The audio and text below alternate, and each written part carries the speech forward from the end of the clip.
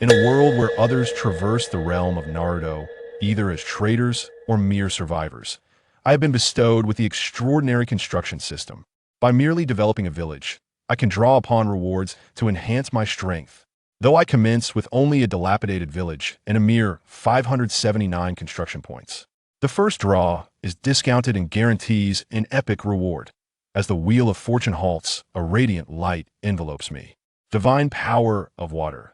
Bestowal of godlike water affinity, granting me dominion over all waters of the heavens and earth. From this day forth, I, Tensui Chido, shall become a walking calamity. This is a tale of how, on the eve of the Second World War, I wield the might of a system and divine power to transform an unremarkable village into a formidable force that overwhelms the 5 great ninja realms. Thus, Tensui Chido resolves to elevate this humble village into the strongest stronghold within the ninja world. The 5 great ninja villages? Apologies, but now it stands as one supreme and 5 formidable. Chapter 1.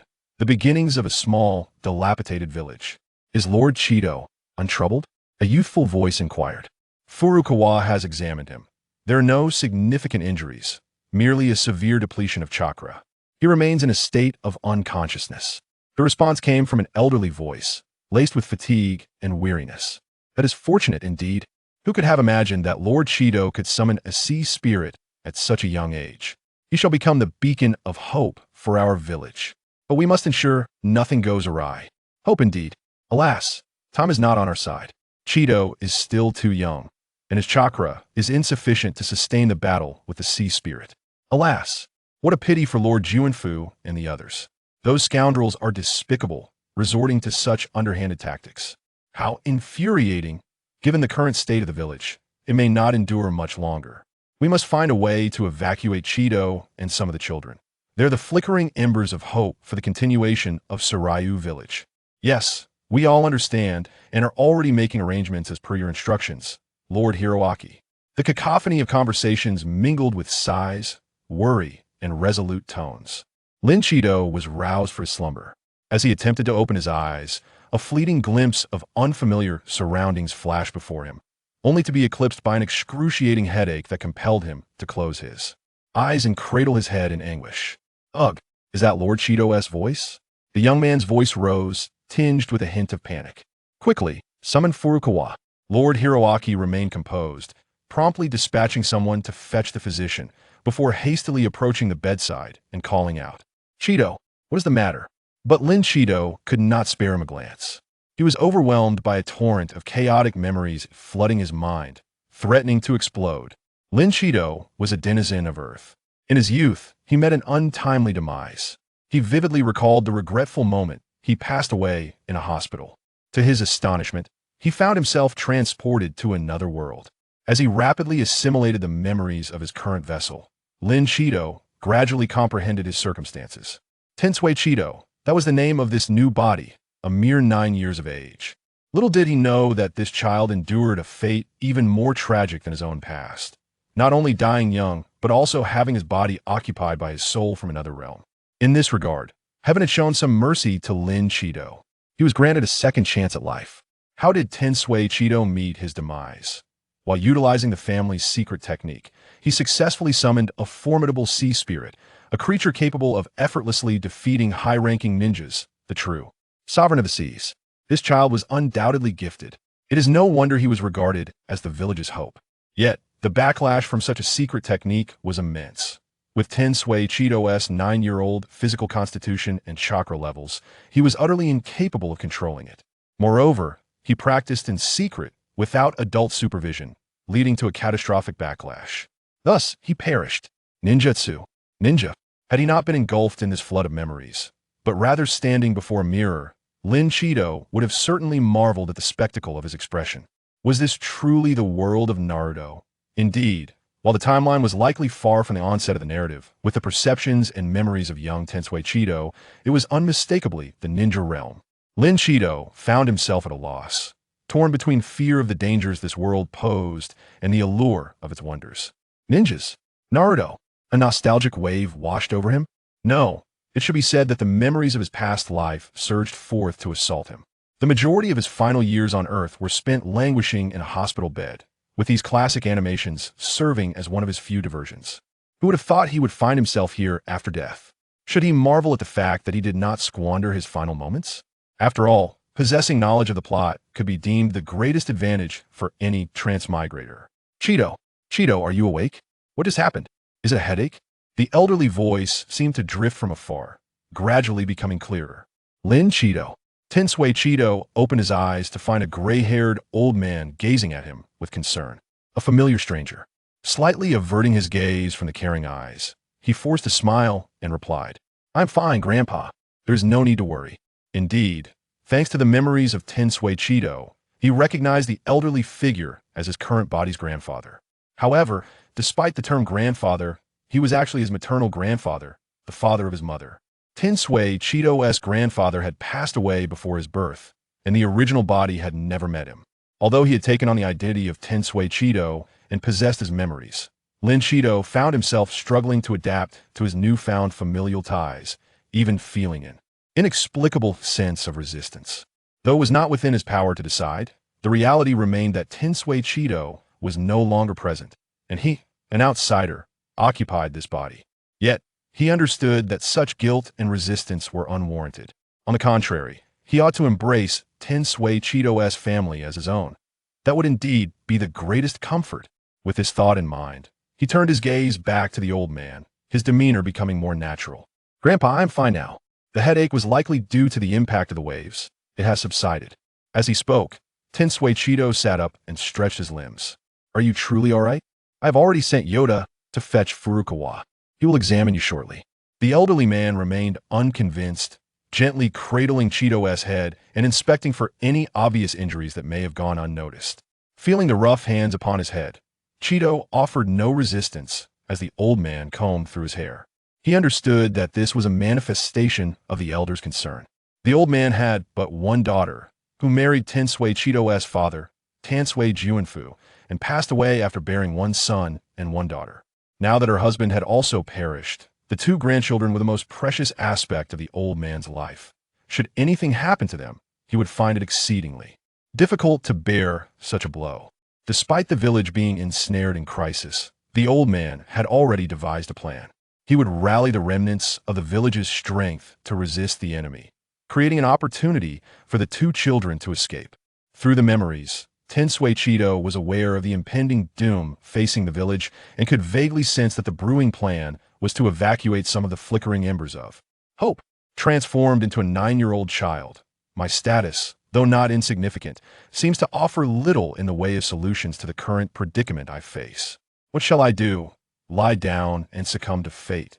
Flee in a panicked escape? It appears that the only perfect solution lies in possessing a miraculous boon. With a mere activation, I could unleash devastation upon all adversaries. So, do I possess such a quintessential trait of a transmigrator? As I pondered this, a voice suddenly resonated within my mind. Construction Enhancement System. Accompanied by this voice, a radiant screen materialized within my consciousness. Construction System. As the host develops their own homestead, they will accumulate construction points. These points can be utilized for system lotteries, granting various abilities. The assessment of construction points is based on 5 aspects: population, economy, military, culture, and stability. More functionalities will be unlocked progressively. The host must strive diligently to contribute to their home. Current construction objective: Lingi Village bound. Current construction points: 579. Available points: 579. Accumulate 1,000 for a lottery draw. This system is straightforward. One builds a village to accrue construction points, which can then be spent on lotteries. A lottery wheel appears on the screen, partitioned into zones of green, blue, purple, gold, and white, denoting various categories: common, rare, exceptional, epic, and mythical, with probabilities ranging from high to low. The common segment occupies approximately 90%, while the mythical is but a slender line.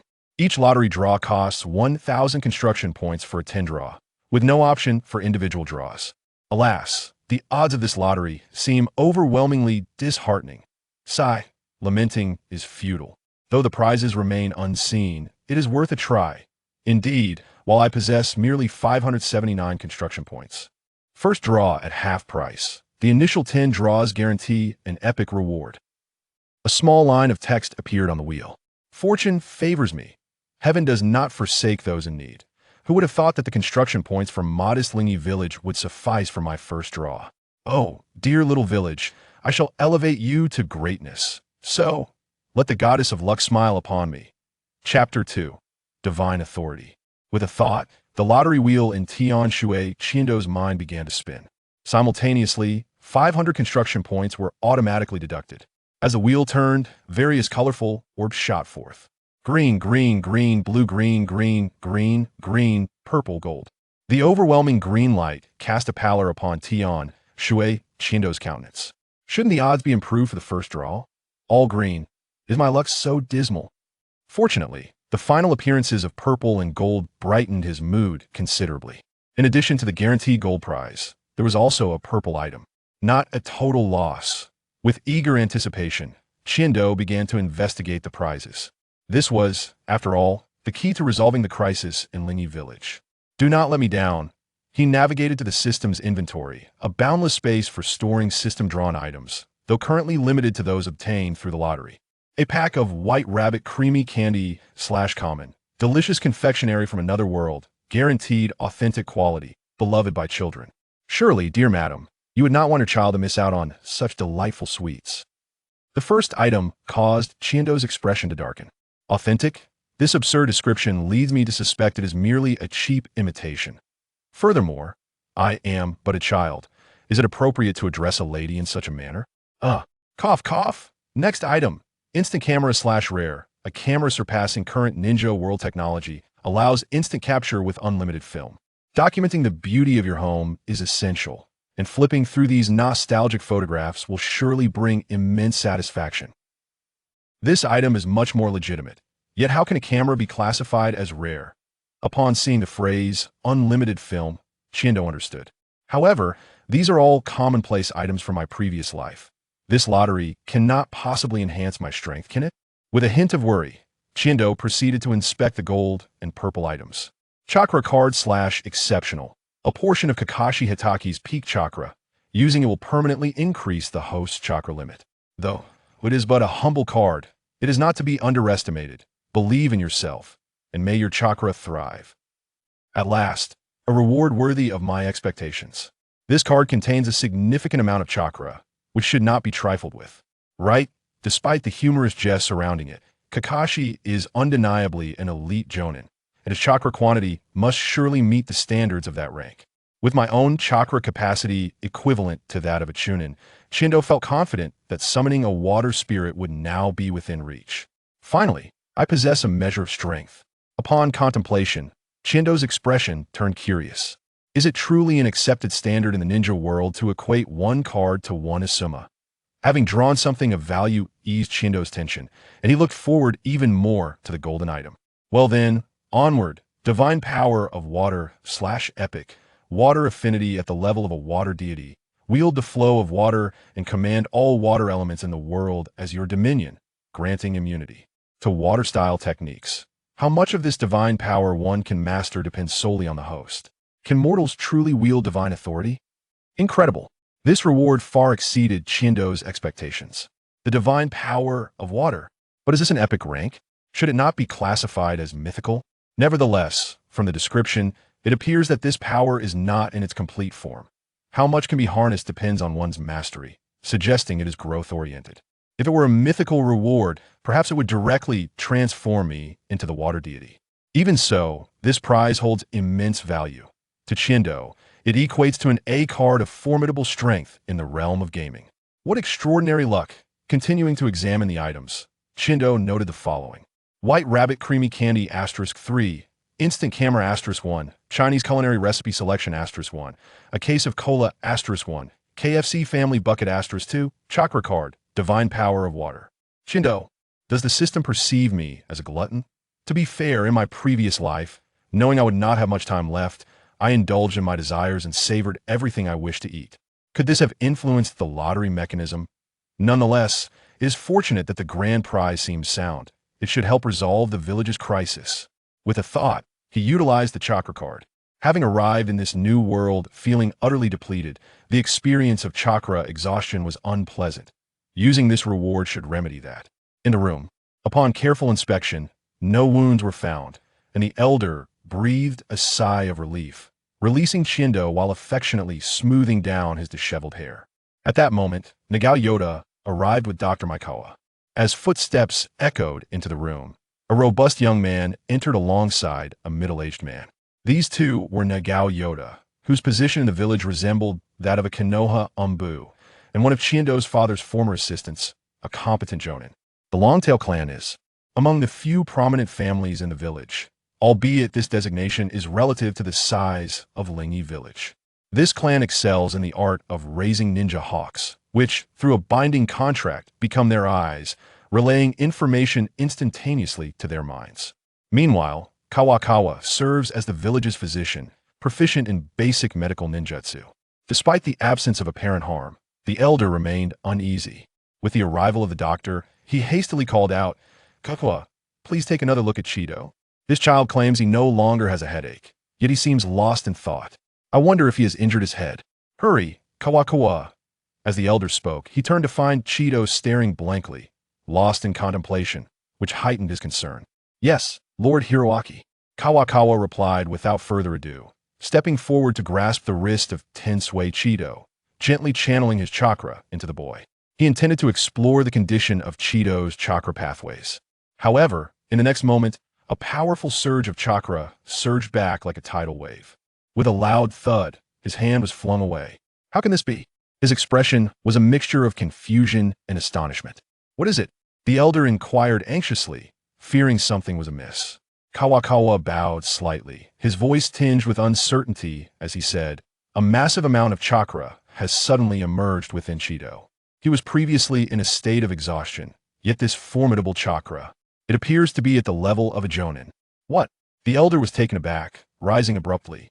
"Is there a problem?" Kawakawa hesitated. "Let me try again. I was caught off guard and was repelled by Chido's power, but I believe this force is not violent and should pose no threat." As they deliberated, Tensui Chido regained consciousness, realizing that his earlier actions had been somewhat foolish. However, he'd been drawn into the system space, captivated by the first lottery. He vowed to be more cautious in the future. "Grandfather, Chido, how do you feel?" Kawakawa said, "You have an abundance of chakra. Do you sense anything unusual?" He knew he could not reveal the system. Chido casually explained, "I'm fine now. The chakra I felt earlier. It is a gift from the sea spirit. I believe I now possess enough chakra to summon the sea spirit." "What?" The three present were astonished, then elated. After a moment of joy, the elder's expression turned somber. Although Chido had received the sea spirit's blessing, his lack of combat experience was concerning. Even Juinfu had been defeated. Chido must be kept away from danger. His demeanor grew serious. "Chido, you need a rest. The village will hold a meeting tonight, and you must attend." With that, he gestured for Yoda and Kawakawa, and the three exited the room. "A meeting, you say?" It seems the village intends to discuss future battle strategies and preparations for escape. Surely, they will assign me the formidable task of reviving Lingyi village. However, they shall be disappointed. I have no intention of fleeing. With newfound confidence, I shall confront the enemy head-on and crush them. The revitalization of Lingyi village shall commence with the annihilation of this adversarial faction. Chapter 3. The Peril of Lingyi. It is said that Tianshui Qiantu's clandestine practice of secret techniques was not merely a childish desire to prove oneself or an impulsive plan to astonish everyone, but rather a necessity imposed by circumstances. Tianshui Qiantu resided in a quaint little ninja village known as Lingyi, located at the southernmost tip of the country of Zhe. The country of Zhe itself is nestled in the middle of a long, narrow peninsula south of the Land of Fire, flanked by the Land of Tea and the Land of Whirlpool. According to the Ninja World Map provided by Akamoto, the geographical locations of the smaller countries beyond the 5 great nations are rather obscure. Tianshui Qiantu had little impression of the country of Zhe, and his vague memories suggested that this area might have belonged to the Land of Fire. Could it be? Was there a looming threat of annihilation? However, worrying about the extinction of a nation seemed premature. First, one must concern oneself with the survival of Lingyi village. The Tianshui clan, to which Tianshui Qiantu belonged, is a lineage of ninjas that has endured since the Warring States period. although not as renowned as the Senju, Uchiha, Uzumaki, or Kagaya clans. They possess formidable strength in the domain of the ocean. The Tianshui clan lacks a prestigious bloodline, yet they possess family secret techniques that are not significantly inferior. It is said that long ago, the ancestors of the Tianshui clan forged a pact with mysterious sea spirits, allowing them to command marine creatures. With those of pure bloodline and exceptional talent capable of summoning powerful sea spirits. This bears a striking resemblance to the oil family of Konoha. Nonetheless, the Tianshui clan faces considerable limitations. Their combat prowess on land is greatly diminished, and in arid desert regions devoid of water, they might struggle to unleash even a fraction of their potential. This is precisely why Lingi village was established by the coast. As the saying goes, one thrives near mountains by relying on them, and by the water, one consumes its bounty. Despite being weak on land, they are self-aware enough not to venture into the terrestrial fray. Protecting their own territory is still within reach. Thus, Lingi village has long enjoyed a tranquil existence. With a history spanning 3 decades, Tianshui Shinto's recollections suggest that it is now approximately the 34th year of Konoha, indicating that Lingi village was founded in the early days of the ninja world, following the conclusion of the Warring States period. Quite a storied past indeed. Presently, the village is home to over 2,000 inhabitants, comprising not only the Tianshui clan, but also several other smaller families and a number of civilian ninjas. With over 300 ninjas and more than 30 jonin, their strength is commendable. Given such a force, living within their own enclave, there should be little to attract the covetous gazes of the 5 great nations, ensuring their self-preservation. Even if someone foolishly sought trouble, they would generally be able to cope, especially by the seaside where they enjoy a distinct home field advantage. However, the ninja world is fraught with unpredictable fortunes, and calamities often strike unexpectedly. Since Lingi village is established within the country of Zhe, it naturally shares a close relationship with this nation. Recognized as an official ninja village by the country, Lingi receives financial assistance from Zhe and can legally undertake tasks assigned by both the populace and the government. In return, Lingi village is obligated to provide military protection for Zhe. This arrangement is quite equitable. Furthermore, the two parties are united by familial ties. The previous clan leader of the Tianshui clan, Tianshui Qiantu's grandfather, after founding the village, married a princess of Zhe, who is also the current daimyo's aunt, thus giving birth to Qiantu's father, Tianshui Tashifusa. Consequently, the bond between Lingi village and the country of Zhe is indeed profound. Under such circumstances, if one side encounters hardship, the other cannot turn a blind eye. Moreover, one of the core tenets of the ninjas of Lingi village is loyalty. They would never easily abandon their allies. The crisis began as tensions among the 5 great nations escalated in recent years, leading to friction and widespread dislocation. Although the country of Zhe is somewhat remote, perhaps this very isolation has afforded it a semblance of stability, resulting in a steady influx of refugees and wandering ninjas in recent years. The daimyo of Zhe adopted a policy of absorption and appeasement, and Lingi village welcomed many well-intentioned wandering ninjas. Initially, this posed no significant issue.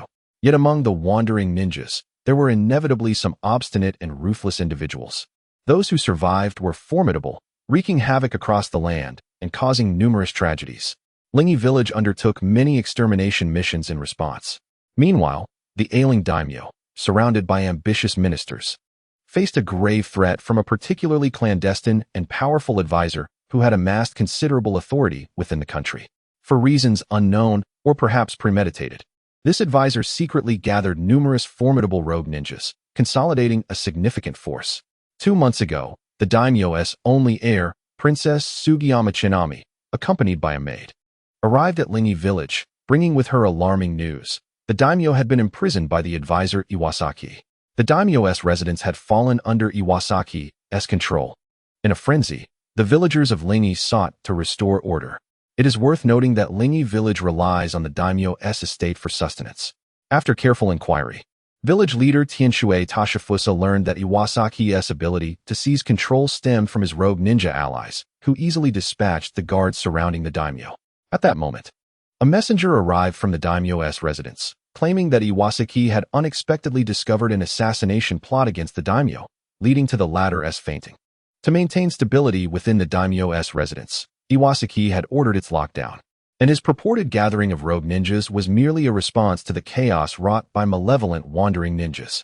The daimyo's residence was now free from pests, and the true perpetrators of the assassination were under close pursuit, while the daimyo remained in a state of unconsciousness.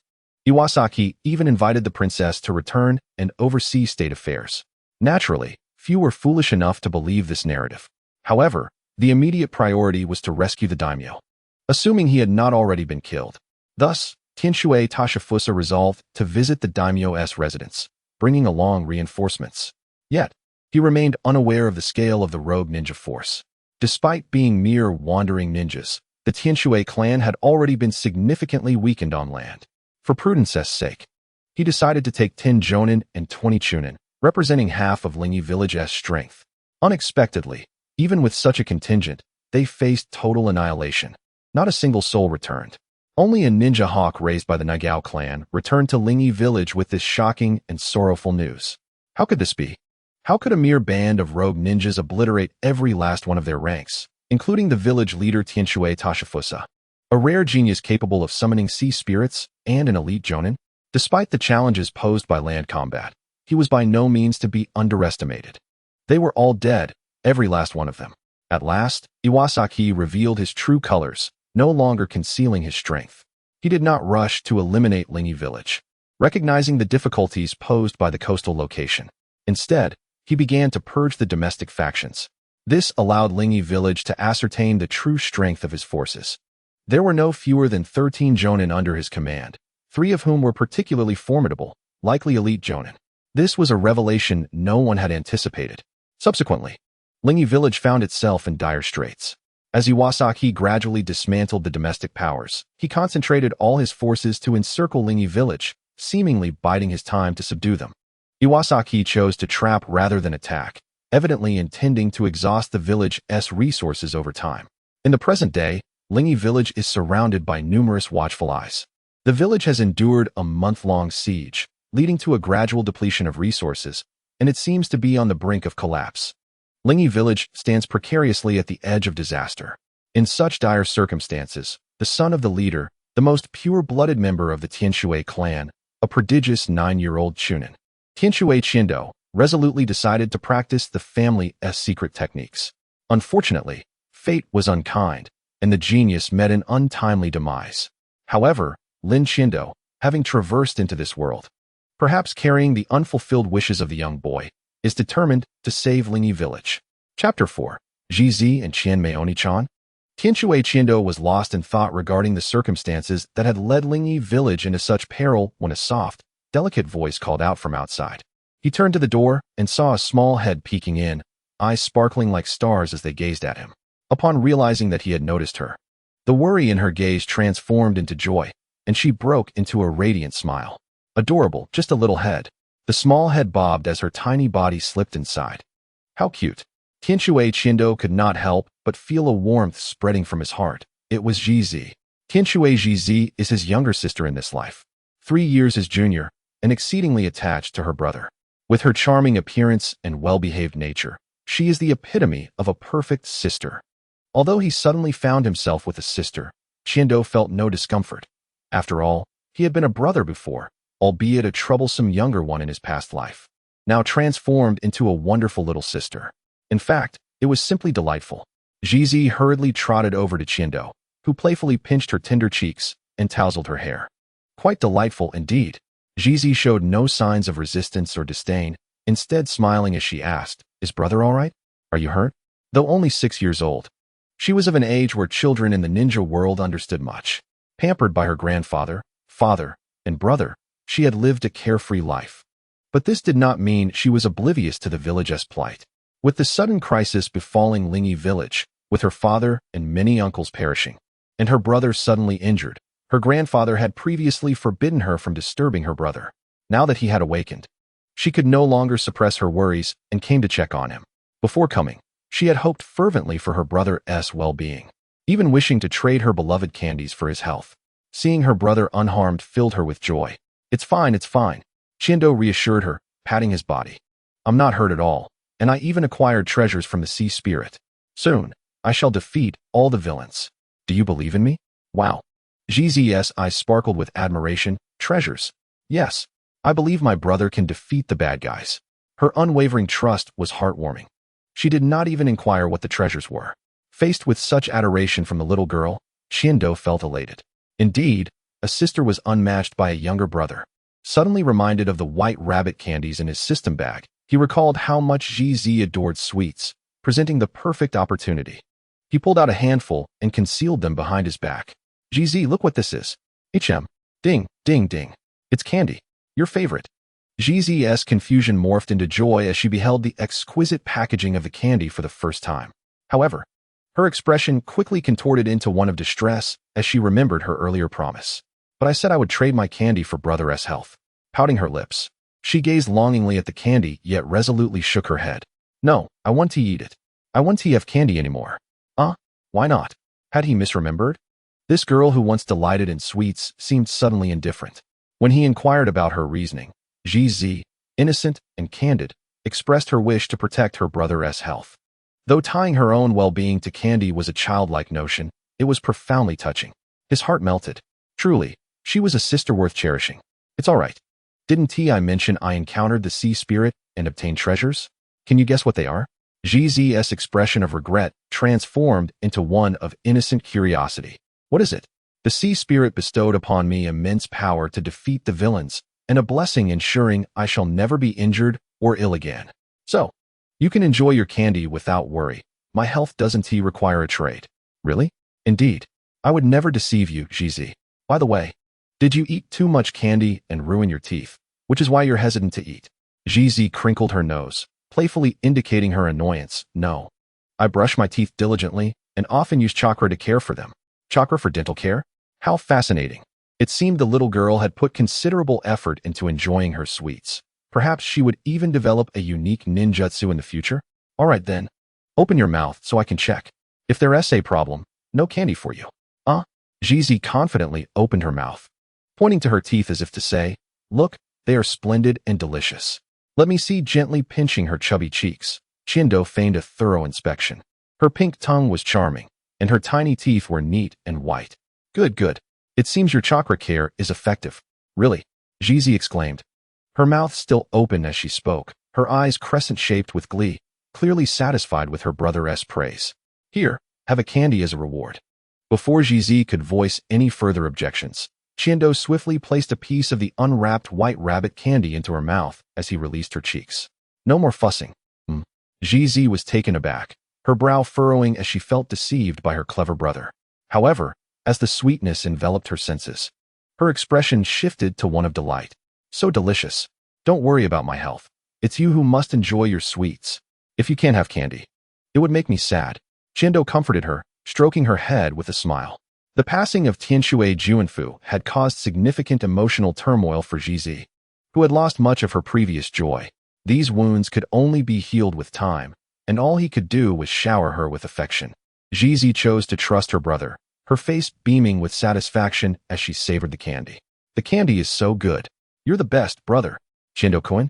Just as Shindo was falling deeper into the charms of sisterly affection, another girl's voice called out at the door. Knock, knock. Although the door was ajar, the newcomer still knocked politely. Both siblings turned their gazes towards the entrance. A cascade of light purple hair illuminated by the sun caught their attention, framing a girl with exquisite features and a gentle demeanor. Despite her youth, she exuded a traditional Japanese elegance reminiscent of a Yamato Nadeshiko. It's Sister Chinmei, GZ exclaimed with joy, her delight evident. She had become quite familiar with this distant cousin over the past few days, perhaps due to the gentle nature of the other, which made GZ, who had long been deprived of maternal affection, feel a sense of closeness and reliance. Chitami-san, on the other hand, appeared much more reserved, not out of any dissatisfaction with the princess, but simply because they were not yet well acquainted.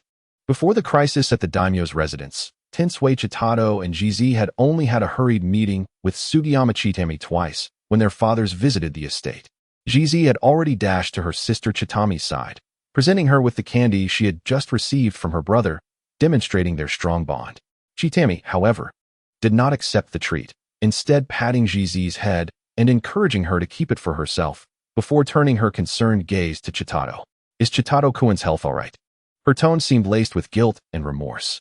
Chitado, observing the glimmer of tears in her eyes, could not help but reflect on how the fall of the daimyo's estate had made this already gentle and kind-hearted princess more melancholic. Chapter 5. The princess's heartstrings. It's no fault of yours. I ought to blame my own carelessness for practicing the secret arts alone, Chitado replied with a smile, a hint of embarrassment crossing his features. No, that's not it, Chitami exclaimed with a hint of urgency, leaving Chitado puzzled by her reaction. She expressed her self-reproach. It's all my fault for bringing such calamity to Lingi village. Uncle Juanfu and everyone in the village are now in dire straits because of me. I know Chitado-kun must be deeply troubled and worried, which is why you resorted to training in secret arts. This is all my responsibility. Her sorrowful expression resembled that of a princess in distress. Ah, you are so understanding. A princess of a nation, the sole daughter of the daimyo. Not a trace of arrogance, yet so considerate of others. Beautiful, gentle, and of noble birth. Truly an exceptional choice for a wife. Coughing slightly, he chided himself for his wayward thoughts, a consequence of having been single in his past life. Chitami's sister. Jizi wrapped her arms around Chitami's slender waist. Wishing to offer comfort, Chitami reciprocated the embrace, and witnessing this tender sisterly scene stirred something within Chitado. He spoke slowly, it is not your fault. Even had you not escaped the daimyo's estate, given the relationship between Lingi village and the daimyo, Iwasaki would never have let us go unscathed. If not, he would struggle to explain to his subordinates. The strength of these rogue ninjas suggests they have ulterior motives. Regardless of their intentions, Lingi village stands as an obstacle. Noticing Chitami gazing at him in astonishment, Chitado nodded earnestly and continued, in fact, your arrival has allowed Lingi village to prepare in advance. Although there was a miscalculation regarding strength. At this point, Jizi suddenly turned her head, her large eyes shimmering, her little nose twitching as if she was ready to cry at any moment. Seeing this, Chitado halted his speech, opting to skip that remark. But this only confirms that they come with the intent to annihilate Lingi village. Therefore, this is not your issue. It is a crisis facing our village, and they are our common foes. But if it weren't for my information, Uncle Juanfu and the others would not have gone to the daimyo's estate and would not have fallen into the ambush. If they had simply stayed in Lingi village, everything would. At her attempt to take on responsibility, Chitado felt helpless. Such a girl could hardly be expected to inherit the daimyo's position. He interjected, first, no one could have predicted Iwasaki's strength. Secondly, even if our fathers had remained in the village, would Iwasaki not have found another means to provoke Lingi village? For instance, as we are now besieged, Lingi village needs to return to the mainland for supplies. Most importantly, the decisions are made by our fathers and the village, not by you. Lingi village will never forsake its friends. That is our village's creed. As he concluded, Chitado's expression hardened, his tone resolute. You must understand that not a single person in the village blames you. Observing the earnest and determined demeanor of the young man before her, Chitami gradually felt persuaded, her expression softening as she gazed into his eyes. Chitami's sister, no one will blame you. Upon hearing Jizi's melodious voice utter those words, a long-lost smile finally graced Chitami's face, blooming like a camellia in early spring, the tears at the corners of her eyes akin to dewdrops washing away dust. Thank you, Chitado-kun. And me? Jizi chimed in. Yes, thank you, little Jizi. Chitado smiled, suggesting, let us sit and converse. Standing for too long can be tiring. Now that Chitami-san's heart is unburdened, you may sample the candy Jizi has brought for you. When one is feeling bitter, sweetness is necessary. And Jizi's candy is her treasure. So rare is her willingness to share it. She must truly adore you. Oh, Chitami gasped, her cheeks flushing with embarrassment at Chitado's mention of heartstrings, surprised that this young boy could so easily discern her innermost thoughts. Hearing him speak of Jizi's affection for her brought a smile to her face, as she recognized that he was emphasizing that no one truly held her accountable, especially not Jizi. Yet, it was remarkable how someone 3 years her junior could exhibit such maturity and wisdom, evoking a sense of reliability. Chitado-kun is indeed very dependable. He will surely become an excellent leader. The trio formed a circle as Jizi produced the candy for Chitami to taste. As expected, it elicited surprise and praise, revealing that even a princess had not experienced the delight of such a flavor before. Contemplating the item descriptions provided by the system and anticipating the likelihood of more unfamiliar treasures surfacing in the future, Chitado mused that he could easily delight many young girls. Chitado-kun, you will be attending the village meeting tonight, right? Grandpa Guangming has also informed me that I should join. Given the nature of the meeting, Chitato was not surprised. Although it was an internal discussion, it would likely revolve around strategies for combat and escape, making it imperative to include the princess in the plans. Yes, there will be some plans to discuss, he replied. Plans? After a moment of hesitation, Chitami decided to voice her inquiry. Is everyone in the village deciding to escape together? Noticing her anxious expression, Chitato understood her concerns but spoke candidly. Unfortunately, it cannot be done. There are insufficient boats. Lingi village is situated by the sea and is governed by the Tinsui clan, which can command marine life. Fishing is a significant secondary occupation. Thus, there are many small boats, yet only 2 large vessels available for an escape. Moreover, Iwasaki has deployed numerous spies. Attempting to leave together would make us an obvious target, likely leading to our total annihilation. Therefore, the vast majority must remain behind to distract the enemy. Is that so? Chitami's face fell, her hands gripping her sleeves tightly. After a moment, as if she had made a decision, she took a deep breath and declared, "Then let me stay behind. One of Iwasaki's main objectives is me. If I remain, it can divert his attention. If he is concerned about the public opinion of Tsuno Kuni, he would not assassinate me easily. Perhaps there is a chance he might abandon the attack on Lingi village. Should one call her naive or kind-hearted?" Observing her serious expression, Chitato felt a sense of relief. Knowing that this small village, rooted in faith and loyalty, had not been misled. With that thought, Chitato shook his head in silence. Chitato-kun, why do you shake your head? This is my decision, the only thing I can do for everyone. Chinami's expression was one of urgency. Her slender hands clasped before her chest, as if trying to grasp something intangible. She appeared as a petite figure, seemingly powerless to repay a debt. Yet her striking beauty and youthful charm were undeniably captivating, stirring deep emotions in those who beheld her. No, what I mean is, you can stay?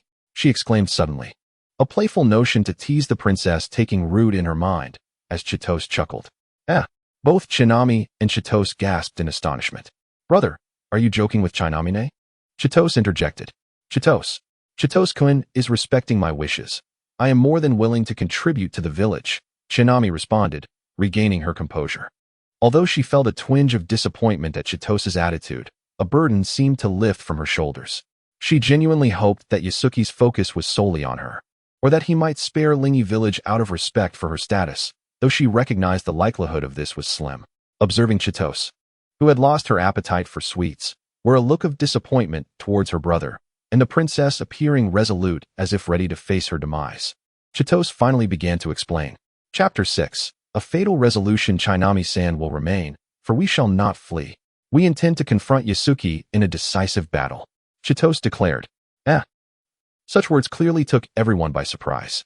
Chinami's expression transformed from one of maturity to one of astonishment, while Chitose's face reflected despair.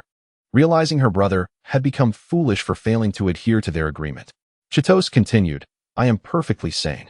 I speak thus because I have devised a means to confront our adversary, not out of folly. Chinami hesitated, but what could Chitose-kun possibly have in mind? Although we sought assistance from the Fire Nation, we have yet to receive any word, and even should they wish to aid us, it is uncertain whether they could extinguish Yasuki and his forces. As a small nation bordering the Fire Nation, the kingdom of Tsu possessed rich mineral resources, forestry, and fisheries, thriving economically due to the wisdom of its previous lords, leading to frequent trade with the Fire Nation, thus forming an alliance. Shortly after the fall of the Lord's estate, Chinami, under her royal title, had requested aid from the Fire Nation, but regrettably, no response had come. The reason Lingi village had not made an immediate breakout or fled was largely due to their dwindling supplies and the hope of reinforcements. Yet now, with resources nearly depleted, Lingi village had to formulate a bold plan and risk everything. The Fire Nation. Chitose mused. In his mind's eye, he recalled the geography of Tsu, where dense forests bordered the Fire Nation to the north and the regions near the original Whirlpool country to the east, abundant in tall trees and feral beasts, contributing to Tsu's wealth of natural resources. However, this very terrain made travel to other nations exceedingly inconvenient, compelling ordinary folk to resort to lengthy maritime routes fraught with risk. Yet this did not explain the delay in their plea for assistance. Given the frequent trade between the two nations, one would assume that more convenient routes had been established. And even if the guards dispatched by the princess encountered obstacles, Lingy village had also sent emissaries, so a timely response should have been forthcoming. But I do not intend to place my hopes solely on reinforcements. One must rely on oneself. Chitose urged. Chitose should understand why I say this. Use that clever little mind of yours to ponder. He winked at Chitose, who had lost her taste for sweets. Shinobi turned her gaze toward Chitose as well. Under such scrutiny, Chitose fluttered her long lashes and, after a moment's contemplation, exclaimed, "Ah, I understand. It's the treasure of the sea spirit." After dinner, as twilight descended, lights flickered to life within the village. The patrol teams remained vigilant, monitoring any disturbances outside, while the oppressive atmosphere that had shrouded the village grew heavier in the night, leaving many feeling breathless. Fortunately, the villagers, united in purpose, remained steadfast, with few succumbing to panic amidst their dire circumstances. In the village hall, nearly 100 individuals congregated. A sea of faces. These were the participants in the village's governance, predominantly ninjas, constituting the elite forces of Lingy village. They were seated on either side. While at the head of the assembly sat Chitose's grandfather, Hiroaki Amano, flanked by Princess Chinami and Chitose himself. Hiroaki had joined the ranks of ninjas shortly after the establishment of Lingy village, marrying a woman from the Tensui clan, and his daughter subsequently wed Tensui Toshifumi. As a revered elder and once a formidable jonin, it was only natural that he was entrusted with overseeing village affairs, given that Chitose was still too young. Esteemed colleagues, I believe we all comprehend the dire straits our village faces. The purpose of tonight's meeting is to strategize for our future, Hiroaki announced, his aged yet steady voice resonating amid the silence. Our resources are dwindling, and we cannot hold out for more than half a month. I suspect our adversaries are already laying their trap, waiting for us to spring into it. Thus, our plans must be enacted sooner than anticipated. We cannot await a response from the Fire Nation any longer. We must not place our hopes in others. In 5 days, we shall launch our decisive battle, demonstrating to our enemies the courage of Lingy village. Though we may be besieged, we shall not wither in fear. Simultaneously, we shall create an opportunity for the children to escape. His voice grew heavier with emotion. I implore you all to stand with me in this fight to the death. He rose, his frail frame suddenly imbued with a commanding presence. Once he finished, he bowed deeply before straightening, his gaze now burning with resolute determination. The previously silent hall erupted into fervor as the suppressed crowd sprang to their feet, voices rising in unison. To death! To death! To death! Their fervent cries echoed, as if the enemy loomed before them, ready to be torn asunder by their might. Shinami gazed upon this scene, her eyes misting with tears. The villagers of Lingy, even in the face of impending doom, harbored no resentment towards her, the one most deserving of their ire. Instead, she found warmth and comfort among them. It was in this moment that they resolved to fight fiercely for the hope of survival for the children of the village. And for her, what can I possibly repay? She pondered, unable to restrain herself from standing to voice her earlier declaration of staying. Yet, she recalled Chitose's mention of the sea spirit's treasure. What could it be? Chitose-kun said that he would reveal it during the meeting. Cough, cough. Just as spirits were soaring, an incongruous voice emerged from beside Hiroaki Amano. Though the sound was not loud, its source quickly captured everyone's attention due to its significance. Under the collective gaze, Tensui Chitose stood up. My apologies, everyone. I hate to break the mood, but I feel compelled to speak a few words. I never anticipated the old man would be so direct, laying bare his thoughts and calling for a fight to the death immediately. It left me momentarily at a loss for words. Now that the atmosphere has reached this point, it would be awkward to voice my thoughts. Yet I fear you might launch a midnight raid tonight. The old man was indeed a master of atmosphere, but I fear that once I speak, my grandfather may feel quite embarrassed. The villagers, witnessing the son of the leader, the hope for the revival of Lingy village, addressing the assembly, found their earlier frustrations dissipating. It was no secret that Tianxue Qindo had successfully summoned the sea spirit, and the news of his ascension to a higher rank as a ninja, bolstered by the sea spirit's gifts, had spread throughout the village. On the other hand, the old man was pleased to see his grandson boldly speaking before so many. Only Princess Qian-na-mei held different expectations. As Qiando captured the attention of the entire room, he did not falter. With a smile, he began. You all must be aware of the gifts I have received from the sea spirit, correct? Indeed, as he scanned the room. He noticed nods of acknowledgement and gazes filled with reverence, reminiscent of how they once regarded Chiendo's father. What I wish to convey is that I have not merely acquired the chakra of a high-ranking ninja. I have also obtained a power formidable enough to vanquish our enemies. The crowd was taken aback, a mix of surprise and skepticism washing over them. Chiendo chuckled. Thus, I implore you not to despair, for Linyi village has already lost many. And every life is invaluable. What we must do now is crush our adversaries. Chapter 7. I come to carry the elite villagers stood in rapt attention. Gazing at the seated youth, the beacon of hope for Linyi village, the next leader of the village. Their minds were awash with questions. Should they deem it inconceivable or dismiss the boy's words as mere bravado?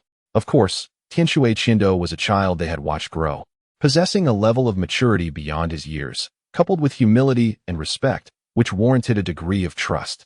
Yet, at such a moment, with the entire village prepared to face death, the abrupt shift in sentiment was difficult to digest.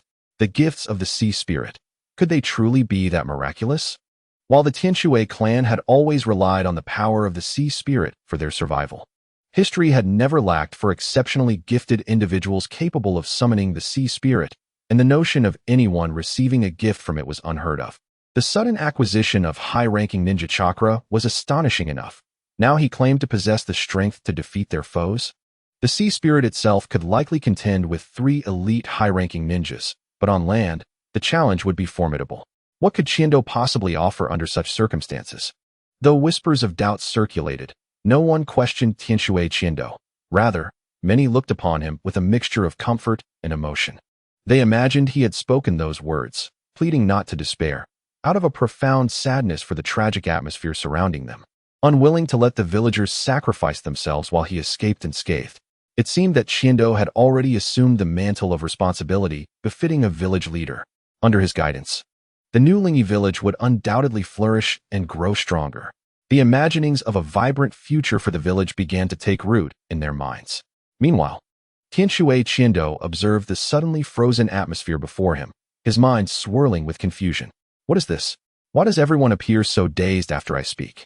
If they doubted him, they ought to challenge him, allowing him to demonstrate his formidable prowess and earn their unwavering belief. Such was the narrative arc in Stories of Grandeur.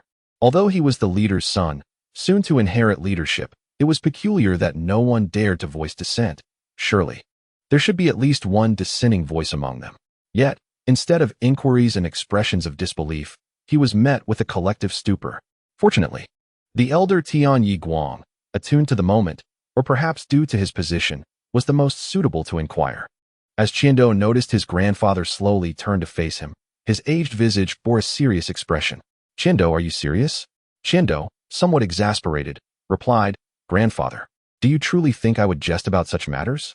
After scrutinizing his grandson's countenance, Tian Yi Guang was convinced. His grandson was indeed a prodigiously talented ninja, having recently gained high-ranking chakra, a truth he had witnessed firsthand. Now, to claim he possessed the strength to combat their enemies seemed less implausible. Clearing his throat, he thought, well, he is my grandson.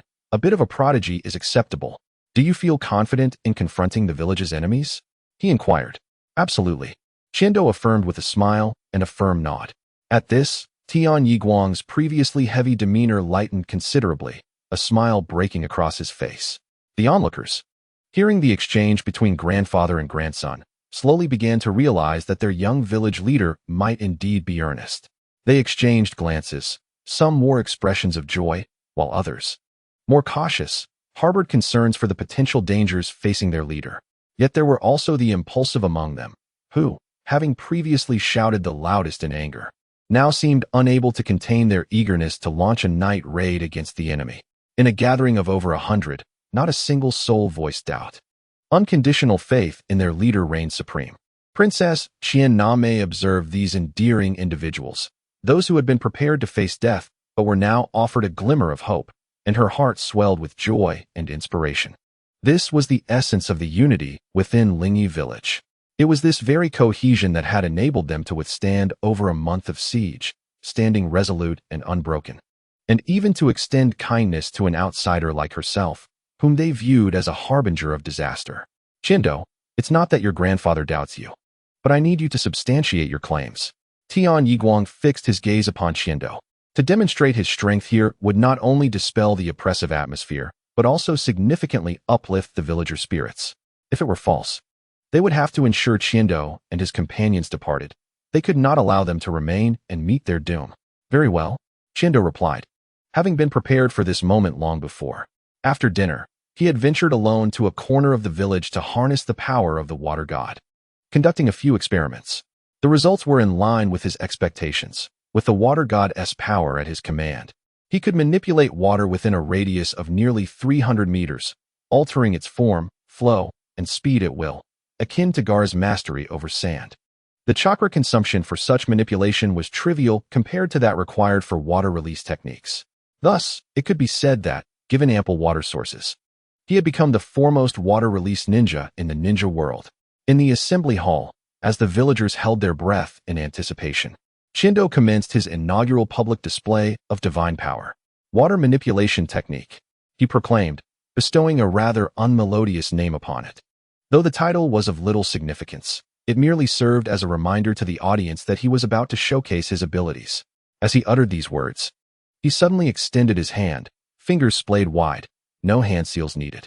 The spectators, momentarily taken aback, soon felt a chilling sensation enveloping their necks. Swish! Without the need to glance down at their own situations, they could see that every individual in the assembly hall was experiencing the same phenomenon. Water from their cups seemed to spring to life, swirling in the air like a transparent scythe, encircling its owner.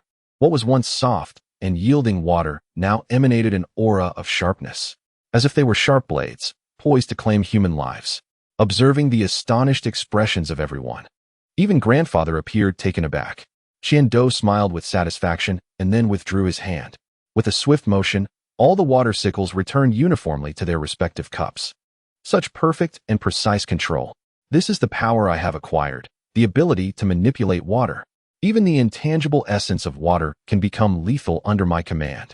I believe that on the battlefield, the enemy would find it exceedingly difficult to guard against such an assault.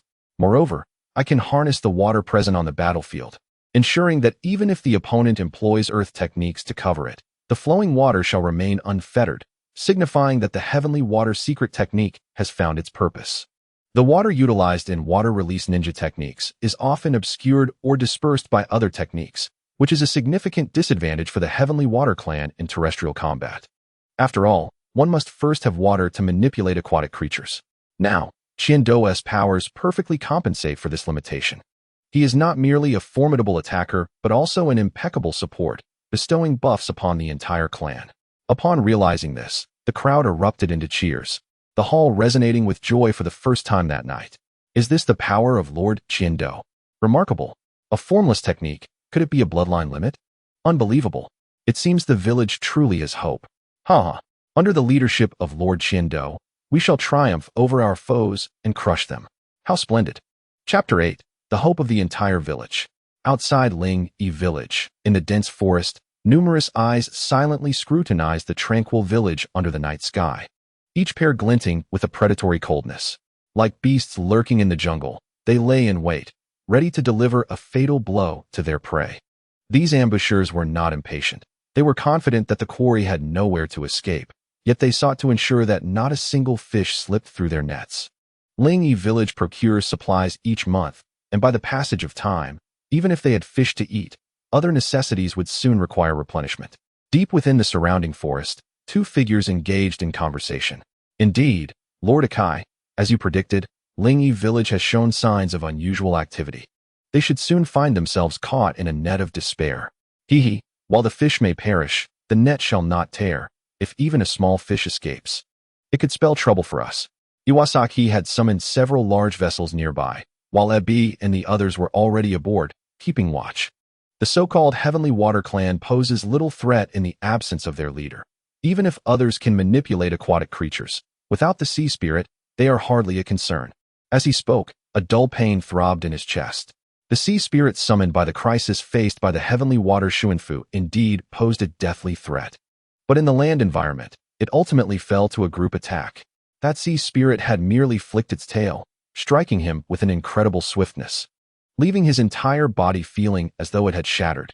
It took over a month of recovery before he felt whole again, and even now, The memories of that battle still haunted him. However, this legendary sea spirit clan would soon meet its demise, a true tragedy. Indeed, my lord. Now go, Yoshida. Do not relax in the coming days, and be ready to act at any moment. Rest assured, once this battle concludes, we shall establish our own ninja village. Yes. Yoshida replied eagerly, his eyes alight with anticipation. Approaching 40, Yoshida could scarcely recall which nation he hailed from. He had endured the ravages of war since childhood. Watching as parents, relatives, and friends were taken from him, leaving him numb to the incessant cycle of conflict.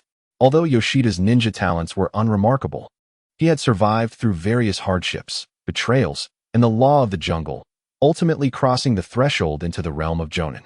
He had previously lived by accepting bounty missions. One day, he was approached by Isekai and became one of his subordinates. Yoshida's aspiration was to establish his own ninja village, a sanctuary free from betrayal and wandering. As Yoshida departed to fulfill his orders, Isekai gazed into the distance where he had vanished, his expression shifting from lightheartedness to darkness. Isekai was the leader of the rogue ninja group nominally under Iwasaki's command. The reason it was merely nominal was that their relationship with Iwasaki was one of cooperation. Given Iwasaki's power and influence, he could not control such a band of ninjas. In fact, Iwasaki's ambitions were precisely what had stirred Isekai. He had leveraged Iwasaki to consolidate the current rogue ninja forces. Iwasaki promised that after the destruction of Ling-E village, Isekai could establish a new ninja village in the country of Tsu, while Isekai would provide the necessary strength. Weakness is a sin. If one must blame, let it be for having only the value of a pawn. Isekai murmured to himself. After a discussion in the village hall, the night deepened. Having arranged the general combat preparations, the meeting concluded and the attendees dispersed. Subsequently, Amano Hiroaki gathered some key village figures for a smaller meeting, primarily to address various affairs related to besieging the village, including emotional support and resource allocation. These matters did not require the participation of the current Heavenly Water Chiendo. Under the moonlight, Chiendo walked alongside Princess Chinami. Chiendo-kun. Upon hearing his name, Chiendo turned to look. He beheld the girl, her long purple hair illuminated by the moonlight, radiating an extraordinary beauty. Her hands clasped in front of her modestly developing chest, she wore a gentle expression. You must feel quite the pressure, Chiendo-kun, as you have suddenly become the village's hope. Her soft voice, imbued with concern, was melodious and comforting. Chiendo was slightly taken aback, not expecting her to pose such a question. Reflecting on the reasons for his replacement of Heavenly Water Chiendo and the relentless training he had endured, he recognized the hardship, yet that little boy seemed untroubled. Chiendo smiled at her, admitting, though it may sound somewhat conceited, that I have always been the village's hope since birth. This is not a result of my own decision or a display of talent, but rather, a burden placed upon me by my very identity. In a position of privilege, one must bear the corresponding responsibilities. I consider myself fortunate to possess the power and talent that align with everyone's expectations. As the beacon of hope, perhaps the greatest joy lies in illuminating the darkness for others. Rather than feeling pressure, I perceive it as motivation. At this moment, I feel quite happy. His voice resonated with a sense of determination and inspiration, instilling encouragement in those who heard it. The girl was visibly startled by his mature words, her beautiful eyes widening. She then realized that she, too, bore a similar burden. As the only daughter of the daimyo, she was expected to uphold certain hopes. Yet she knew her father intended to adopt a son-in-law, ensuring that her child would inherit the title, while she had been sheltered by her father, living a carefree life without much worry until this incident. By the way, Chiendo-kun is already a jonin, and yet he is only 9 years old. He must have put in a tremendous amount of effort and sweat. Chiendo-kun is truly remarkable. If I were in his position, I might not be able to endure it at all, even though he is technically younger than me. Why does he carry himself like a mature and reliable adult? He is a reassuring young man. Chinami murmured to herself, responsibility is a heavy burden. Her father, as the daimyo of the Tsu nation, was always busy, managing state affairs with precision, earning the gratitude of the citizens, yet he had been worn down by the toll it took on his health, which had provided an opportunity for Iwasaki. After this war, what will become of the future of the Tsu nation? Perhaps I should take a cue from Chiendo-kun and learn to shoulder some responsibilities myself. As Chiento observed the young girl lost in thought, he refrained from rushing to speak. The two soon arrived at their dwelling. Shinami-san, don't overthink. Rest early. Everything will come to a conclusion in a few days. He assured her. Shinami halted, gazing at Shiento with hesitation.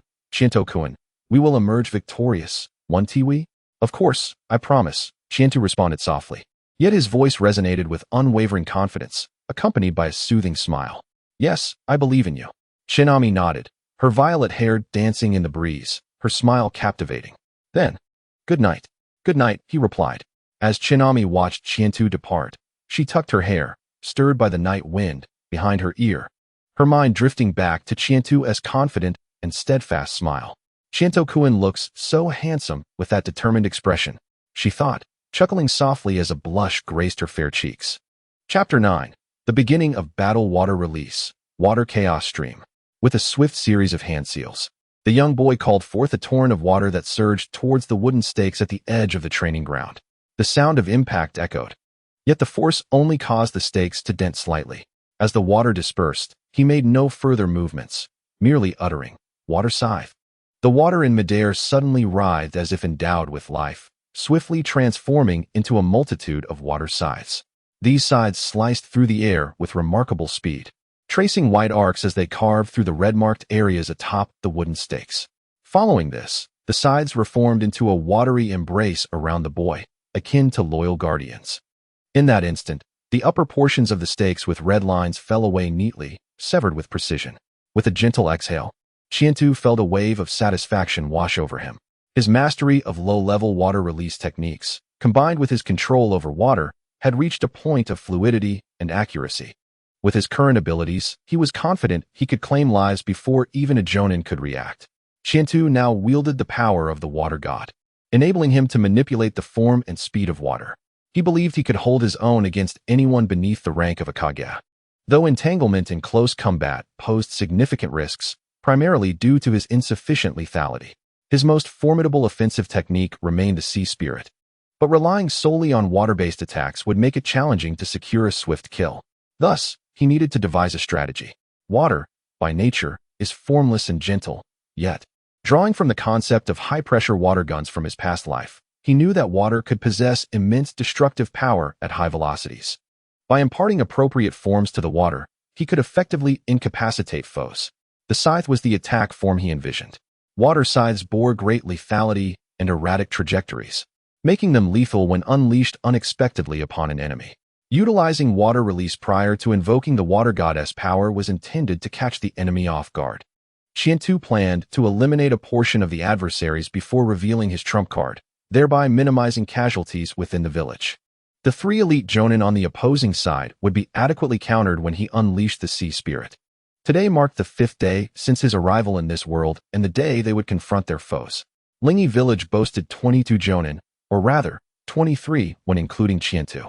However, among them were older individuals whose combat prowess had waned, making it debatable whether they could still be classified as Jonin. While they had ceased undertaking missions, they would undoubtedly rise to the occasion in a crisis. Among the Jonin, 10 belonged to the Tianshui clan, whose abilities could not be fully realized on land. While Shiento could provide them with a suitable combat environment, it would still be inadequate compared to the sea, where their strengths could truly flourish. A meeting held 5 days prior had resolved that 8 Jonin from the Tianshui clan, along with the elder Jonin, would remain in the village to thwart any enemy infiltration and to guard against potential maritime threats. Only 2 would accompany Shiento as his escorts. Thus, the 23 Jonin were divided into 2 groups. The village defense team led by Tianai Hiroaki, comprising 13 members, and a 10-member assault team, including Shiento. Additionally, the lower-ranked ninjas would stay in the village, while the higher-tier Chunin would participate in the assault. All available combatants were enlisted. On the other hand, intelligence indicated that the ninjas from Iwakasaka were predominantly adept in earth release techniques, granting them a distinct advantage. Furthermore, the 3 elite Jonin stationed in Lingi village, devoid of Shiento's presence, would be formidable foes requiring multiple attackers to subdue. Even with only 13 Jonin, they outclassed the current forces of Lingi village, especially considering that the elite Jonin who perished alongside Tianshui Juinfu were the true cream of the crop. Moreover, Iwakasaka's forces included a significant number of Chunin and samurai. In spite of this, the enemy refrained from launching a full-scale assault on Lingi village. Akai and his compatriots remained cautious, opting for encirclement over direct confrontation to deplete Lingyi's resources and draw out the defenders. They divided into maritime and terrestrial encirclement formations, maintaining communication signals to facilitate a coordinated response to any surprise attacks. Lingyi village housed many elderly and vulnerable individuals, making it impossible to safeguard both front and back effectively. In dire situations, people are prone to making erroneous judgments. The enemy was far from trivial, and Qiantu understood the necessity of prudence. Despite possessing the strength to turn the tide, he could not afford to be complacent. After all, the hopes of the entire village rested upon his shoulders. As night deepened, Lingyi village glowed brightly, alive with an unusual bustle. However, this commotion was merely a facade, a semblance of activity amidst the underlying tension. In a short span, all non-combat personnel were gathered together for concentrated protection. Their cooperation facilitated a swift and orderly assembly, allowing for moments of quiet conversation. The majority of these non-combatants were the elderly and children. Lingyi village was not as expansive as Konoha, and its commercial avenues were not well developed.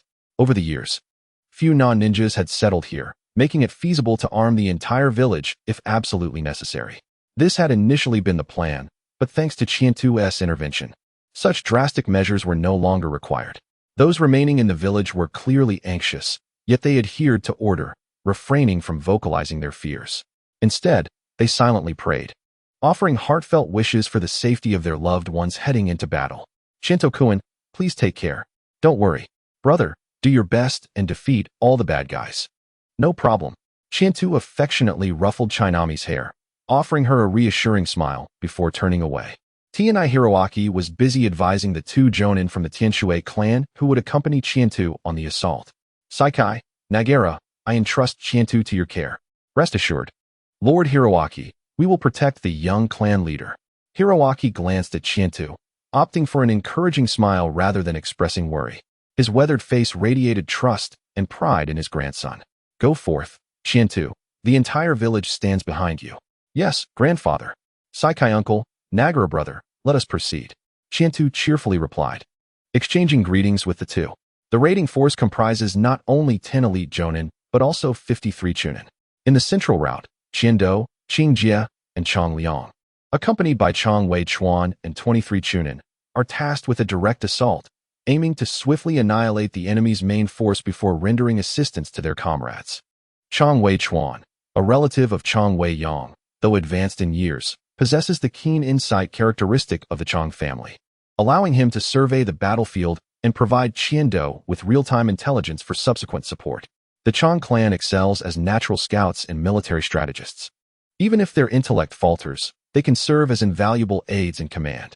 Qiando, despite his youth, stands as the commander of this operation, possessing sufficient authority and strength. However, lacking combat experience, he is accompanied by Tian Shui, Qingjie, who not only serves as his protector, but also as a mentor. Being the most seasoned and capable ninja among the current Tian Shui clan members, slightly older than Tian Shui Junfu. As the team assembles, they spring into action at Qiando's command. The night sky is overcast, with the moon obscured by clouds. Under the shadowy moon, the raiding party from Lingyi village transforms into phantoms, racing toward the nearby dense forest, fueled by their resolve to defend their homeland. Chapter 10. Enemy assault today appears no different from previous days, despite the unusual circumstances that unfolded 5 days prior. Do they not intend to break free? Can the village's supply reserves still hold out? Yoshida stands atop a towering tree, his hawk-like gaze fixed on the movements of Lingyi village. A hint of confusion in his mind. Surviving amidst the relentless turmoil of war and rising to the rank of jonin, albeit with modest talent, is partly attributed to his exceptional perceptive abilities, which often allow him to avert calamity and seize advantage. Thus, Akai has entrusted him with the responsibility of frontline vigilance. Yoshida. Suddenly, he senses an approach from behind, followed by a familiar voice calling out. Recognizing the oily tone, Yoshida turns to find it is indeed the scoundrel Sakurai. Unlike Yoshida, who has matured with age, Sakurai is merely in his 20s, yet has already attained the rank of jonin. How enviable. Had he not chosen the path of a wandering ninja, he could have easily lived as a prominent figure's bodyguard. Yet, this young man professes a love for a carefree and unrestrained life, shunning any form of constraint. Truly a naive rascal unscathed by the harsh realities of war. Any updates? Still no movement? A long scar runs across Sakurai's face, adding a rugged charm to his otherwise handsome features, casting a shadow over his slick demeanor and bestowing upon him a unique allure. This lad frequents brothels and has a penchant for teasing respectable women, having committed numerous acts of coercion, embodying the essence of a ruthless rogue. No, in fact, it has grown even quieter. Yoshida casts a blank stare at Sakurai before returning his focus to Ling-E village. Though they are comrades, he harbors little fondness for this young man. Honestly, we should just storm in. Haven T, we already decimated the village's elite. Their current huddled state indicates a lack of strength, especially with their leader dead. Why the hesitation? It's infuriating. I've been abstaining for over a month. Sakurai exclaims in irritation, suddenly recalling something, his tone shifting to one of lewd anticipation. Humph. Once we breach this wretched village, I intend to indulge myself first. A lascivious grin spreads across his face as he imagines conquering the women of Ling-E village. Yoshida furrows his brow at such words, but chooses to remain silent. In his view, if they are to establish a village, it must not devolve into the lawless chaos of wandering ninjas, where slaughter and malice prevail. Otherwise, the new village would merely become another rogue stronghold. Yet, it is not the time to quarrel with Sakurai. He believes that once the battle concludes, Lord Isekai will reign in his excesses. Noticing Yoshida's silence, Sakurai expresses his dissatisfaction. Hey, Yoshida, don't be so cold. Rest assured, you'll have your share. I'm not a stingy guy. By the way, I've heard that Princess is a little beauty. How about we enjoy her together afterward? What a fool. Your mind is consumed with women. Yoshida retorts. That princess has other purposes. There's no way you'll be able to force her. After all, with the Lord's death, she is the most legitimate heir in the land of Tsubaki. Iwasaki has made it clear that Lord Isekai will not allow any indiscretions. You're thinking too far ahead. We haven't even taken Ling-E village yet. Yoshida cautions. Sakurai scoffs. Isn't it only a matter of time? Yoshida warns. Underestimating the enemy can be fatal. Our encirclement is also a precaution against the Tian Shui clan's capabilities by the sea. Even the 3 elite jonin, including Lord Isekai, suffered significant injuries during their assault. Do not assume this time will be without peril. Is that true? Can they still summon that so-called sea spirit? Sakurai asks, his brow furrowed in skepticism. Yoshida falls silent at this query. If Ling-E village indeed possesses such a summoner, they would have fled by now. Although non-ninja personnel would become easy targets at sea, the presence of that sea spirit would render their situation less dire. Surely, they would not be foolish enough to remain behind as sacrificial lambs for the village. In any case, exercising caution is prudent. Stop idling. Return to your post. Geez, you're so serious. Are you really a rogue ninja? You seem utterly uninterested in women, which is rather dull, considering the rumors about your frequent visits to a brothel. At this remark, Yoshida's thoughts drift slightly. The solitary, weathered man, having traversed the harshness of life, finds an unexpected connection with women who thrive on their beauty amidst hardship. A faint smile softens Yoshida's stern visage. Once this battle concludes, I too shall have a home of my own. All right, I'm off. You're so heartless. I want to save any good spoils for you. Sakurai laughs as he shakes his head, preparing to leave. Finally, that bothersome fellow is departing. As Yoshida turns to observe Sakurai's departure, he suddenly senses something amiss and jolts upright. Whoosh. The sound of wind slicing through the air resonates as the raiding party from Ling-E village enters his sensory range, no longer concealing their presence. Enemy attack. Not only does Yoshida, the perceptive ninja, notice, but Sakurai also senses the imminent threat. An overwhelming force is approaching. Enemy attack. Yoshida shouts urgently, his voice piercing the night. In truth, his warning is unnecessary. The rogue ninjas and samurai concealed within the forest have already heard the call and spring into action. Gather. Eliminate the enemies. Finally, they've arrived. I've waited so long for this. I intend to slay as many as possible. Sakurai exclaims, spinning around to draw his katana, a bloodthirsty grin spreading across his face. Do not hold back. Charge at full speed. Chang Wei Chuan, following closely behind Qiando, has already released a reconnaissance hawk within the village. The long-tailed clan raises numerous varieties of eagles, known for their exceptional night vision. Although the enemies are on high alert, hiding amidst the trees and foliage, They leave behind traces that can be discerned. This is sufficient. Chindo does not need to know the exact number of adversaries or their movements. He only requires knowledge of their strongholds and watchlines. The battle plan is to lure the serpent from its lair, with the capability for widespread destruction at their disposal.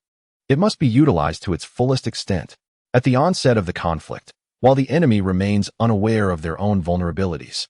The objective is to inflict as much damage as possible. Thus, upon entering the enemy's alert zone, at Chindo's command, the assault team boldly abandons their concealment and sprints forward with all their might. The sound of eagles piercing the night sky is imminent. Chapter 11. Mowing the Grass. Water Release. Water Dragon Bullet Technique. Water Release. Water Flow Technique. Water Release. Water Torrent. Boom, boom, boom. The speed of the ninja's advance is astonishing. Under Chindo's command for full speed progression, the two factions quickly converge, finally within the striking range. All members of Akai's side are prepared for battle. They have long anticipated the timing of Lingi Village's potential strike, maintaining vigilance daily, thus facing the confrontation with composure. As the rogue ninjas and samurai prepare to clash, they are taken aback to see the ninjas from Lingi Village begin forming hand seals, despite still being en route. What are they doing? Are they attempting to intimidate us with ninjutsu from such a distance? Surely, such techniques cannot reach us, and we have ample reaction time. Meanwhile, oblivious to the opposing side's astonishment, all ninjas from Lingi Village complete their hand seals simultaneously and begin calling out the names of their techniques, unleashing a deluge of water-based ninjutsu. Waves, waterfalls, water dragons, water columns, splashes, regardless of size or rank, every ninja proficient in water release is unleashing their abilities. Chindo has previously commanded them to initiate a diversion with a barrage of techniques, providing cover for his ambush tactics. Under the night sky, a torrent of deep blue suddenly materializes. Boom. A variety of water techniques surge forth towards the enemy. Are they really unleashing a massive wave of water release? Sakurai exclaims in surprise, though his demeanor remains unperturbed, tinged with mockery. Do these ninjas from Lingi Village think they can wash us away with such a deluge? Yoshida furrows his brow in confusion, questioning the purpose of such a reckless display of ninjutsu, aside from exhausting chakra and alerting the enemy.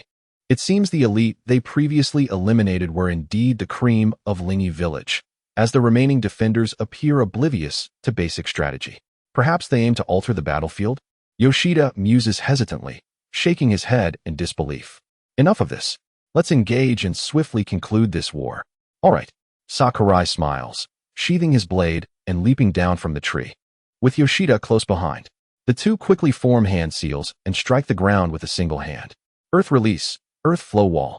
Before the water can engulf them, the ground heaves and thick earthen walls rise, shielding the ninjas and samurai in Yoshida's vicinity. As Yoshida surmised, the water techniques pose little threat to the wave ninjas, most of whom specialize in earth release, naturally countering water techniques. The ninjas on Akai's side easily repel the onslaught of water. Furthermore, the accumulated water allows the ninjas to traverse its surface, and the dense trees in the jungle, along with the earthen platforms summoned by their earth release, provide ample footholds. On the other hand, the watery attacks become easily detectable. How naive. Even if the Tianshui clan summons aquatic creatures, their effectiveness is severely diminished under the influence of earth release. Without the sea spirit, we have nothing to fear. This commander must be a fool. Sakurai stands upon the platform he created, mercilessly mocking the strategist from Lingi Village. However, Yoshida remains vigilant, a sense of unease swelling within him. He cannot believe that among so many, there is no one with intelligence, yet they all execute this battle plan together. There must be some other preparation in play. What exactly do they intend to do?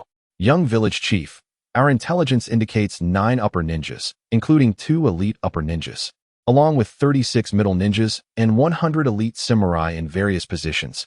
Nagatu reports to Chindo regarding the enemy's strength. Thanks to prior reconnaissance, they had already recognized the physical traits of the 13 upper ninjas, distinguishing them easily, not due to the long-tailed clan's eagle eyes, but through their attire and equipment. It appears some of them have set up an encirclement at sea. Chindo nods in approval. This is advantageous. While their forces are dispersed, let us swiftly eliminate the enemy before us. Following the impact of the water, the situation on the battlefield becomes clear. Moreover, it seems fortune smiles upon them. As the moon peeks through the clouds, allowing Chindo to survey the positions of most enemies at a glance. An opportune moment. At this juncture, many of the samurai stand atop the tall trees, their combat capabilities greatly hindered by the terrain, making them less of a priority for Chindo. His focus shifts primarily to the ninjas stationed on the earthen platforms. Eliminating these earth release specialists could turn the tide of battle from the very start. Akai has arrived on the battlefield, standing atop the very trees where Yoshida and the others had concealed themselves. Observing Chindo, who leads the assault from Lingi village, he is struck by a thought. A mere child, could he be Tianxue Juanfu's son? Yet, to command a battle at such a young age? It seems they are not planning to flee by sea, especially with the leader's son present. Suddenly, a realization dawns upon him. What if this little brat has already mastered the summoning of the sea spirit? How could that be possible? Suppressing his growing suspicion, he keeps a watchful eye on Chindo's every move while signaling to his subordinates. Send a signal to Hanobina and the others. Since Lingi village has no intention of retreating, those on the sea need not remain idle. They must fully engage the enemies before us. A subordinate responds promptly, retrieving a signal flare from his belongings. Whoosh! With a sharp sound, the colorful flare bursts into the air. It is as if a mechanism has been triggered. Akai observes the young boy's lips curve into a slight smirk. Then, amidst the flare's explosion, he casually utters a few characters. Akai's focus sharpens. No, there is nothing in his gestures that would indicate the summoning of the sea spirit. The boy has not formed any seals. The water flows from the techniques just unleashed still gently ripples beneath the feet of the Lingi villagers, the waves crashing against the earthen walls and trees. Yet there is no further movement. The ninjas of Lingi village do not make any rash attempts to unleash their techniques. Seeing this, Akai's doubts begin to dissipate, his tension easing, but in the next moment, he is suddenly engulfed by a chilling intent to kill. Swish, swish, swish. The water scythes surge forth. Slithering like a spirit serpent, cunning as a phantom, swift as a gale, sharp as blades. Arrows of blood shoot forth. Heads soared into the sky. Countless water sickles were stained crimson. The scene resembled an ink painting depicting a massacre, with blood blossoms strung together by the water sickles, and disembodied heads dancing gracefully in the air. Headless bodies stood unguarded upon a soil platform, encircled by tumultuous waves, creating an oddly mesmerizing beauty. Regardless of allegiance, all onlookers were entranced by this astonishing spectacle, their pupils reflecting an unforgettable moment. Chapter 12. Lightning defense. At the instant the crisis struck, Yoshida felt every hair on his body stand on end. His heightened perception kicked in, and without a moment to ponder, he sensed that death was imminent. In this dire moment, he gritted his teeth and activated his life-saving secret technique, the art of life transfer. Yoshida cried out in agony as his left arm was severed at the root. The art of life transfer, a secret ninjutsu he had fortuitously acquired, allowed him to shift the location of fatal injuries at the critical moment. However, this technique could not be used consecutively for a short period, requiring at least a few days of rest. More terrifyingly, it drained the user's lifespan, rendering it an absolute forbidden art. At Yoshida's current age, he would likely perish after a few uses. This technique could not redirect damage beyond the confines of his body. The distance it could be shifted depended on his reaction time. In the best-case scenario, he might pay the price of losing a finger. However, his severed arm was a result of the water sickle's blinding speed, leaving him only able to shift the blow from his fatal neck to his shoulder, which was already the limit. Suppressing the excruciating pain in his left shoulder, he glanced beside him, his pupils dilating in terror. Sakurai was dead. The headless body stood, blood gushing from the neck, the head lost to the unknown. Moreover, in every direction he looked, numerous rogue ninjas had already become headless corpses. The horror of death enveloped Yoshida, constricting his breath. He could hardly believe that in a mere confrontation, the seemingly easy target of Spirit Wing Village had inflicted such a grievous toll on his side, employing utterly unfathomable means. He beheld the heads that had fallen onto the water's surface, their expressions frozen in time. Some were oblivious to their demise, their faces retaining a look of readiness, while others bore expressions of astonishment, sensing the anomaly too late. Only a few, alert enough to register the peril, were left in terror, but they too met their end before they could react. Amidst his fear, Yoshida reflected on his own narrow escape. Though he had lost an arm, the use of forbidden techniques was not in vain. I cannot remain here. Yoshida suddenly realized, swiftly leaping to his feet and flipping back onto the branch where Akai stood. Having kept a watchful eye on Chitosa's movements, and with the branch elevated above the water's surface, Akai immediately sensed the turmoil. He drew out a kunai to block the incoming water sickle, which shattered upon impact, though he managed to defend himself with ease. He was drenched in cold sweat from the fright. In this fleeting moment, time was of the essence. Akai could only watch helplessly as his subordinates were slaughtered like mere weeds. No mark ninjutsu. Akai gritted his teeth, his gaze filled with astonishment as he looked at Chitose. This boy, does he possess some form of bloodline ability? Lord Akai? Yoshida's call prompted Akai to glance back at him, his eyes sweeping over Yoshida's severed arm, his expression growing darker. On their side, the center was led by Yoshida, Sakurai, and himself. With Sakurai now dead, it appeared that Yoshida too would be crippled, and his middle ninjas had suffered devastating losses, leaving only a handful. The left flank consisted of 3 wandering upper ninjas recruited by Yoshida, 2 of whom had perished, and the lone survivor had sustained injuries. Their survival was merely due to Chitosa's focus on the center, leading to imprecise strikes on the flanks. On the right flank, Akai's eyes brightened. Indeed, the foundation and strength of the great nation's ninjas are incomparable to these useless rogue ninjas. Chitose also turned his gaze towards the enemy in his left front, where 3 masked upper ninjas remained unscathed, one of whom was an elite upper ninja, even capable of providing defense for several middle ninjas. This heightened his caution. These individuals, what is their origin? Chitose's mind raced, forming conjectures. It seemed that the delay in seeking aid from the Land of Fire was not a simple matter. He wondered whether it involved Konoha's involvement or merely Danzo's machinations. The gathering of these rogue ninjas was likely not straightforward, perhaps instigated or orchestrated by the Land of Fire. So, if I were not here, would the country of Tsu truly face annihilation? His mind raced, but now was not the time for such intricate thoughts. Mizutani, Nagara, support the left flank. The enemy has sent a distress signal. We must make swift work of them. Eliminate the foes. Yes. Chitose decisively withdrew 1 upper ninja each from the middle and right flanks to bolster the left, bringing the total to 5 upper ninjas there. Yet, against the 3 opponents, including an elite upper ninja from Konoha, this was evidently insufficient. They needed to swiftly resolve the battles on the other 2 fronts before reinforcing the left. Kill. With Chitose's command, everyone sprang into action, visibly invigorated by Chitose's previous display of power. Akai, seeing that Chitose offered no time for a response, hastily issued his own commands. Damn it, eliminate that brat first. Chitose's peculiar and swift abilities were too terrifying, and his extensive range of attack made him Akai's primary target. Through their brief skirmish, Akai had formed some assumptions. Despite the boy's formidable abilities, they relied on surprise, as his destructive power was not insurmountable. Once on guard, upper ninjas could manage him with relative ease. As long as he could entangle him, Chitose would find it difficult to strike at others. First, take him down. In an instant, Akai's figure vanished from the branch. Be careful, Tenzui Sisuke called out softly. Simultaneously, Akai's figure abruptly appeared behind Chitose, kunai in hand, slicing through the air with a fierce wind aimed at him. So fast, Chitose sensed his position just in time, marveling at the prowess of an elite upper ninja. The water beneath his feet reacted to his thoughts. Swish. Nagao was the first to act, drawing his blade to intercept Chitose. However, Akai's movements were too swift for Nagao to react. Just before the kunai struck, he lowered his body while simultaneously raising his left arm toward Nagao. The ferocity of the attack would undoubtedly sever him if he did not evade. Nagao's pupils constricted, just as Akai aimed to seize the initiative with a 2-for-1 attack. An unexpected, immense pull emanated from beneath him. A frenzied whirlpool of water appeared at his feet.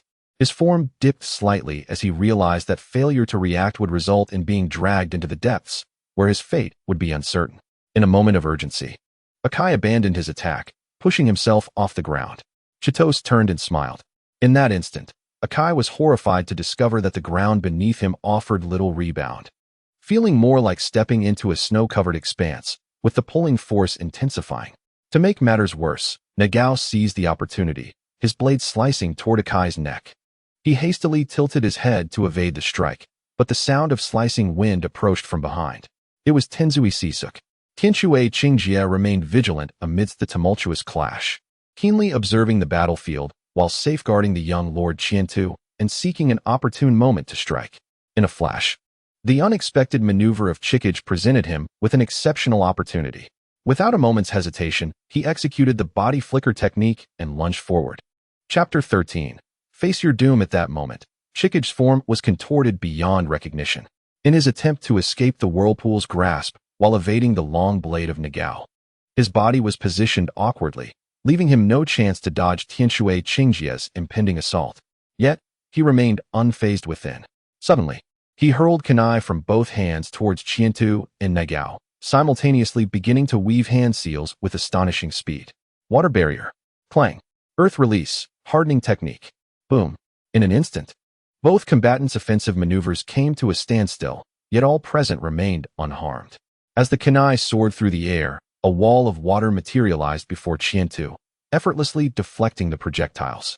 Meanwhile, despite his age, Nagao displayed unexpected agility, expertly parrying the kunai with his blade. Tianshui Qingjia's anticipated strike had evidently failed to land.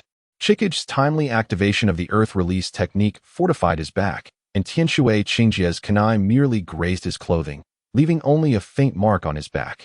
Seizing the moment, Chikage swiftly pivoted, his left hand darting towards Tianshui Qingjia, not to attack, but to leverage the force to propel himself away from the expanding whirlpool below. With that momentum, he leapt upward, swiftly bounding to another tree, positioning himself directly opposite Yoshida, encircling Qiantu and his companions. Chikage breathed heavily, his expression darkening. It seemed the enemy was intent on protecting that young boy. He had initially believed that even if he could not eliminate the child, he could at least severely injure one of them. However, he had underestimated the child's capabilities, which were evidently far more formidable than mere surprise attacks with water sickles. It was as if he commanded the very currents themselves. A monster? A genius? How vexing that such a talent could arise from this small village.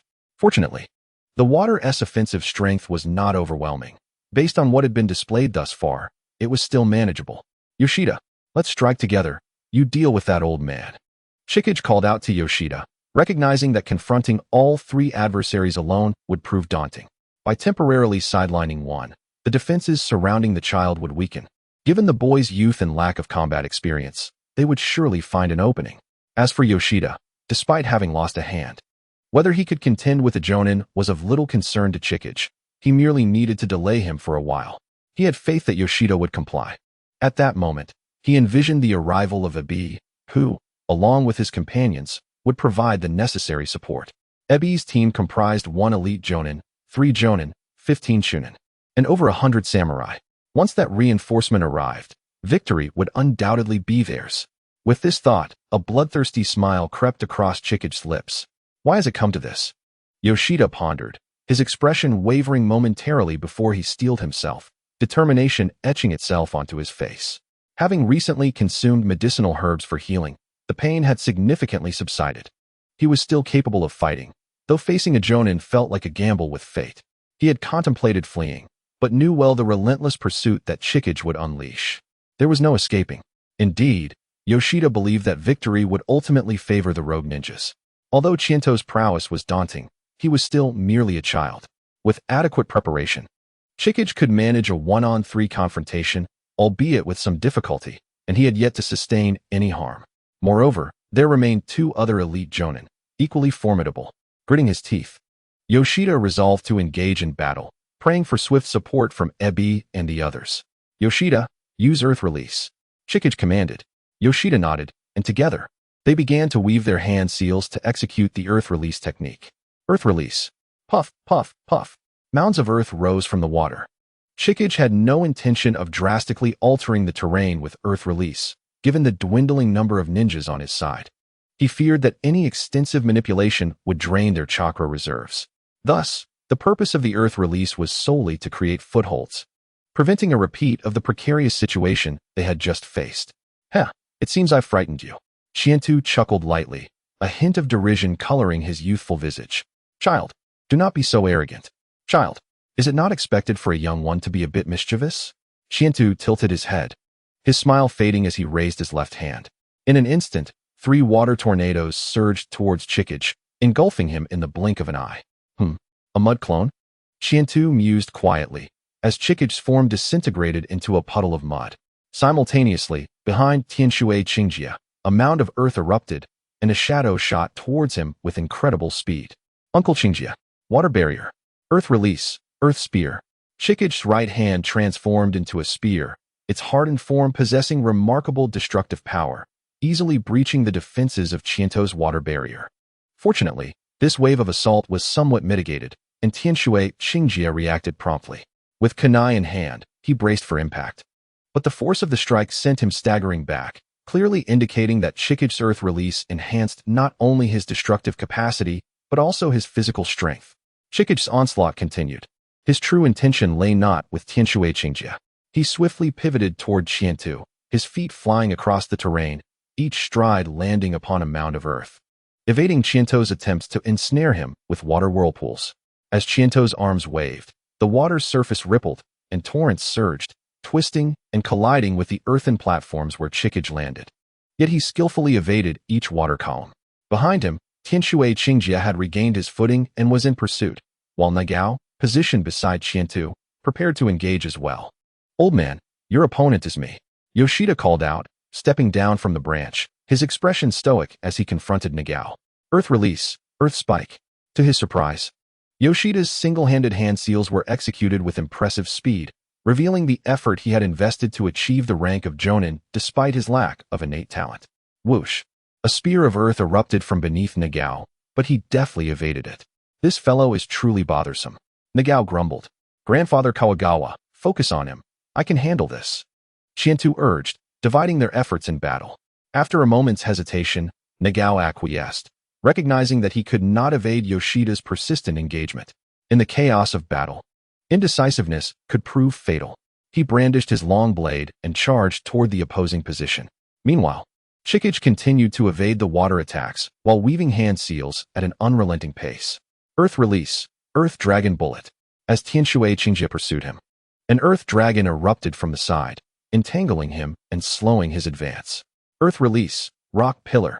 As he approached Qiando, a thunderous roar erupted from him, and soil columns surged forth, forming an earthen prison that ensnared Qiando tightly. "Little ghost, prepare to meet your demise." With a sinister grin, Akai reveled in his success of trapping Qiando. Earth release, rock collapse. Chapter 14. We await reinforcements trapped within the stone pillar prison. Qiando appeared to be in a state of panic. Following Akai's fierce shout, two massive rocks emerged from the water and overhead, rapidly converging on his position. With a resounding crash, the entire space, along with the pillar prison, was crushed to rubble, sending waves of water surging and debris flying. With a sharp crack, under Akai's expectant gaze, Qiando's body transformed into water. A water clone. When did that happen? Akai furrowed his brow, just as two water dragons charged toward him. He adeptly dodged, but one water dragon suddenly split apart, and a small figure darted swiftly toward his side. Little ghost. Akai reacted swiftly, having remained vigilant all along.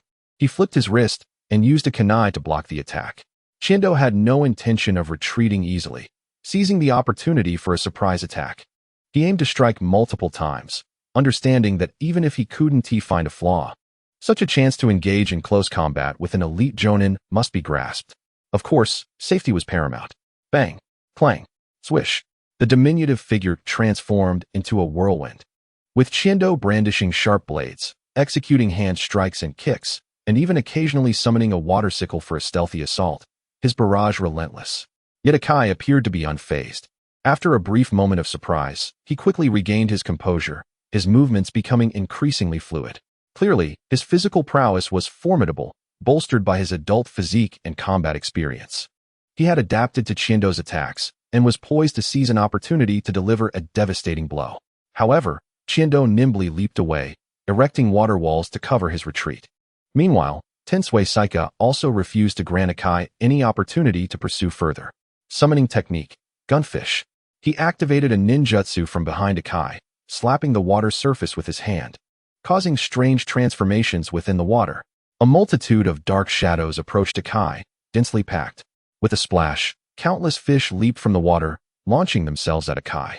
These fish, resembling the size of standard kunai, possessed needle-like mouths and were adorned with smooth, hard scales that reflected a cold, metallic sheen under the moonlight.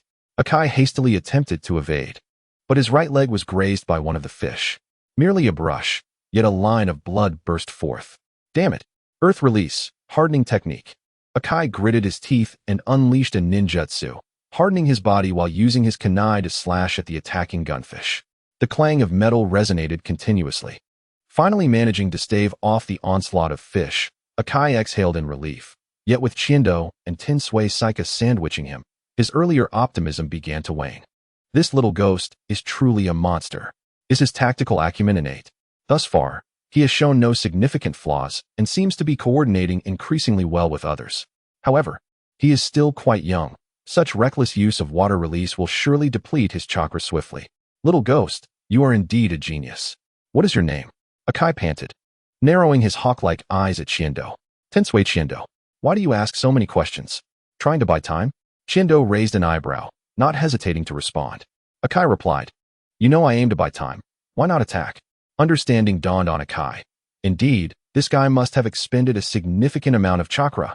Tensui Saika wholly adhered to Chindo's decisions, refraining from any rash attacks. Following this pause, Chindo and Akai instinctively glanced at the battle unfolding on either side. On the right flank of Lingi village, the battle was heavily tilted in favor of 2 jonin against 1, with a significant advantage in the number of chunin, indicating an imminent victory. Conversely, the left flank remained stalemated. The 3 masked jonin were exceptionally powerful, with 1 elite jonin single-handedly fending off Yongtai, Mizutani, and Nagayoshi, while the other 2 held back a jonin and several chunin from Lingi village, thereby nullifying Chindo's numerical advantage against the disparity in strength. Furthermore, in coordinated combat, any mistakes could lead to being picked off one by one. Several chunin from Lingi village had already suffered casualties. Lastly, in the center where Chindo was situated, the jonin's strength held steady, with 23 chunin from Lingi village pitted against the remaining few chunin from the Wave Ninja, along with a samurai unit, creating a slaughterhouse scenario. In summary, the situation was favorable for Lingi village.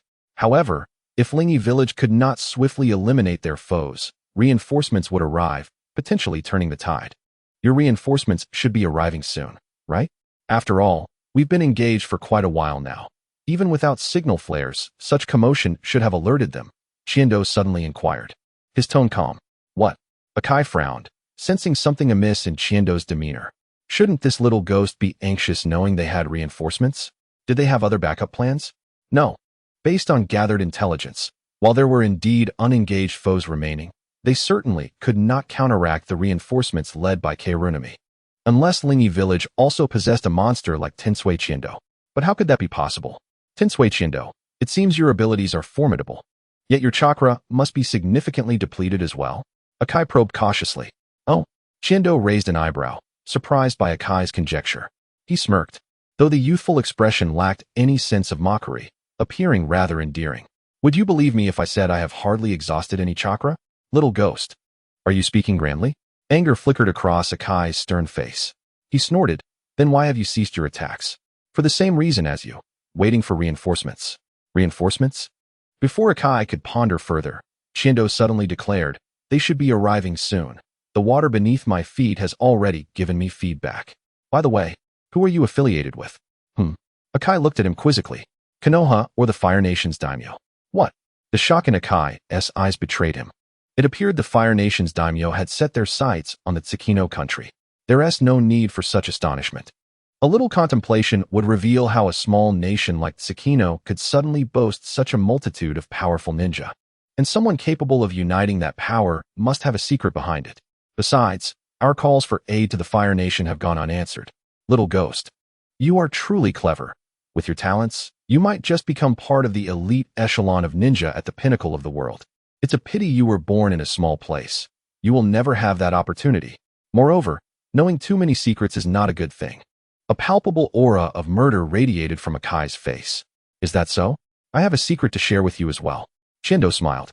Yet all mirth vanished in an instant, his youthful countenance turning cold and lethal. In the water prison, the swirling vortex of water ensnares Akai in an instant. Thick water columns spin around him, surrounded by a multitude of sharp water sickles, each exuding a chilling sensation as if scraping at his bones.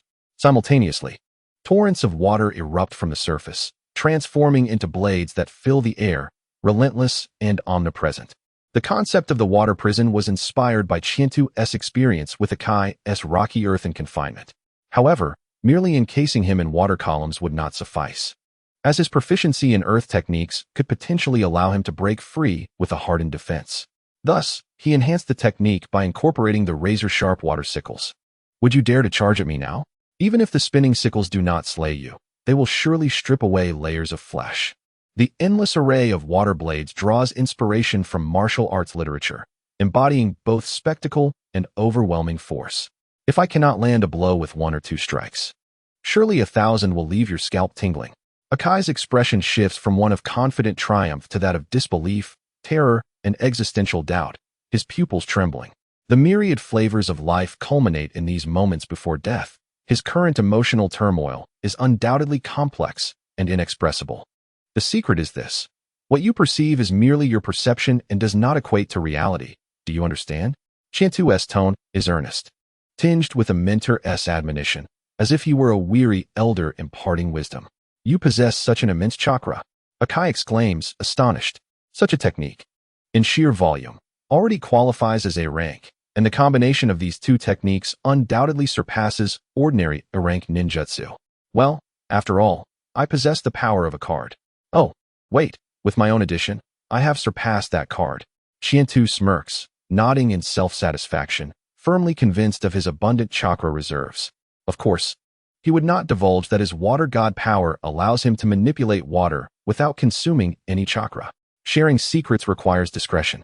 For instance, upon discovering that this group is likely backed by the Fire Nation's daimyo and danzo of Konoha, he resolves to annihilate the enemy forces without letting a single one escape, lest his information be prematurely divulged to the adversary. Thus, he decides to wait for their reinforcements, as prematurely concluding the battle might scare off another group, complicating the pursuit. In summary, both he and Lingi village require ample time to develop their strength. The immense commotion created by Chientu captures the attention of all present, and as they behold the overwhelming assault, shock registers on their faces. The members of Lingi village, upon realizing the source of the spectacle is their own leader, breathe a sigh of relief, reassuring themselves of their secure position. Meanwhile, the younger Chunin appear invigorated, their combat skills flowing more smoothly, as they continue engaging in battle without pause. Conversely, the rogue ninjas and samurai are gripped by anxiety, pondering in silent dismay. What manner of creature is that young boy? He has already decimated half our forces and now unleashes such a terrifying onslaught. Can Lord Akai withstand it? Their morale diminishes further. Shinichi of the Shimura clan, entangled in a struggle with Yotai and his comrades, glances at Chientu, contemplating whether there remains a chance to turn the tide. Such techniques should not be capable of eliminating Akai in a short time. But injuries or even severe wounds are inevitable, and the situation would become increasingly dire. Yotai, Mizutani, and Nagara represent the backbone of Lingi village's younger generation, ranking among the most powerful, yet lacking in experience. Hence, Shinichi finds himself unable to break free from his skirmish and cannot provide support to those around him, let alone assist Akai. Vacuum sphere of wind. Shinichi unleashes a barrage of high-pressure wind spheres, forcing back Yotai's blade. Hey, do you look down on us three? How dare you lose focus? Yotai shouts, swiftly dodging and closing in once more with his long sword. Shinichi does not respond, furrowing his brow in concentration while his desperation grows. The mission entrusted to him and his companions by Danzo was to seize a portion of the resources of the Tsukikuni, believing it to be a certainty. Yet, this unforeseen complication arises, and that boy seems to possess a talent that surpasses many of Konoha's prodigies. Regardless, Danzo's task must be accomplished. Now, it all hinges on whether reinforcements arrive in time. They're here. Suddenly sensing something, he shifts his focus to the middle route. A group of approximately 30 ninjas approaches the battlefield swiftly, flanked by 100 samurai, their intent unmistakable. Reinforcements have arrived. At that moment, Chientu, having kept a vigilant eye on the movements of the reinforcements, sees their arrival as an opportunity to cease his verbal exchanges. With a sharp command, the myriad water blades surge forth like arrows, piercing through the gaps of the water prison, aimed at Akai. Earth release, earth flow wall. Earth release, hardening technique. Akai performs hand seals, struggling to enhance his defenses, enveloping himself in a thick wall of earth. Yet, His form is swiftly engulfed by the onslaught of water blades, and the earthen barrier crumbles within mere seconds. While earth techniques counter water techniques, they cannot withstand the sheer volume of Chientu's water release. The relentless barrage renders even a single earth wall futile. The water wears down rock itself. The water blades continue to form and coalesce, plunging into the heart of the water prison, leaving only the sounds of piercing water and crashing waves, drowning out Akai's muffled cries of anguish. Thud, thud, thud. The sound of approaching footsteps signals the arrival of the enemy reinforcements. Chientu turns to see the spirited ninjas arrive, only to witness their momentum falter as they take in the bewildering scene, struggling to comprehend the situation. "Oh, you've arrived?" Amidst the fierce battle, Chientu finds the time to greet them. "Who are you? Which child has wandered onto the battlefield?" The opposing side appears to be engulfed in confusion. The elite Jonin, Irobi, swiftly assesses the situation. It seems that circumstances have shifted, and Akai's team is now at a disadvantage. Perhaps due to this boy? The three Jonin accompanying him are also from the Fire Nation, their strength surpassing that of the rogue ninjas, and their discipline far superior. They would not flee simply because the tide has turned against them. Akai understood that this would be a frontline battlefield, hence leaving the rogue ninjas behind to conserve his forces. After all, they were not there to aid Iwasaki in seizing power or to assist a band of rogue ninjas in establishing a ninja village. Their true aim was to acquire the resources of the Tsukikuni. Little did he know that such a decision would lead to the collapse of the situation. "Uncle Saikai, I leave that fellow to you," Chientu declares, halting the attack of the water blades suspended in the air, while the water prison, still encased in sickles, begins to constrict inward. Within the water prison, although Akai is not dismembered, he is severely weakened, blood spilling from his mouth, his clothing in tatters. And the rocky earth that once shielded him now lies in disarray, exposing torn and bloody flesh.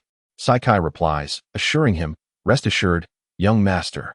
Chientu turns, directing the suspended water blades towards Irobi and his team.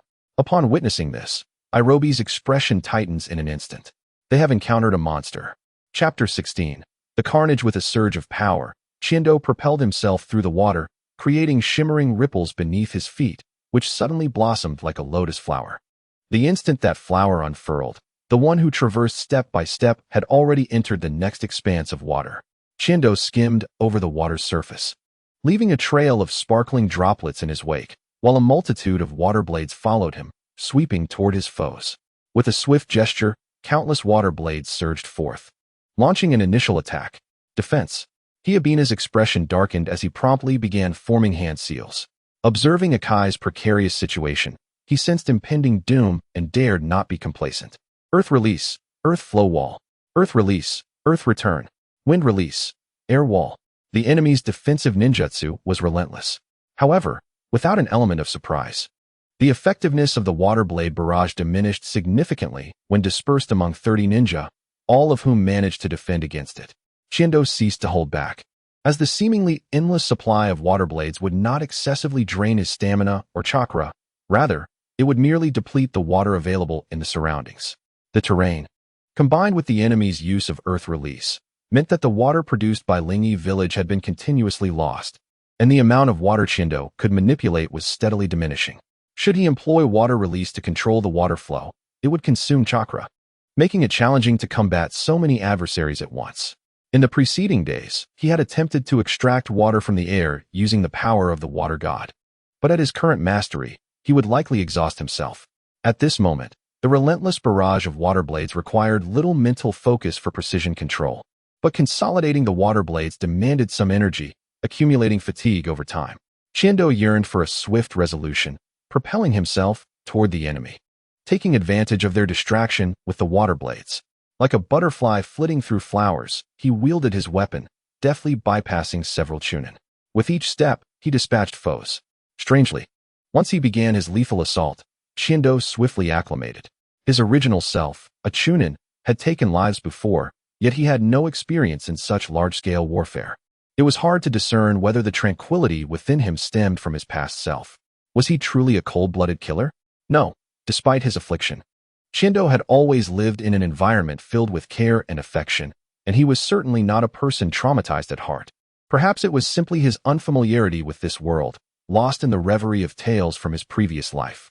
Every otaku, to some degree, harbors fantasies of being a hero in a fantastical realm, whether it be a fascination with younger sisters, strong women, or the allure of silver-haired and black-clad characters.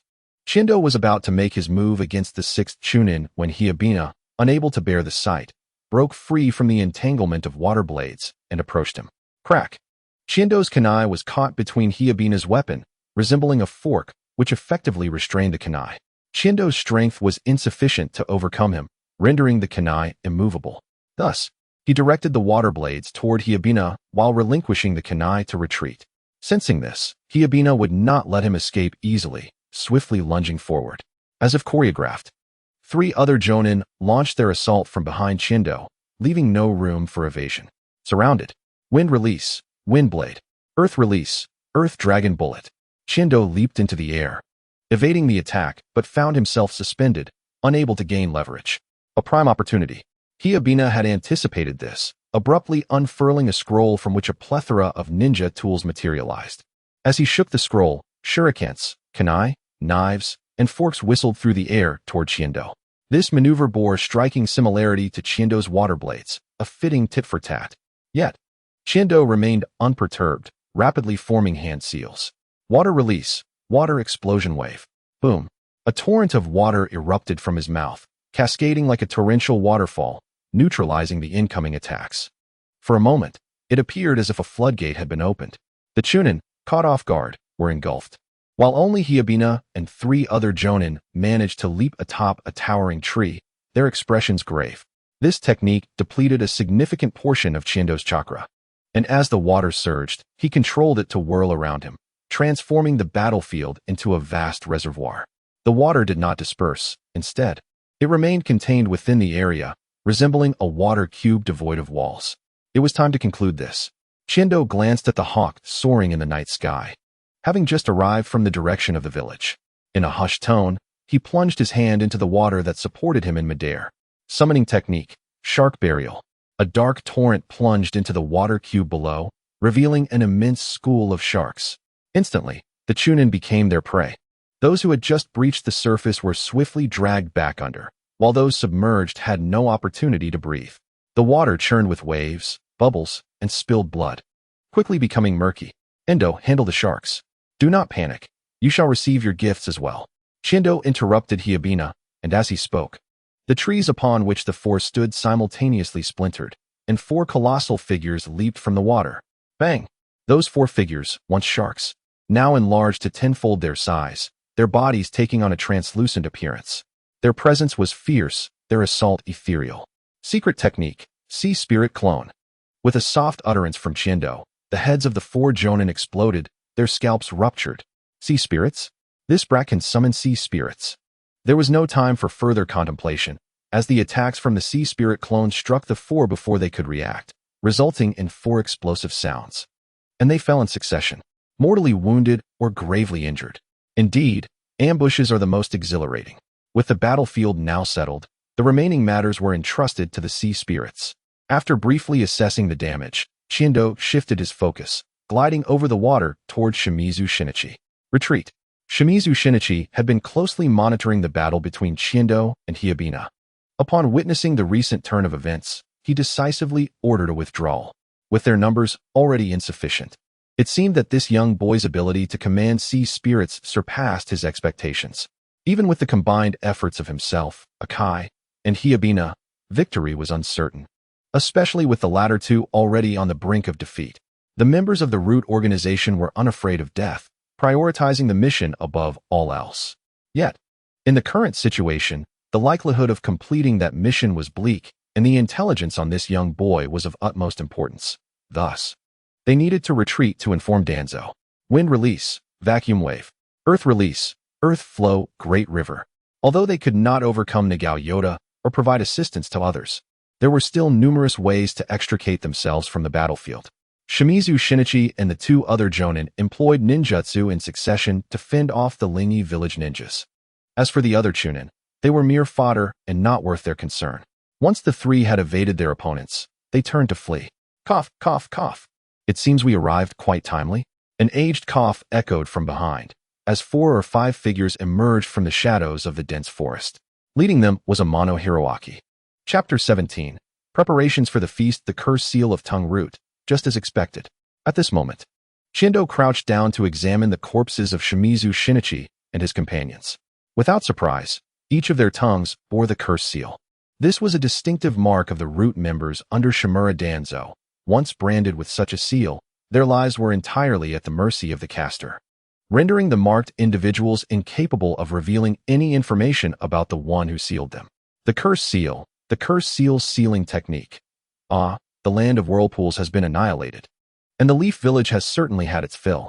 Unfortunately, this time, attempting to consume the land of Tsukuyami will not be so easy. Certainly, the crux of the matter lies in the fact that Konoha was merely a pawn in Danzo's schemes. At this juncture, the roots must have only recently developed, and the demise of these three jonin must weigh heavily on Danzo's heart. The moon had reached its zenith, and not long ago. Hiroaki Amano had surrounded the village with 4 jonin, leading to a nearly overwhelming advantage. Consequently, the conflict came to a swift conclusion, resulting in the annihilation of all ninja from the land of fire, while the rogue ninja and samurai left no survivors. Chitose was no saint. These individuals were already stained with blood, and the principle of retribution for murder held true. Furthermore, given that her father and many villagers perished at the hands of the enemy, Chitose had no reason to feel sympathy. Those who brought tears to her beloved sister deserved to meet their end. Among the rogue ninja, one particularly memorable figure had a severed hand. He stood resolutely on the front lines, compelled to fight even after the loss of his limb. Clearly, he had been relegated to the role of cannon fodder by Isekai and his cohorts. This perhaps illustrated the tragic fate of those without connections or strength. Yet, he managed to evade Chitose's initial ambush, displaying a commendable level of vigilance, and seemed to possess a peculiar ability to transfer damage, which merely piqued Chitose's curiosity. When pressured by Isekai, he remained steadfast and resolute, engaging in a fierce struggle with Nagao until his demise at the hands of Ibi. This impressed Chitose. Observing the pallor of his face from blood loss and the gruesome wounds carved by long swords, she could not help but admire his tenacity. In times of chaos, fierce individuals emerge. Many among the rogue ninja prioritized personal gain and survival above all else. Though brutal, it was common for them to switch allegiances if the situation dictated, as they owed loyalty to no one but themselves. A lack of conviction defined the rogue ninja. Conversely, a rogue ninja who possesses conviction is no longer pure, no longer solitary. Cunning emerges in the wake of shattered beliefs, and death follows closely behind. As Chitose stood before Yoshida, she perceived the despair in his eyes. Not merely fear of death, but a deeper sorrow stemming from the collapse of his convictions. Perhaps she was overthinking. After all, he was merely a rogue ninja with a severed hand. The name he muttered, Natsumi, could well have been nothing more than the name of a courtesan, not a beloved. Sighing, she reflected on the absurdity of war. Ultimately, Chitose decisively dispatched him with a single stroke of her water scythe. After all, who could say whether this man had been responsible for the death of her lord? They were all gone now. Chitose had formulated plans for the future development of Sarayu Village, with the foremost goal being the expansion of the village's population and enhancement of the ninja's caliber. The rogue ninja within the borders of the Tsuchi no Kuni would be the primary targets for recruitment, albeit with stringent criteria. They would eliminate some while absorbing others, ultimately ensuring the absence of rival ninja factions. Regrettably, today's slaughter likely claimed those of considerable strength, including individuals like the one with a severed hand, who exhibited a sense of honor. Alas, it was simply unfortunate timing. Suddenly, Chitose heard the sound of footsteps approaching, followed by her grandfather's puzzled voice. The battlefield had long since dried, but the ground remained damp, causing a splashing sound with each step. Chitose abruptly realized she had been prying open the mouth of a root member with her fingers, and she hastily released him, summoning a stream of water to cleanse her hands. "Oh, it's nothing. I was merely examining this fellow's wind release. The color seemed off, and the plants he passed left withered. I wanted to check if he was hiding poison in his mouth. Perhaps it was best not to inform her grandfather about Danzo for the time being. He wouldn't seek trouble again anytime soon, and revealing it would only cause unnecessary worry. Over time, as long as Sarayu Village developed smoothly, such concerns would fade." "Oh, indeed, that is quite an inventive notion." Amano nodded, feeling relieved. Initially, he had feared Chitose might be traumatized by the mass slaughter, yet upon glancing at his grandson, He found him not only unperturbed, but even toying with the corpses. His concern deepened. He mused that one should not cultivate peculiar hobbies. Even if one were to desecrate a corpse, there was no need to inspect their mouths. Moreover, as the village leader, one ought to maintain a semblance of dignity. Such acts should not be performed personally. Fortunately, while his actions were somewhat strange, his thoughts remained sound. Perhaps it was a testament to his keen observational skills. Could water release be learned in such a manner? However, Chitose, hidden poisons ultimately posed safety risks, and such tactics were more suited for those lacking direct strength.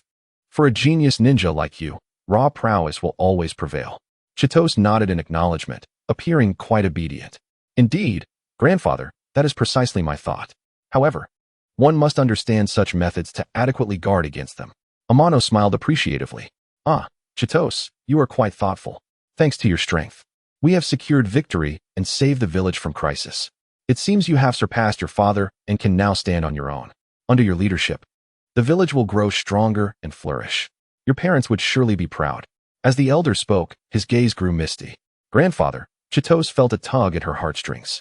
Not merely in empathy, but also in remembrance of her parents from her previous life. If they knew their son, though his life was cut short by illness, could thrive in another world, they would surely rejoice for him. Even her insufferable younger brother would likely envy her and offer blessings. She reassured him. Didn't you say they would be happy? Why appear as if you might weep?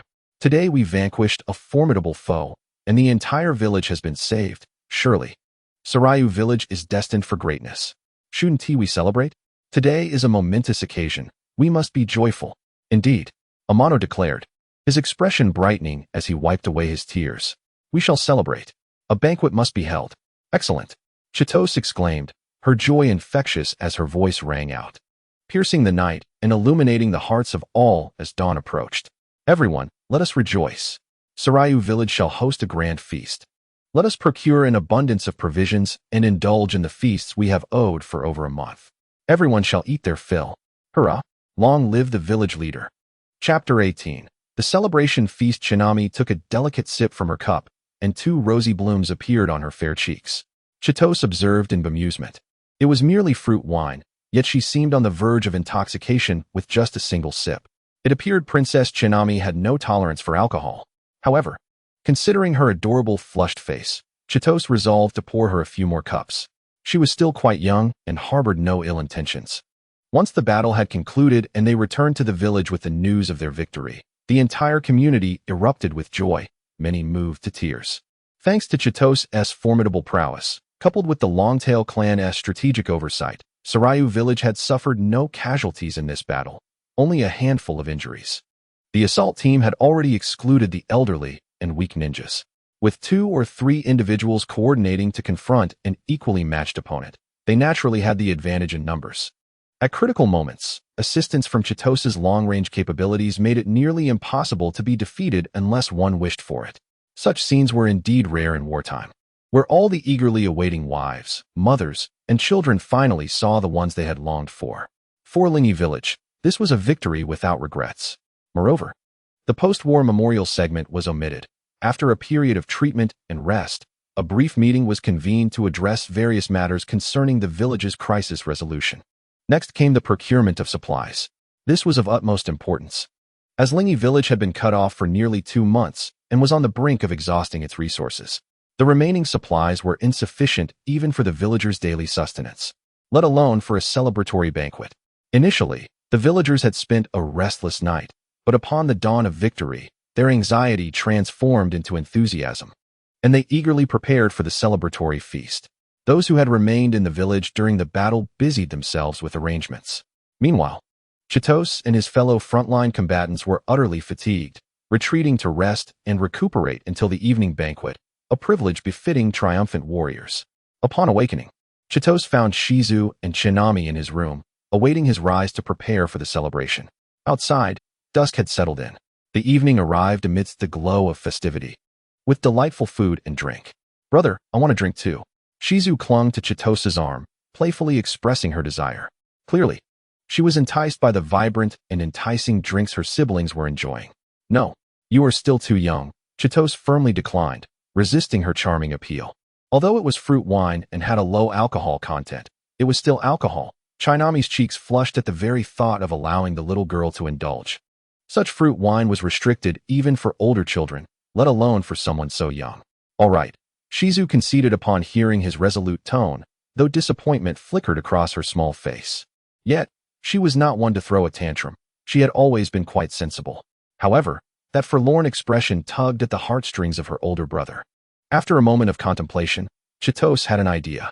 He picked several oranges from the fruit platter on the table, took an empty cup, and deftly sliced the oranges with a water blade. With a flick of his fingers, the sliced oranges transformed, their vibrant juice flowing into the cup while the peels were left behind, shriveled and empty. Success. Freshly squeezed juice. The remarkable utility of his water control ability was evident. However, he noted that while the juice was fresh, it was somewhat sour and lacked sweetness. Perhaps enhancing its flavor would require further mastery of his abilities. Juice was not difficult to procure, as certain regions in the ninja world sold it, but it was not commonly seen due to storage challenges. Here you go, Shizu. Chitose offered the freshly prepared juice, earning him a look of admiration from his sister. Brother, you are amazing. Feeling a sense of satisfaction, he replicated the process to prepare a cup for the princess, who could not partake in the fruit wine. Thank you, Chitose-kun. He smiled warmly at her. No need for formalities, just call me Chitose. Then I shall call you Chitose. Shizu has always referred to me as sister, and I find it quite endearing. During my time at the daimyo's residence, I often felt lonely due to the lack of siblings. Since coming to Lingyi village, I have desired to grow closer to you all. However, I feel guilty for bringing disaster upon you, and I struggle to face Shizu's unreserved affection. Until your earlier words. Combined with today's victory, I have felt much lighter. Thank you, Chitose. Then I shall call you Chinamine, he replied, recognizing the familial ties. Not wanting her to linger in an inexplicable mood, he decided to lighten the atmosphere with humor. You know, having a sister who is about to become a daimyo is indeed quite cool. Chinami appeared momentarily perplexed. Is that so? After some thought, she seemed to reconsider. However, I feel that I am not quite suited to be your sister. I often feel like I am the one who relies on you. So please, if you have any troubles, share them with me. I would like to be your support. Seeing the gentle expression on Chitose's face, Chinami's cheeks flushed a deeper crimson. A moment later, as Chitose enjoyed a meal, Chinami suddenly declared, I will be returning to the daimyo's residence tomorrow. Chitose pondered briefly before understanding. Given the complete annihilation of their enemy, it was crucial to return to the daimyo's residence swiftly to address the issue with Iwasaki before news of their victory could spread, preventing any chance of his escape. This task was likely part of his grandfather's plan. Which of our people will accompany you? Grandfather has dispatched Uncle Tansui Ryosuke to lead the protection detail for me. After all, Iwasaki has little strength left by his side. The next priority is to stabilize the internal unrest in the country of Tsutsu. With my position, I should be able to garner enough loyal subordinates to restore order. Chitose considered this. It should be safe, but I will accompany you. I suspect there will be numerous political matters that you may find challenging to manage. Those loyal to your father may not necessarily remain loyal to you. It is likely that you will face scheming. Uncle Ryosuke may not be as adept at handling such situations as I am. All right, Chinami agreed with a smile. Looking up to Chitose, who not only possessed intelligence and strength, but also an adult's reliability. She aspired to emulate Chitose and become a competent leader. Then it is settled. After dinner, I will speak with grandfather. As spring transitioned into summer, the air in the southern peninsula of the country of Tsutsu was already laden with heat and humidity. The abundant natural resources, such as honey fruits, common flowers and trees, minerals, and rare woods and herbs from other lands, were plentiful in the northeastern region's dense forests. However, the dangers lurking within the woods made it difficult to access these riches, rendering them a treasure of little value. Not until the end of the Great War did the daimyo establish specialized extraction teams and diligently build trade channels with other nations. Over the past decade, the country of Tsutsu had gradually become prosperous. Most nations had established trade relations with Tsutsu, particularly the wealthy and powerful Fire Nation, which had also formed an alliance with Tsutsu. It was no surprise that they had caught the attention of others. Trade requires investment. Eliminate you, and all will be mine. Just because you are wealthy does not exempt you from weakness. Perhaps the newly appointed daimyo of the Fire Nation lacked any sense of honor. The sound of hooves echoed steadily through the dense forest. An eagle circled above, seemingly catching sight of the outline of the mansion, and let out a cry. Oh, We have exited the forest, not much farther to go. It seems we will reach the daimyo's residence before nightfall, Chitose remarked, lifting the curtain of the carriage for a brief glance. Shinami squeezed beside him, peering outside together. Throughout their journey, their banter had grown more intimate, and the closeness did not seem to bother the princess in the least. As they approached the outskirts of the capital city, Qiantu sensed a slight melancholic undertone in Qian Na Mei's voice, and he understood her feelings without needing to offer words of consolation. At such a moment, silence was the most appropriate response. The anxiety of returning to one's homeland was palpable. For Qian Na Mei, it was perhaps magnified. In that city, the kind and venerable figure who had always cared for her was no longer present. Entering it meant she would have to navigate the complexities of the nation on her own, with an adversary lying in wait. Fortunately, the thought of having Qiantu by her side eased Qian Na Mei's mind. Uncle Qingjie had already sent word that Iwasaki was still within the city. Unaware that the battle had concluded, rest assured, he would not escape. Today would be the day he pays for his sins. Despite Qiantu and Amano Hiroaki asserting that they would accompany Qian Na Mei to the Lord's estate, they were clearly viewed as mere children by others, who remained apprehensive about entrusting such matters to them. Thus, Tianshui Qingjie was dispatched. He had set out earlier, arriving last night with a contingent of ninjas to monitor Iwasaki's movements. The Lord's estate was less than 100 miles from Lingyi village. Although the journey predominantly traversed forest paths, it posed no challenge to the endurance of ninjas, who could travel without pause for rest or nourishment. Alas, poor Uncle Qingjie, destined for toil from birth. The party consisted of only 4 individuals: Qiantu, Qian Na Mei, her maid, and Nagao Yoda, who maintained communication with the advance team and also served as the carriage driver.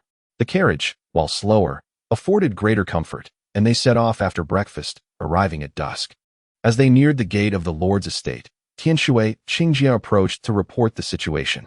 Does that mean there is no stringent inspection at the city gate? Qiantu inquired with a hint of surprise. Tianshui Qingjie nodded, explaining that Iwasaki had claimed there were foreign forces conspiring to assassinate the Lord, and he was attempting to placate the populace. Initially, he released news of the Lord's severe injuries to stabilize the situation, framing his conflict with Lord Toshio as a response to the supposed treachery of Lingyi village. Qiantu's expression darkened with indignation. This man is truly cunning, but his lies will soon unravel. Tianshui Qingjie continued, nevertheless, the Lord's prestige remains high, and our village's reputation has been commendable, leading many citizens to harbor doubts. Numerous loyal subjects are covertly investigating to uncover the truth. However, having missed the initial opportunity, Iwasaki has nearly consolidated his power, imprisoning or executing dissenting ministers and citizens, leaving none willing to act. Qian Na Mei's face flushed with anger as she clenched her teeth and exclaimed, "Scoundrel!" Qiantu composed himself and remarked, "His strategy of division is clever, yet he is overconfident. He likely cannot fathom the imminent upheaval." The lack of scrutiny suggested he wished to project an image of integrity, yet it left him defenseless. Listening to Qiantu's mature insights, Tianshui Qingjie recognized the rare brilliance of his leader. Fortunately, he is on our side. Iwasaki had proclaimed that the rebels and assassins were captured, with the only remaining threat being the group that had taken the princess hostage, which had retreated to Lingyi village. He claimed to have dispatched agents to rescue Princess Qian Na Mei, promising her safe return and his support for her ascension, a narrative that had quelled unrest for the time being. However, citizens frequently approached the authorities for updates. Tianshui Qingjie chuckled, perhaps unable to foresee how soon Princess Qian Na Mei would return, unaware that she had already done so. Would he rejoice or plead for mercy? Qiantu found it amusing, speculating that he might end up weeping, for pleading would be futile, wouldn't it? He glanced at Qian Na Mei, who smiled gently, her eyes icy as she adjusted her violet hair. Indeed, since there is no inspection, let us proceed directly into the city. The opportunity to confront our enemy is at hand. The carriage entered the city without incident, and aside from the usual patrolling samurai, no heightened defenses were observed. They made their way toward Iwasaki, with a growing number of ninjas trailing them, increasing their ranks from 5 to 20, albeit in a manner that did not attract attention. Upon arrival at the Iwasaki residence, it was evident that this was the most fortified location. He had dealt with the loyal generals and imprisoned the disobedient warriors, exerting control over the city's samurai, now numbering no less than 300. Additionally, there were rogue ninjas who had been recruited, with a remaining contingent of over 10 middle-ranking ninjas after the main force was led away by Isekai. While this force was formidable, it paled in comparison to Chiento's prowess. Ninjas are to be eliminated. Shinname, reveal yourself to assert your identity. Yoda, use your summoning beast to observe.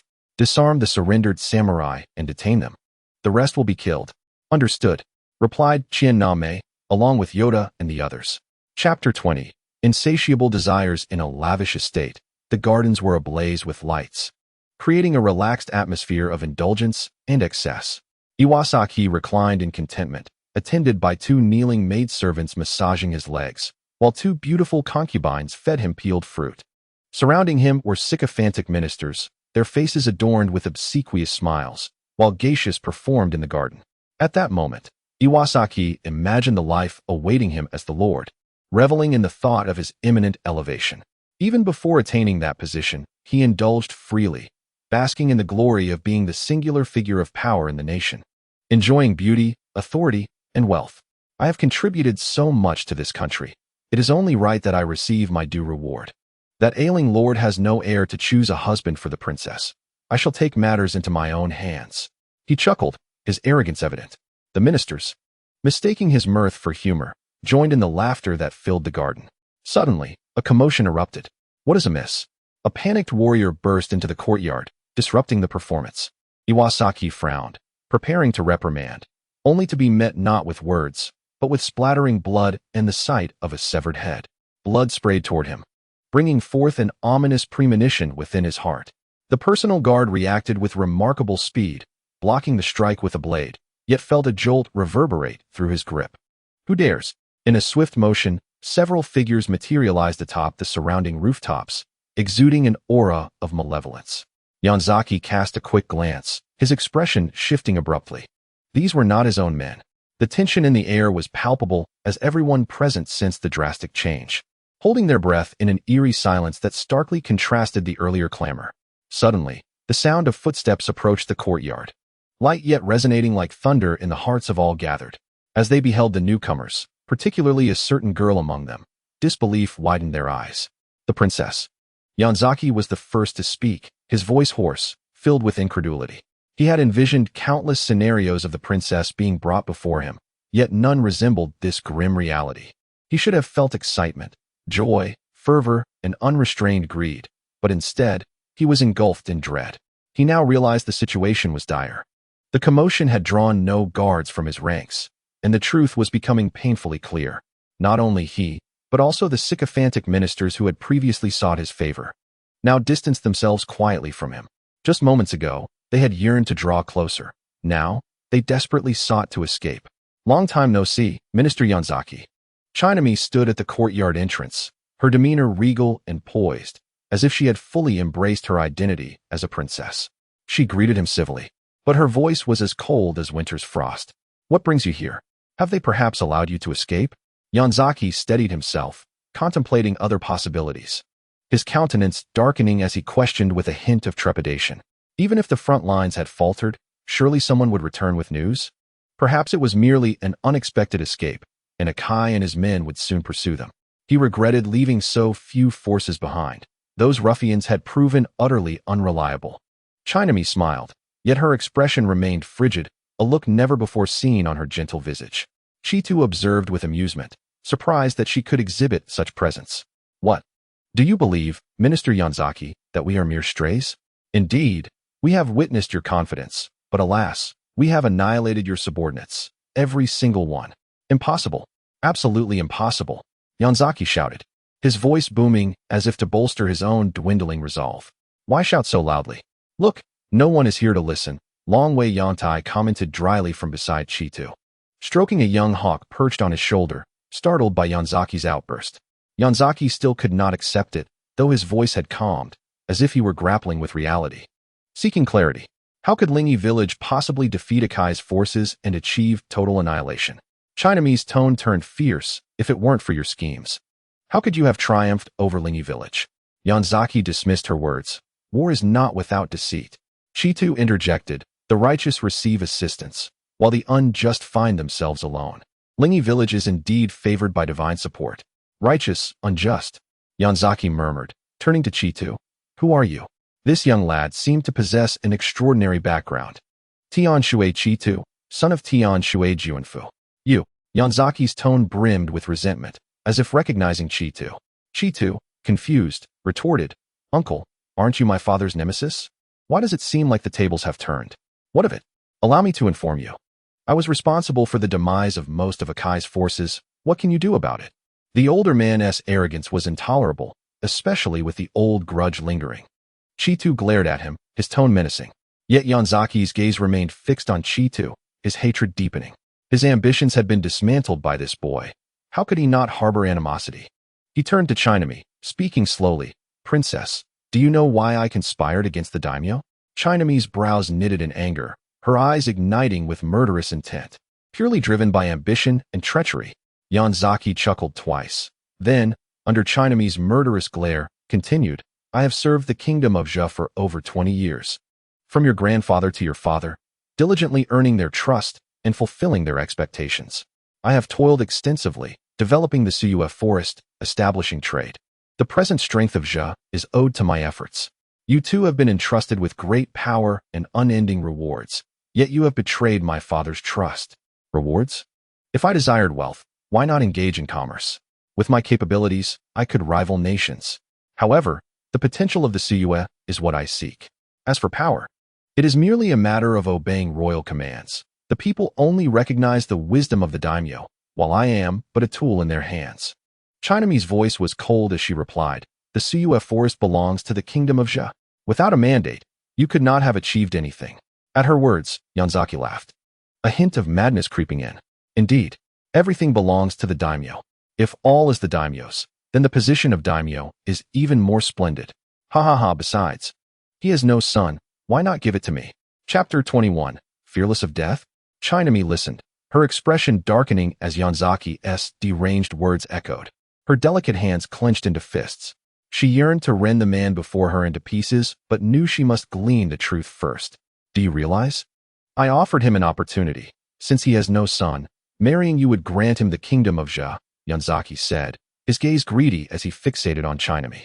Disgusted, she took a step back, instinctively pulling Chidu's sleeve, while his eyes turned dangerously sharp.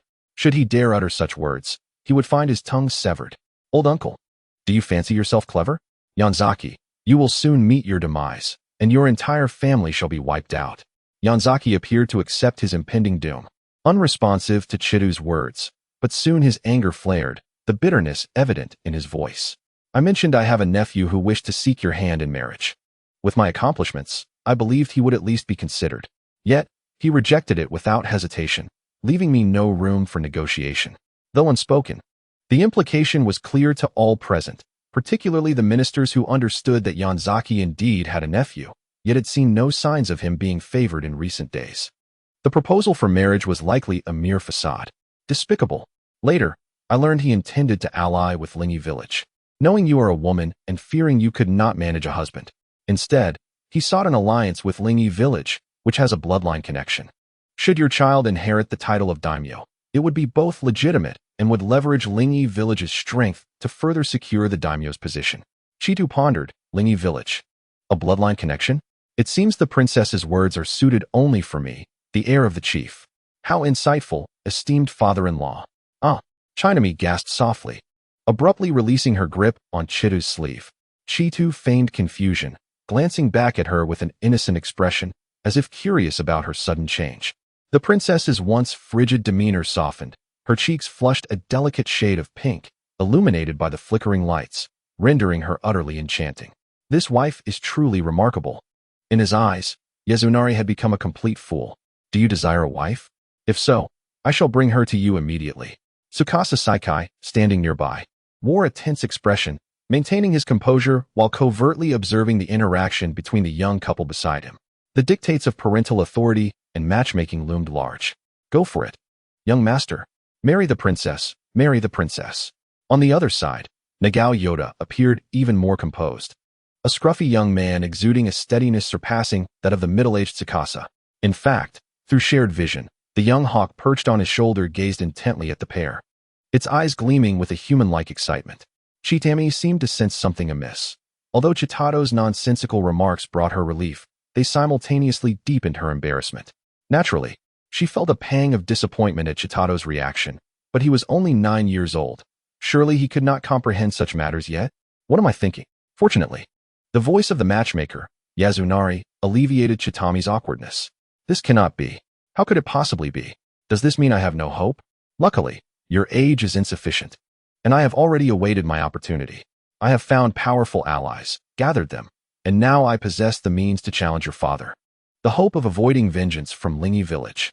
A fierce flame ignited in Yasunari's eyes, a burning thirst for power, the hidden serpent finally revealing its lethal strike. Indeed, I have succeeded. He is so weak. Oh no, he is simply foolish. He sent people to protect your escape, while leaving himself with so few guards. After my victory, I even offered him a chance. If he had only agreed to my demands, I would have spared his life, merely imprisoning him for the remainder of his days. Yet, he rejected me. It must be because I failed to capture you.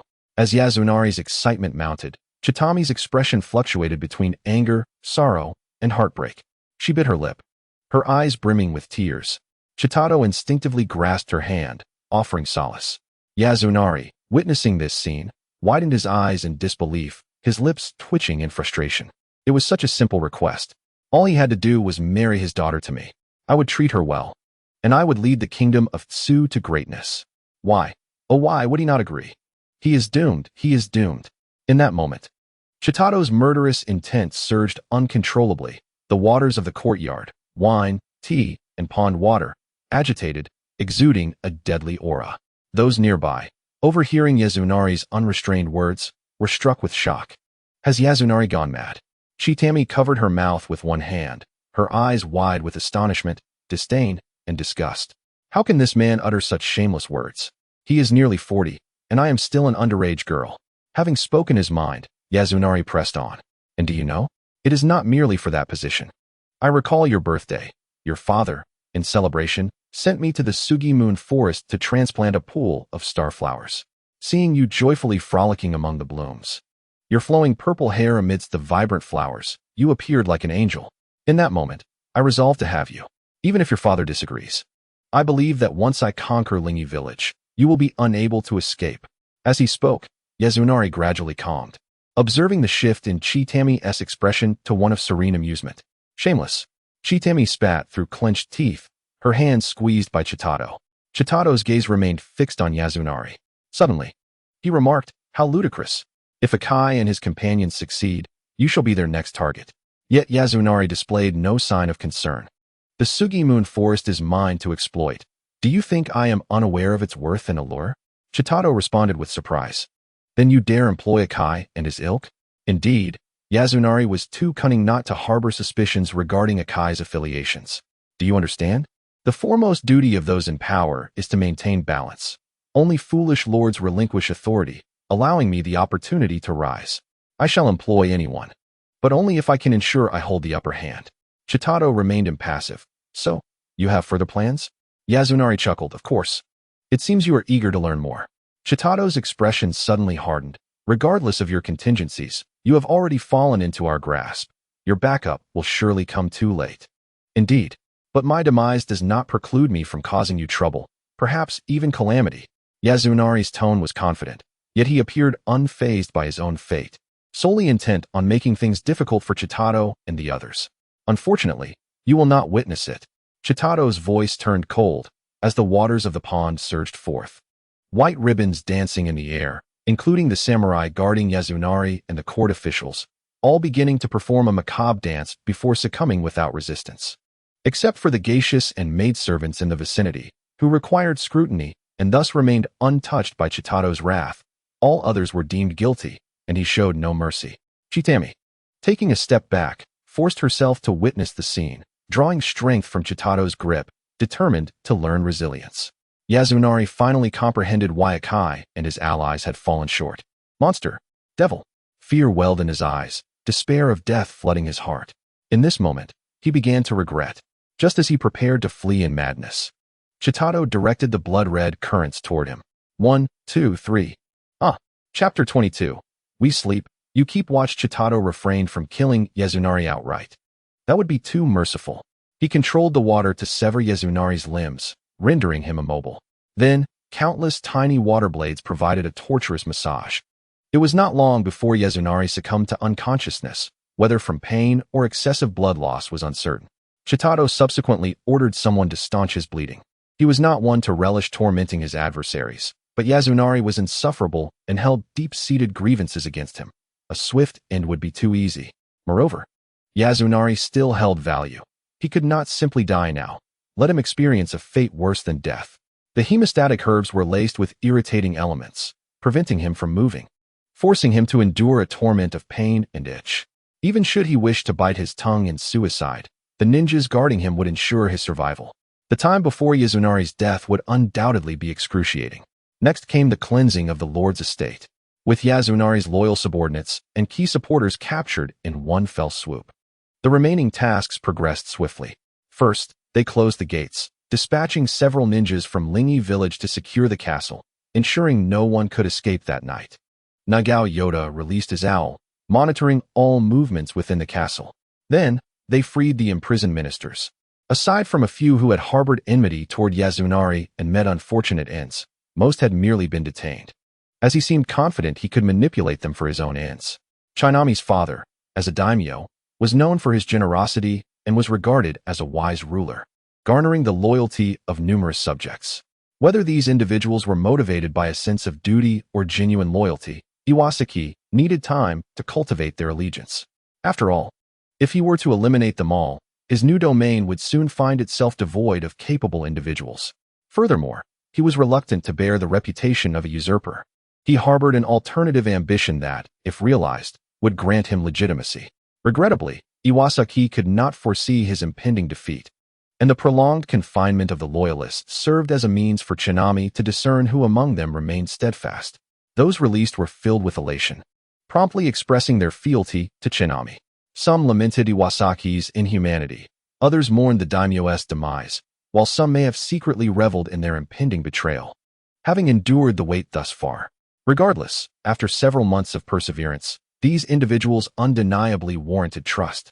Encouraged by Chitose, Shinami stepped forward to reassure the crowd. She first summoned a physician to examine everyone's health, then offered gentle words of comfort, instructing the ministers to return home for the night to rest, with discussions to resume the following day. The confined warriors, however, could not enjoy such respite. Many samurais were in need of their leadership to gather and evaluate their ranks. With the guards of the Iwasaki estate eliminated, numerous samurais remained at the daimyo's residence, and it was imperative that not all be held accountable. Such drastic measures could jeopardize Shinami's ascension, necessitating the detention of certain individuals. The ninjas from Lingi village would undoubtedly be overwhelmed, requiring the collaboration of samurais. Shinami exhibited remarkable composure. Aside from an initial moment of tension, she swiftly regained her poise, speaking with the authority befitting a sovereign. Once all arrangements were concluded and the assembly dispersed, Chitose suddenly commended Shinami. This was no mere flattery. He recognized her unexpected prowess, perhaps a result of her upbringing or her inherent calmness and maturity that transcended her years. "Ah, is that so?" Shinami responded, surprised yet pleased, offering a soft smile. "Of course, I believe you will become an exceptional ruler. I will strive to do my best. I am merely learning from you, Chitose. Despite being 3 years my junior, you present yourself so reliably, serving as an exemplary model for me." "Not at all. You flatter me," Chitose replied modestly. "Indeed you do. Not only did you rescue the village and the kingdom of Jia, but you also provided me with encouragement and hope during my darkest moments," Shinami exclaimed, her eyes sparkling with admiration. Chitose felt a bit embarrassed. "But I am over 20. I am much older than you." He smiled, about to downplay his role, when he caught sight of Nagao Yuta grinning foolishly, while nearby, Tensui Saikai's eyes shimmered with curiosity. "Goodness, why does this feel akin to being caught in a romantic encounter by one's parents?" he mused. Though Tensui had married late, he now had children to care for. But Yuta, a single man, had no right to laugh. Chitose turned serious. "Yuta, have you been monitoring the city for unusual activity? How goes it?" "Oh." Yuta suddenly awoke from his reverie. Unlike the astute Tensui, who quickly diverted his gaze upon noticing Chitose's expression, Yuta declared, "I am keeping a close watch and have already dispatched an owl to trace any leads. Rest assured, I am thorough in my duties." Chitose nodded appreciatively, reflecting, "Yuta, You truly embody the excellence of the Nagao clan, a pillar of strength for our Lingi village. Your ability to manage multiple tasks with such precision suggests that if you were to focus entirely on a single endeavor, nothing would slip through the cracks. Such talent merely awaits the opportunity to shine. Not at all. You flatter me, Chitose. Yuta scratched his head, beaming. Chitose, Shinami, Tinsui, and the maidservant exchanged glances, clearly amused at Yuta's earnestness. Chitose then remarked, "Tonight, the daimyo's castle will surely be bustling with activity, and the subordinates will toil throughout the night. I previously mentioned the importance of timely reports in times of crisis, which presents a valuable opportunity for practice, considering that Uncle Saikai traveled all night and deserves rest. And that Shinami and I are still young and in need of recuperation, it seems prudent to entrust this task to Yuta. It's a win-win situation." Yuta's expression faltered, and he seemed unable to muster a smile. Chitose approached him with a radiant grin, patting his sturdy arm. "Yuta, be sure to seize this chance and execute your responsibilities diligently. I will undoubtedly think of you first for any significant tasks in the future." With that, he turned back to Shinami, cheerfully suggesting, "Shall we retire to the palace? There may still be matters requiring our attention. Uncle Saikai, you can remain here to oversee things at the Iwasaki estate." Tinsui nodded, recognizing the necessity of his presence to support Yuta. Shinami gently acquiesced, and, after bidding farewell to Yuta and Tinsui, turned away, unable to suppress a giggle, having recognized Chitose's playful intent.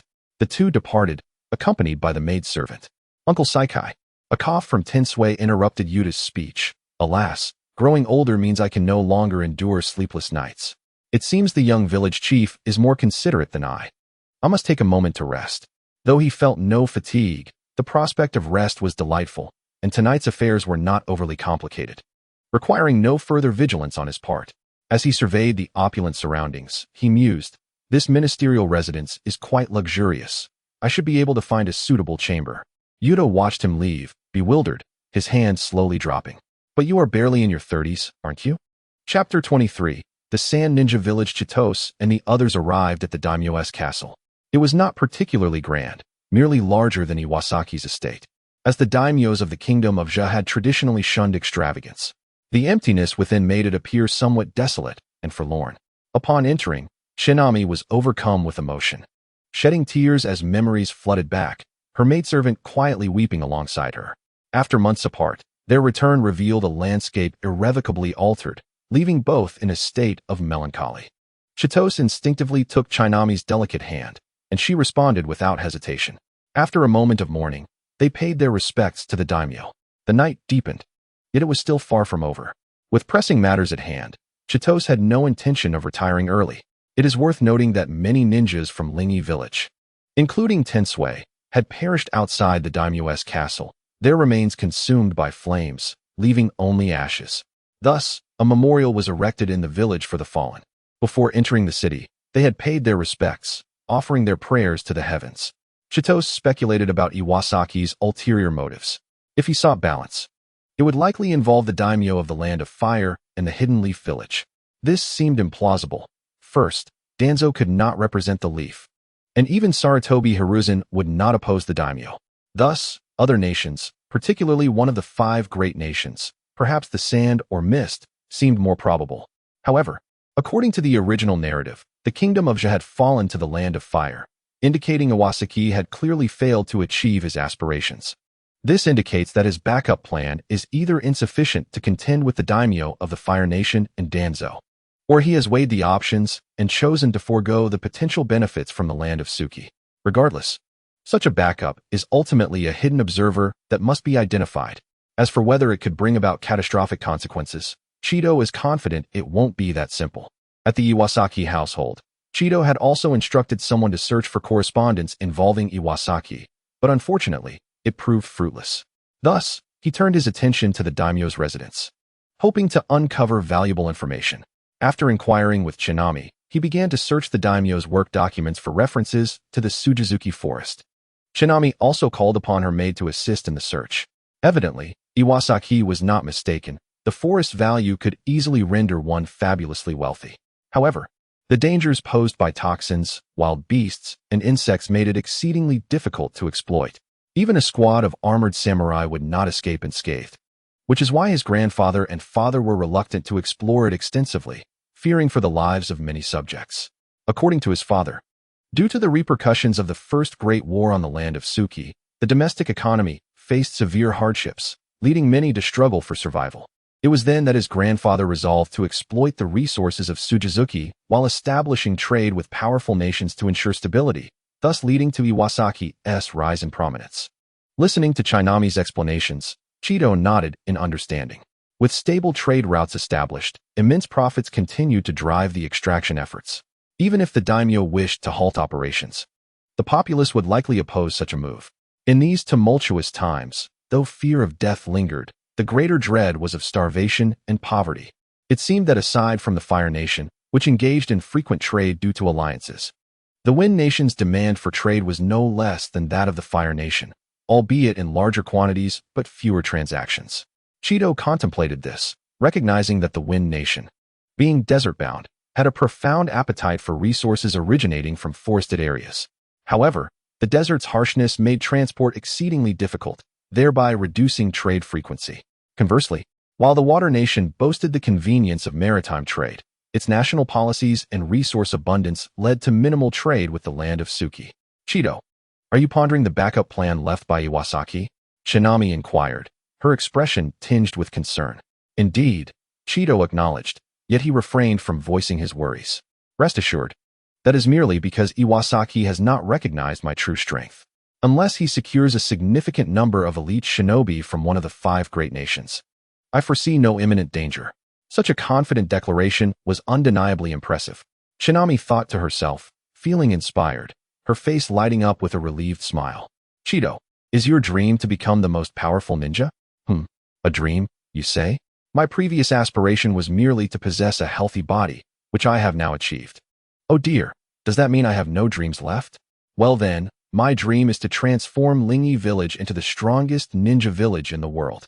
By that logic, it seems only the strongest ninja should lead, so you are correct, Shinami.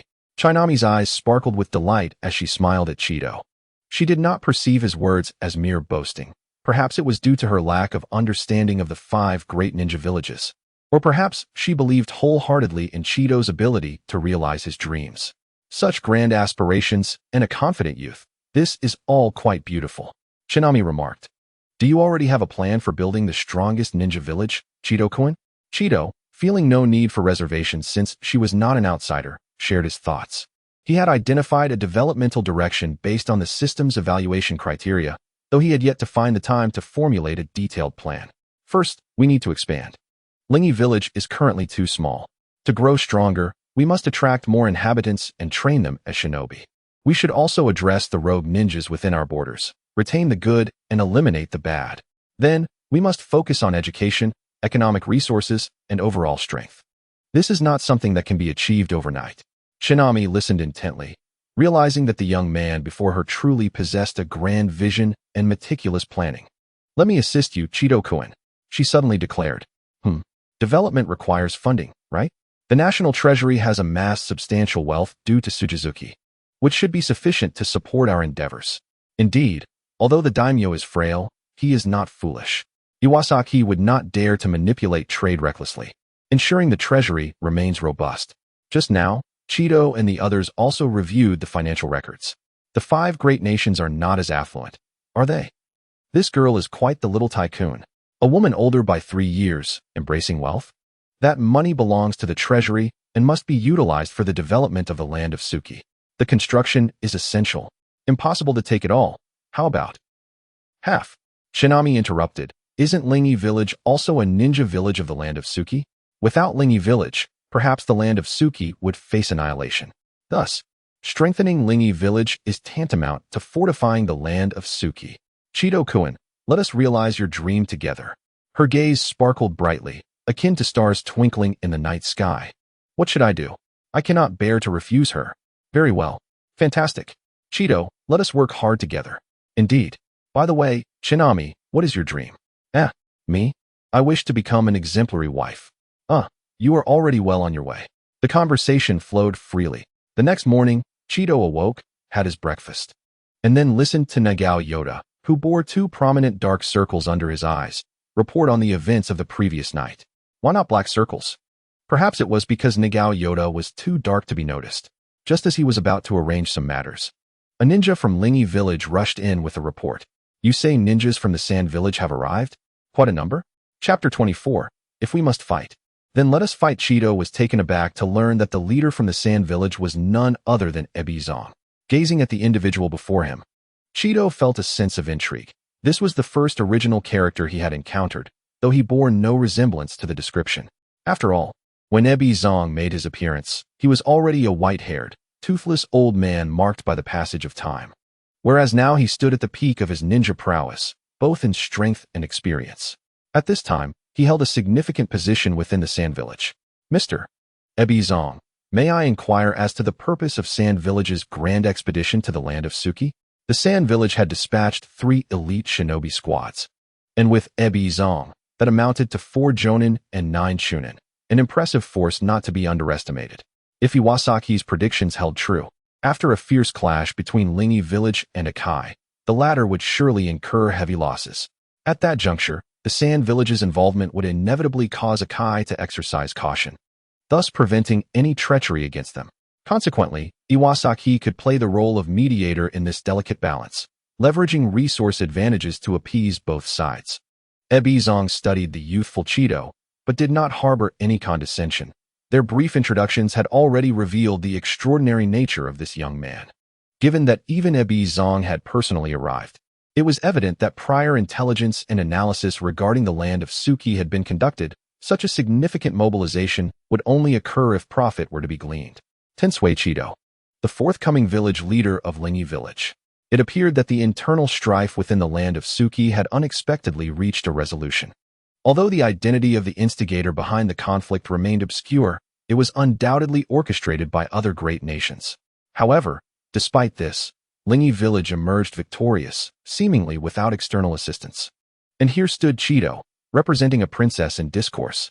Though a small village, it seemed to have birthed a prodigious talent. Ebi Zong recognized that circumstances had shifted dramatically. Was he to retreat empty-handed?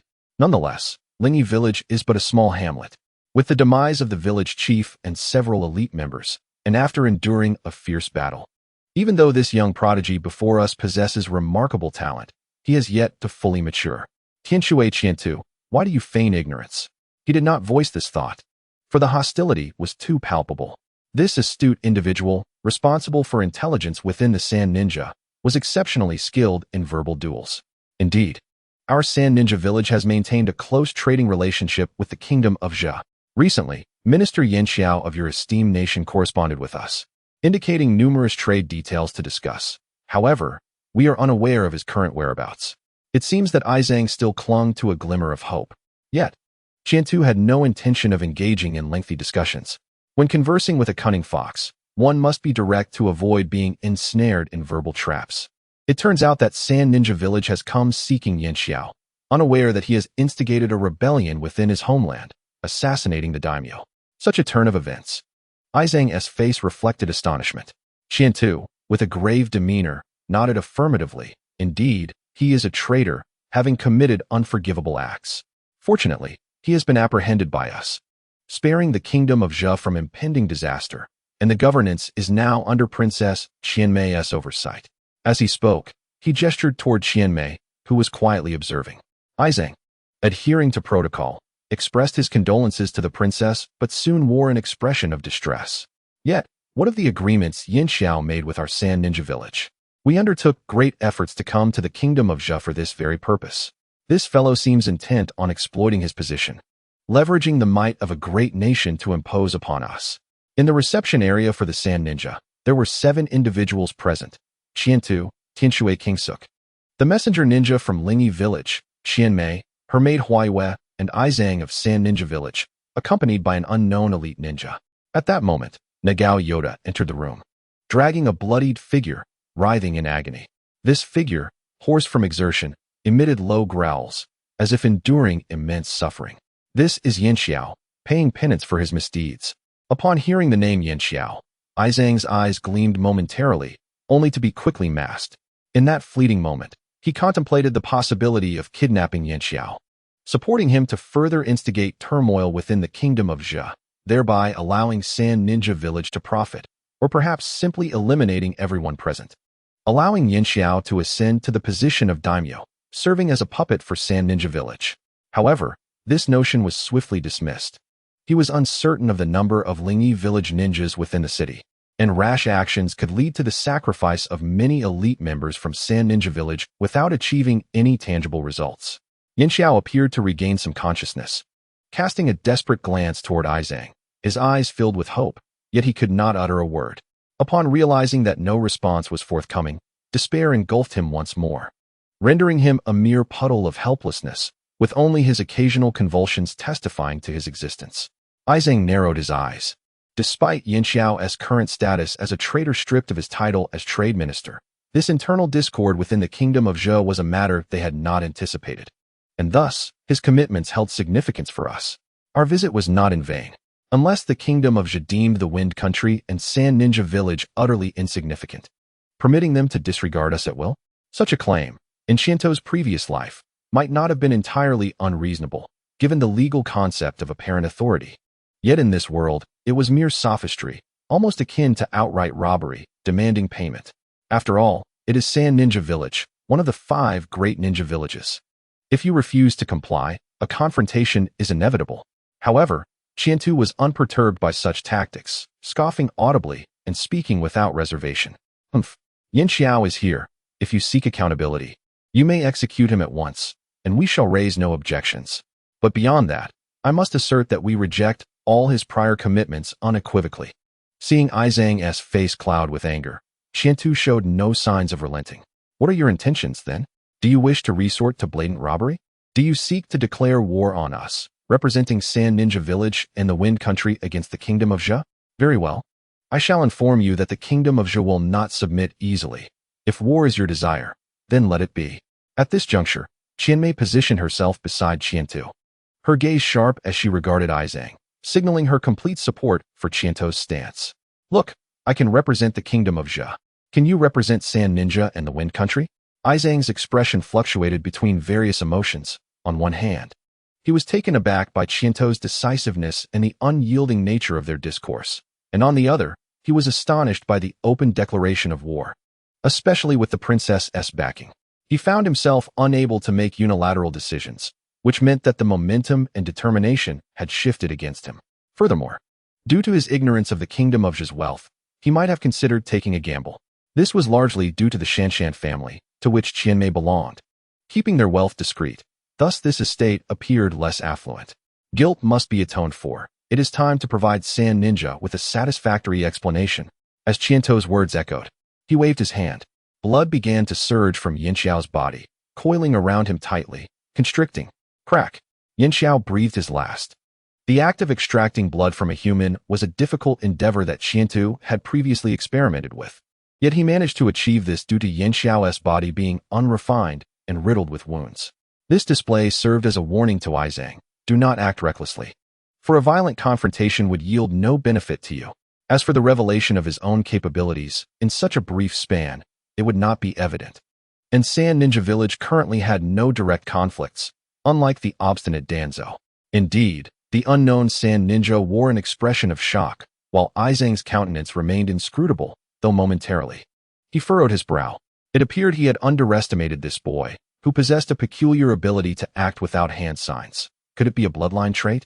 Chapter 25, Alliance. Well, since the sinner has met his fate, I believe Sand Ninja Village should feel some relief and be ready to engage in a calm discussion. Following this intimidation, Qiantu unexpectedly broke into a smile, his tone softening.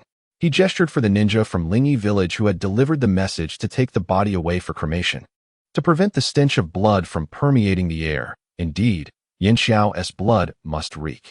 He chuckled, stating, the agreements made by a traitor such as Yanxiao are undoubtedly illegitimate and unreasonable. Why should the Wind Country persist in such matters, thereby losing the dignity befitting a great nation? As for trade, there are surely other means to mutual benefit, are there not? Since Mr. Izang has graced us with his presence, it is an opportune moment for discussion.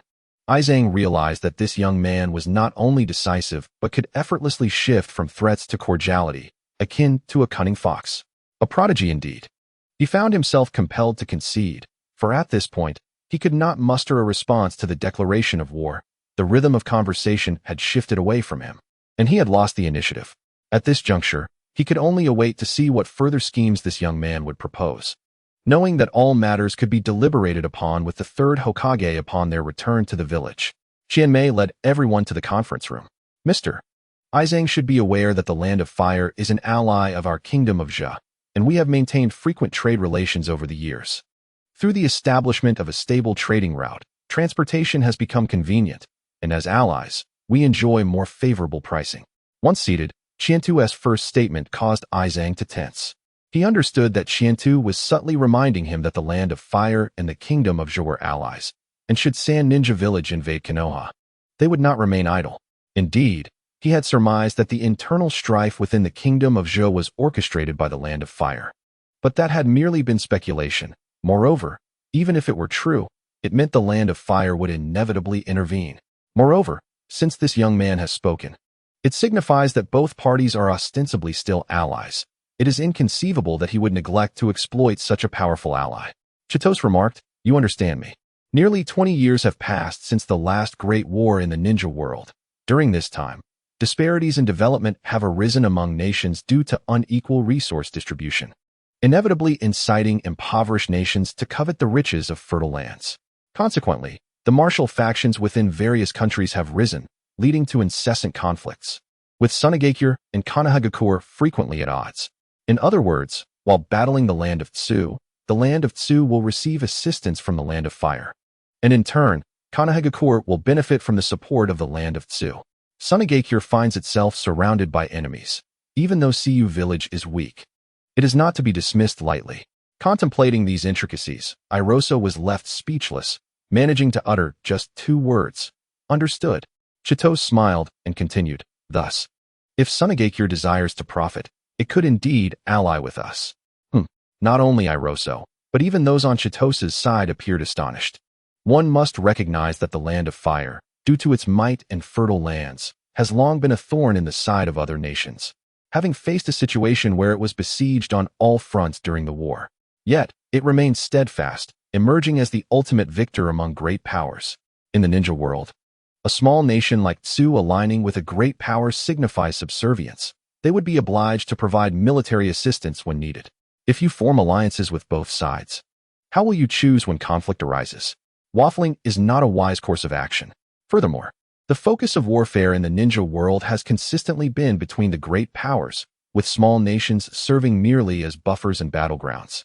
Reminiscent of the Rain Village during World War II, Tsu's reckless alliances may well lead to its transformation into a battlefield. After all, if both sides are your allies, would they mind using your territory for their skirmishes? Chitos elucidated, "It is merely an economic alliance, or rather, a trade partnership. We can diversify the types of goods exchanged, even fully open trade, reduce tariffs, and establish secure trade routes, with each side dispatching forces to maintain order. This will undoubtedly lead to a substantial reduction in commodity prices, allowing Sunagakure to reap significant benefits, especially from transportation tasks. Furthermore, we could sign a non-aggression pact, pledging never to invade each other's lands. Of course, there would be no military aid." Iroso fell into deep contemplation. It must be said that this is a favorable proposition. Although it may not match the immediate benefits promised by Iwasaki, in the long run, it would undoubtedly favor the development of Sunagakure. Sunagakure's interests also represent the Wind Country. Even if they receive abundant resources from Iwasaki, a significant portion must go to the daimyo. It would be wiser to establish a safer and more stable trade, as Chitos suggested, where merely the generated tasks could yield a considerable financial influx for Sunagakure. Iroso inquired, "How do you plan to establish a robust trading channel?" The most troublesome issue for the Wind Country lies in the vast desert expanse. He needed to clarify certain points, as he could not simply take Chitos's word for it. Chitos had not deeply considered this matter yet, but soon devised a plan in his mind. He proposed to establish a trade market at a coastal location near the Wind Country and the Land of Tsu, with each side responsible for its defense. This would allow the Wind Country to procure resources directly from Tsu, subsequently selling and taking orders at the trade market, where those in need could make purchases, and tasks could be assigned for Sunagakure to escort. In this scenario, Sunagakure's responsibility would solely be to protect the market, even if escort missions were to fail. Provided a guarantee was signed, any losses incurred would be borne by the buyers, as long as Sunagakure fulfilled its duty and incurred casualties during the task. According to the original plan, Sunagakure would follow the Wind Country's arrangements, necessitating the transport of vast resources across the desert, a venture that is both time-consuming and fraught with the risk of being robbed, not to mention other dangers present in the desert. After hearing Chitosa's proposal, Iroso deemed it indeed feasible, yet he did not immediately agree. Following a more detailed discussion, the Sunagakure members returned home, needing to report to the daimyo and the third Kazekage for a decision. Chitose pondered whether they would agree. "Do you think they will consent?" asked Shinami, approaching Chitose. "There is no reason for refusal, unless they suddenly become as close as family with the Land of Fire, wishing to cease hostilities and simply divide the land of Tsu. Is Iwasaki's faction from the Land of Fire?" Upon hearing this question, Chitose was not surprised. Those in the village's upper echelons must have their suspicions, though they lacked confirmation. Chitose had no intention of revealing the evidence he had obtained. As the Land of Fire would not openly attack, there was no need to incite panic or act unnaturally in front of their ally, Konohagakure. In any case, Chitose had no intention of turning against Konohagakure at this juncture. They still needed to rely on this mighty tree for shade. Moreover, logically, it would be more prudent to seek revenge against the daimyo of the Land of Fire and Danzo. He nodded at Shinami. "I have verified it. Do not speak of this to others." All right. But won't this mean the Land of Fire will trouble us?" Shinami inquired, astonished. "In the Land of Fire's Konohagakure, there exists a scapegoat. He, along with the daimyo of the Land of Fire, is the ringleader of this incident, while the Hokage is likely unaware. The Hokage would not easily annihilate an ally. At most, he would merely observe as his ally is destroyed. In summary, we are temporarily safe." "The scapegoat?" Shinami nodded. "Then we must strive to follow your plan, Chitose, and work towards strengthening Ciu Village. So we need not fear the bullying of great powers and formidable ninja villages any longer." Well said. Chitose wholeheartedly agreed. "As long as there is wealth, as long as we engage in construction and lotteries, I will soon grow powerful."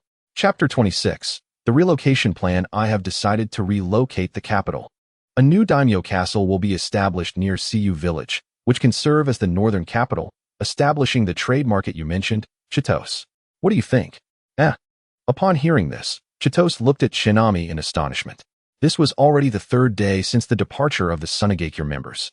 On that day, the death of Iwasaki and his transgressions were publicly revealed, inciting public outrage, while Princess Shinami's victorious return to the city was met with overwhelming acclaim and joy. The following day, the official funeral for the daimyo was held, alongside the memorials for loyal subjects killed by Iwasaki, presided over by Shinami. Following the correspondence, Chitose attended the funeral as the new village leader of Ciu Village. By the third day, Shinami was formally inaugurated as the ruler of the Land of Tsu, marking the birth of the nation's first female daimyo. With a new daimyo in place, one would expect the primary focus to be on discussing national affairs, especially since a significant portion of the key ministers previously responsible for domestic matters had perished during the internal strife. A considerable reshuffling was necessary to ensure the smooth operation of the daimyo castle. However, Shinami was unfamiliar with the capabilities of these ministers. Her father, the former daimyo, rarely discussed state affairs with her, making it difficult for her to determine who would be reliable in carrying out duties. In contrast, she had greater familiarity and trust in the people of Ciu Village, prompting her to send a letter to Hiroaki Amano, seeking advice. It would be ideal if he could send someone to assist. That evening, after sharing dinner, Shinami, having deliberated throughout the afternoon, suddenly reached a decision. "Indeed, since you mentioned that Ciu Village needs expansion, why not build it alongside the new daimyo castle? On one hand, Ciu Village can provide the strength to protect, preventing incidents like this from occurring again. On the other hand, having the daimyo castle nearby would facilitate economic support for the ninja village and enable the acquisition of various tasks. The endeavor is indeed feasible, and under the auspices of the Great Lord, it could attract a burgeoning populace, resident merchants, and diverse industries to the hidden village. The surge in population alone is likely to contribute significantly to the system's developmental value. The map of the country of Zhe is elongated, with Lingi village situated by the southeastern coast, while the current Great Lord's city lies to the northwest of Lingi village. Although it is not adjacent to the sea, It is not far from northern waters, making it suitable for trade with the Sand Shinobi. However, relocating the capital is not a task to be undertaken lightly. Perhaps it is best to summon my grandfather. Matters of such gravity should not be decided solely by the two of us. And we must also consider the sentiments of our subjects. I shall send another letter. With Nagata Yutai involved, it will be convenient. Chitami, have you deliberated thoroughly? Hiroaki Amano will arrive at the Great Lord City tomorrow. After all, this is a momentous matter, and after a discussion, he inquired once more. Of course, Chitami replied without a moment's hesitation. Hiroaki Amano had initially addressed Chitami with a more formal title, acknowledging her elevated status, but she promptly rejected such appellation, insisting on a return to a more familiar form of address. Very well, let us make a decision. Hiroaki Amano nodded solemnly, a smile unwittingly gracing his face. This is indeed a fortuitous development. With the establishment of the Great Lord's City, even a small village like Lingi can find room for growth and prospects.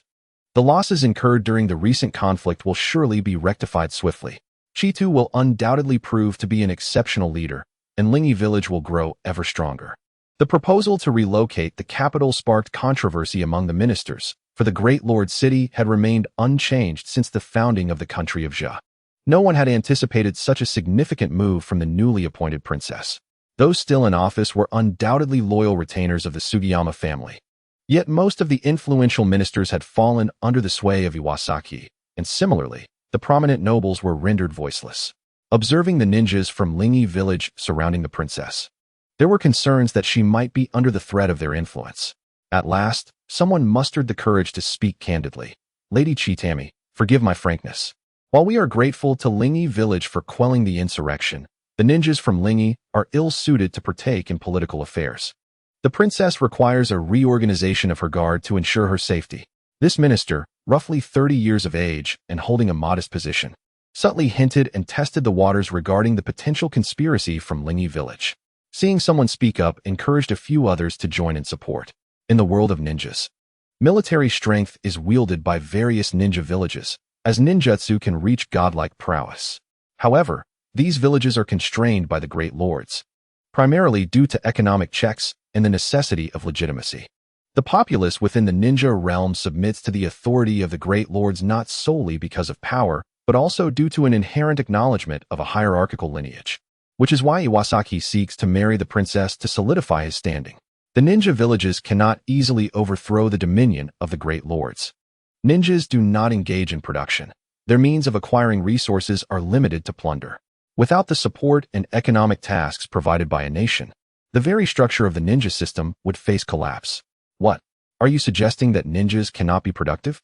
Certainly, but if they were to engage in production, who would engage in combat? Wouldn't that lead to peace in the ninja realm? If survival is not at stake, weapons would inevitably rust. You raise valid points. Once we select trustworthy and competent individuals, Lingi village will withdraw from political interference, Chitu articulated earnestly. He did not perceive the minister's boldness as impertinence. Rather, his ability to speak candidly in the face of Lingi village's influence revealed a promising talent. Chitami nodded in agreement, sincerely stating, "It is due to my unfamiliarity with your esteemed selves that I have borrowed personnel from Lingi village. This is my responsibility." After expressing her apologies, which garnered surprised and appreciative glances from the assembly, she elucidated the rationale behind her decision, proving that she was neither impulsive nor intimidated. Everyone should be aware that the current geopolitical climate among nations is increasingly tense, with conflicts and wars becoming more frequent. Although our country of Zhe is situated in a remote area, we cannot guarantee immunity from incursions, and we risk becoming a battleground. In fact, shadows of other nations linger behind Iwasaki. You should also realize that he alone could not muster such a formidable faction. Even if we resolve the issue with Iwasaki, I can candidly state that other major powers are currently eyeing us. The assembly was taken aback, their expressions shifting to one of alarm. It is precisely for this reason that the country of Zhe must secure a more robust force for protection.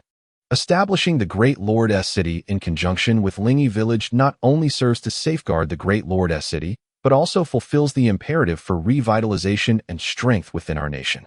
Lingi village has always been the most steadfast ally of the country of Zhe, having rescued us from our tribulations.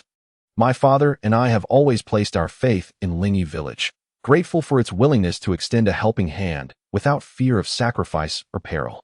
Have you all forgotten the debt of gratitude for our salvation? The rationale was sufficiently compelling, and the final statement evoked a sense of shame among the ministers, rendering them speechless. Thus, the matter was settled.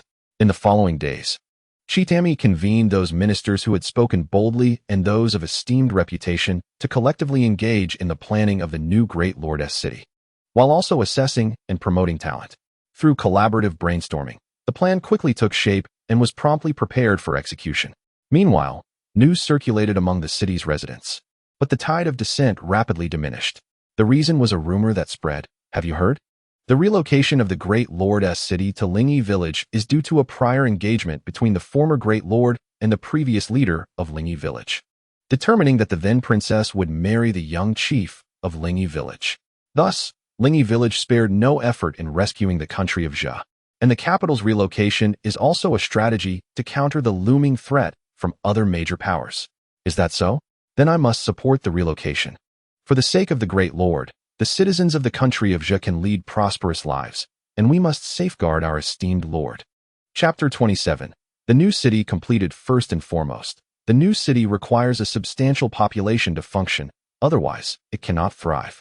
Besides the portion of citizens relocating from the current Great Lord's city, there are coastal fishing villages and small towns in the southeast that can contribute. Yet a significant gap remains. This gap cannot be forcibly filled through migration, and voluntary resettlement will take considerable time. Chitu was articulating his vision for the new city's planning. Seated at the head of the conference room was Chitami, flanked by individuals from Lingi village on her left and selected ministers on her right. The objective is to address the issue of refugees, which has long plagued the country of Zhe, introducing numerous elements of instability, thus providing an opportunity to rectify this matter. I propose a nationwide registration of the populace, meticulously cataloging the circumstances of all permanent residents, which will also aid in identifying and resettling the refugees. Nationwide, some ministers gasped in astonishment at Chita's proclamation. It is worth noting that while the country of Zhe may not be vast, it comprises 13 cities, including the Great Lord's city and 42 counties, with countless small villages and towns, making a comprehensive census daunting, especially considering those residing in remote mountainous regions. How will this be accomplished? Indeed, this will serve as an investigation into the populace's conditions. We must ascertain who resides in our land, their circumstances, and their means of livelihood. This is crucial for the long-term development of the country of Zhe. As Chitu elaborated, many began to contemplate, and those engaged in civil and financial affairs among the ministers were beginning to grasp the implications. As for the methodology of the survey, I have devised a plan that will alleviate your concerns. The Nagatu clan of Lingi village excels in utilizing trained hawks. I will enlist them to disseminate this policy across the entirety of the country of Zhe. The authorities must undertake certain actions, collaborating with the Longtail clan to compile a comprehensive list of villages and towns. This list will serve as the basis for official directives, mandating that individuals ensure proper registration of information. The process will flow from villages to counties and from counties to cities, ultimately culminating in a national census. One individual inquired about how to ensure that everyone registers. The initial step will involve penalizing those who fail to comply. The rationale for using villages and towns as units is that many essential goods can only be procured at local markets. After 3 months, 6 months, and a year, policies will be implemented at city, county, and village markets requiring individuals to present their registration cards to purchase important supplies. Additionally, incentives will be provided for those who register.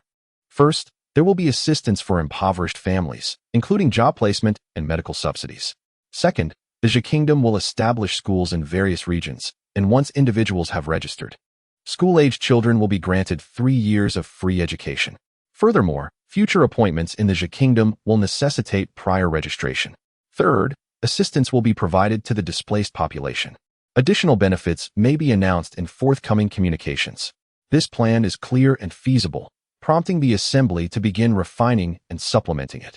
Moreover, in the construction of the new city, the ninjas of Lingi village can offer their expertise, as their abilities in water and earth manipulation are remarkably effective in construction.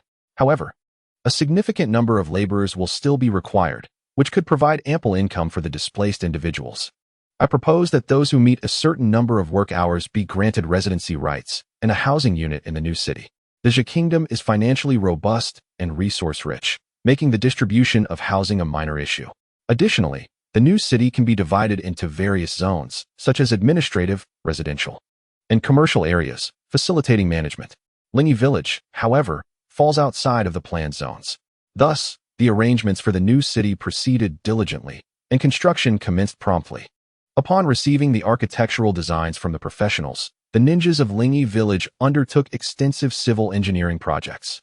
Indeed, the labor of a single ninja is equivalent to that of dozens of ordinary individuals. In this era, where technological advancements are yet to flourish, ninjas represent the pinnacle of productivity. Qiando also contributed to the construction efforts. His water manipulation abilities were particularly suited for logging. To establish a city near Linyi Village, vast expanses of trees must first be cleared, simultaneously gathering materials for construction. And so, 3 months passed. During this time, the Sand Ninja Village returned to Sanyue City, formerly known as the Great Name City. This time, their delegation was significantly smaller, led by Hai Lao Tsong.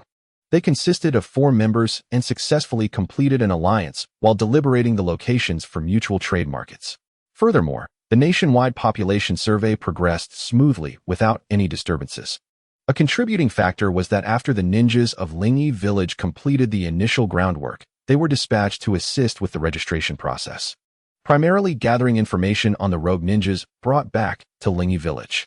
Following the defeat of Akai and his faction, the domestic rogue ninja forces dwindled significantly. The ninjas encountered were few and lacked strength. Upon Linyi Village's willingness to absorb them, they gladly accepted. Linyi Village, however, would not indiscriminately recruit anyone.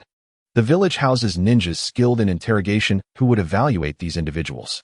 For instance, Qiando's grandfather, Amano Hiroaki, specializes in a dream induction technique that compels individuals to speak the truth. Through this orderly expansion, the population of Linyi Village gradually increased and will continue to grow. Linyi Village was originally situated on a coastal protrusion, but now it has encircled a vast expanse of land, constructing numerous new houses and significantly expanding the village's size. Ultimately, the new Great Name City was christened New Sanyue City. The city is now over half completed, and plans for resident relocation are underway. The first batch of inhabitants primarily consists of those from Sanyue City, including ministers and their families, samurai and their kin, as well as several voluntary migrants and merchants. The second batch will involve populations relocating from nearby villages and towns. The third group comprises displaced laborers who participated in the construction. Subsequent batches will also gradually migrate in. Finally, New Sanyue City has embarked on a steady path. Qian Naimi observed the diverse crowd along the streets, noting that shops had already begun to open, with customers engaged in lively bargaining over produce, causing her to smile with delight. According to the initial construction timeline, an additional 2 months would typically be required. But given the unexpectedly smooth progress, completion may be achievable within a month. Qiando also smiled, primarily due to the elevated construction value that pleased him immensely. More importantly, with the completion of the village expansion, the system underwent an update, promising the emergence of new features. It is rumored that Linyi Village plans to establish a ninja academy while also welcoming ordinary individuals to partake in learning. Indeed, major ninja villages have established such academies, and we are merely following suit. Previously, Linyi Village had a limited population and few ninjas, allowing for one-on-one instruction from parents or elders. However, the current circumstances necessitate the establishment of a school to facilitate the dissemination of ninjutsu and the discovery of talent. Does that mean GZ will be attending school? Qian Naimi remarked, glancing at the child beside them. The little girl was munching on a string of treats that were previously difficult to procure in Linyi Village. Today, with the market opening, she had been wandering about, drooling with excitement alongside her older siblings. Her adorable demeanor elicited laughter from the two, and she also conveniently acquired the right to indulge in purchases. Upon hearing the discussion about her schooling, she nodded her little head eagerly, brimming with joy. Yes, her brother mentioned there would be many new friends. Indeed, there will also be plenty of homework. Qiando felt a sense of relief knowing his sister would undoubtedly be a studious child. Chapter 28. The Uzumaki Clan. What? Mizutani and his companions encountered members of the Uzumaki clan? Where? How many? In the newly constructed village office building, within the leader's office, Shindo exclaimed with great surprise, causing Amano Hiroaki and the reporting Longtail Yoda to exchange bewildered glances. They were unaware that a significant aspect of Chiendo's construction plan involved assimilating powerful ninjas with illustrious bloodlines for the purpose of breeding. Indeed, in the ninja world, lineage is paramount. Those lacking impressive ancestry truly struggle to thrive. Given that Lingi Village, being a small settlement, has few ninjas of notable lineage, it is only logical to seek out those from other villages and nations for some gain. Cough. Development, after all, is not shameful. In any case, Chiendo's original plan included searching for the scattered members of the Uzumaki clan throughout the ninja world. Certainly, there must be some in the Grass Ninja Village. Moreover, in the future, the Mist Ninja will relentlessly persecute bloodline clans, presenting a golden opportunity. What you discard is precisely what I fervently desire. This was all part of his strategy. However, he did not anticipate such a fortuitous surprise arriving at his doorstep. Longtail Yoda responded, "The individuals have already been brought back. Their numbers are not substantial, consisting of an elderly man, a severely injured middle-aged man, 2 women, and 7 children. Hearing that we in Lingi Village accept rogue ninjas, and given their weakened state, Mizutani and his group encountered no resistance. Bring them over. We must retain these individuals. Integrating the Uzumaki clan into the village will undoubtedly be a lengthy endeavor, but initially winning their hearts is crucial, as their sense of belonging will gradually strengthen over time." Chiendo placed great importance on this group, as their acceptance would set a precedent for future endeavors. Shortly thereafter, Chiendo met the members of the Uzumaki clan. Indeed, aside from the elderly man, the others all possessed striking red hair, which likely contributed to their discovery. The elderly man's hair was entirely white, suggesting that his life was nearing its end. The middle-aged man appeared particularly pallid, with a pronounced limp in one leg. The 11 individuals appeared to be in a dire state, their clothing tattered and their complexions unhealthy, indicating a life fraught with hardship. Their struggle for survival seemed exceedingly challenging. And if this situation persisted, it would indeed reveal a tragic world where the weak, possessing abilities that others either feared or coveted, could easily attract calamity. The Kingdom of the Vortex had fallen over 6 months ago, and its people had scattered throughout the ninja world, living as exiles. Although not all members of the Uzumaki clan were ninjas, Chientu could discern that the elderly man and the middle-aged gentleman before him possessed considerable strength, which made their unfortunate circumstances all the more perplexing. It could only imply that they were adhering to their principles, despite their struggles. They had not resorted to becoming merciless thieves. This innate goodness was commendable in Chiento's eyes, and welcoming such individuals would pose no harm to Lingi Village. "Greetings. I am Chientu, the leader of Lingi Village, and this is my assistant," Chientu introduced with a smile, having effectively taken up the mantle of leadership. Although the formal ceremony had yet to occur, he was accompanied by Tnai Hiroaki, who assisted in managing village affairs, allowing Chientu to dedicate more time to his training. Upon hearing his introduction, the individuals before him expressed varying degrees of surprise. The elderly man quickly regained his composure, bowed, and said, "We pay our respects to both of you." Chientu waved his hand dismissively, urging them not to stand on ceremony, and instead to introduce themselves. The Kingdom of the Vortex had been annihilated due to the fear surrounding their sealing techniques, leading to numerous enemies, which explained their need to remain incognito, particularly the prominent figures from Uzumaki Village. However, the elder could not evade the matter at hand. Lying was out of the question. He could only hope that Lingi Village, even if unwilling to offer refuge, would refrain from taking hostile actions against them. "I am Uzumaki Jishiong, the 9th elder of Uzumaki Village. When our kingdom fell, I, along with several other elders, was entrusted with leading a portion of our people to safety. Initially, we numbered over 20, but after encountering enemies during our escape, only I, Shinha, Lihua, Rigia, and these 7 children remain," he explained, summarizing their dire plight, with most of their combatants having perished during their flight, leaving only the frail and the vulnerable.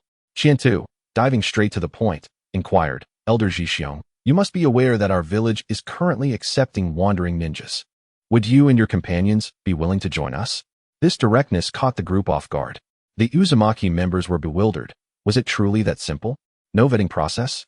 To this, Chientu affirmed, "Indeed, it is that straightforward. Given your current state, you are unlikely to engage in wrongdoing. Surely, you understand the principle of robbing the rich to aid the poor. To endure such hunger speaks volumes about your situation. I hold a great fondness for honest individuals, and I welcome all who arrive," he added. "What conditions might you have?" Elder Jixiong inquired cautiously. It was not paranoia that led him to ask. Rather, he understood that accepting the Uzumaki clan could provoke trouble, especially since it had only been half a year since their kingdom's demise, and the desire for vengeance still lingered among nations. He considered that even if it involved sealing techniques, it was imperative to ensure the children's survival. So he would have to disclose non-confidential information. However, the youthful leader before him shook his head. "There are no conditions. If one must be stated, it is that I hope you genuinely wish to join Lingi village, to regard yourselves as part of this community, and to collaborate in its development and protection. If you sincerely wish to join, you shall be considered members of Lingi village from this moment forth. Regardless of your past burdens, I, as the village leader, assure you that Lingi village will never betray, abandon, or forsake any of its companions." Shinto's tone was earnest, and his gaze was clear. Elder Jixiong found it hard to believe. It was known that during the crisis of the Vortex Kingdom, even the once brotherly Leaf Village had offered little support. Yet here was a small, unrelated ninja village willing to take the risk of accepting the Uzumaki clan. But he believed it, for in that moment, Shinto had no reason to deceive them, and he was confident that such a young man could not possess a dark heart. The children and the 3 Uzumaki adults watched him intently, awaiting his decision. "We willingly join Lingi village." Upon uttering these words, Uzumaki Jixiong first smiled. Then tears welled in his eyes uncontrollably. He covered his aged face, and his previously tense shoulders relaxed, as if a weight had been lifted. For the past half-year, they had lived in constant fear, striving to protect the children and preserve the Uzumaki legacy, with the younger generation nearly decimated. Now, they had finally been accepted. Although no longer part of Uzumaki village or the Vortex Kingdom, they had gained a place to rest and a means to survive, and most importantly, the Uzumaki bloodline would continue. He had not failed the village chief's trust. Witnessing the elders' emotions, the remaining Uzumaki members embraced one another joyfully in tears. Shinto smiled and welcomed them, saying, "Welcome to the extended family of Lingi village. Yangtai, please escort Elder Jixiong and the others to find suitable accommodations. There are many newly constructed houses available, and they will need to collect essential supplies. Afterwards, treat everyone to a good meal, and please have Dr. Maikawa examine them for any hidden ailments. They need rest and recuperation." Elder Jixiong and the others were deeply moved and expressed their gratitude profusely. "Elder, please go ahead. After you have rested for a few days, I have matters to discuss with you. Also, I heard you mention other groups of refugees. I plan to send someone to search for more members of the Uzumaki clan," Shinto added. Upon hearing that Shinto intended to help locate their kin, Uzumaki Jixiong was filled with joy and a sense of belonging to Lingi village. After the group departed, Tianai Hiroaki remarked, "If you had not acquired that power, I fear Lingi village would have faced a similar fate.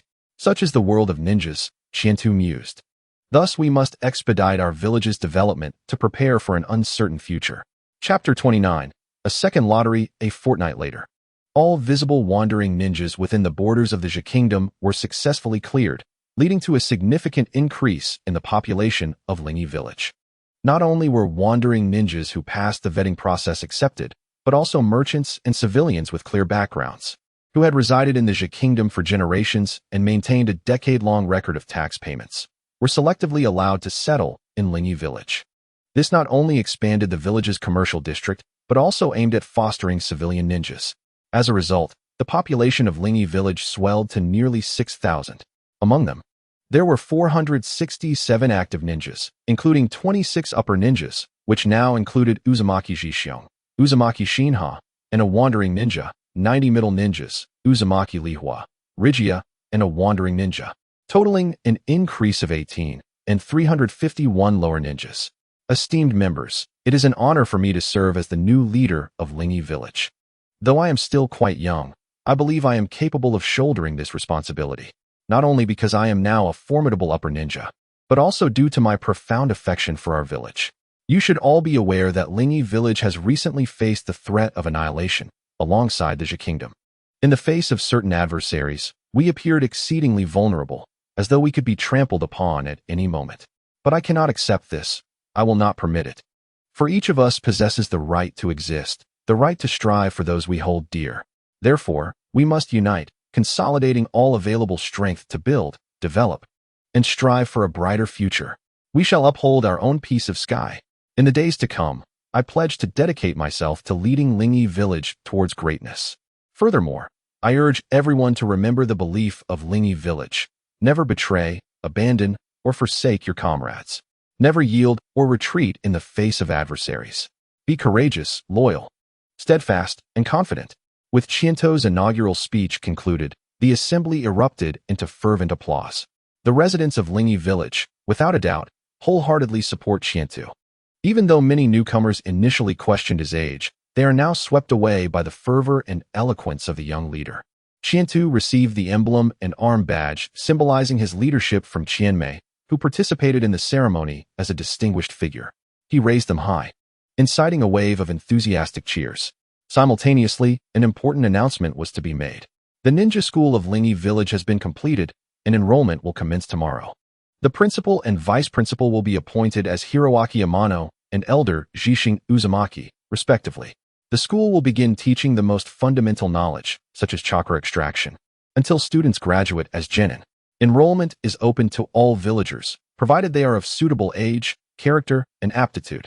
This initiative is a fundamental aspect of our plan for the village's development and empowerment, and we hope all villagers will respond positively. After a day filled with ceremonial duties, when Chiento finally lay down on his bed, a satisfied smile spread across his face. At last, the new features of the system are finally online. At the moment he officially took over the arm badge to become the rightful leader of Lingyi Village. 2 new sections of the system were activated: Marketplace Redemption and Wish Enhancement. The latter allows for a defined range of prizes, increasing the probability of winning a desired item based on the development level of the Kingdom of Zhe, which is currently at a 1-star enhancement. Rare 10, Excellent 3, Epic 0, 5, Mythical 0, 05, Incredible. Chiento was absolutely elated. The Wish Enhancement, aside from the ordinary category, had nearly doubled the odds for other types. The probability of winning a mythical prize, previously about 1 in 2,000, was now halved in terms of time required to obtain it. Moreover, as the Kingdom of Zhe continues to thrive, the chances could further improve. This was simply delightful. Additionally, the Marketplace Redemption was a significant boon. It wasn't just that the girl Xi's big white rabbit could be supplied infinitely. It was Kakashi that could be supplied without limit. Oh no. It meant that a single card of chakra could be redeemed infinitely. Currently, within Chiento's marketplace inventory, there were 1 pack of big white rabbit milk candy, 1 construction value, 1 case of cola, 2 construction values, 1 instant camera with unlimited film, 50 construction values, 1 card of chakra, 500 construction values. Indeed, a card of chakra requires 500 construction values, which seems rather steep. However, one must not forget that the probability of winning an excellent prize is only about 6. Less than 1 in 10. This implies that even 10 prizes may not guarantee one. Moreover, with the elimination of the initial 10 draws, one now needs to spend 1,000 construction values for a 10 draw. Thus, such expenditure is quite worthwhile. Most importantly, the power of the Water God also appeared in the inventory. Water God Control Level 4, 500 construction values. The host's current control level is 3. Wow, this is an absolute game changer. Chiento imagined that if he piled all his construction values into this, would he not immediately transform into the God of Water? Currently, he possessed 3,612 construction values. Indeed, the increase in village population and expansion had granted him over 3,000 construction values. With that thought, he couldn't resist the urge and decided to purchase a level of Water God control. Construction values, 3,112. Upon receiving the reward, he immediately felt something within his soul elevate. An indescribable sensation surged through his being, as if the water molecules in the air were rejoicing. He could sense that he could control water within a radius of 500 meters. Simultaneously, it seemed he could alter the form of water molecules: gas, liquid, solid. With a mere thought, he began to gather a water sphere in his palm, drawn from the surrounding air. Then, this water sphere gradually crystallized into ice. Indeed, although the process was somewhat slow, he could control the form of water, which thrilled Chiento immensely. He eagerly prepared to purchase another level of control, only to find that the price had increased. Water God Control, Level 5, 1000 construction values. Well, that's understandable. After all, the higher the ability, the greater the cost. It seems that this is the norm in games. He bought it without hesitation, and he had even planned to spend 2000 on level 6. The power of the water god does not rely on chakra, so for the time being, there was no need to purchase Kakashi. And this was indeed the best choice to significantly enhance his strength. Level 5 achieved. The control radius expanded to 1000 meters. Although the ability itself did not undergo any significant changes.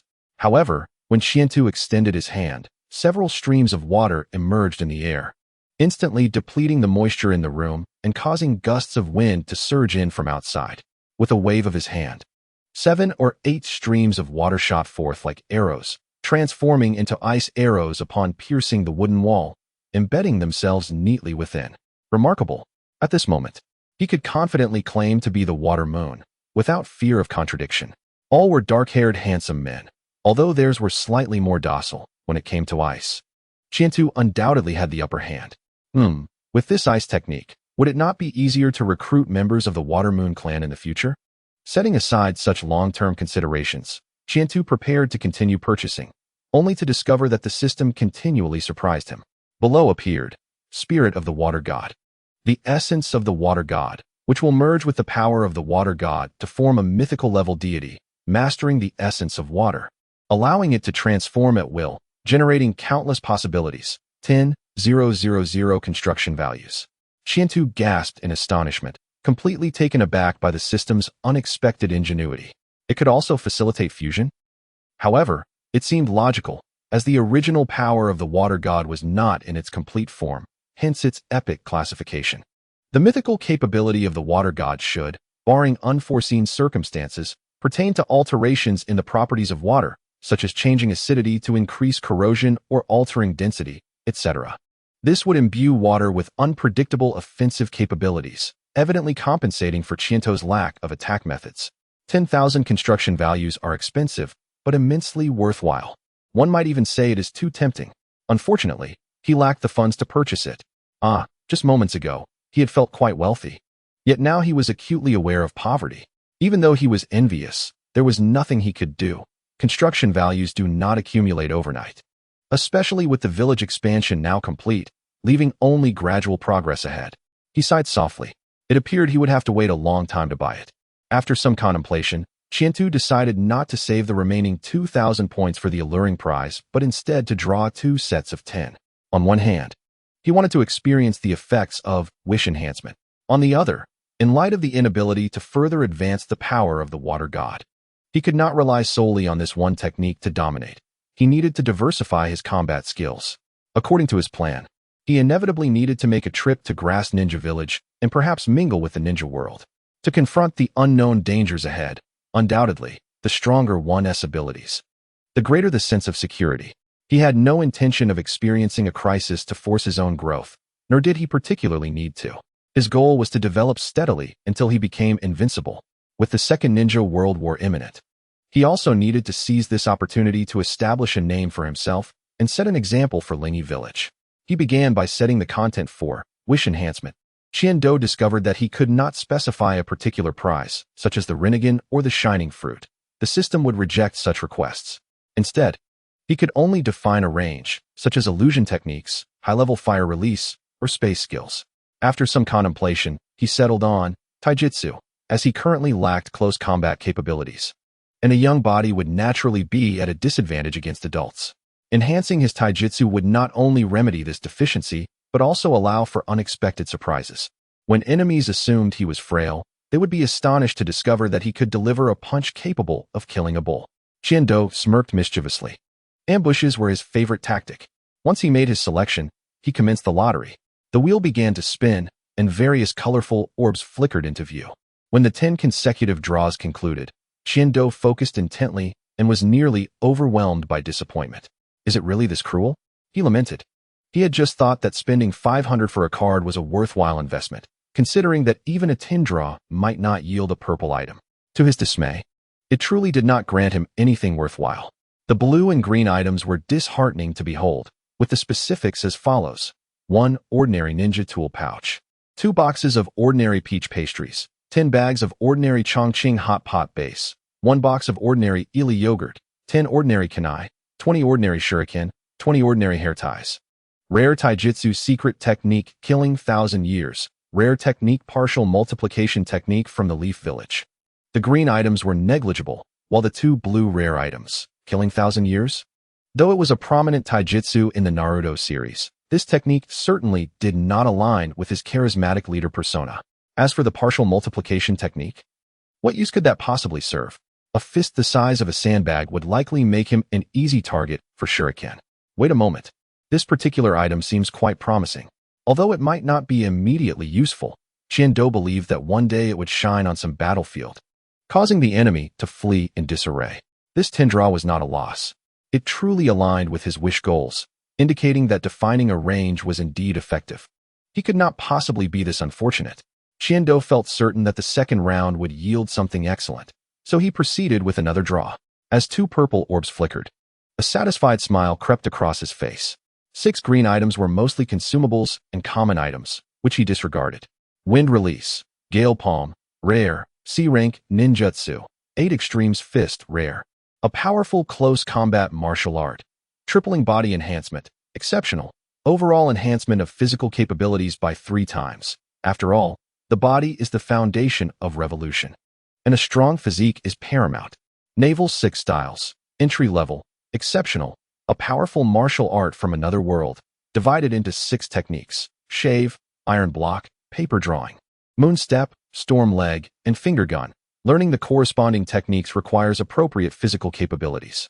Upon discerning the prizes, Qiando's joy deepened. Fortune favors the diligent. And now his deficiency in taijutsu had been completely addressed. The rare items were merely a consolation, while the exceptional purple items certainly did not disappoint. The 6 styles offered a comprehensive martial art that could defend, attack, and evade. It could even allow one to fly. In the fragile world of Naruto, it was a formidable weapon. However, the requirements for the naval 6 styles were somewhat stringent, and given the disparity in physique between the 2 worlds, Qiando estimated that he likely did not meet the standards. Fortunately, the tripling of his physical enhancement would perfectly compensate for his still developing body. The system truly was a paragon of industry, tailoring its offerings to suit his needs. Upon accepting the prizes, Qiando immediately felt a transformation. His stature seemed to elevate, and his vitality surged as if he were in his prime. Even his chakra had seen some increase, as chakra is indeed extracted from the body. So a robust physique would undoubtedly yield positive effects, akin to the Senju and Uzumaki clans. However, Qiando had not mastered all the techniques of the 6 styles. Only shave, iron block, and storm leg had reached the entry level, while moon step, finger gun, and paper drawing indicated that his physique was still lacking. Nonetheless, he was already quite satisfied, as with age, his physical capabilities would enter a rapid growth phase. He believed that it would not be long before he met the required standards. The techniques he had learned were adapted to the rules of the ninja world. For instance, the iron block technique involved concentrating chakra on the surface of the body for defense.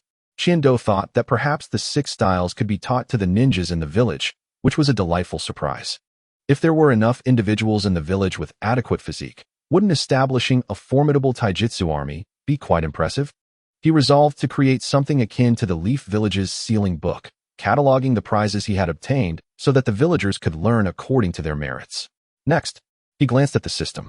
In the market exchange, relevant options had also appeared. Quadruple body enhancement, 500 construction points. Ruchi 6 styles experience pack, 1,000 construction points. Clearly, the body enhancement could be purchased and upgraded continuously, as long as he possessed construction points. Although Qiando was currently impoverished and unable to make purchases, he prioritized body enhancement as a must-buy item, surpassing even chakra cards in his hierarchy of needs. After all, as the system stated, the body was fundamental. With a stronger physique, he could extract chakra more efficiently. However, he suspected that this body enhancement would continue to increase in value. Alas, poverty breeds limitations. The Ruchi Experience Pack was not a necessity either. After mastering the basics of the 6 styles, he could accumulate experience through practical combat. What others possessed might not necessarily suit him, and 1,000 construction points could yield better results through a Tindra, potentially expanding his arsenal. Chapter 31, Village Affairs Brother. What is this? Kung Pao Chicken. And this? What is this called? Braised pork. The modest dining table was filled with a variety of Chinese dishes. Qiando, Amano Hiroaki, Yako, and Shitos gathered around to celebrate the completion of New Cedar City. Such a significant achievement was certainly worthy of celebration. And Qiando had procured a Chinese cuisine cookbook from the system, selecting some distinctive and easy-to-make dishes for the household staff to prepare a grand feast. Naturally, he himself had no skill in cooking. Having spent considerable time in this world, he found himself yearning for the flavors of home. And the availability of system items presented an opportunity to introduce diverse cuisines into the celebration. He believed that the exquisite Chinese cuisine would not disappoint. Indeed, upon encountering the aromatic and visually appealing dishes, Yako, the little foodie, could hardly contain herself and began salivating, incessantly inquiring about the dishes. Qiando responded to each question, introducing the three others to the culinary delights. Oh, this is so delicious. This one is delightful too. Indeed, it is quite tasty. All four enjoyed the meal thoroughly. As it was a family gathering, and there were no strict rules against discussing food, an idea struck Qiando. He planned to open 2 restaurants in the village and the commercial district of New Cedar City, serving Chinese cuisine as a family business. Shitos remarked, "That's a splendid idea. Chinese cuisine? Is this a specialty of a place called China?" "Yes, indeed." He seemed unable to adequately explain where China was. Amano Hiroaki inquired, "Qiando, where did you acquire such a cookbook?" "After the recent battle, I acquired some insights from a wandering ninja."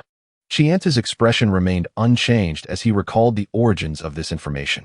It seemed that Hiroaki Amano remembered his grandson's penchant for inspecting corpses. Given that Yoshiko and Shinami were present, he deftly shifted the topic. "I see. I have heard that you dispatched several young members of the Nagao clan to form an intelligence team heading north?" Chianta nodded, indicating that the foundation of the Umbu had been established and it was time to undertake some missions. They were tasked with gathering intelligence from the ninja world while simultaneously searching for members of the Uzumaki clan, with the village as a short-term goal. Many construction models could be directly emulated from Konoha. The Umbu established by Chianta boasted functions for defense, espionage, and intelligence, directly overseen by the village leader, with the current minister being Sisuk Tansui. As the number of ninjas in the village was still limited, most members were from the Tansui clan, and naturally, the Nagao clan, with their inherent advantages, was also a prime choice. Currently, the only proficient swordsman left in the Nagao clan was Kawa and the young Yoda. The rest lacked experience. It was beneficial for them to venture out, as remaining cooped up in secluded corners was not ideal. Chianta nodded in agreement. Why has Yoda been assigned to the security team? His upright demeanor seems more suited for that role. Since officially succeeding as leader, Chianta had begun to address his peers by their names. Presently, Yoda of the Nagao clan served as the captain of the security team and had not ventured north. His temperament was not particularly suited for the Umbu. Hiroaki Amano nodded thoughtfully, refraining from further inquiry. Suddenly, Chianta raised his hand and pinched Yoshiko's cherubic face. The stuffed cheeks were particularly amusing, eliciting an irresistible urge to squeeze them. The girl's good-natured temperament, never prone to anger, made the situation all the more delightful. "How can you eat so much? Wasn't there supposed to be a practical exercise this afternoon?" She smiled bashfully. "It was just too delicious. I lost track of time."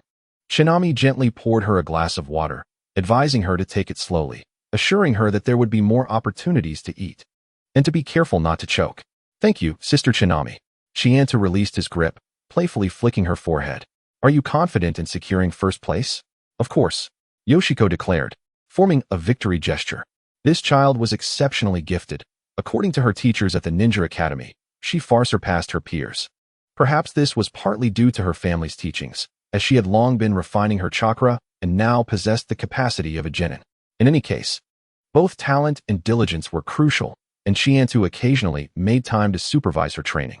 The Ninja Academy had been in session for a month, with the inaugural enrollment exceeding 500 students, accommodating children aged 6 to 9, half of whom were non-natives, a commendable figure. The over 500 students were not all in the same grade, as many were already 7, 8, or 9 years old and possessed certain skills. They were broadly categorized into first, second, and third grades based on age, following a 6-year system. Although the enrollment was substantial, only those who successfully graduated would officially become genin, thus forming the new strength of the village's ninja. "Very well, when you secure first place, there shall be a delectable reward. Encouraged by Chiantu's incentive, Yoshiko became exuberant, filled with determination, while Shinami cheered her on. Hiroaki Amano watched this scene with a heart full of pride. Dr. Maikawa, I hope you can shoulder this great responsibility and establish the Sarayu Hospital along with the medical training program, nurturing more outstanding physicians like yourself. Your trust in me, Lord Chiantu, compels me to fulfill my duties diligently. I shall not disappoint your expectations. Thank you for your efforts. Furthermore, starting from the 4th grade of the Ninja Academy, I plan to introduce a medical course, not to impart extensive knowledge, but merely to equip everyone with the fundamental skills for handling injuries and first aid. The curriculum will not be extensive. It would suffice for you to select capable disciples to teach. Indeed, Lord Chiantu, you are a young prodigy, not only in strength, but also in wisdom that far exceeds your years. Maikawa's eyes sparkled with admiration. Chiantu's foresight would undoubtedly enhance the medical standards of the village's ninjas and significantly reduce casualty rates during missions. Although Maikawa was merely a chunin, he was the most exceptional healer and medical ninja in Sarayu village, having gained experience over the years with the entire village. Thus, he was the perfect choice for Chiantu's vision of establishing a medical system. One cannot achieve greatness overnight. If only one day we could bring Tsunade back.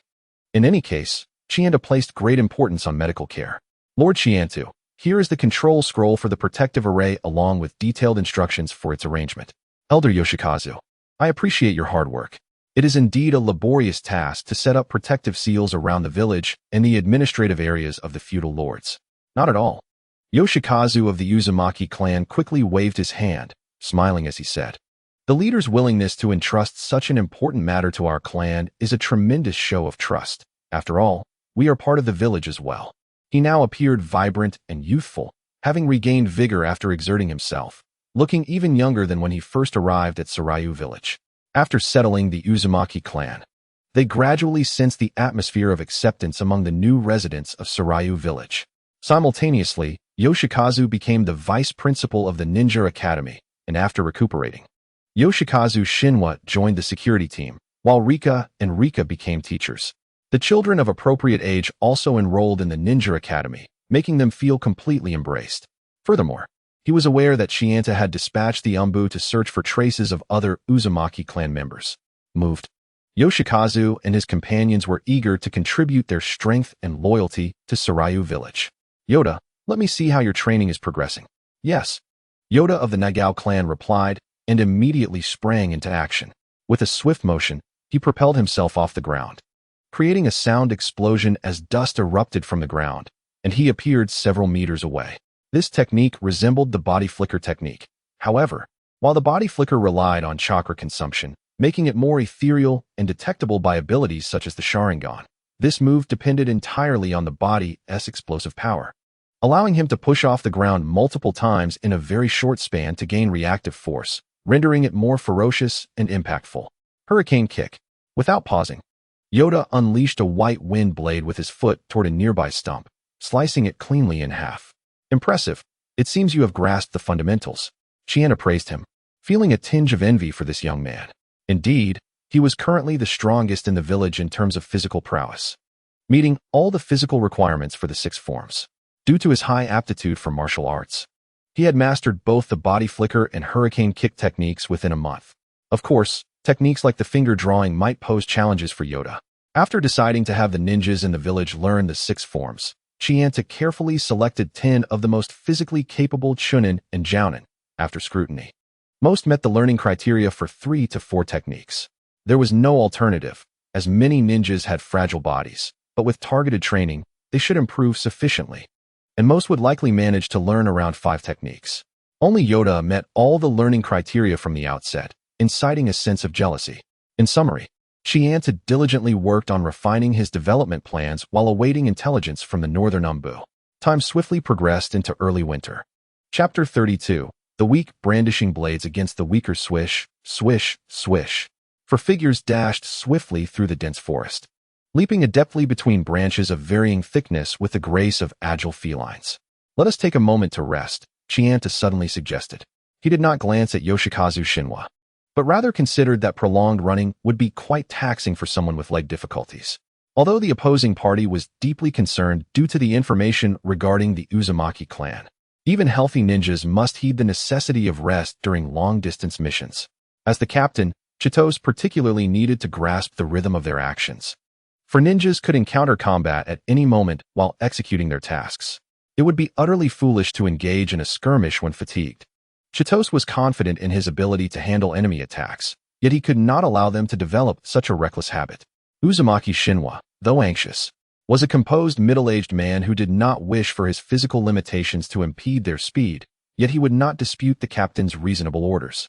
This marked Chitose's first venture outside the land of Zetsu since arriving in this world.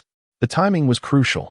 After a month-long investigation by a team of Umbu, they had finally obtained precise information about the Uzumaki clan within the Land of Grass.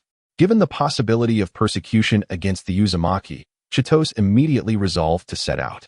As the leader, traveling alone was a significant taboo, and Chitose did not want to act impulsively and cause worry for his family. Therefore, accompanying him were Tansui Nagayoshi, Uzumaki Shinwa, and Nagao Kenjiro. Nagayoshi, already an Umbu guard, was tasked with protecting Chitose during this mission.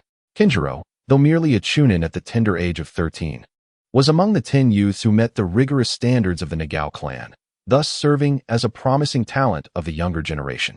His inclusion was both to relay information and to afford him valuable experience. Uzumaki Shinwa was selected to participate in the mission due to his excitement upon hearing the news from Uzumaki Jishin. After all, locating their kin was indeed their responsibility. Chitose considered that persuading the Uzumaki clan to join their village would necessitate a reliable assistant, and thus he agreed to Shinwa's involvement. With great skill and daring, Chitose led the trio directly through the perilous Sugi Moon Forest to the borders of the Land of Fire.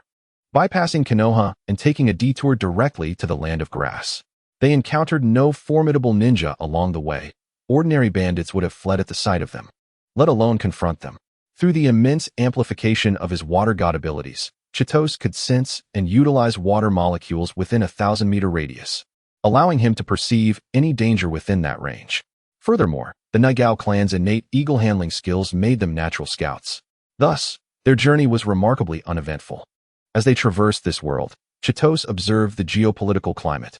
The central regions of the Land of Fire remained relatively tranquil, while closer to the borders, particularly where nations converged, the atmosphere grew increasingly fraught with the specter of war. Occasionally, they encountered refugees, and the presence of bullies and bandits was rampant, with corpses being a common sight.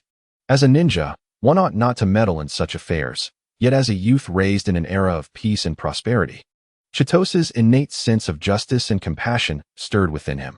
Those who wield swords met their fates, yet the innocent wielders of hoes bore no such culpability. Tragically, it was often the civilians who suffered the most in times of war, as they possessed no means of resistance in the face of peril. This mission ultimately centered on the Uzumaki clan, and Chitose, lacking the capacity to save the world, felt the initial excitement of their journey dissipate, replaced by a grave demeanor. The other three, though affected, exhibited no outward signs of distress. For them, accustomed to the shinobi world, this was merely a commonplace occurrence. With his thoughts diverted from the world's plight, Chitose quickened their pace, and soon they entered the Land of Grass. However, the Land of Grass was not at peace. It was evidently impacted by the ongoing war. The conclusion of the 34th year in Konoha heralded the countdown to the commencement of the Second Shinobi World War. At this juncture, the three major ninja villages, Sunagakure, Iwagakure, and Konoha, had begun their prolonged skirmishes. By the years 35 and 36, the conflict would escalate, culminating in the Rain Village. Unable to endure the turmoil, declaring war against the Iron Country, Sunagakure, and Konoha as a small nation. Iron Country, meow meow meow.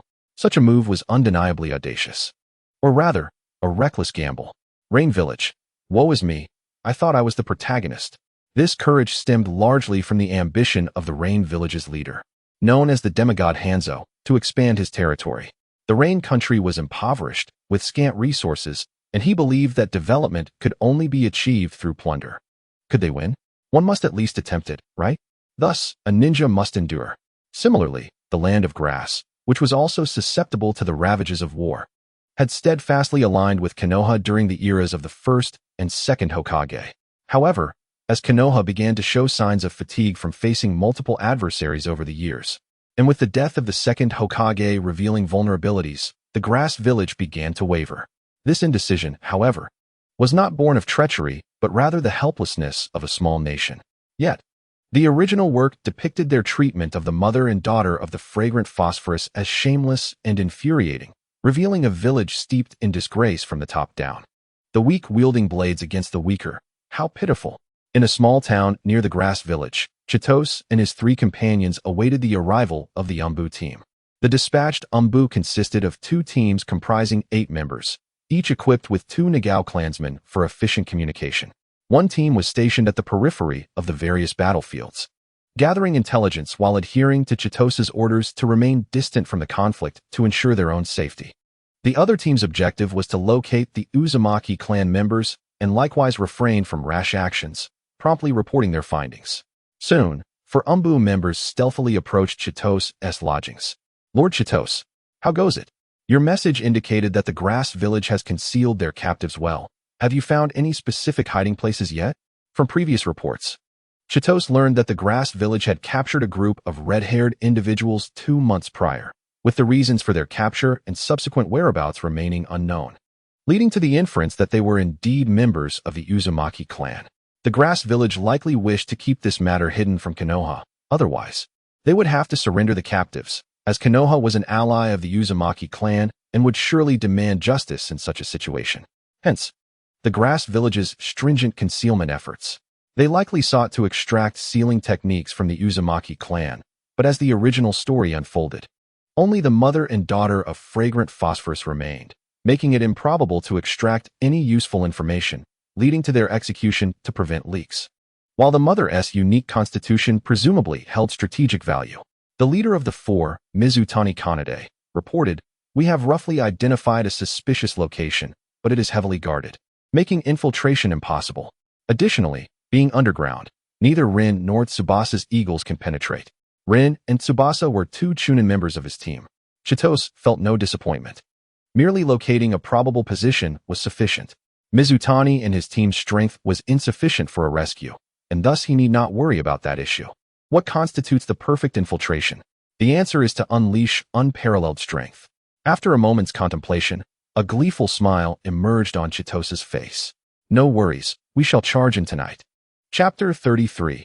Generosity means death. As night descended and approached midnight, Chitose and his team transformed into shadows of the dark, quietly approaching the grass village. The overall strength of the grass village was lacking, with no shadow-level powerhouses. Thus, the danger of escape was minimal. However, with over 30 Jonin combined, should they form a perimeter, even if Chitose could eliminate them all, ensuring the safety of the others, especially the children among the captured Uzumaki, would prove challenging. Therefore, under his arrangement, Mizutani's team remained outside the village to support their operation, while Chitose's team executed the infiltration plan. Tansui Nagayoshi and Uzumaki Shinwa, both Jonin, were capable of self-preservation in a crisis. In Kinjiro Nagao's The Spirit-Calling Eagle, there exists a particularly large species of eagle capable of soaring into the skies with both him and another adult of considerable weight. Chito's plan is to rescue the captives without alarming the grass shinobi, lest they act out of desperation and resort to murder to silence witnesses. Once the members of the Uzumaki clan are liberated, their concerns will be significantly diminished. As soon as Chito enters the territory of the grass shinobi village, his perception expands suddenly. Tiny droplets of water coalesce around him, momentarily suspended in the air before vanishing. The moisture in the atmosphere becomes animated, as if imbued with life, jubilantly welcoming their sovereign. They are eager to transform into Chito's vigilant eyes, monitoring the enemy. The trio of Tansui, Nagao, and Kinjiro watch in awe, sensing the peculiar atmosphere and pondering if their leader possesses the ability to summon the winds and rain. Their faith in Chito deepens. Although Chito cannot discern individual figures through these watery eyes, he senses the location, posture, movements, and even the strength of those within 100 meters. He is convinced that with further enhancement of his water deity powers, he might even claim a life from a kilometer away.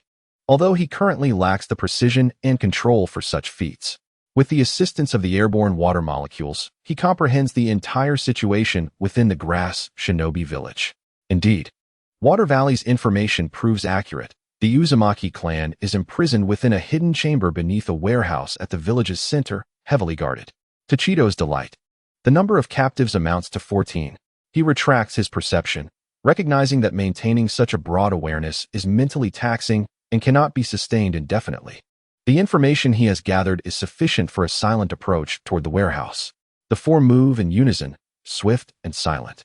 Following Cheeto's guidance, they boldly traverse half the village without raising any alarm, arriving quietly at the rear of the warehouse.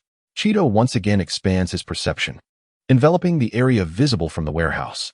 2 guards stand at the main entrance, a deterrent to their advance. Any disturbance here would certainly draw the attention of numerous grass shinobi from the village's center. How to resolve this? Cheeto gently raises his hand, as if summoning a gentle breeze. The 2 grass shinobi guards feel the chill of the winter wind grazing their necks, instinctively hunching down. But they barely have time to react when a synchronized sound of water cutting through the air resonates. Their eyes widen in terror, and one guard, reacting swiftly, attempts to call for help. Alas, the blade that slices through their throats suddenly expands into 2 transparent nets, ensnaring them, suffocating their final cries, along with their fear. Within its folds, silence envelopes the scene as Cheeto gestures for the water to quietly retrieve the 2 corpses. Tansui, Kinjiro, transformation technique. Cheeto instructs as they prepare to replace the guards.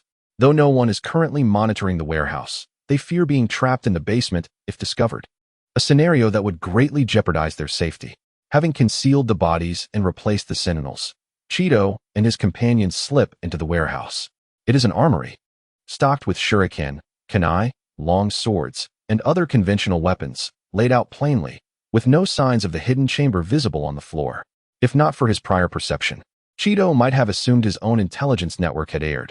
Under the expectant gaze of Uzumaki Shin, Cheeto strides purposefully towards a weapons rack, gripping its edges. With a powerful pull, the rack opens, revealing a staircase leading downwards. Who goes there? A soft exclamation pierces the air. Uzumaki Rinho, have you made your decision? If you are willing to provide us with advanced sealing techniques, we will allow you to join the grass shinobi village, ensuring your safety as well as the continuation of the Uzumaki clan. What do you say? Even if you do not consider yourself. Think of the children who need a secure and happy future. The words of a grass shinobi jonin, adorned with the village's forehead protector, are laced with persuasion. As his gaze attempts to exude warmth, before him, the man known as Uzumaki Rinho is a frail old man, bound to a wooden pillar, his white hair disheveled, and his spirit diminished. Upon hearing the grass shinobi's propositions, he lifts his head, his expression momentarily suggesting contemplation.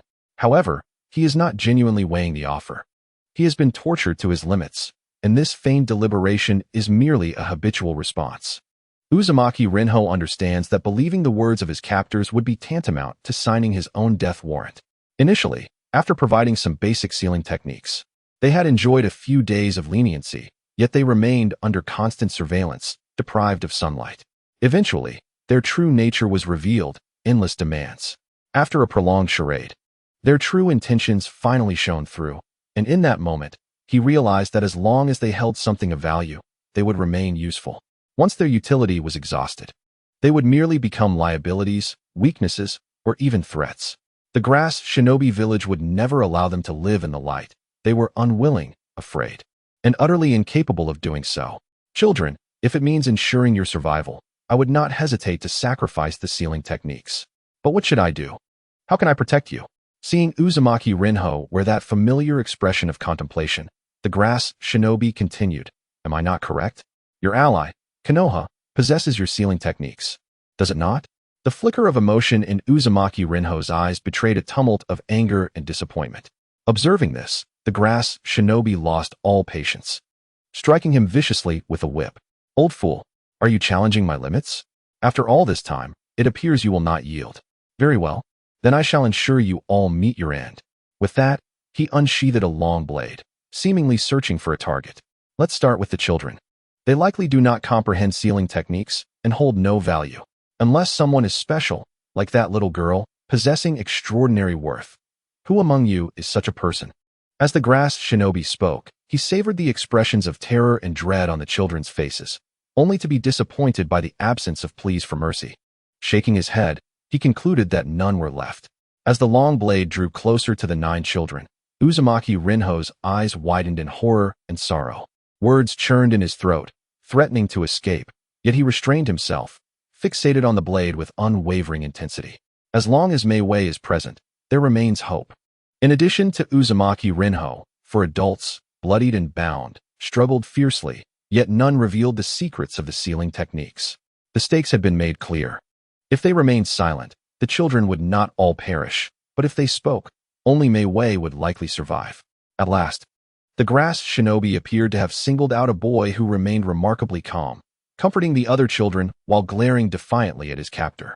A fine spirit, indeed, the assailant praised as he thrust the blade toward the boy, prolonging the moment of slaughter both as a tribute to Uzumaki Rinho and as an act of relish toward his prey. Tears streamed from Uzumaki Rinho's eyes, sorrow overwhelming him. He pressed his parched lips tightly shut, refusing to speak. That was his grandson, Kong Kong. Just then, a faint sound came from above. Was someone approaching? In the prison, besides the upper ninja, Kusanagi, there were 2 middle ninjas stationed as guards, but at this hour, no one else should be arriving. One of the middle ninjas, puzzled, inquired, "Who goes there?" Chapter 34. The dungeon transformed into a water prison water release. Great waterfall technique. Chitose showed no intention of responding. Yet he did not disguise his presence in the slightest. He could transform into the guard at the entrance to deceive his enemies, but there was no need. The situation in the dungeon was crystal clear to him. At this distance, he was more than capable of protecting his allies and eliminating foes with precision. With a series of hand seals and a commanding shout, a torrent of water surged into the dungeon, fierce and rapid. Enemies. How could this be? Kusanagi exclaimed, his expression shifting dramatically. The fact that someone could infiltrate the heart of the village without detection and even locate the dungeon directly was astonishing. Who could it be? Were they here to rescue the Uzumaki clan? Could it be Konoha? The upper ninja, armed with a long blade, swiftly calculated the situation. The speed of the great waterfall, under Chitose's control, was astonishing, leaving no time for contemplation or hand seals. In the blink of an eye, it spread throughout the prison. Damn it! Without even having seen the enemy, they were bombarded by an A-rank ninjutsu, and in this confined space, the situation was dire for Kusanagi. Seeing this, the upper ninja had no intention of confronting the enemy. He propelled himself upwards, narrowly evading the oncoming torrent, his body merging with the blade as he surged towards the ceiling. Earth release, underground passage. He aimed to break through the earth and sound the alarm for the village. Since the adversary had found this place, they were undoubtedly targeting the Uzumaki clan, and most likely Konoha's ninjas. Given the advantage of surprise, he and the 2 middle ninjas stood no chance. However, if he could gather the village's ninjas to surround the dungeon, the enemy would have no escape. Yet, events did not unfold as he wished. Chitose chuckled softly. The water that had merely spread throughout the dungeon suddenly transformed, becoming animated. As serpentine streams of water lunged at the 3 Kusanagi ninjas, baring their fangs, eager to claim lives.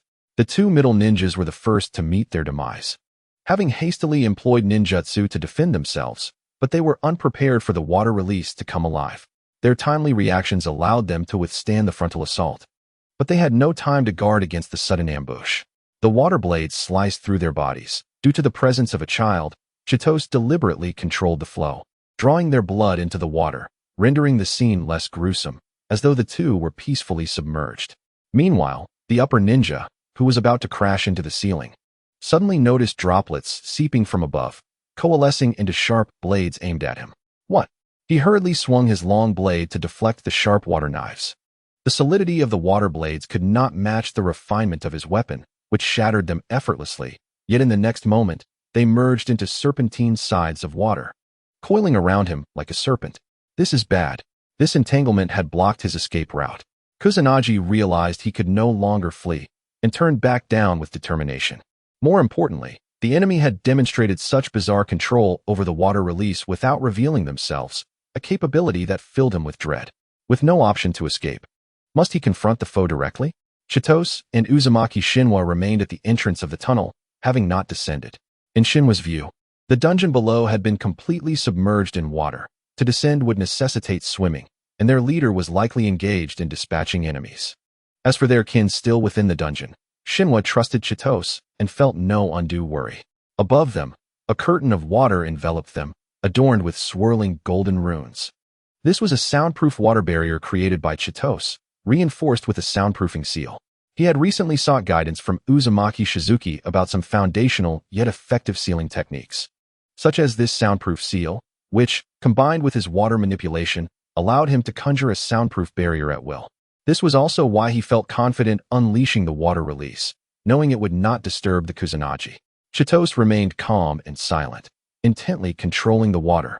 This battle beyond sight serving as a means of self-assessment of his abilities.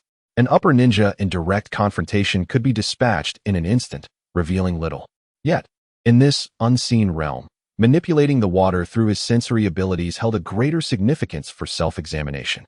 Having advanced to the 5th tier, he could indeed entangle upper ninjas from a greater distance. The speed, precision, and lethality of his attacks had all improved, while the mental strain had diminished. In this state, he could maneuver freely even against a multitude of standard upper ninjas, especially since his physical skills had also been enhanced. Chitose felt a sense of elation. He estimated that aside from a slight deficiency in techniques and chakra, his strength had already reached the threshold of the Hokage level.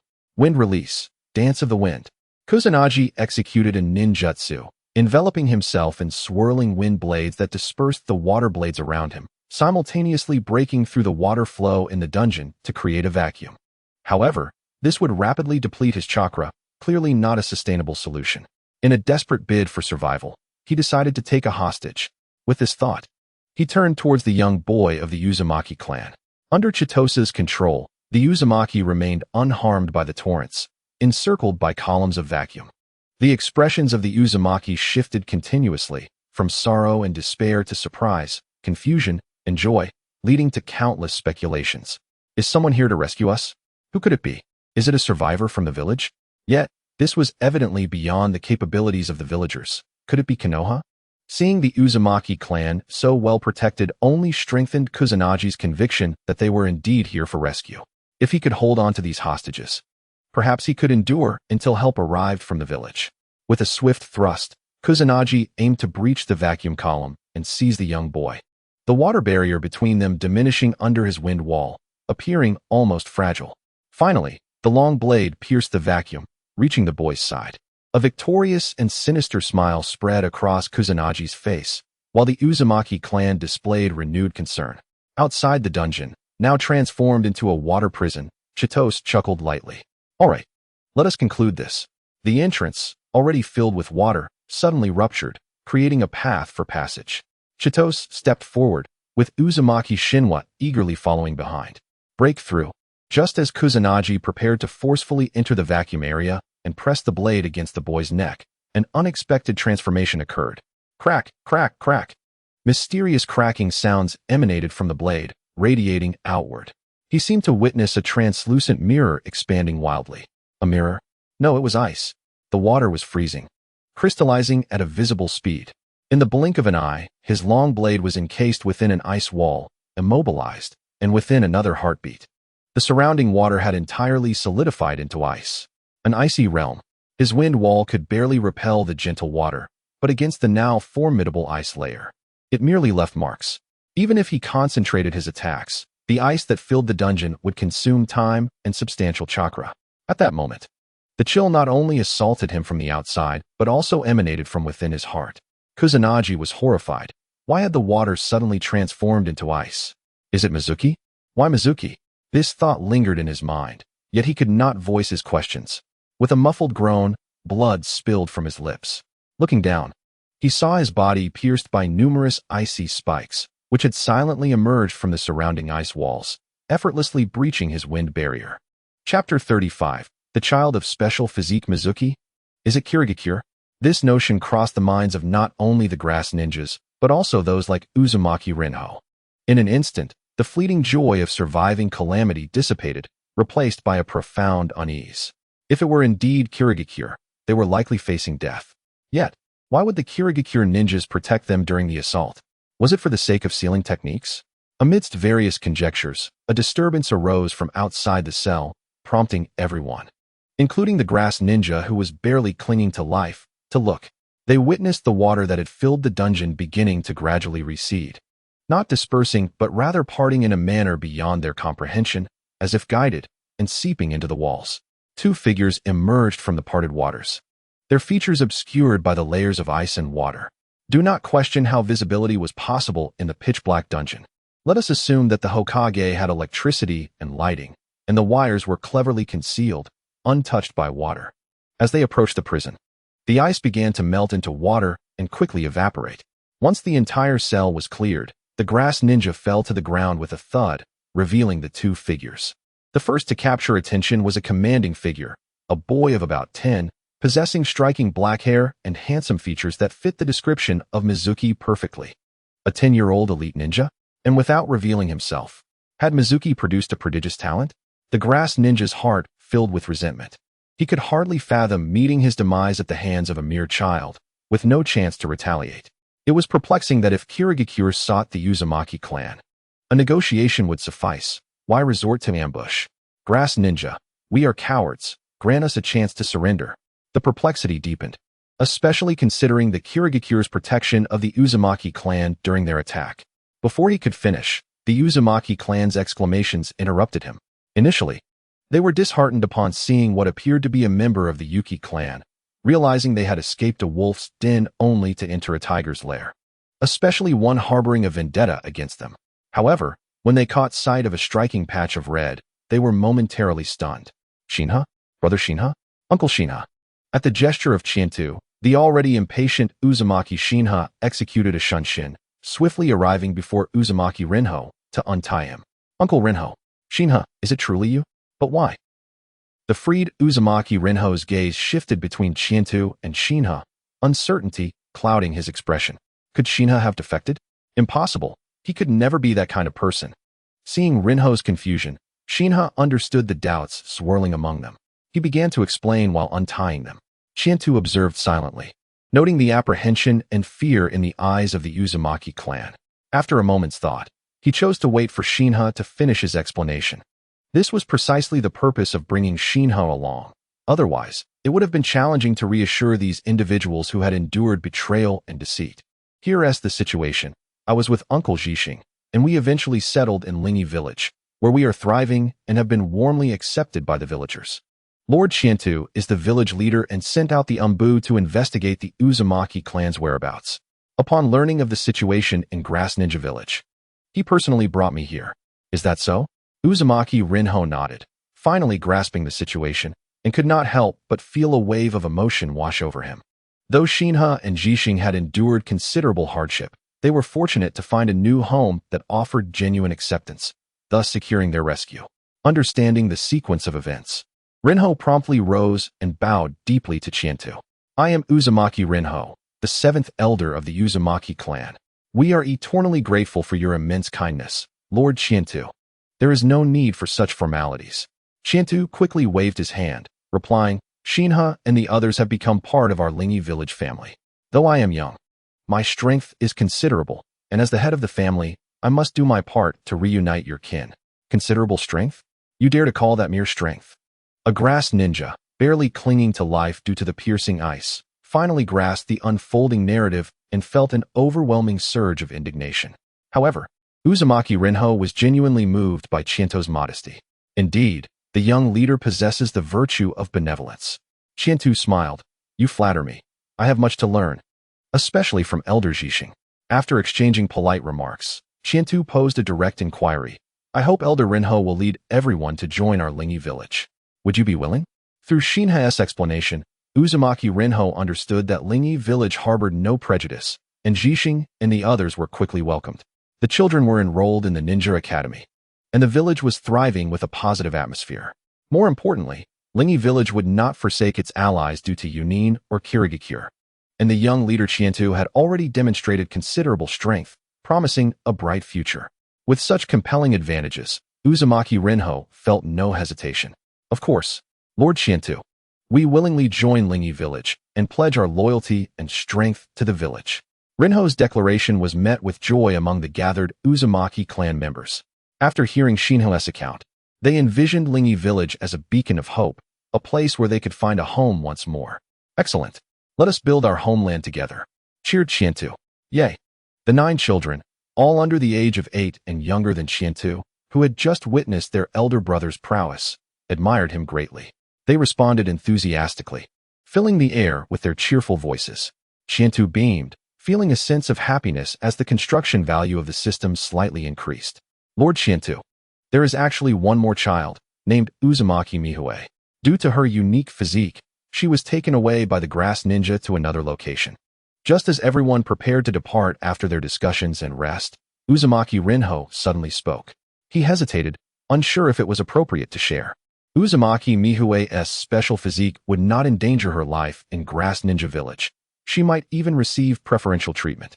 However, rescuing her would undoubtedly alarm the Grass Ninja. And although Lord Qiantu was powerful, he could not guarantee the safety of everyone, potentially leading to greater harm. Yet, he could not abandon his clansmen, leaving little Mihue behind. Qiantu was somewhat taken aback. He had assumed only 14 Uzumaki clan members were present, but this revelation brought unexpected joy. The mention of a special physique seemed to hint at a connection to the mother of Xianglin. Being in the village, she had gone unnoticed, and discerning her presence from a distance was indeed challenging. Do you know where she is now? Asked Uzumaki Jinbo. Xiao Meihui was discovered tonight when she was secretly healing everyone due to her unique constitution. It is highly likely that she is currently with the Grass Ninja leader, as such a significant matter would surely be investigated. This is also what troubles me, for being with the leader makes her susceptible to an ambush. If we leave today and alert the enemy, they will undoubtedly bolster their defenses, making it even more difficult to rescue Xiao Meihui. Qiantu noticed his concerns and replied thoughtfully. Elder Jinbo, there is no need for worry. I will first escort you all out quietly, and then I will go back to rescue Xiao Meihui and meet up with everyone afterward. Rest assured, according to what you have described, the enemy should not easily harm Xiao Meihui. If I cannot find her, I will force them to help me. Chapter 36. Second infiltration. Though the 5 adults were gravely injured, they were ninjas, and after resting for a while, they had regained their ability to move. Thanks to the unique constitution of the Uzumaki clan, their physical recovery surpassed that of ordinary individuals. If they rested for a night, they might be able to run. But clearly, time was not on their side. Qiantu glanced at the 9 children.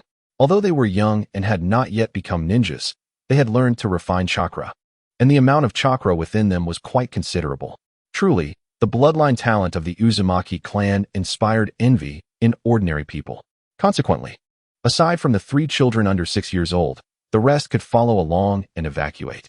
Follow me, and be careful not to make too much noise. Qiantu led everyone back to the warehouse, summoning Tianxue Nagayoshi and Nagao Kinjiro before conjuring 2 water clones to take their places. Kinjiro, summon your ninja hawk. Without hesitation, Kinjiro summoned a giant eagle, towering at a person's height. The 9 children were filled with awe and curiosity, showing no signs of fear, which relieved Qiantu. Indeed, the little ones in the ninja world were well exposed and had thus avoided trouble. Qiantu selected the 3 youngest children and the frail Uzumaki Jinbo to be carried first by the giant eagle. Elder Jinbo, our Umbu squad is waiting outside to assist you. The eagle will take you directly to the rendezvous point, and they will recognize your identity upon seeing the eagle. Thank you, leader. Everyone else, just follow me. Children in the center, Kinjiro and Nagayoshi at the rear. Understood. The giant eagle flapped its wings, soaring silently into the sky, merging with the night until it became a mere blur. Observing that no commotion had arisen, Qiantu waved his hand and said, "Let us go." He set off first, moving with much greater caution this time. Qiantu kept his perception active throughout, monitoring all movements within a 100-meter radius. On one hand, the presence of injured individuals and children would significantly slow their pace, risking a chance of falling behind. On the other hand, he was also searching for traces of Uzumaki Meihui. By controlling his ability within 100 meters, he could sense more details. 2 Jonin. One appears to be the strongest ninja among the grass ninjas discovered thus far. If I am not mistaken, it should be the leader of the grass ninjas. They seem to be discussing matters related to the Uzumaki clan, perhaps concerning Uzumaki Meihui. Not far from leaving the warehouse, Qiantu suddenly sensed something amiss and contemplated. The immediate priority was still to escort the others to safety, so without hesitation, he continued leading everyone away from the center of the grass ninja village.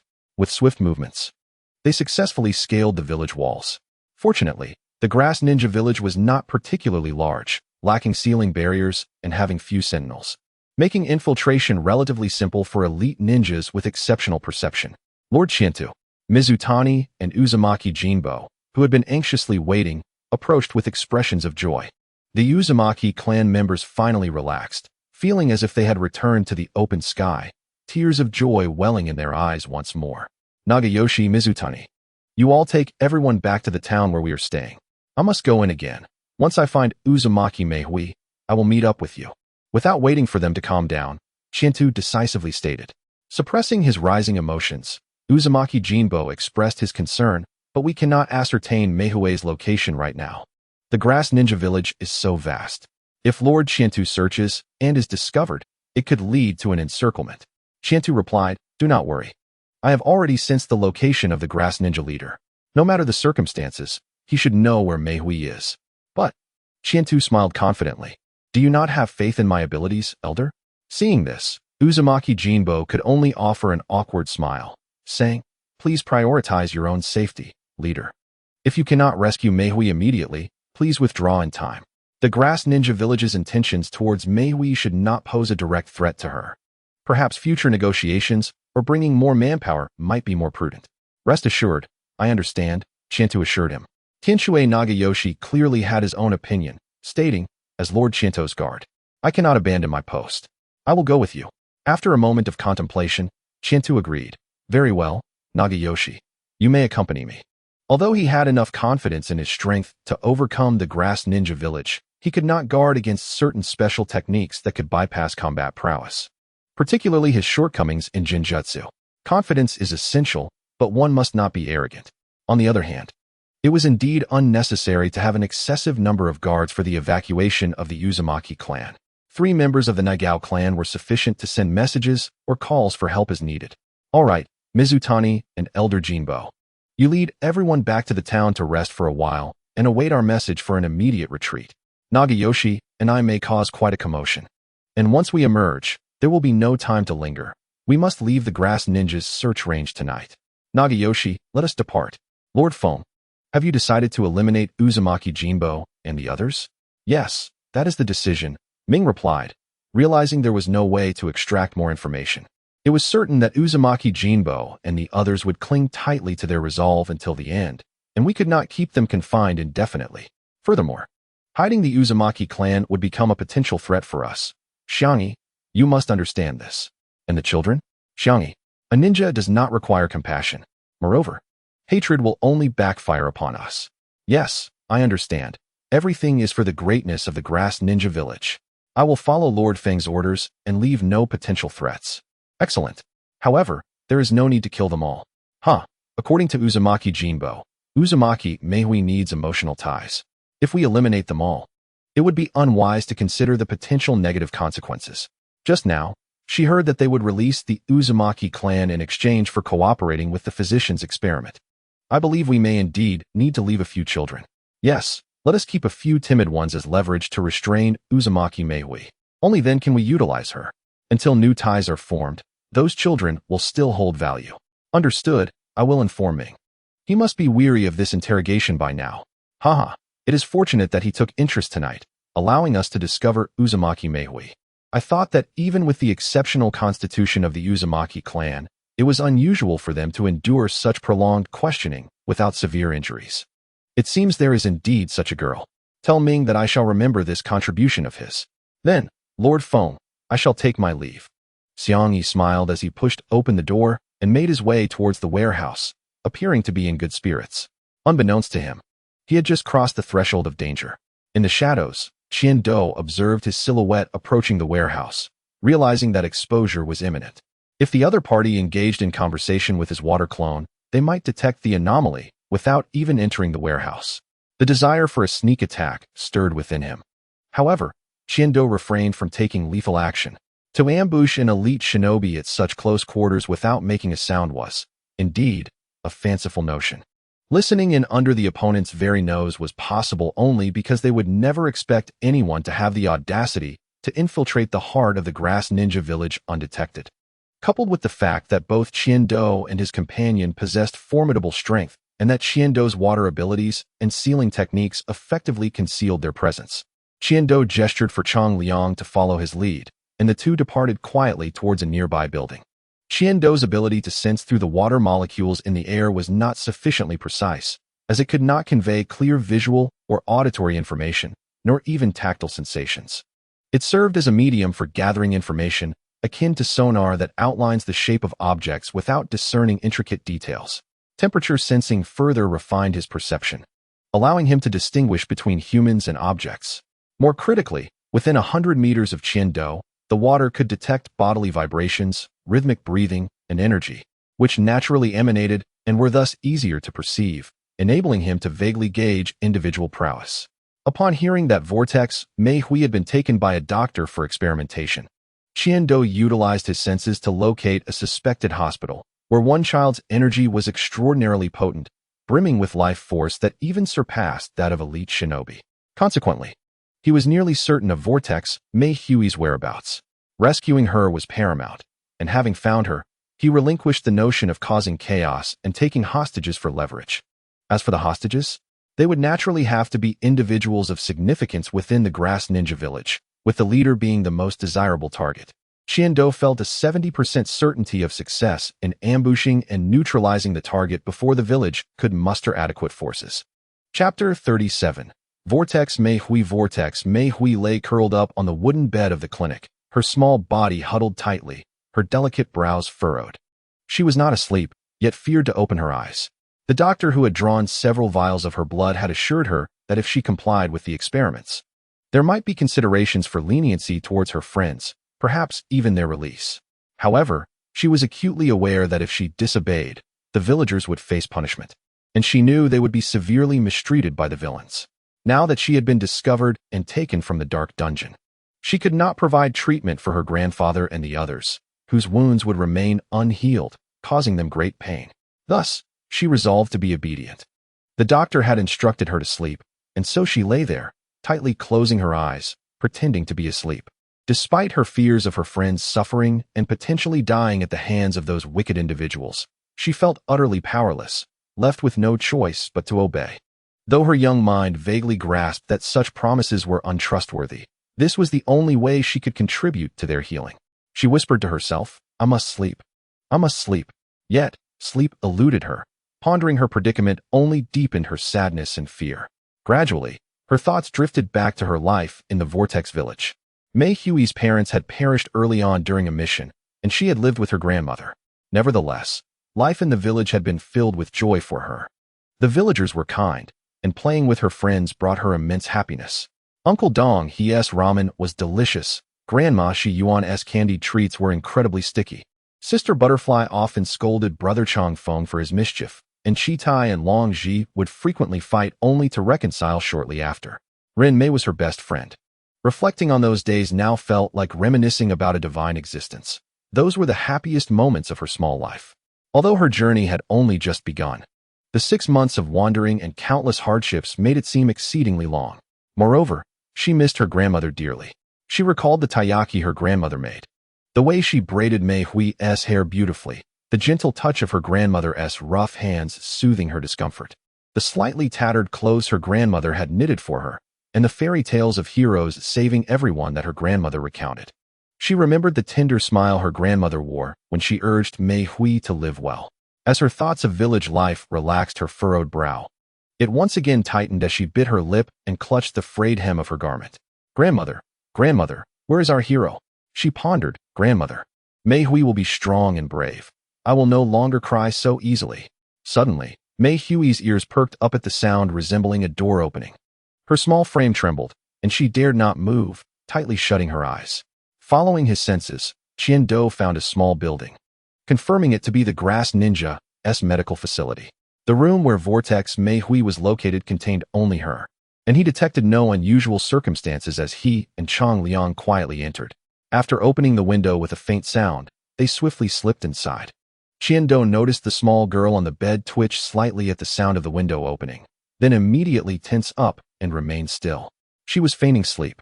By observing her breathing and heart rate, he easily assessed her condition. After all, who could sleep under such circumstances? She was likely still gripped by fear. He did not deliberately tread lightly, but naturally approached the bedside, Sensing vortex, Mei Hui's heartbeat quickened, yet she suppressed her breathing. The little girl seemed to be of a similar age to Jizi, her shoulder-length red hair tousled and obscuring her small face. However, he could faintly discern dirt smudged on her cheeks, and her lips appeared pale, indicating a lack of vitality. Her delicate brows were knitted together, exuding a pitiful charm. Sighing softly, Qiando reached out his hand. Mei Hui believed a doctor had entered the room, perhaps to check if she was truly asleep. She intended to continue feigning slumber until he left, but to her surprise, the footsteps came to the bedside without calling her name, seemingly observing something. She was terrified, yet the courage she had drawn from her grandmother compelled her to remain still. Just then, a gentle finger brushed against her brow, the touch soothing, as if imbuing her with strength and dispelling her fear. Strangely, it reminded her of her grandmother's hands. Despite the stark differences in texture, both conveyed an essence of tenderness. As Mei Hui pondered why she was experiencing such an illusion, a soft, clear voice of a young boy resonated in her ear. "Little girl, it's time to wake up. It's time to go home." In disbelief, she opened her eyes, and before her stood a warm, radiant young man, rather than the cold, stern, middle-aged doctor. Huh. Her red eyes widened as she blinked, confirming that the handsome, gentle face was indeed real. "Don't dawdle. Your grandpa Renbo and your friends have already been rescued. You are the last one," Qiando explained briefly with a smile. "We need to hurry, otherwise, the grass ninja might discover us." A hero truly appeared? But this was not a fairy tale. Vortex Mei Hui's mind was clouded, still struggling to comprehend the situation. Yet she instinctively believed that the charming young man before her was good, not merely due to his looks, but because he radiated an aura reminiscent of her grandmother. Given this, she decided to heed his words. "Brother, who are you? Have everyone really been saved?" She could not help but ask a question, not out of disbelief in Chitos, but rather a lingering sense of uncertainty. She yearned for yet another affirmation from the brother before her to ease the turmoil in her heart. The others had already ventured outside the village. "As for me, my name is Chitos Tansui, the village chief of Spirit Wing Village. Your grandfather, Jixing, has previously brought some individuals to join our village. Thus I bear the responsibility of rescuing you, my kin. Naturally, you will become my villagers from this point onward, so let us return home." Tansui turned and bent down, motioning for Uzumaki Mei Hui to climb onto his back, while responding to her inquiry. After acquiring enhanced physical attributes through a lottery, carrying a small girl no longer impeded his movements, and his abilities predominantly lay in ranged combat. In contrast, Nagayoshi would suffer a decline in combat efficacy while carrying someone. Hence, Tansui could firmly swear that he was by no means a Lilicon. Uzumaki Mei Hui, still too young to fully comprehend shyness, decisively climbed onto Tansui's back, wrapping her arms around his neck, her little head filled with clarity as she swiftly grasped the situation. It turned out that everyone had indeed been saved. How wonderful. Tansui was the village chief. How impressive. So we will all be Tansui villagers from now on? Have we finally found a home again? Grandmother will surely be delighted. Nagayoshi moved ahead, opening the window once more, preparing to depart quietly when Tansui's expression suddenly shifted, exclaiming, "Accelerate the retreat. Do not mind the noise." Indeed, the water clone had already provided him with feedback that their cover had been compromised. Their stealth operation had come to an abrupt end. At that moment, 3 consecutive red alarm flares erupted in the sky above Grass Ninja Village, startling the entire village. Chapter 38. Breaking out of Grass Ninja Village, the Grass Ninjas reacted with unexpected swiftness, likely due to prior alerts issued out of concern for the Uzumaki clan. As Tansui and the others burst through the window, the dark night of Grass Ninja Village was illuminated by flickering lights, figures leaping onto rooftops, their gazes fixated on the suspicious intruders. This level of vigilance made Tansui grateful that he had not recklessly confronted the enemy leader. Otherwise, if he had failed to subdue them, the Grass Ninjas could have easily captured Uzumaki Mei Hui, turning the situation exceedingly troublesome. What a surprise. It seemed the Grass Ninjas' defenses were not as feeble as I had presumed. Tansui sighed, then felt the delicate arms of Uzumaki Mei Hui tighten around his neck. "Tansui." Mei Hui's voice trembled. "Do not worry, there is nothing to fear. I shall teach these rascals a lesson," he reassured her. However, Tansui was acutely aware of his own limits. Taking on 7 opponents was manageable, but facing an entire village of ninjas relentlessly surrounding them would prove daunting. He had to ensure the safety of those beside him. as there was little room for error. Nevertheless, escaping was not overly challenging. Nagayoshi, head west to break through, Tansui commanded. The town from which Mizutani and Uzumaki Renhu had retreated lay to the southeast of Grass Ninja Village, and given the current circumstances, they first needed to shake off their pursuers before regrouping with the main force. Nagayoshi swiftly comprehended the directive, identifying the direction before transforming into a shadow and dashing forward. Tansui followed closely, moving with the grace of an arrow even while carrying another person. At that moment, the grass ninjas had already caught onto their trail. A grass ninja known as Shoichi, after sounding the alarm, headed straight for the medical facility. After all, for the grass ninjas, losing Uzumaki Renhu's group did not entail significant losses, but losing Uzumaki Mehui would mean a series of complications, establishing numerous enemies without gaining anything in return. Water release, water dragon bullet. Upon spotting Tansui and Mehui, especially the latter being carried, Shoichi quickly formed hand seals and unleashed his jutsu towards their path. The dragon-shaped water column surged rapidly forward, but contrary to Shoichi's expectations, the fleeing intruders appeared unfazed, colliding directly with the water dragon's attack range. Foolish, he scoffed, his brow furrowing as he continued his advance. Until he was certain the enemy had lost their ability to resist, underestimating them was a grave mistake. Reclaiming the Uzumaki girl was his utmost priority. Tansui sensed danger approaching but did not turn to look. Under his instruction, the pursuers behind him were handled, leaving Nagayoshi to ensure a clear path ahead. Scatter, Tansui uttered softly, his voice swallowed by the night wind, yet the situation underwent a dramatic transformation. The water dragon that had been mere meters behind the trio suddenly crashed against an invisible barrier, its head bursting into a shower of water, followed by its entire body disintegrating. How is this possible? Shoichi exclaimed, taken aback by the sudden obliteration of his jutsu. Yet he swiftly resumed his pursuit, undeterred. Even if the enemy possessed a peculiar method to neutralize his water techniques, it did not indicate invincibility. It was insufficient to intimidate him. Moreover, once he caught up, reinforcements from the village would arrive swiftly, and with only 2 opponents, they would undoubtedly be cornered. As he had anticipated, the sounds of battle drew more grass ninjas toward their location.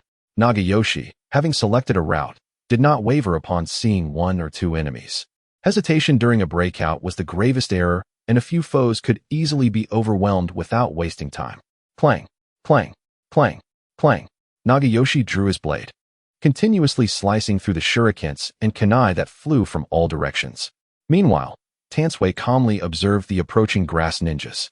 Shoichi was evidently a person of significant standing and strength within Grass Ninja Village, being the first to discover Tansui and his companions. His speed was impressive, and with allies assisting him, he was drawing ever closer, posing the greatest threat on the battlefield. Thus, he could not be allowed to escape unchallenged. Ice thorns. Crack. The remnants of the water dragon still lingered in the air, and for a ninja, that fleeting moment was ample time to cover considerable distance or execute a series of offensive and defensive maneuvers. As Shoichi, he could hardly anticipate that the jutsu he had released to thwart his enemies would, in turn, pose a danger to himself. The shortest distance between 2 points is a straight line. This is a truth.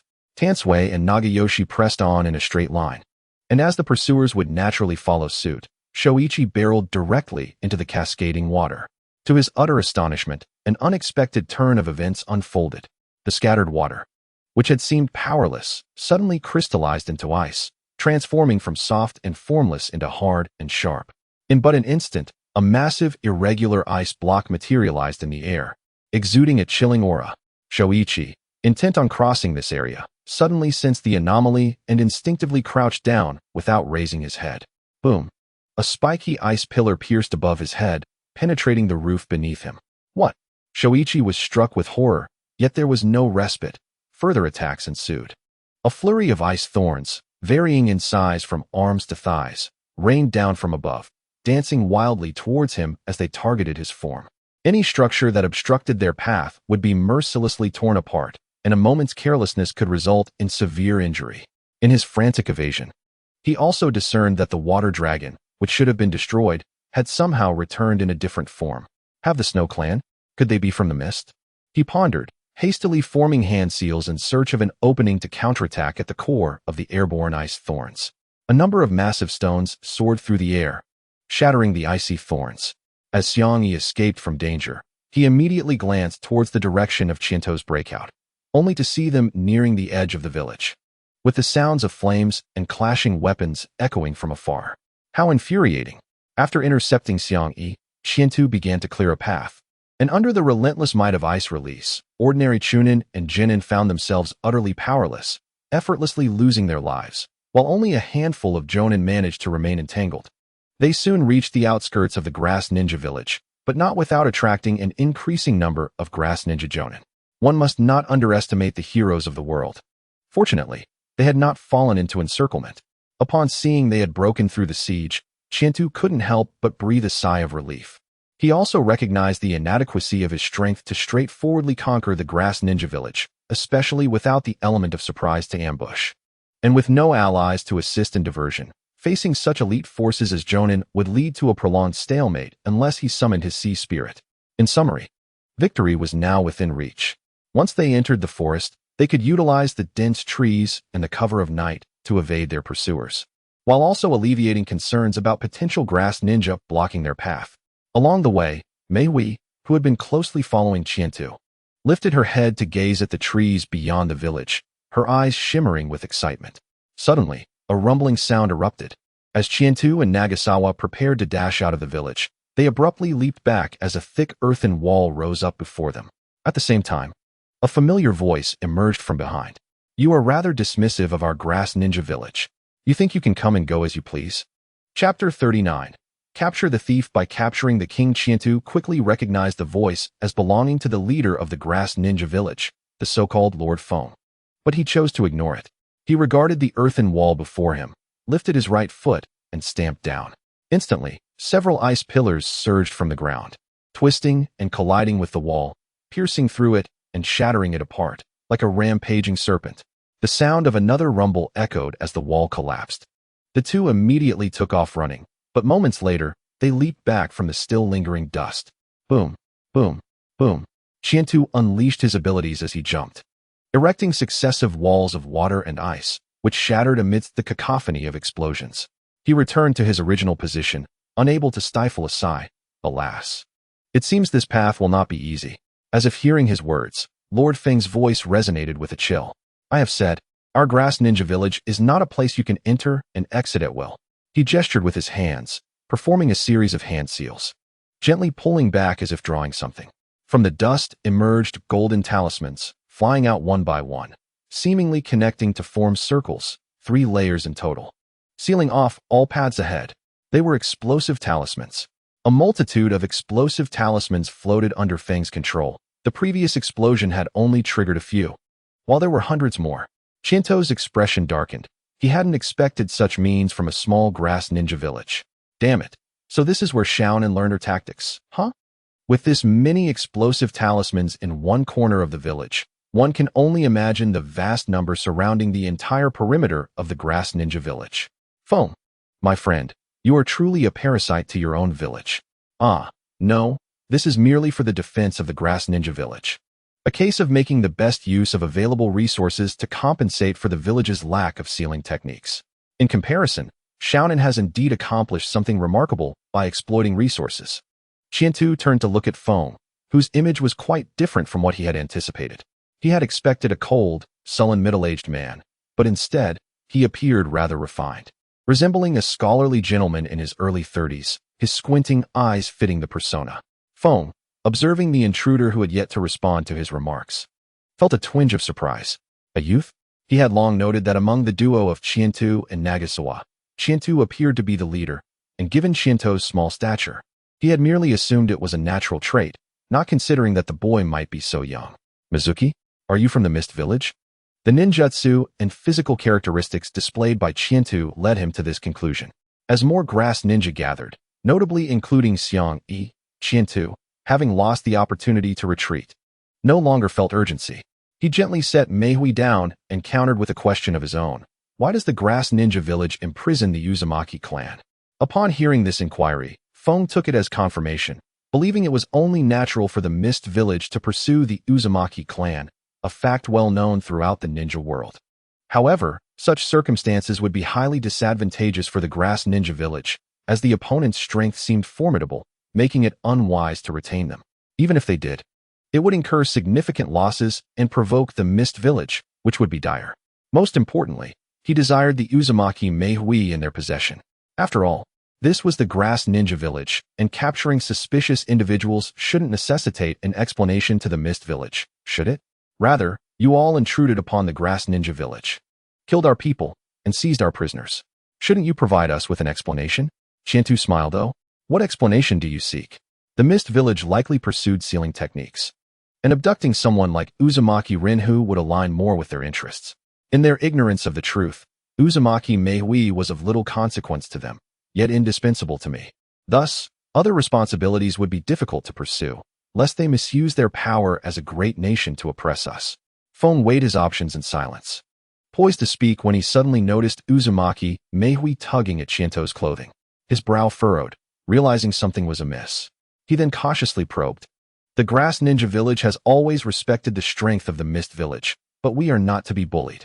You killed so many of our comrades in your attempt to abduct the Uzumaki clan. I should take your life, but that would only deepen the animosity between our villages.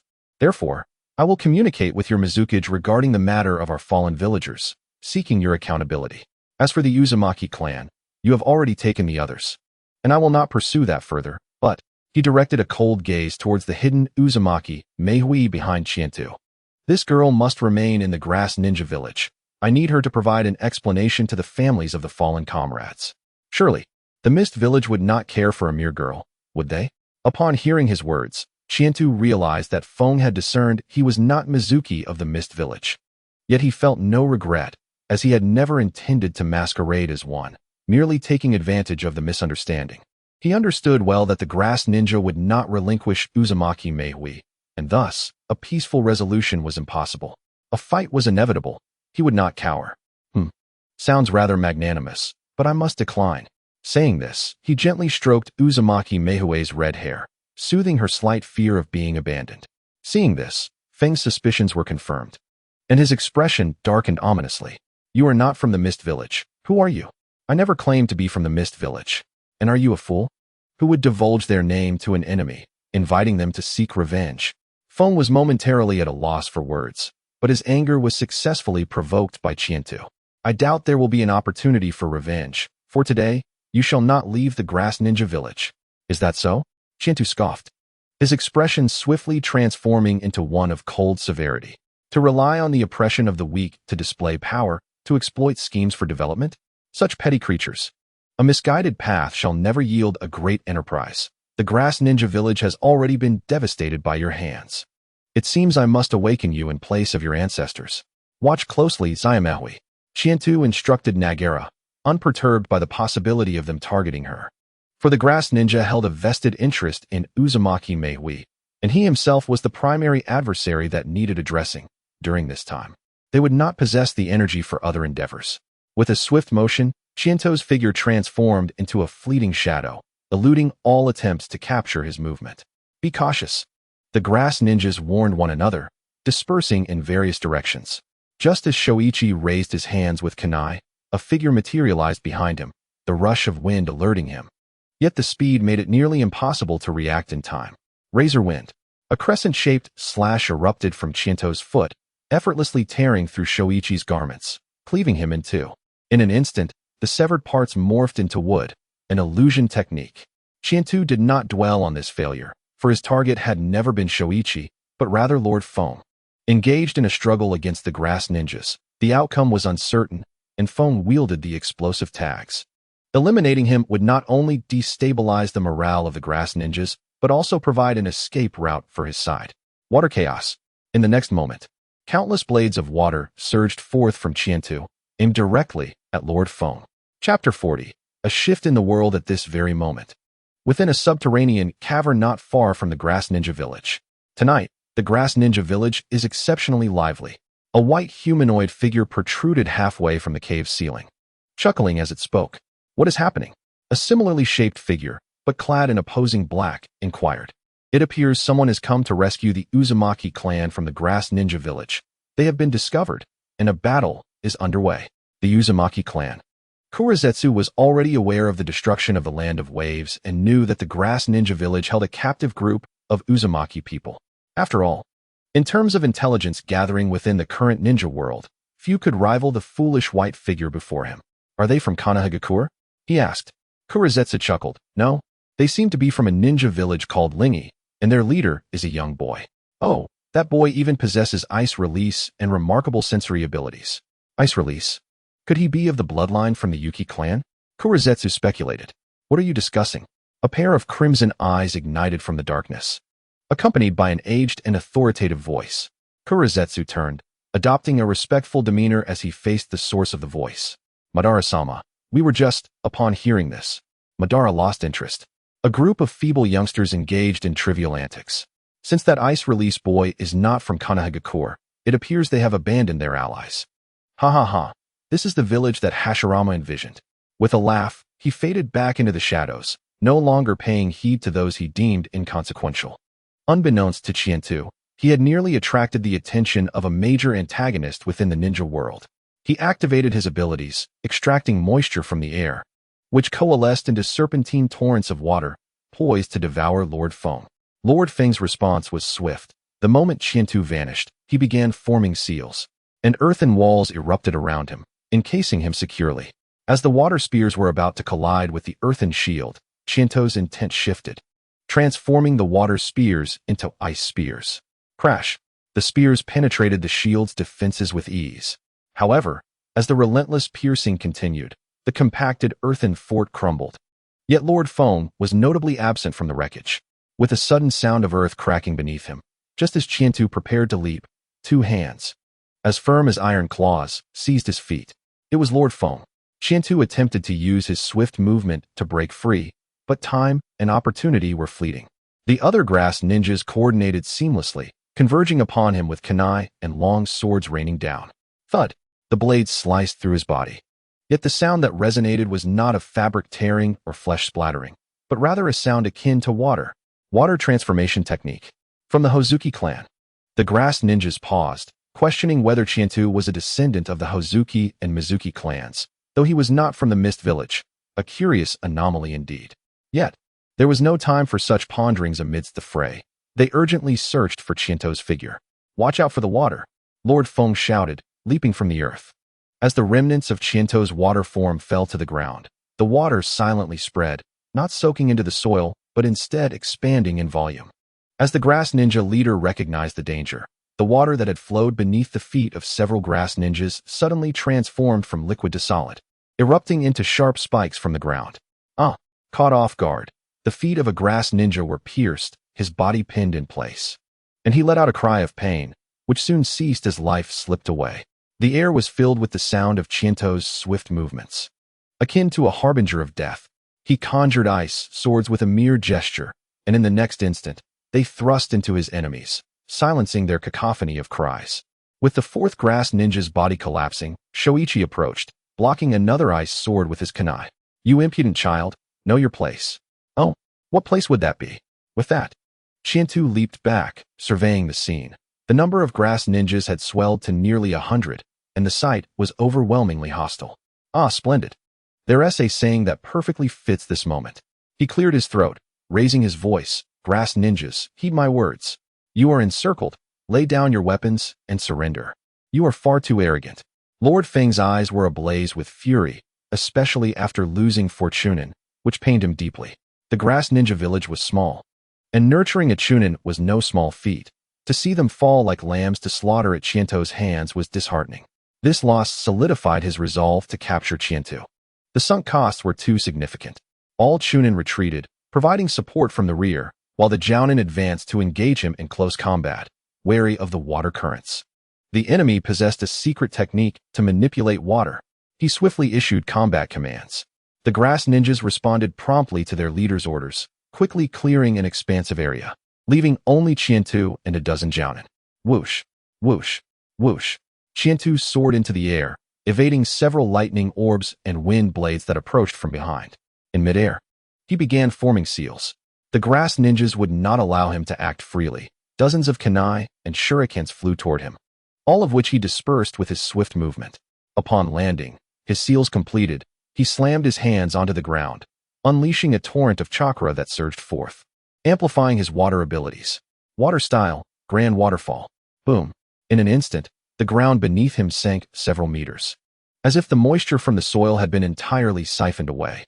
A torrent surged forth from all directions, the wave towering 100 meters high, obscuring the sky and moon, an awe-inspiring sight, akin to a magnificent tower of water rising from the earth. However, this colossal water tower did not last long. It suddenly collapsed, sending torrents scattering like monstrous waves of the ocean, poised to engulf everything in their path. The scene, reminiscent of a natural disaster, rendered one weak at the knees. Yet for the grass ninjas, the paramount concern was survival.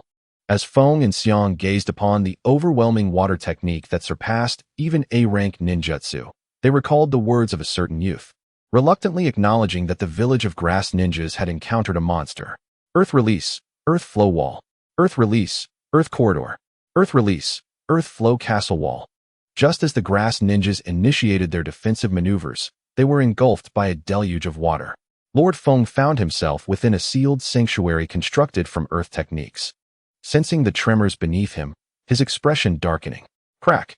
The earth walls began to fracture, prompting him to reinforce them with his own ninjutsu. He recognized that while seasoned jonin could withstand such broad-scale techniques with relative ease, the less formidable chunin would be exhausted, striking at the very heart of his concerns. More critically, the grass ninjas had lost their advantageous terrain. With the enemy's ability to manipulate water, the battlefield had transformed into an ocean, granting them an undeniable advantage. Losing sight of Qiantu did not concern him in terms of escape. After activating the explosive tag defense array, he would sense anyone crossing it. Cursed be it. The Chunin will surely suffer losses. That little brat must pay the price. Chapter 41. Breaking the array, Lord Feng muttered to himself. Suddenly, the stronghold that had withstood the impact crumbled, and torrents of water surged in. Fortunately, he was not entirely unprepared. He had anticipated that Qiantu would likely strike in this moment. A barrier of wind shielded him from the razor-sharp water, while his hands unleashed arcs of blue electricity, plunging into the water to counter the impending attack. Lightning release, lightning strike. The electricity intensified upon contact with the water, illuminating the area with flashes of lightning and creating a flurry of bubbles within the watery curtain. Little brat, meet your demise. Lord Feng sneered, exerting his chakra to maintain his ninjutsu. In his mind, Qiantu, being a mere youth, lacked combat experience and would not foresee his preemptive double defense and lethal counter. He believed the boy would be caught off guard, and if struck, would either be immobilized or face death. At that moment, his hatred for Qiantu surged, and he had abandoned any hope of capturing him alive, thus unleashing his murderous intent. Yet fate is often unpredictable. What he assumed to be an arrogant young genius, brimming with recklessness, was in truth a traverser of worlds, well-versed in the art of survival. When the furious lightning struck its target, it passed through as if it were not. Realizing something was amiss, Feng's eyes widened as he peered through the swirling lightning and bubbles, finally discerning the entity that had obliterated his earthen fortress. A colossal, transparent being loomed before him, the sea spirit. After expending a third of his chakra to unleash a super water technique, Qiantu did not hesitate to summon another third to conjure a manifestation of the sea spirit, directing it to assault the leader of the grass ninjas. This peculiar life form existed in a state between tangible and intangible, immune to attacks, reminiscent of Uchiha Obito's Kamui.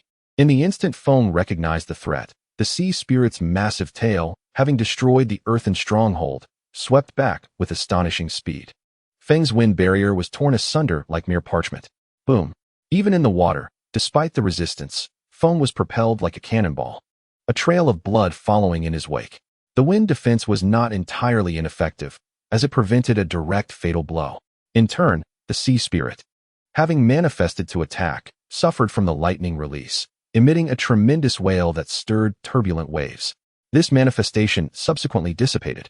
Feng soared diagonally upward, feeling as though his bones were shattering. His sternum entirely collapsed, yet this excruciating pain kept his consciousness alert. The sudden disappearance of the gigantic sea beast brought him a moment of relief, though he understood that vigilance was paramount, for the whereabouts of that little brat remained unknown.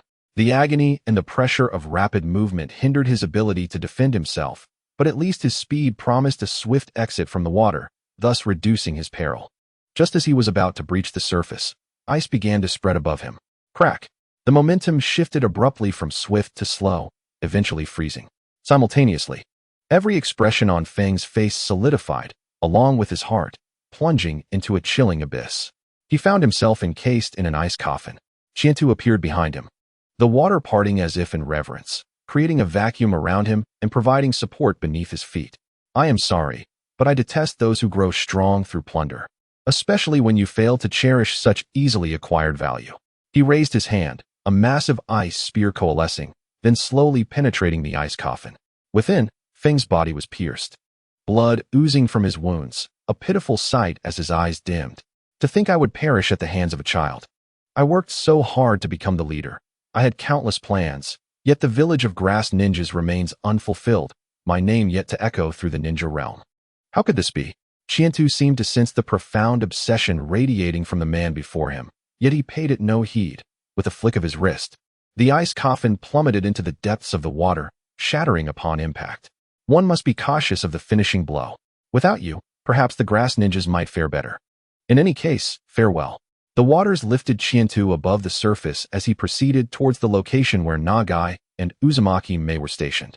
Brother Qiantu, so impressive, Uzumaki-Mei exclaimed, her large red eyes sparkling with astonishment and admiration at the transformation of the grass ninja village into a vast ocean. Previously, during Qiantu's skirmish with the grass ninjas, the speed was so overwhelming that Mei could barely comprehend it, only catching glimpses. However, as Qiantu unleashed his true power, the battlefield underwent a dramatic metamorphosis, granting her a direct perception of his might. Lord Qiantu, he has grown even stronger. Nagai, seasoned in the ways of the world, was also taken aback, pride swelling within him. Not only was he the leader of their village, but also the patriarch of the Tianshui clan. He believed that in the future, Qiantu would become an invincible legend known throughout the ninja realm. Before them loomed a towering ocean, still surging yet mysteriously still at the forefront of Nagai and Mei, as if an invisible wall held it at bay, an extraordinary display of Qiantu's formidable control. While Nagai marveled, the golden gleam of the explosive tags behind him suddenly flickered out, drifting backward. What is this? Nagai furrowed his brow, then suddenly brightened, a smile blossoming on his face. Lord Qiantu has slain the leader of the grass ninjas. Ha! Amidst his foolish laughter, a figure descended from the sky. Time to retreat. Stop grinning like a fool. It was none other than Qiantu. Brother Qiantu, Uzumaki-Mei called out, only to be patted on the head and hoisted onto his back. Let us depart. The chakra reserves were dwindling, and after an intense battle, not only was chakra nearly depleted, but physical and mental stamina had also been severely drained due to the frequent use of the water goddess powers for water manipulation and ice formation. At this juncture, being surrounded again would spell unpredictable peril. This had been Senju's initial plan, to eliminate several of the grass ninjas' mid-level shinobi, prompting the enemy to withdraw their mid-level fighters from the battlefield to the outer perimeter, thus guarding against a joint defensive jutsu from the core of the battlefield. Subsequently, he exerted his chakra to utilize water release and summoned the sea spirit, all aimed at swiftly eliminating the leader of the grass ninja, dismantling the explosive seal formation, and facilitating a safe exit from the grass ninja village. The choice not to transform the entire water domain into ice was not due to mercy, but rather the limitation of Senju's current capabilities. In summary, the mastermind behind the chaos in the grass ninja village had been vanquished, providing closure for Uzumaki and his companions. One could only hope that the new leader of the grass ninja village would guide them towards a luminous future. Without further ado, the three departed hastily, successfully vacating the grass ninja village in search of their main forces. Chapter 42. Casual conversations on the return journey. Senju glanced up at the sky, where the setting sun painted half the heavens in a resplendent crimson hue, magnificent and awe-inspiring. He pondered whether the weather in the ninja world still adhered to the ancestral wisdom of his previous life. In any case, time was of the essence, and he resolved to find a village to rest. Kinjiro, scout the vicinity for any villages. We shall seek shelter for the night. Without a word, Kinjiro's hawk took flight, soaring into the sky amidst the envious gazes of children around. It was the third day following their escape from the grass ninja, and upon confirming the absence of pursuers, the pace of the group's journey gradually slowed. After all, there were 10 children, the oldest of whom was barely 8 years old, all younger siblings of Senju. Thanks to the Uzumaki clan's remarkable vitality, coupled with the healing prowess of Uzumaki Mei, 5 adults, who had suffered significant injuries, had remarkably recovered in just a few days.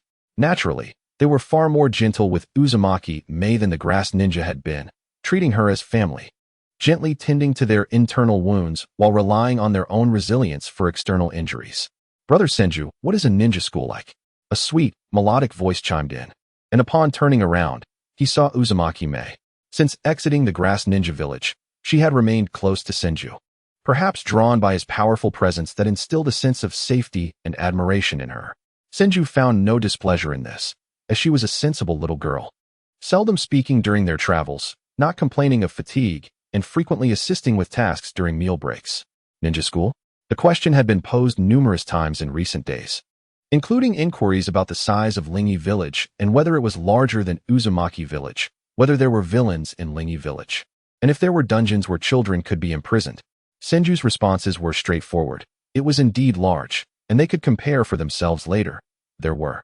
But those who misbehaved would be apprehended. Those apprehended would find themselves confined, though if they were well-behaved, they would not face such fates. These inquiries stemmed from a blend of trepidation and anticipation among the children regarding their unfamiliar surroundings, yet Senju patiently addressed them all.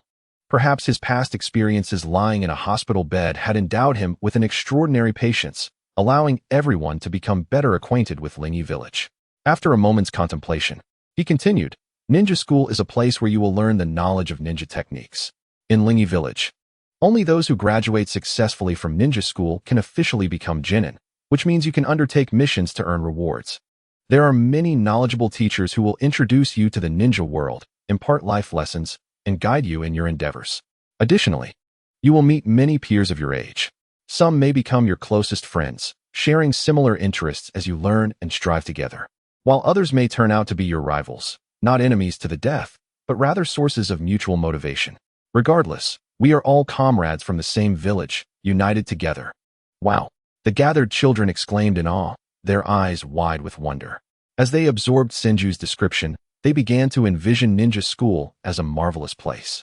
Not far off, Uzumaki Rinbwa and others witnessed this scene with expressions of contentment, increasingly convinced that the Uzumaki clan had found refuge in a commendable village, thus ensuring their survival. Uzumaki Rinbwa felt a sense of astonishment as well. That night, upon learning of Senju's decisive actions against the grass ninja leader, especially after hearing Mei's vivid account of the breathtaking ocean view, he deeply appreciated the strength of this young leader, suspecting he might rival or even match the level of Akage. Through their recent interactions, he had come to recognize Senju's extraordinary wisdom, which belied his youthful appearance. "Lord Senju is indeed a remarkable genius," he remarked, a smile gracing his aged visage, the term Lord now fitting comfortably in his speech. Indeed, Lord Senju is not only mature and powerful, filled with wisdom, but also possesses a heart of compassion and altruism. Both Uncle Jixing and I believe he has the potential to transform the ninja world. Uzumaki Shinwa concurred earnestly. "It seems our Uzumaki clan has found a new home, one that will not fade into obscurity," he added, echoing Uncle Jixing's sentiments. Uzumaki Renbwa had initially set his course towards Konoha, alongside an entourage led by Elder 8. However, as they neared Konoha, they encountered an ambush, resulting in the loss of several ninjas. Furthermore, Rinbwa had not received any messages from Elder 8, which left him pondering. Consequently, he altered his destination, moving from the Fire Country's border to the Land of Grass, a region distanced from the hidden cloud and hidden mist, only to find himself ensnared in a den of wolves. During his imprisonment and torture by the Grass Ninja, he had sometimes regretted his cautiousness, wondering if his steadfast resolve to reach Konoha might have ensured their safety, sparing the children from such suffering. After all, Konoha housed the Uzumaki clan, where safety was presumably guaranteed. Yet, pondering over what could have been was ultimately futile. As the uncertainties of life unfolded, what had seemed like a desperate situation had taken an unexpected turn. Rinbwa harbored lingering doubts about Konoha, primarily due to the audacity of the other two villages in openly ambushing them near Konoha's borders, suggesting hidden motives at play. For now, however, there was no need for further worries. At a distance, upon overhearing the conversation between Uzumaki Rinbwa and the others, Tianshue Nagayoshi and Mizutani Kanade exchanged knowing smiles, a hint of pride illuminating their expressions. Ah, by the way, your grandpa Jixing is now the vice principal, and both Rihua and Rika are teachers. You must study diligently once you enroll, otherwise, you might face some consequences. Senju suddenly interjected. What? Grandpa Jixing is the vice principal? Oh no, Grandpa Jixing is exceedingly strict. I remember he often disciplined Chitai and Ryanosuke. The children erupted into chatter, with Uzumaki Mei defending Elder Jixing. That's because Chitai and Ryanosuke were too mischievous. They always fought. Senju replied, Chitai and Ryanosuke are also at the ninja school. However, they have been quite obedient lately, having spent over a month in school. I imagine they've learned a great deal, so you all need to catch up? I won't let them surpass me. I will strive to be the best, declared the grandson of Uzumaki Renbwa, Ryota, with a determined expression. At just over 7 years old, he had already established a solid foundation, and Senju estimated he could reach genin status shortly after enrollment, a true little prodigy. Moreover, judging by the child's performance in the dungeon earlier, his tenacity of spirit is indeed remarkable at such a tender age. Qiantu offered him an encouraging smile, urging him to persevere. This acknowledgement from the esteemed figure filled Liang Tai with enthusiasm. I will strive to do my best, declared Uzumaki Mihue, lifting her chin with determination. Qiantu affectionately ruffled her crimson locks, saying, Keep up the good work. You are at the same level as Ji, so you will be classmates. Who is Ji? Mihue inquired. A glutton, and also my younger sister, Qiantu replied. Is she your biological sister? Mihue asked, her eyes sparkling with envy. You all are like my younger siblings. Once we reach Lingi village, we will be one big family, he reassured her, tousling her hair. Ji is as adorable and well-behaved as you, and I'm sure you will become great friends. Yes. Noticing that the topic had concluded, Nagao Kinjiro stepped forward to report. Lord Qiantu, there is a village 6 miles to the southeast. Does it seem inhabited? It is inhabited, but the residents remain indoors, and the number of people is scarce, Kinjiro responded. Qiantu could easily sense whether the village was occupied. The intention behind seeking shelter in a village was to purchase provisions and improve their meals. After all, subsisting solely on hunted meat was quite intolerable. Furthermore, with a group of children in tow, they deserved a proper place to rest and recuperate. After Kinjiro identified the village through his ninja hawk, the group swiftly arrived, only to be confronted with a scene that aroused suspicions. Had they stumbled upon an abandoned village? The village comprised over 100 homes, yet despite the sun still being high in the sky, not a single soul could be seen. According to Chinto's perception, only about 10 households had any occupants. It was early winter, and the fields had already been harvested, with some plots sown with winter crops. Yet signs of damage were evident. These fields were not left fallow, indicating that the village should have been populated. However, the withered branches and fallen leaves along the village path, along with the dilapidated eaves of homes that had not been repaired, and the open doors of certain houses, all conveyed a sense of long-standing decay. Clearly, many had departed during the autumn and winter months. Qiantu furrowed his brow slightly, his tone growing somber. It appears to be affected by the ongoing conflict between the ninja villages. Uzumaki Renbwa nodded in agreement. This village borders the land of fire and the land of rivers. Yet it is not far from the land of rain. A silence enveloped the group. Even the children, including Uzumaki Mihue, understood that the strife among ninjas had ravaged this once peaceful village. Let us take a look inside. Regardless, they would certainly rest in this village tonight, Qiantu declared as he led the way into the village. Upon entering, they occasionally heard rustling sounds, and unseen eyes were watching them, yet an eerie silence prevailed, with no villagers emerging to inquire about their presence. Among the 12 adults and 11 children in Qiantu's party, their numbers were considerable, and their weapons and ninja attire made it clear to the ordinary folk that they were ninjas. Even a child ninja could easily slay an average adult, let alone a gathering of over 20 ninjas, which only raised suspicion that they were on a mission to support the front line. Thus, the observing villagers understandably hesitated to approach them, perhaps praying for their swift departure. Qiantu paid no heed to the gazes and walked directly to a house with a half-collapsed roof, knocking on the door. Creaking open, the door revealed a frail little girl, dressed in simple yet clean clothes adorned with numerous patches. Her sunken face was accentuated by large, bright eyes, though at that moment, her expression was timid. Excuse me. Ninja sir, is there something you need? She quickly scanned the group outside, and then lowered her gaze slightly to ask. Apologies for the intrusion. We are passing travelers seeking a place to stay for the night. Is an adult in your household available? He'd looked up in surprise, not expecting a youth of her own age to be the one speaking. This unexpected familiarity gave her the courage to meet his gaze. And she thought the boy's smile was warm, his voice gentle. He couldn't possibly be a bad person, could he? In my house, it's just my mother and me. My mother isn't able to speak at the moment, so you can talk to me, she replied, her voice soft. You can stay, but we only have one empty room. Qiantu understood. His perception revealed that a grown adult lay ill in bed, explaining the house's dilapidated state. That is fine. Primarily, I wish to purchase some food from you, Qiantu replied, pausing slightly, unsure of how much food they might possess in such dire circumstances. Never mind. I noticed there are several vacant houses in the village. Surely we can find accommodation there. If you could kindly inform me which ones are uninhabited, I would greatly appreciate it.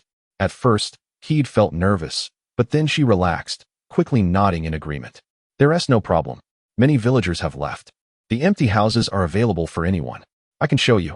Thank you, Qiantu said, nodding in gratitude. This made Keed feel somewhat flustered in her eyes. Ninjas were esteemed figures, and she expected such a humble expression of thanks from someone as significant as the leader of this group. Perhaps he was the kind of extraordinary protagonist one reads about in tales, shining and brilliant like the stars. Lost in thought, she felt a pang of inferiority. Hesitating to speak further, and hurriedly led Qiantu and his companions to a few relatively intact and clean houses. These two should suffice. Thank you, Keed. Also, please take this. During their conversation, they had exchanged names, and Qiantu had inquired about the surrounding area, gradually brightening Keed's demeanor. He handed her a sum of silver as he spoke. Lord Qiantu, you cannot do this. I cannot accept. Keed was taken aback and hastily refused. This is to express my gratitude for your hospitality. Although it is not your home, you guided us here, and I have also learned much from you. But perhaps your mother is in need of this money. Consider me a messenger sent by fate to offer some assistance during your hardships. After all, in your eyes, ninjas belong to a different world, do they not? If all went as planned, Qiantu and his party would leave by morning. The world was rife with suffering, and he could not bear every burden alone. Nor was he capable of doing so at this moment. If he were to undertake such a task, it would be after establishing a well-functioning Lingi village and gaining substantial influence in the ninja world. Only then could his words and actions reshape the entire ninja realm and save more lives. As night fell, the moon shone coldly like frost. Qiantu and his companions were engaged in casual conversation inside the house when a knock echoed from outside. Ninja sir? Upon opening the door, they found Keed standing there. Keed, what brings you here? Keed had reverted to her earlier demeanor, her gaze lowered, perhaps feeling even more humble after accepting the generous reward.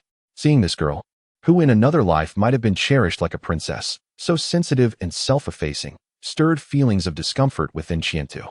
However, he did not perceive it as a mistake. Perhaps offering money might harm the newly forged bonds of friendship, yet once he and his companions departed, that money could provide tangible assistance to the other party, something genuinely beneficial for her. Thank you so much for allowing me to prepare food from our pantry and inviting you all to dine together, she said. The room fell silent. Chitos estimated that the total food reserves in the other household were likely meager, and with over 20 people in his group, they would probably deplete their own supplies. It seemed that the mother was quite principled, adhering to the values of gratitude and reciprocity. All right, you head home first. We shall come by shortly to pay our respects. He did not refuse. Uneaten rice would go to waste, which would not only squander food, but also cruelly disregard the goodwill of the mother and daughter. Nagatsuki, Kinjiro, would you accompany me? Oh, and bring some of the game we just caught. After taking a few steps, he paused again. Oh, and let us trouble Elder Nobo and little Mihue to join us as well. Nobo nodded, and Mihue sprang up joyfully, delighted at the prospect of being with her older brother Chitos. Chapter 44. The New Migration Plan. No. How can I allow a great ninja to do this for someone like me? Feng's mother shook her head repeatedly, unable to accept. It's all right, Auntie. It's merely a matter of words. I'm fine, really. You needn't worry. I'm not afraid of pain. Mihue offered her delicate arm, displaying a generous demeanor. However, despite her words, she was indeed apprehensive about pain. Feng's household originally consisted of 4 members: herself, her mother, her father, and her younger brother. However, as the turmoil of war expanded, this village, not far from the border, had suffered multiple raids by bandits, leading to its desolation and a significant exodus of its population. Feng's father and brother had left during that time. The ailing mother was abandoned, yet the daughter, unwilling to forsake her mother, resolutely chose to stay behind on the night when others departed. Upon hearing such a tale, Chitose felt a pang of sorrow. He too had been bedridden for a long time, albeit fortunate enough not to have been abandoned. Yet, the disparity of eras was stark. In times of peace, love and kindness flourished, while in times of war, hatred and evil were magnified. Feng's father may have seemed cold-hearted, but prior to the calamity, he had never abandoned his wife and daughter, diligently caring for his ailing spouse. He was a loving father in Feng's eyes. Ultimately, he chose to flee with his son, sacrificing half of his family and enduring sorrow for him. Similarly, while the bandits in this story were detestable, most of them were ordinary people who, when their homes were destroyed and food became scarce, resorted to the most barbaric and tragic means to survive. And those forced to flee the village? They might become new bandits in the next settlement. Such is the nature of war. In the ninja world, beyond swords and flames, fervor and struggle, there lies an abundance of tragedy. Feng's father had left behind provisions, enough to barely sustain them through the winter, yet in gratitude towards Chitose and his companions, they had consumed a significant portion. Due to the war, it was common for enemy ninjas to cross borders to seize food. After the autumn harvest, the food supplies at the border dwindled sharply, compounded by rampant banditry, and few merchants dared to venture into the heart of the conflict to sell food to the impoverished. This meant that Feng and her mother would soon face a food crisis. Nevertheless, despite the circumstances, they still offered what little they had to host Chitose. While his money might afford Feng's mother a chance at treatment, where could they procure food? Gratitude and reciprocity are indeed rare, especially in times of personal hardship. The beauty of such noble character amid adversity is profoundly moving. After consulting with Mihue and Nobo, Chitose decided to have Mihue treat Feng's mother, driven not only by compassion but also by his own plans. While he felt powerless to halt the war or save countless lives, at the very least, he could offer a modicum of help and hope.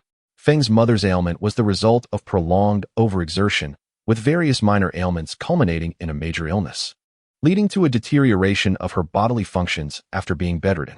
With Mihue's potent healing abilities, she soon regained her vitality, her pallid complexion infused with a hint of color. As her bodily afflictions began to improve, only time was needed for full recovery. This girl is like a miraculous tonic, Chitose mused inwardly, contemplating whether training Mihue in medical ninjutsu could unlock the full potential of her unique constitution, perhaps paving the way for her to become a great medical ninja in the future. Mother, you're better. Feng rushed to her mother's side, embracing her waist, her voice filled with astonishment and excitement, tears of joy brimming in her eyes. It's all right now, her mother replied, holding Feng close, her expression a blend of bittersweet and newfound joy. When her husband abandoned her, she had felt a sense of despair, yet she bore little complaint, knowing she had been a burden to her family. After the bandit attack, she had become a dire liability. Her daughter's tears and steadfastness became her only reason to live. Upon realizing that her daughter had chosen to stay rather than follow her husband, she found death to be even more daunting. Mihue watched the tender scene between mother and daughter with a smile of satisfaction on her small face, reveling in her role as the savior. Simultaneously, a hint of envy flickered in her eyes as she longed for her grandmother. Thank you, noble ninjas. Feng and her family quickly expressed their gratitude to Chitose. No need for such formality. It is all thanks to little Mihue. Feng, if you could prepare something delicious for her later, that would be splendid, Chitose praised Mihue, who felt she had received the best reward. Lord Chitose, I'm so sorry. We truly have nothing to offer, Feng replied, her face reflecting her embarrassment and awkwardness. Her household lacked even sufficient food, let alone delicacies. Prior to inviting Chitose and his companions, she had searched the village for empty utensils and attempted to purchase food from the remaining villagers, but no one was willing to sell. Only after offering 5 times the market price did she manage to acquire a meager amount of vegetables. By the way, we caught some wild boars and chickens earlier. Nagatsuki and the others are currently preparing them in the kitchen. They can't cook, so I'd appreciate it if you could lend a hand, Chitose suggested, alleviating her discomfort. Ah, really? You are far too kind. It's my honor to host you for dinner. And I'm truly sorry that you're bringing food as well. I can't express my gratitude enough. Feng's mother bowed deeply once more. We have consumed far too much meat on our journey, and we're hoping to enjoy some vegetarian fare. The children in our group shouldn't eat too much meat. Providing rice is already a tremendous help. We are grateful to you. All right, I'll get started on the dishes right away. Feng hurried to the kitchen, and Chitos turned his attention to the recently recovered woman. Feng's mother, may I inquire about your plans moving forward? Plans? The war is likely to escalate. It would be wise for you to evacuate the border region. Do you intend to search for your husband with Feng? Feng's mother appeared bewildered, then shook her head. I don't know where they've gone. I only wish to remain with Feng. I want to seek them out. If we are to leave here, it should be as soon as possible. Actually, we hail from a place called the Land of Zhe, located south of the Fire Country, far removed from the conflict. I am the leader of the Lingi ninja village in the Land of Zhe and have the authority to make significant decisions for our nation. Indeed, he speaks the truth. I fully endorse his words, the Lady Lord interjected. Due to the recent establishment of a new castle in the Land of Zhe, we require a considerable influx of population.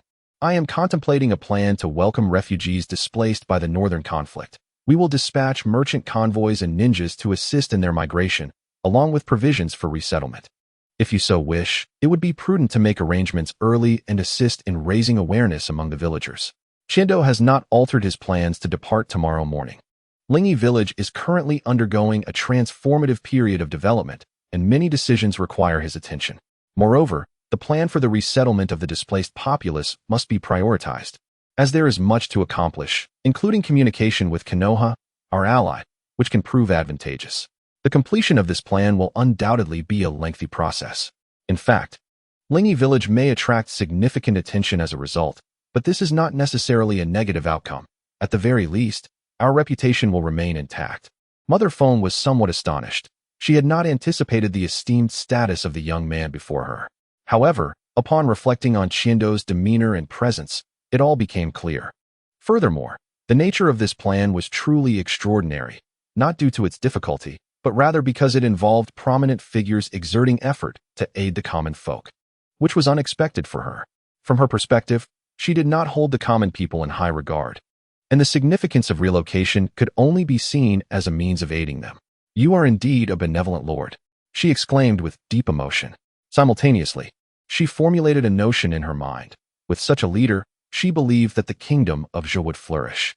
Shindo and his companions savored the long-awaited taste of rice, while Mother Feng and her daughter enjoyed meat for the first time in ages, filling the atmosphere with joy. Just after finishing their meal, Kinjiro suddenly leaned in to whisper in Shindo's ear. His ninja hawk had been surveying the surroundings of the village and had evidently made a discovery. Nagahara Mizutani, lead a team outside the village. We have uninvited guests. First, eliminate the leader, and then dispatch those who wield weapons. Those who cannot should be captured for the villagers to interrogate. Shindo issued a rather coarse command after hearing the situation. A band of marauders had approached the village, and Shindo showed no mercy toward them. The timid would have the chance to face the judgment of the people, while the bold, having chosen this path, would inevitably shed innocent blood. Better for them to meet an early demise. Chapter 45. Konoha's Council in Konoha, within the conference room. News arrived from the border that an intelligence-gathering squad had been completely annihilated, with no bodies recovered to ascertain whether it was the work of the sand, rock, or rain ninjas. Sarutobi Hiruzen, clad in the Hokage's ceremonial robes, sat in the foremost position and calmly relayed the intelligence received from the front lines. At this juncture, the third Hokage was merely in his middle years, his face still free of deep-set wrinkles, and his expression bore a certain sharpness. He was at the pinnacle of his abilities, not only possessing formidable strength, but also enjoying considerable prestige within the village. Seated beside him were important figures such as Shimura Danzo, Narashikaku, Mito Kazumi, as well as clan leaders from the Uchiha and Hyuga clans, among other notable individuals from the village. After hearing the news, Mito Kazumi remarked, "It appears that war is drawing near. The enemy is likely testing Konoha's response. If we remain passive, we may be perceived as weak." Danzo scoffed, "In times like this, we must never show weakness. Konoha will never bow to anyone. We must ensure that the aggressors pay the price." Many others nodded in agreement. At this moment, Konoha, although consistently targeted by other ninja villages, had experienced years of recuperation since the death of the second Hokage. With the wealth of the richest region in the ninja world at its disposal, it had recovered well. Additionally, a new generation of powerful ninjas was emerging, such as White Fang, Orochimaru, Tsunade, and Jiraiya, heralding a time of remarkable talent. Konoha seemed to be in a phase where it was eager to showcase its military strength to the outside world. I have already dispatched Orochimaru, Tsunade, and Jiraiya with a team of elite ninjas to support the front lines. They will identify and eliminate the culprits.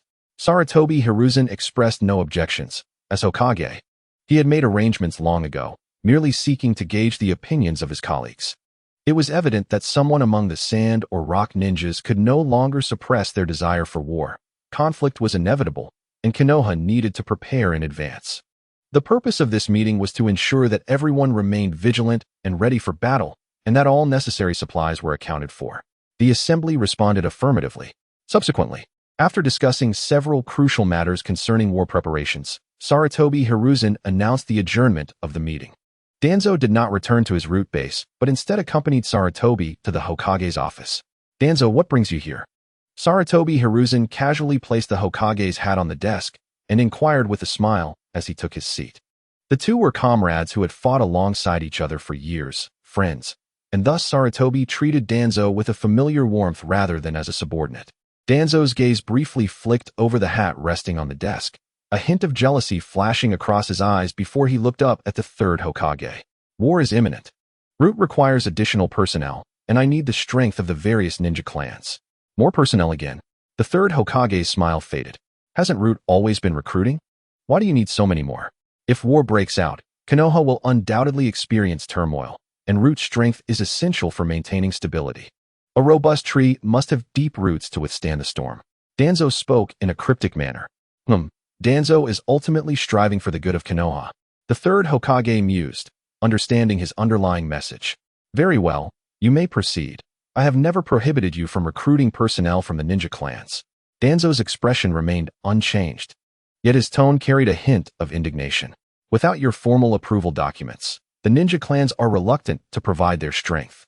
You must understand. I am merely an aide to the Hokage. I lack the authority to command them." The third Hokage nearly chuckled, realizing that Danzo was beginning to grasp his own position.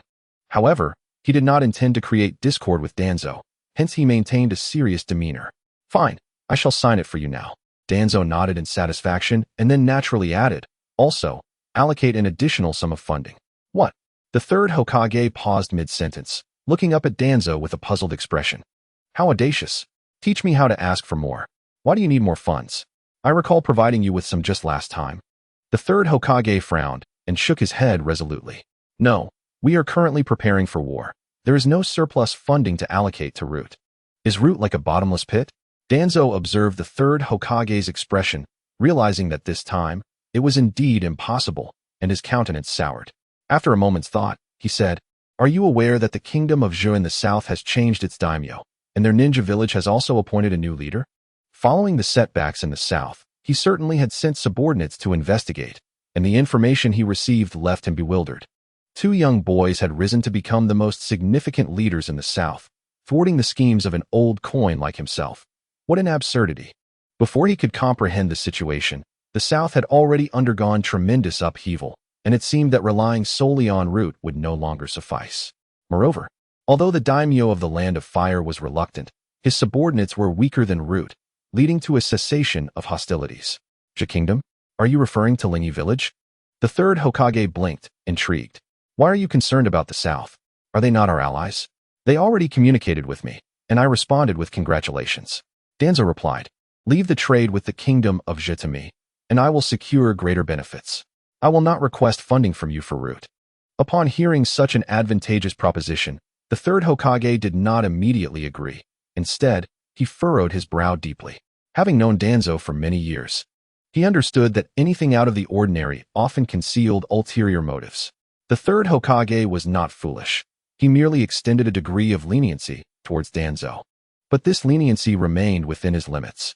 He had received correspondence from the kingdom of Zhou, and with the sudden turmoil among the neighboring nations, as Hokage, he naturally needed to investigate the situation.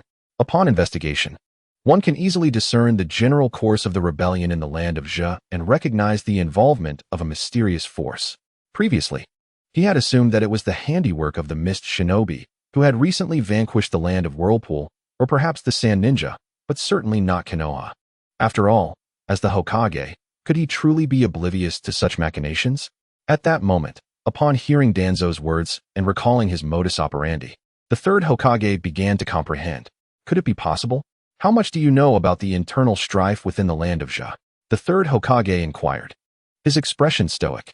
Danzo narrowed his eyes, questioning the intent behind the inquiry. I understand now. Yes, I understand. Sarutobi Hiruzen felt deeply offended, particularly by a friend he had always tolerated and supported. The thought of having to send a letter of consolation and congratulations to the land of Zhe and Spirit Wing Village felt like a slap in the face, igniting a burning sense of shame within him. Fueled by anger, he abruptly pushed himself up from the table. Danzo, what are you trying to do? Are you provoking war with our allied nations? Do you wish to tarnish Konoha's reputation? Danzo met the third's fiery gaze head-on, retorting sharply, Hiruzen, do not speak recklessly. Very well, I cannot make baseless accusations without evidence. Therefore, I demand to see the personnel roster and deployment records of Root. Danzo sidestepped the request, claiming, for the sake of Root's secrecy, such documents do not exist. The third Hokage chuckled, then do not expect my approval for Root's absorption of the Shinobi clans. After all, those who joined Root have disappeared. How can I explain this to the clans? Danzo furrowed his brow deeply. Hiruzen, do you not trust me? Everything I do is for the village. The third Hokage sat down, averting his gaze. Danzo, I am the Hokage. This declaration caused Danzo's cheeks to twitch. And after taking a deep breath to suppress his inner resentment, he stormed out, declaring, Hiruzen, you will come to regret this. Chapter 46. The glance of scouts in the forest, several figures leaped swiftly through the trees. Orochimaru, we must be nearing the border, correct? The speaker, a man with long white hair and a somewhat cynical expression, spoke with a glimmer of intensity in his eyes. He was Jiraiya, one of the disciples of the third Hokage. The man leading the group did not turn back or provide any response. The 9-member team consisted of exceptionally skilled shinobi, with him serving as the captain of this elite unit. Damn it, don't ignore me. Be quiet, Jiraiya. How many times have you asked? Didn't I already say we should arrive tonight? A blonde girl beside him could no longer tolerate his incessant chatter and scolded him, her voice commanding. Her golden hair was tied back in a neat ponytail, and her Jonin vest concealed her perfect figure, with a fresh face and exquisite features. She radiated youthful vigor and the spirited aura of a formidable warrior. She was Tsunade, the granddaughter of the first Hokage, Senju Hashirama, and also a disciple of the third Hokage, known as the Princess of Konoha. Jiraiya muttered under his breath, we could have gone faster. If we only arrived tonight. Won't we have to wait until tomorrow to investigate? Tsunade frowned, well aware of Jiraiya's urgency, considering that it was a matter concerning the death of their comrades from the village. Given Jiraiya's nature, it was only natural for him to wish to uncover the truth as swiftly as possible, which she could not chastise him for. Rather, she felt a sense of agreement. However, with war looming, they needed to be cautious as they approached the border, balancing reconnaissance and defensive measures, which limited their speed of movement. Sigh. With the strength of this team, we should not encounter too much trouble, right? Tsunade thought as she glanced at Orochimaru ahead. He had been appointed by the old man as the team leader and was remarkably rational in his approach, a quality that neither Jiraiya nor she could match. Fool. Have you forgotten the basics of being a shinobi? Orochimaru finally turned to regard Jiraiya, his eyes full of disdain, as though looking at a foolish gorilla, which infuriated Jiraiya. With his long black hair flowing in the wind, Orochimaru's countenance was cold and feminine, his gaze devoid of emotion like that of a cold-blooded creature.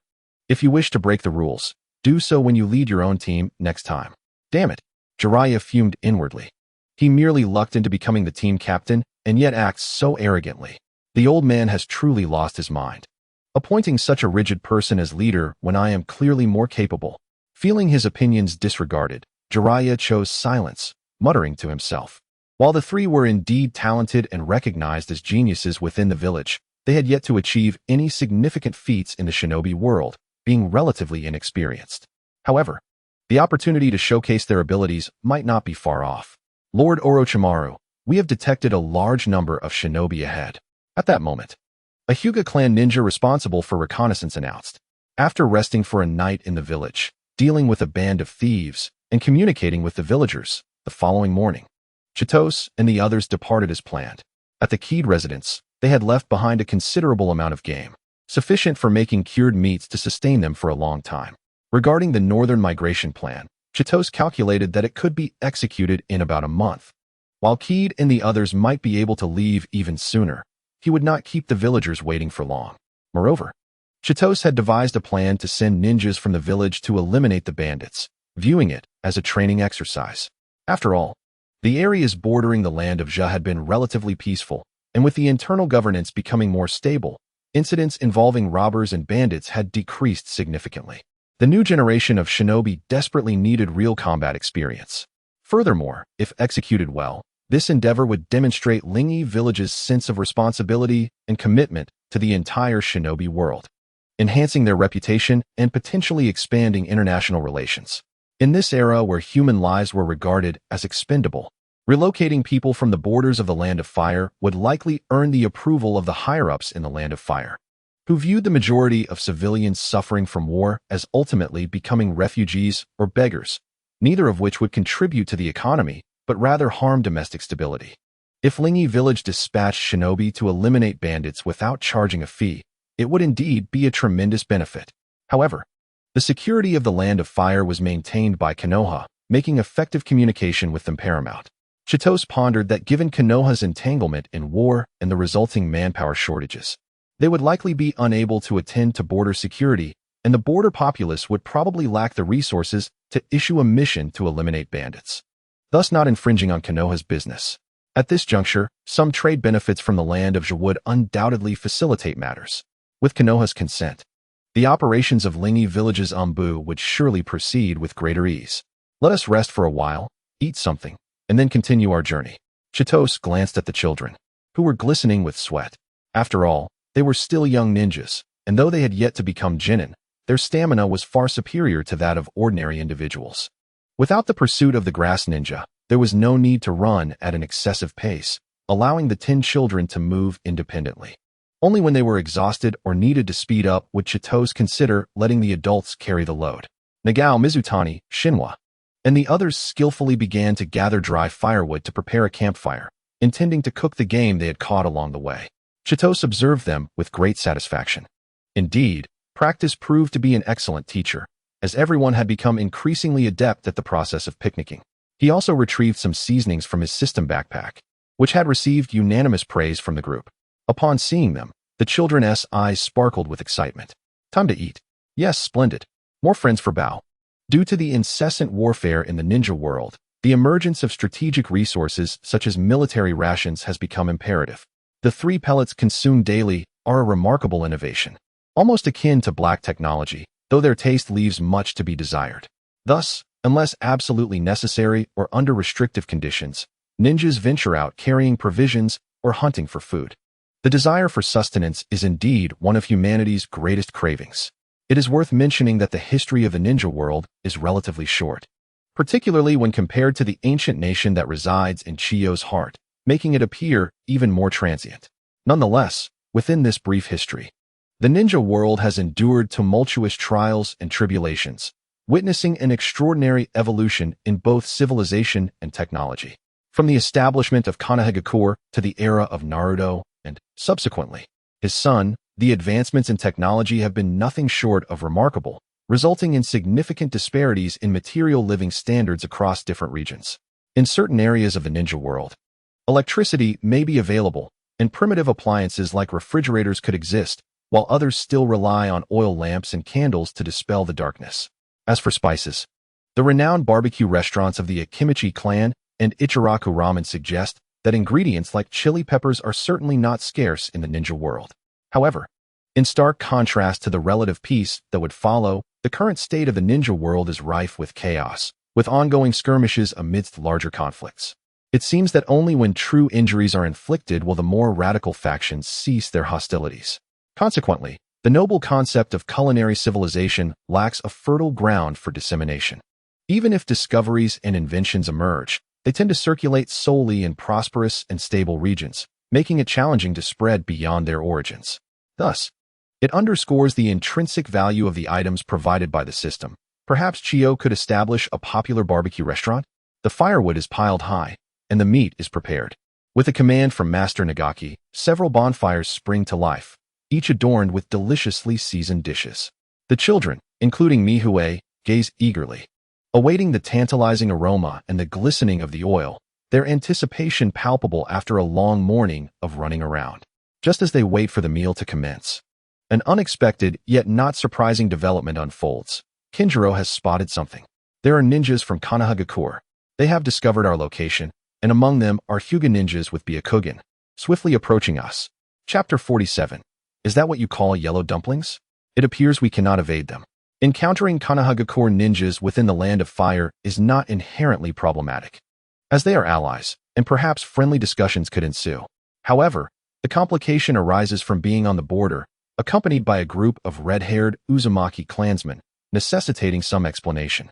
If luck is not on our side, and we encounter root ninjas, combat may be unavoidable. Engaging Konohagakure ninjas within the Land of Fire is no trivial matter. Chiyo feels a headache coming on and immediately extends his perception outward. 9 individuals, each a jonin. What is going on? Is the great ninja village truly this unreasonable, casually deploying so many elite ninjas? There are 9 of them, all jonin. Chiyo's tone grows serious as everyone rises to their feet. Their group consists of 23 individuals, 6 of whom are jonin. The rescued Uzumaki Jinbo and the young Uzumaki Hai are also jonin, while there are 7 chunin. The remaining children, however, are not even genin. If the enemy exploits this weakness, the situation could become dire.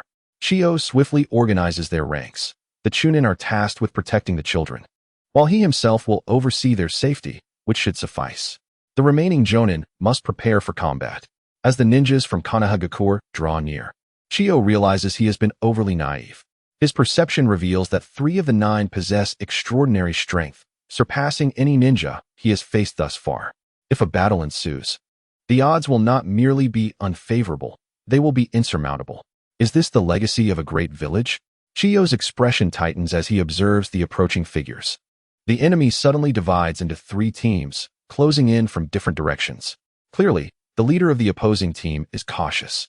Even after the Byakugan reveals the presence of both the elderly and the young, they continue with their strategic encirclement.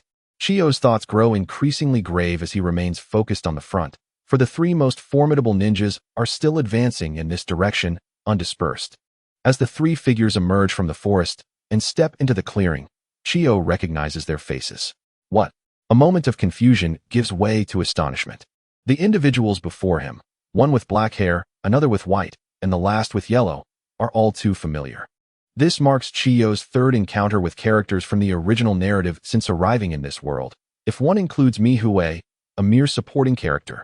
The future Sannin, the legendary yellow dumpling, figures who are pivotal throughout the story and influence its trajectory.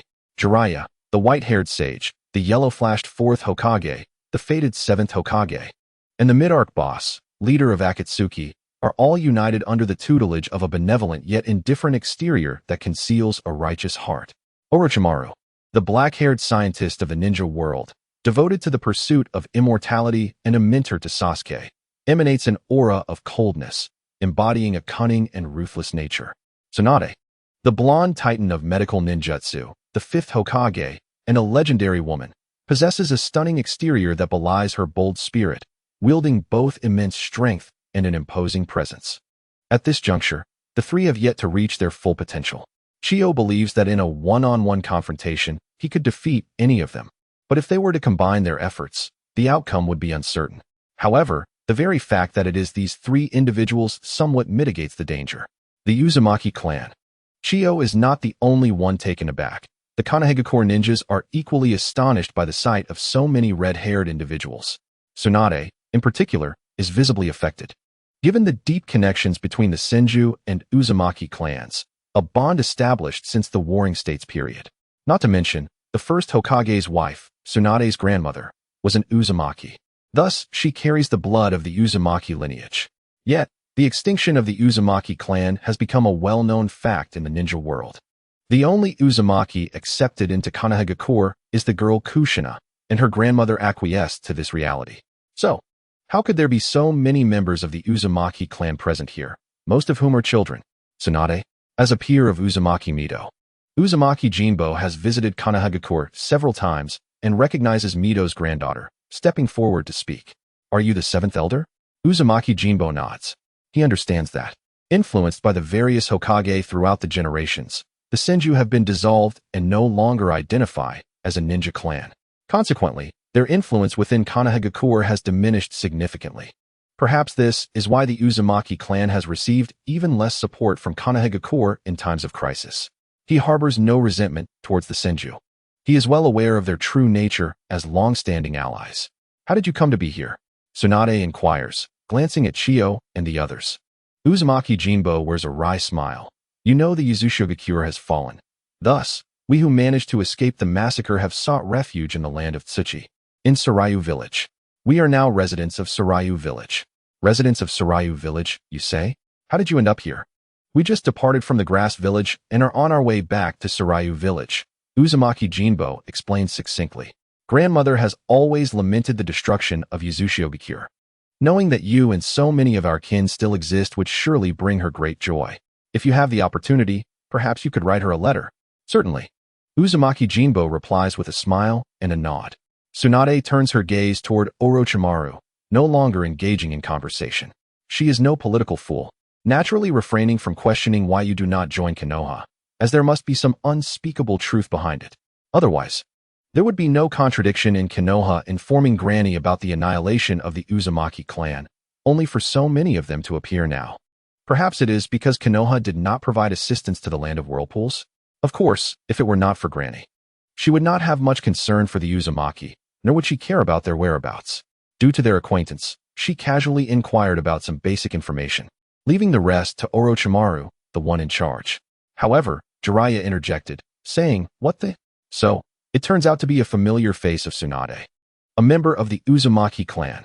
I was wondering how it was so coincidental that we would encounter an enemy here. Orochimaru shot him a cold glance, silencing him instantly. He then lifted his head, smiling warmly at Chitose. I am Orochimaru, entrusted with the leadership of this special task force. Might I ask you to introduce yourself? He had been observing since their meeting and was astonished to discover that the leader of this diverse team, consisting of individuals from various age groups, was merely a boy around 10 years old. Orochimaru's smile was unsettling, a hint of something sinister lurking beneath his youthful appearance.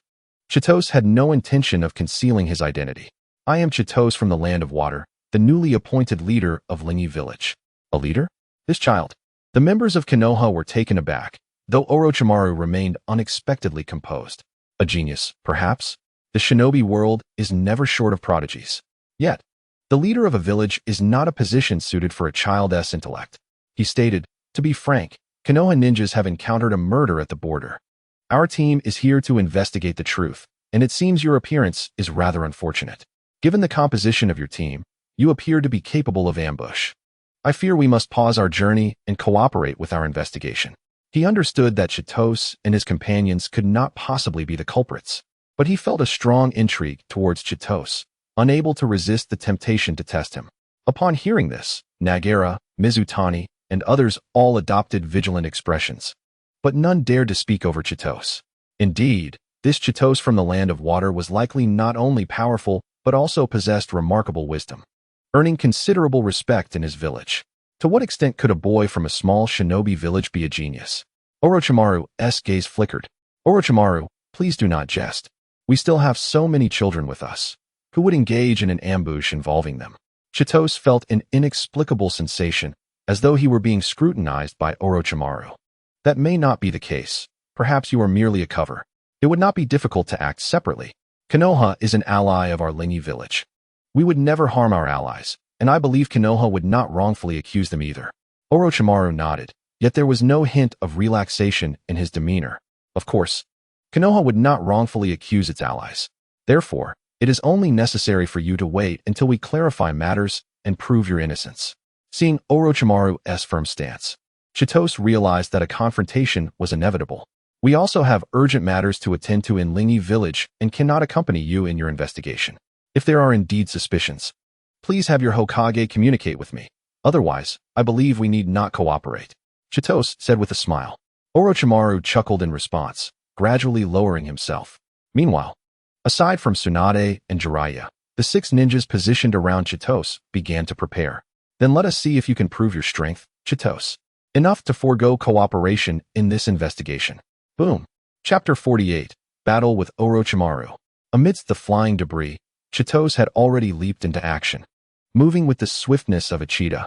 In the next moment, the head of a massive python burst forth from the ground, lunging towards Chitose with its gaping maw. The stench overwhelming. Wind release.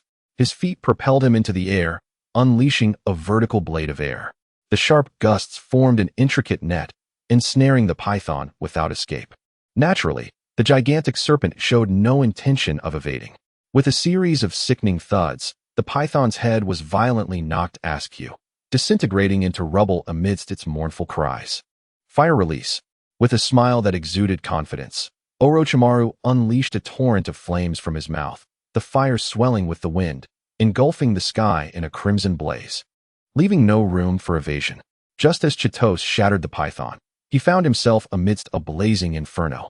The intense heat radiated terror, with dry leaves in the forest igniting as fuel, while evergreen leaves rapidly wilted and curled. Without the need for hand seals, he thrust his hand forward. The sound of rushing water erupted. A vortex of water began to gather from his palm, growing in size until it reached a diameter nearly matching the clearing. Then it collided thunderously with the sea of fire. Boom! A fierce wind surged, and steam filled the air, as the clash between water and fire raged. The instant Chitose landed, several shuriken arced towards him from the surrounding trees. What a relentless assault!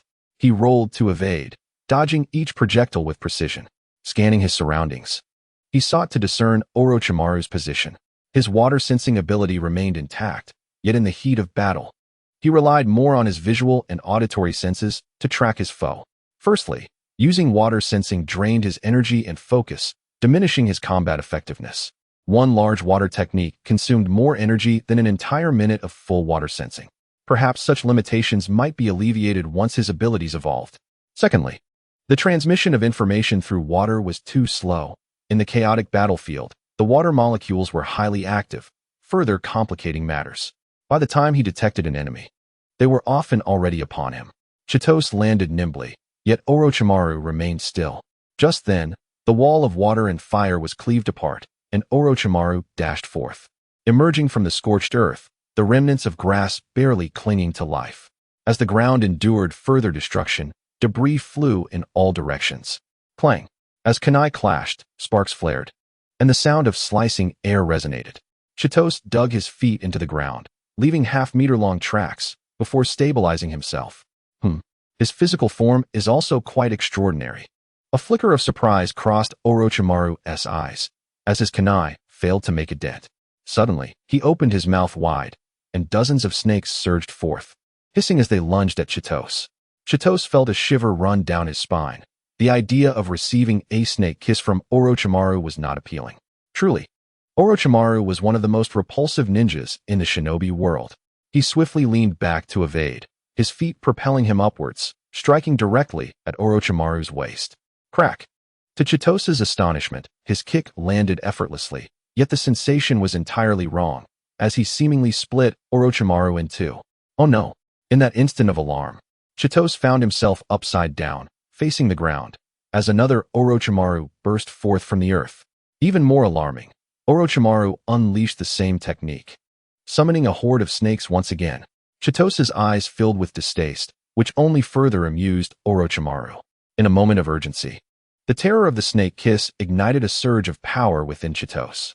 His cheeks puffed as a torrent of energy erupted forth, manifesting as a blade of water. The crimson flashes illuminated the scene as the water blades sliced through the serpents before hurtling towards Orochimaru's mouth, as if to eradicate the source of evil. Chitose braced his palm against the ground, bending to exert force, seeking to uproot himself. Crack! A hand grasped his. At that moment, the opposing Orochimaru shattered into fragments amidst the water blades. A chill enveloped Chitose's heart. With a sudden burst, he soared into the air, empowered by an extraordinary force.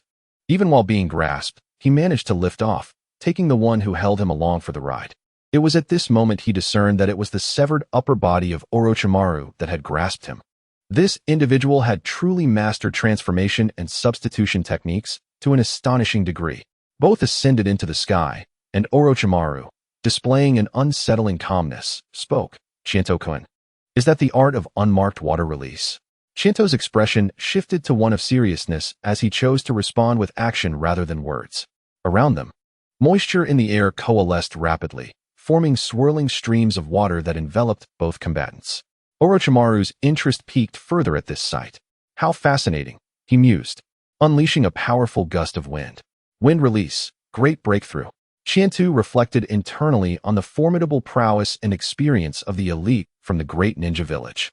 Had he unleashed all his capabilities, he might have easily subdued Orochimaru. However, their clash thus far had merely been a probe. Orochimaru had yet to exert his full strength, and the other spectators remained passive.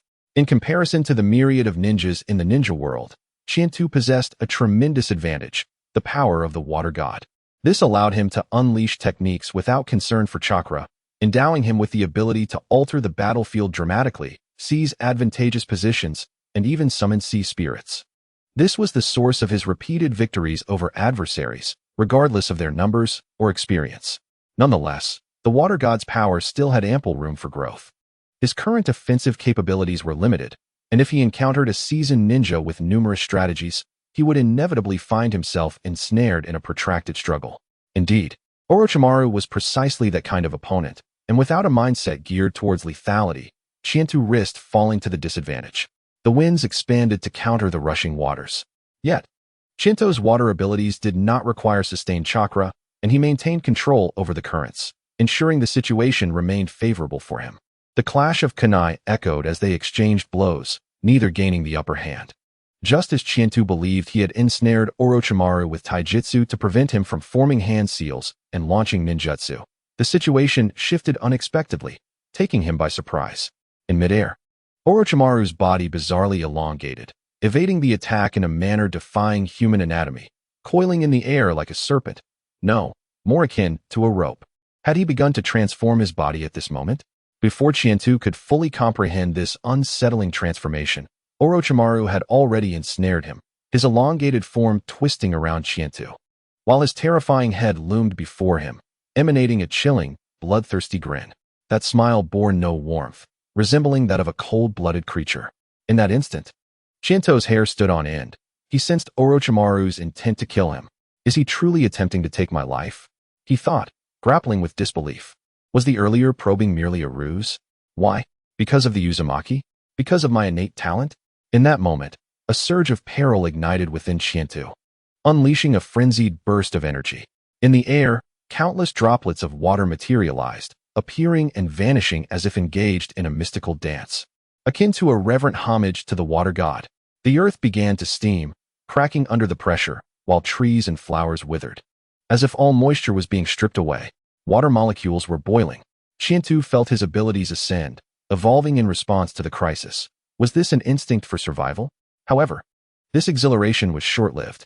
A sudden, indescribable pain surged through his arm, robbing him of control, rendering his water abilities ineffective. He glanced down, his heart sinking. Accursed seal?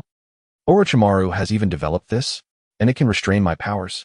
There was no time for further contemplation, for Orochimaru unleashed a sharp sword from his mouth, and in the next instant, the blade pierced through Chiento's throat. Chapter 49, Truly Fragrant. Blood dripped from Chiento's throat, his vision gradually dimming. With a whispered exclamation, break. Chiento suddenly opened his eyes, the scene within his consciousness dissipating in an instant, all pain vanishing. Before him, Orochimaru maintained his human form, the sword that had pierced his throat nowhere to be seen. Though the kunai in Orochimaru's hand was perilously close to his neck, it was evident. This was an illusion. It seemed he had inadvertently fallen victim to a genjutsu. Indeed, illusions were his weak point. Currently, he relied on the formidable mental strength derived from the fusion of his two lives to forcibly extricate himself. But encountering a ninja specialized in illusions would undoubtedly pose a significant challenge. Ice bloom. In an instant, Chiento's body expanded, ice shards blossoming around him like flowers, impenetrable. Sharp, spear-like icicles sprouted from his form at an imperceptible speed, transforming him into a hedgehog adorned with ice spikes, difficult to approach. The The icicles continued to grow and then shot forth. The sound of ruptured air filled the space as the icy projectiles effortlessly pierced through trees and embedded into the ground, creating a tumultuous scene of smoke and thunderous roars, as if the heavens themselves were collapsing. Orochimaru, unprepared for Chiento's ice transformation ability, was caught off guard. A line of blood appeared across his face before he swiftly evaded, the kunai in his hand clashing against the ice spikes, propelling him away and forcing him to dodge in a rather disheveled manner. Perched atop a tree, Orochimaru regarded the hedgehog-like Chiento with a blend of surprise and curiosity. Ice release. A bloodline limit? But he belongs to the Tianshui clan. There shouldn't be any surprises. Otherwise, he wouldn't have been able to become the leader of Lingi village. Does this imply that both his ice release and unmarked water release were self-developed? Perhaps his mother belonged to the Snow clan? He was adept in water release, possessed an astonishing chakra capacity, and his physique had attained the level of a fully grown jonin. While he seemed less proficient in illusions, his mental strength was formidable enough to shatter Genjutsu. Coupled with the bloodline limit of ice release, it was indeed intriguing. The ninja world at 10 years old was certainly not lacking in prodigies. The ice shards rapidly melted, flowing down Chiento's body before merging with the water streams rising from the ground, forming a supportive cushion to break his fall. Chiento's expression had lost all traces of mirth as he regarded Orochimaru, his aura gradually intensifying. Orochimaru observed the animated water currents surrounding Chiento, seemingly gaining a new understanding. This was not merely an unmarked ninjutsu. It resembled something akin to a bloodline limit. What was he truly? However, he soon took note of the look in Chiento's eyes. All right, I shall cease hostilities. It appears Chiento-kun truly is not the murderer. Orochimaru sheathed his kunai, a friendly smile returning to his face. I sincerely apologize for the offense. Chiento-kun, it was merely my eagerness in investigating the murderer of my comrade. I hope you can overlook my overzealousness, having gleaned what piqued his interest. Orochimaru had no intention of further provoking a conflict with an ally. Hearing these words, Chiento seemed to awaken from his reverie, his expression softening as he quickly reined in his murderous intent. The terror from the previous moment still lingered in his mind, and the emotional turmoil had led him to expend considerable energy manifesting the ice bloom. Since all had been an illusion, there was no need for him to harbor animosity towards the immortal ninjas of Konoha. Chiento managed a faint smile. I too nearly believed that Orochimaru-kun sought to take my life, which is why I took it so seriously. I was genuinely afraid for my life. Indeed, the power of the Konoha ninjas is truly remarkable. In conversations, it is inevitable that resentment may surface. Orochimaru remarked, how could that be? I merely wished for Chido-kun to assist us in our investigation. However, through my encounters with him, I have come to realize that given Chido-kun's formidable strength, if he had indeed slain any of the Leaf's shinobi, he would likely have eliminated us as well. His prowess is truly terrifying. Not at all. I am still quite young and have much to learn. I have long heard of the abundance of talent in the Leaf village, and witnessing it firsthand today. It is indeed as I expected. It is precisely because of my youth that I am considered a genius, he added. Their exchange of words concluded, and they landed gracefully, returning to their group with smiles. Orochimaru rejoined the team. Since there would be no confrontation, the 9 from the Leaf village gathered together. Jiraiya approached, saying, Hey, Orochimaru, did you not claim they could be the culprits? Why have you refrained from fighting? That young boy seems incredibly strong, raising significant suspicions. Silence, Jiraiya, Tsunade scolded. Delivering a punch to his head, Jiraiya, cradling his head in complaint, retorted, it was Orochimaru who backed down. He couldn't even defeat a mere child. So why are you taking it out on me? Huh? Orochimaru shot him a mocking glance. You might want to test your strength against him. You may find yourself pinned to the ground. I'd rather not. You are the one with suspicions. You should be the one to engage in battle. If you cannot win, do you expect me to step in?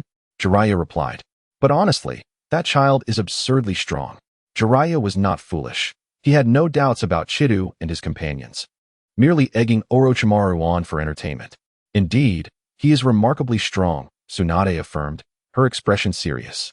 She thought of her foolish younger brother who aspired to be Hokage. Despite being of similar age, how could the disparity be so vast? Meanwhile, Chido returned to the crowd, where Uzumaki Meiwei rushed toward him. Chido Onaikin, would you like to bite me? Chido glanced at her rosy cheeks and replied, I'm quite adept at biting. That's all right. I'm not afraid of pain. She declared, extending her slender arm. Chidu patted her head and said, "Thank you, but I am uninjured. Let us save that for next time." All right.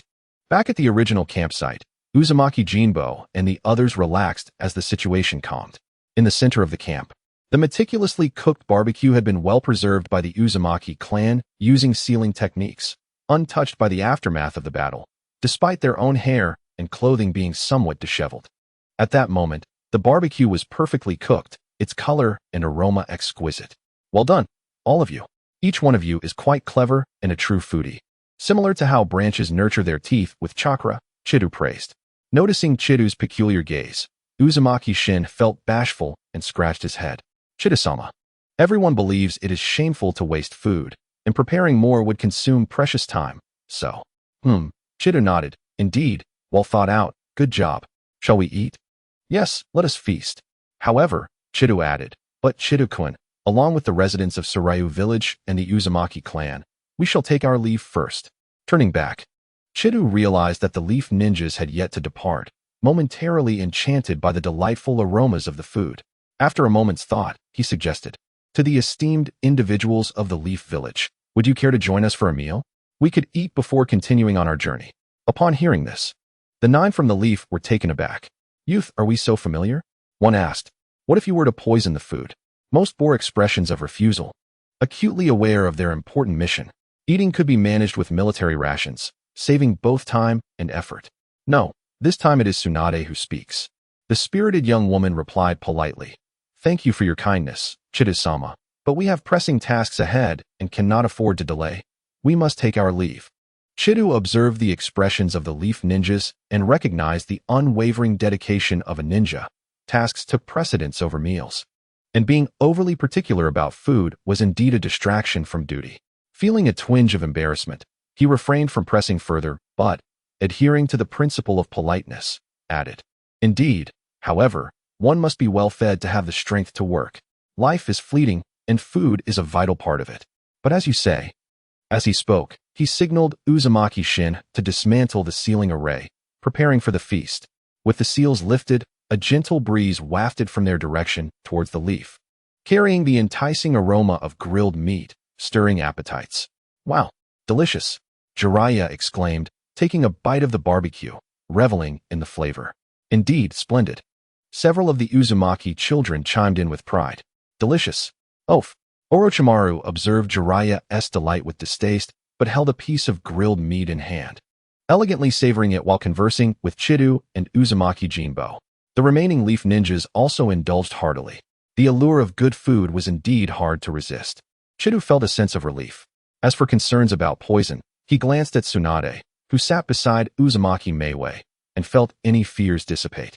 Tsunade, unabashed, was enjoying her meat when she suddenly inquired, where did you acquire these spices? They are far superior to those at the Leaf's barbecue establishments. Meiwei replied, they are from Chidu Onaikin. What? A chill ran down his spine as Chidu sensed he was once again in the spotlight. Chapter 50, Let Them Watch. Feeling utterly drained, Chidu wore a stiff smile as he bid farewell to the leaf ninjas. Among their ranks, a golden-haired woman beamed at him, her gaze suggesting that she would look out for him in the future. Regrettably, in her effort to appear sisterly, her jonin vest obstructed Chidu from witnessing the full extent of her formidable presence. Upon hearing from Meiwei about Chidu's treasures, Tsunade wasted no time in situating herself beside him. Engaging him with familiarity, Meiwei mentioned that you consider all your companions in Surayu village family, and since the Uzumaki clan is joined, that makes my grandmother part of your family as well. Consequently, we are indeed relatives. Perfect. You and my foolish younger brother are of similar age. I shall call you Chidu Onaikin. Chidu Onaikin, as family, you must share your treasures with your elder sister. After all, you wouldn't want to see me enduring hardships, would you? With no pretense left, she laid out her charming words, employing sweet persuasion, nudging closer, and winking until Chidu yielded, offering her some of the barbecue seasoning, along with a few white rabbit candies. After they had distanced themselves, Chidu regained his composure. In truth, a few bottles of seasoning were not a significant loss, but presenting it as a greater sacrifice certainly helped in forging a closer bond. Having recognized the foremost medical ninja as an older sister, perhaps she will assist in establishing a medical unit in Surayu village. Surely she would not decline. Perhaps we could even create a ninja sports arena by the sea. ensuring we attract Tsunade's attention. Now let us depart. Chidu felt a sense of urgency and unease within him. Originally, only the Uzumaki clan members knew of the assimilation of the Uzumaki tribe into Suryu village. But with the recent conflict involving the grass ninja and the encounter with the leaf ninjas, news would undoubtedly spread swiftly. Would the cloud and mist villages take any action? Tsunade, what did you discuss with that young boy? I noticed he provided you with numerous items, Jiraiya remarked, a hint of envy in his tone. Tsunade had been quite close to that young man, their postures intimate, with his arm pressed against her chest several times. That irritating brat must be a rogue.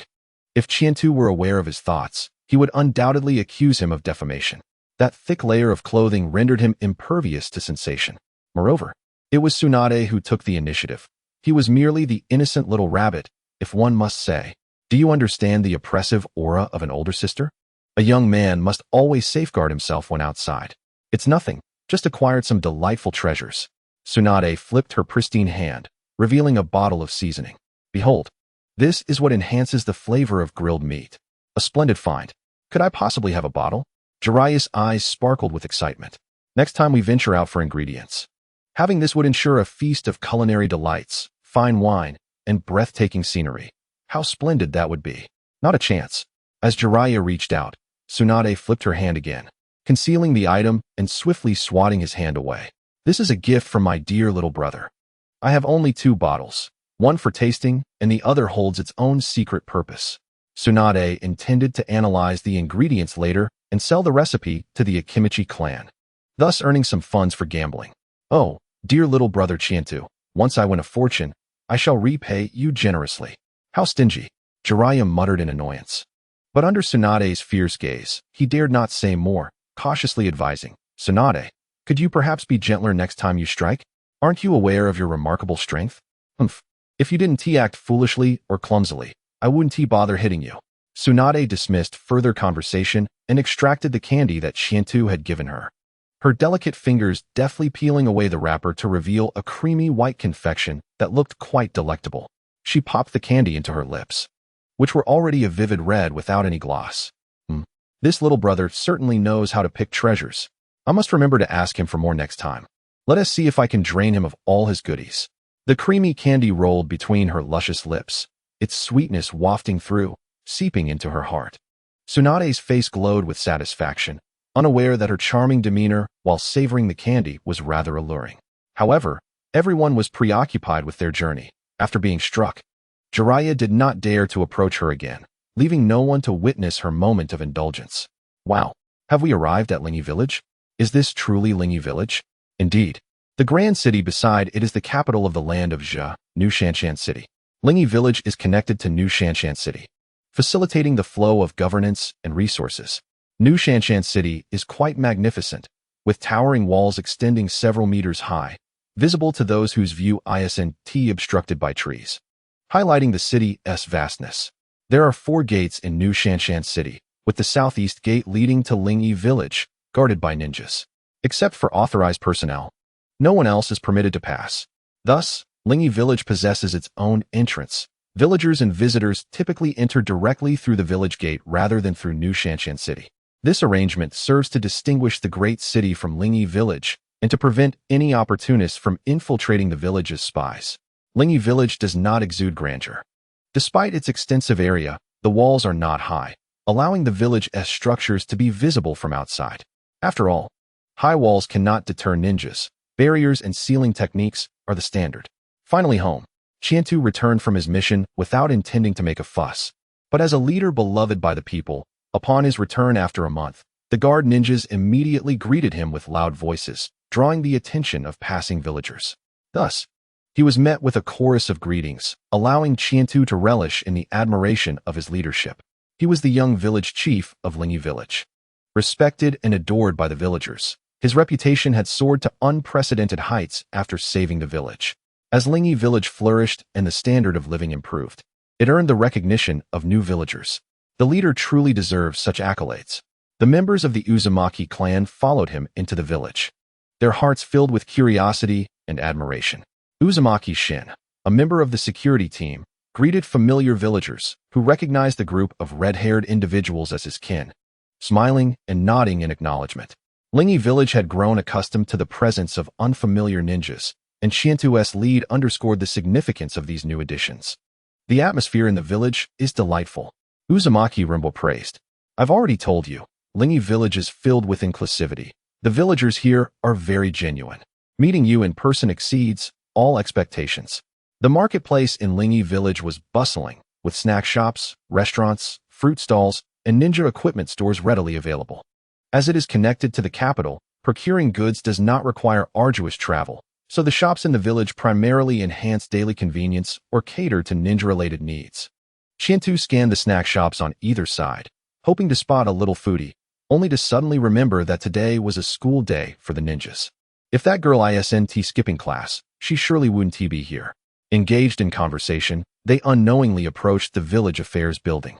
Uncle Jixing will surely be thrilled to see you, Uzumaki Shin remarked to Uzumaki Rimbo. Wow, will Grandpa Jixing really cry? I want to see that.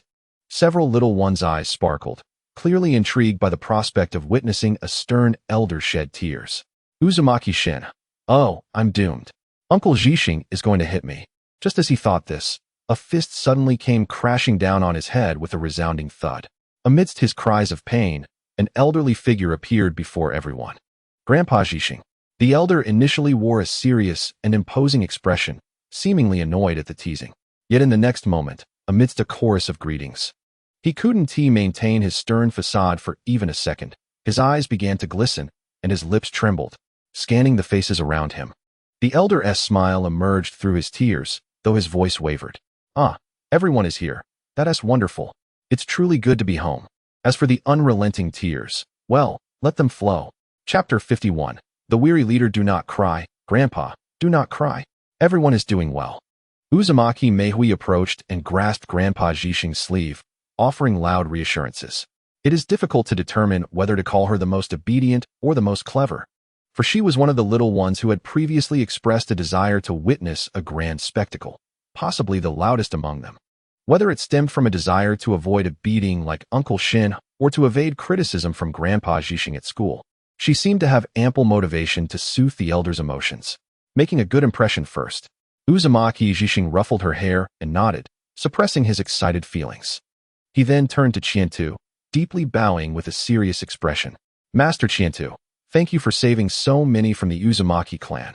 We are also grateful for the opportunity you have bestowed upon us for our continued existence and for providing us with a place to call home. Upon his gesture, the members of the Uzumaki clan collectively bowed in unison. Qiantu hurriedly assisted them, enlisting the help of Nigao and others to expedite the process. There's no need to be so formal. We are all comrades in the same village now. As the leader, it is my duty to protect you.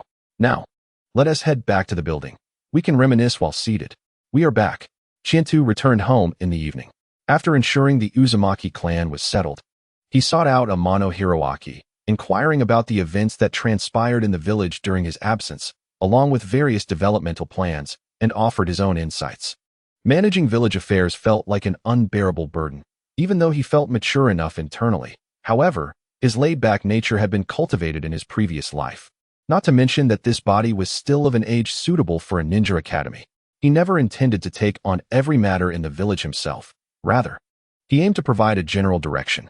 As the leader, true strength is paramount, for this is ultimately the world of ninjas. His priority is to grow stronger. Hiroaki Amano considered this, which is why he took on the role of an advisor, assisting in the management of village affairs, as Cheeto has complete trust in him. Upon returning home, two figures rushed out from within. Brother, Cheeto, Grandpa Hiroaki. Yoko leaped into Cheeto's embrace, while Chika, demurely, halted her hurried steps 2 meters away. Her expression bright with surprise as she greeted him politely. Cheeto embraced the lively girl and smiled at Chika with a nod. There seemed to be an unspoken understanding between them, akin to that of a respectful couple, although they had yet to reach such a relationship. Chika awaited Cheeto's maturation, striving to better herself in the process, wishing to understand him more deeply and become a wonderful wife. Meanwhile, Cheeto harbored his own ambitions and perceptions of love, maintaining respect for Chika, which also reflected his reverence for a harmonious society. As their ages were not quite compatible, they would draw closer through restraint and modesty, gradually understanding each other until their hearts were intertwined. Back in Grass Ninja Village, I was furious, and with a clap of my hands, the abundant water transformed into an ocean, thus successfully completing our rescue mission. At the dining table, Cheeto concisely recounted the battle, albeit from a somewhat subjective perspective. Wow, that's amazing, Yoko exclaimed, her mouth never ceasing to munch on food. The family chef had thoroughly mastered the gourmet recipe provided by the system, and his skills had become increasingly adept. Cheeto felt a twinge of annoyance. How dare the little girl dismiss him so casually? He glanced towards Chica, who was serving him food. Due to the acknowledged relationship between them within the country and among the village elite, ministers and village officials were pleased to see their interactions and did not hinder Chica's frequent visits to Sarayu village. However, it was deemed inappropriate for a daimyo to reside at the Tansui household too often, as many ministers found it against decorum and vehemently opposed it. Consequently, to maintain the dignity of her position, Chica had reduced her frequency of staying at the Tansui residence, making a special visit today for dinner and to stay overnight since Cheeto had returned. Noticing Cheeto's gaze, Chica smiled gently, tucking a strand of her light purple hair behind her ear, and softly said, "That's impressive. Make sure to eat more. The long journey must have taken a toll on your energy." How infuriating. Her warmth made him reluctant to ask for anything more. Cheeto silently raised his head to meet his grandfather's cheerful gaze, who was clearly pleased with the budding romance of the young couple. Well, Grandpa has already heard about it in the office, so his lack of reaction is quite normal. Indeed, such boasting must be relayed by others, when spoken oneself. It often comes off as mere bragging, eliciting a tepid response. By the way, Cheeto, you mentioned wanting to do something at the south and west gates of New Cedar City? The planning for the city is nearly complete, and we can now shift our focus to preparations. Amano Hiroaki suddenly inquired. Given that Chica herself lacked experience in handling affairs and had been learning under Amano Hiroaki and other ministers, a substantial part of the construction planning for New Cedar City was spearheaded by him. Conveniently, the main workforce for the construction comprised ninjas from Sarayu village. I plan to develop New Cedar City into an international metropolis. Both Amano and Chico wore bewildered expressions, while Yoko, the little foodie, simply said, "I'm listening." Yes, a city renowned throughout the ninja world, with unparalleled influence, unmatched prosperity, and absolute advancement. Amano's expression remained perplexed, while Chica's eyes suddenly sparkled with interest. Please don't doubt it. I've already discussed it with Chica. Together, we aim to transform Sarayu Village into the strongest ninja village. I believe that since Sarayu Village and New Cedar City are nearly integrated, fostering prosperity in New Cedar City will yield numerous benefits, such as attracting people from all corners of the world who will inevitably come to Sarayu Village to undertake missions. Amano glanced at Chica, receiving her nod of confirmation. How do you plan to accomplish this? For the South Gate, I intend to develop coastal tourism, attracting visitors from around the globe who will spend money to enjoy themselves. Eat, drink, stay, and shop, ultimately generating substantial revenue. My plan is as follows. First, a yacht project and surfing activities, where our village ninjas will serve as safety personnel, as we are already quite familiar with the sea. Second, seafood delicacies, including barbecues, seafood ramen shops, and seafood restaurants, even buffets, anything distinctive. I possess special seasonings, and no one knows how to catch seafood better than us in Sarayu Village. Third, an oceanarium with underwater viewing tunnels to observe various marine life, even featuring animal shows. Lastly, associated with these attractions, visitors will require accommodations and will likely purchase souvenirs, all of which can be profitable. For now, that's the plan. Initially, Amano appeared bewildered, but as Cheeto elaborated, his eyes grew brighter, and he excitedly slammed his hands on the table. My grandson possesses the makings of a wealthy merchant. This is feasible. However, your offerings may be beyond the means of ordinary people, targeting only the affluent and noble. Cheeto nodded, acknowledging that this was indeed the case at present. But he believed that under their development, the country of Tsu would see an increasing number of people enjoying a better quality of life. Chica smiled joyfully, reflecting her confidence in Cheeto and her anticipation for the future. As for the West Gate, I plan to establish a breeding base. A breeding base.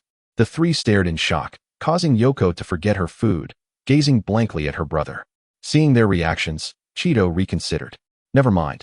I initially thought of introducing activities that do not exist in the ninja world, aiming to capitalize on them, but perhaps it's best to avoid any negative implications. Cherished family, steer clear of distractions. Let us convert the West Gate into a breeding base to produce some seafood and sell it to other nations. After finishing, the three remained speechless. Inside, Amano was thinking, how did this boy come to learn about distractions? Which scoundrel in the family taught him this? Chika chimed in, Cheeto, remember to cherish family and stay away from distractions. Yoko added, oh no, my brother has turned into a distraction fiend. Our family's money will be squandered, and we won't be able to enjoy delicious candies anymore. Chapter 52. The narrow-minded leader on the third day after returning to Sarayu village. Cheeto accompanied his grandfather to tackle numerous matters. Due to the many new concepts proposed in the construction plans and various unfamiliar elements to those in the ninja world, he needed to clarify and review them, or else the initiatives would stall. Thus, he spent over 2 days addressing queries and providing explanations. Following this, he had no time to rest, as he needed to visit Konoha. Delays were unacceptable, and he did not wish to be seen as untrustworthy. Sigh, this is exhausting, he thought as he reclined on the corridor in the courtyard. Feeling fatigued from sitting, he suddenly leaned back, resting his head precisely on Chika's lap, relishing the warmth and softness. He couldn't help but exclaim how wonderful it was to have a beautiful girl's lap pillow. After a moment of reveling in his sneak attack, he awaited Chika's response, but when he looked up, he found her blushing slightly, yet her expression remained composed, with gentle eyes like water. Her delicate features were captivating even from an upward angle, especially the subtle curve of her lips that could melt hearts. Shinobi has become increasingly bold in her interactions, as many matters have become self-evident, and she is no longer inclined to conceal them. Rather, she seems to be gradually taking the initiative.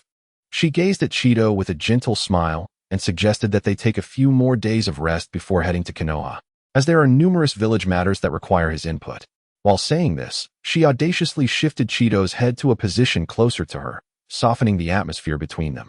The gentle breeze carried the scent of youth, tender and captivating, easily lulling one into a state of enchantment. The realm of tenderness is indeed the grave of heroes. Cheeto blinked, gazing at the vast expanse of blue sky and white clouds. This is the stage of entrepreneurship. Any lapse in diligence could cause many opportunities to slip away. One must not erode my ambition. The construction value is crucial. Shinobi inquired, puzzled. The system's construction value has risen to 1333, allowing for a single lottery draw. However, Cheeto hesitated. The coveted spirit of the water god, valued at 10,000, is a must-have, for it could elevate his power to an entirely new level, with an exceptionally high growth ceiling. After all, it is the water god, the descent of a deity. Yet, this necessitates a prolonged period of accumulation. Even though the tourism and aquaculture industries in the new city are developing and could provide sufficient resources, time is still required. During this interim, Cheeto must cultivate his own strength. Indeed, his innate talent is remarkable, and he is currently in a phase of significant growth in ninja abilities. However, Lingy Village may not be able to afford to wait. The ninja world is fraught with conflict, and the weak will inevitably be victimized. This is an undeniable truth. Moreover, Lingy Village has likely attracted the attention of both Cloud and Mist villages. Will the two ninja villages, which did not participate in the Second Ninja World War, direct their gaze toward Lingy Village? No one can say for certain. Although Lingy Village's overall strength is lacking, if their top ninja possesses sufficient deterrent power, few would dare to provoke them. There have been precedents of individuals achieving godlike status. Thus, lacking immediate combat strength, Cheeto, as the leader, must find ways to enhance his own combat readiness. Lottery. Cheeto resolved to proceed and was about to bid farewell to Chinami before heading inside to wash up and draw. Suddenly, a voice called from outside the house, and branches rustled as they returned. It was Ji, greeting the two. Today, the ninja school is on break, and Ji had spent the entire morning playing outside, evidently having made many friends at school. Brother, sister Chinami, I want to be having lunch at home today. Huh? Both Cheeto and Chinami rose, puzzled, exclaiming in unison, if you're not eating at home, then where? Kinjiro is treating me to lunch at the Chinese restaurant. What? What is that guy up to? Cheeto, holding back Shi, inquired, why is he treating you to a meal? Does he have a death wish? Surely he isn't trying to bribe the leader's sister for some ulterior motive, is he? He's treating Mihue to lunch, and then Mihue invited me along. Since Elder Jixing is such a strict grandfather, Mihue and the other children only rested for a day and a half before enrolling yesterday, just in time before the break. Elder Uzumaki Jishing said this was to help them catch up with their studies and to encourage the children to become stronger to protect themselves and the village. An exemplary vice principal. However, Mihue and Ji were not just acquaintances from the ninja school. Little Mihue was quite attached to Chido, and Chido valued her talent greatly. Thus, on his second day back in the village, he invited her home for dinner and introduced her to Ji, intending for them to become teammates in the future. Indeed, young girls forge friendships rapidly. But why would he treat Mihue to a meal? Chido inquired again. Ji, the little foodie, divulged. Because he wants to treat Seishi's sister to a meal. Mihue said he likes Seishi's sister. Ah, so that's it. He asked, trying to gather two wingmen. But those two aren't exactly reliable. Chido suddenly understood the situation. Kinjiro was evidently taking the long route, trying to pursue a girl he hardly knew by bribing a child for assistance. And who is Seishi? Her full name is Uzumaki Seishi, the only adult female among the Uzumaki clan save this time. Although Chido didn't realize it at first glance, it turns out Kinjiro has a liking for her. Wait, Kinjiro is 14 this year, so Seishi should be around 20. That's quite interesting. I wonder if people will say that I, the leader, am fostering a trend of sibling romances? Especially since my subordinate is more formidable than I am. I'm just holding a gold brick while he's at least holding two. Well then, you may go. Remember to speak well of your brother Kinjiro. In the context of free love, fostering the integration of the Uzumaki clan's bloodline with the village is undoubtedly a good thing. Chido cannot interfere and even wholeheartedly supports it. Chido released Ji, gently patting her little head with a reminder. As he observed her figure darting away, an intrigued smile graced his face. Chido, what's on your mind? Shinami, having listened for a while, felt little impact, as she was unfamiliar with the two involved and thus couldn't conjure any emotions. However, upon noticing Chido's inexplicably joyful expression, she couldn't help but inquire. Chido winked at her and said, "Let us follow them." He began to move forward. Shinami was taken aback, not expecting that this seemingly mature boy in her eyes would have such a mischievous side. Is that appropriate?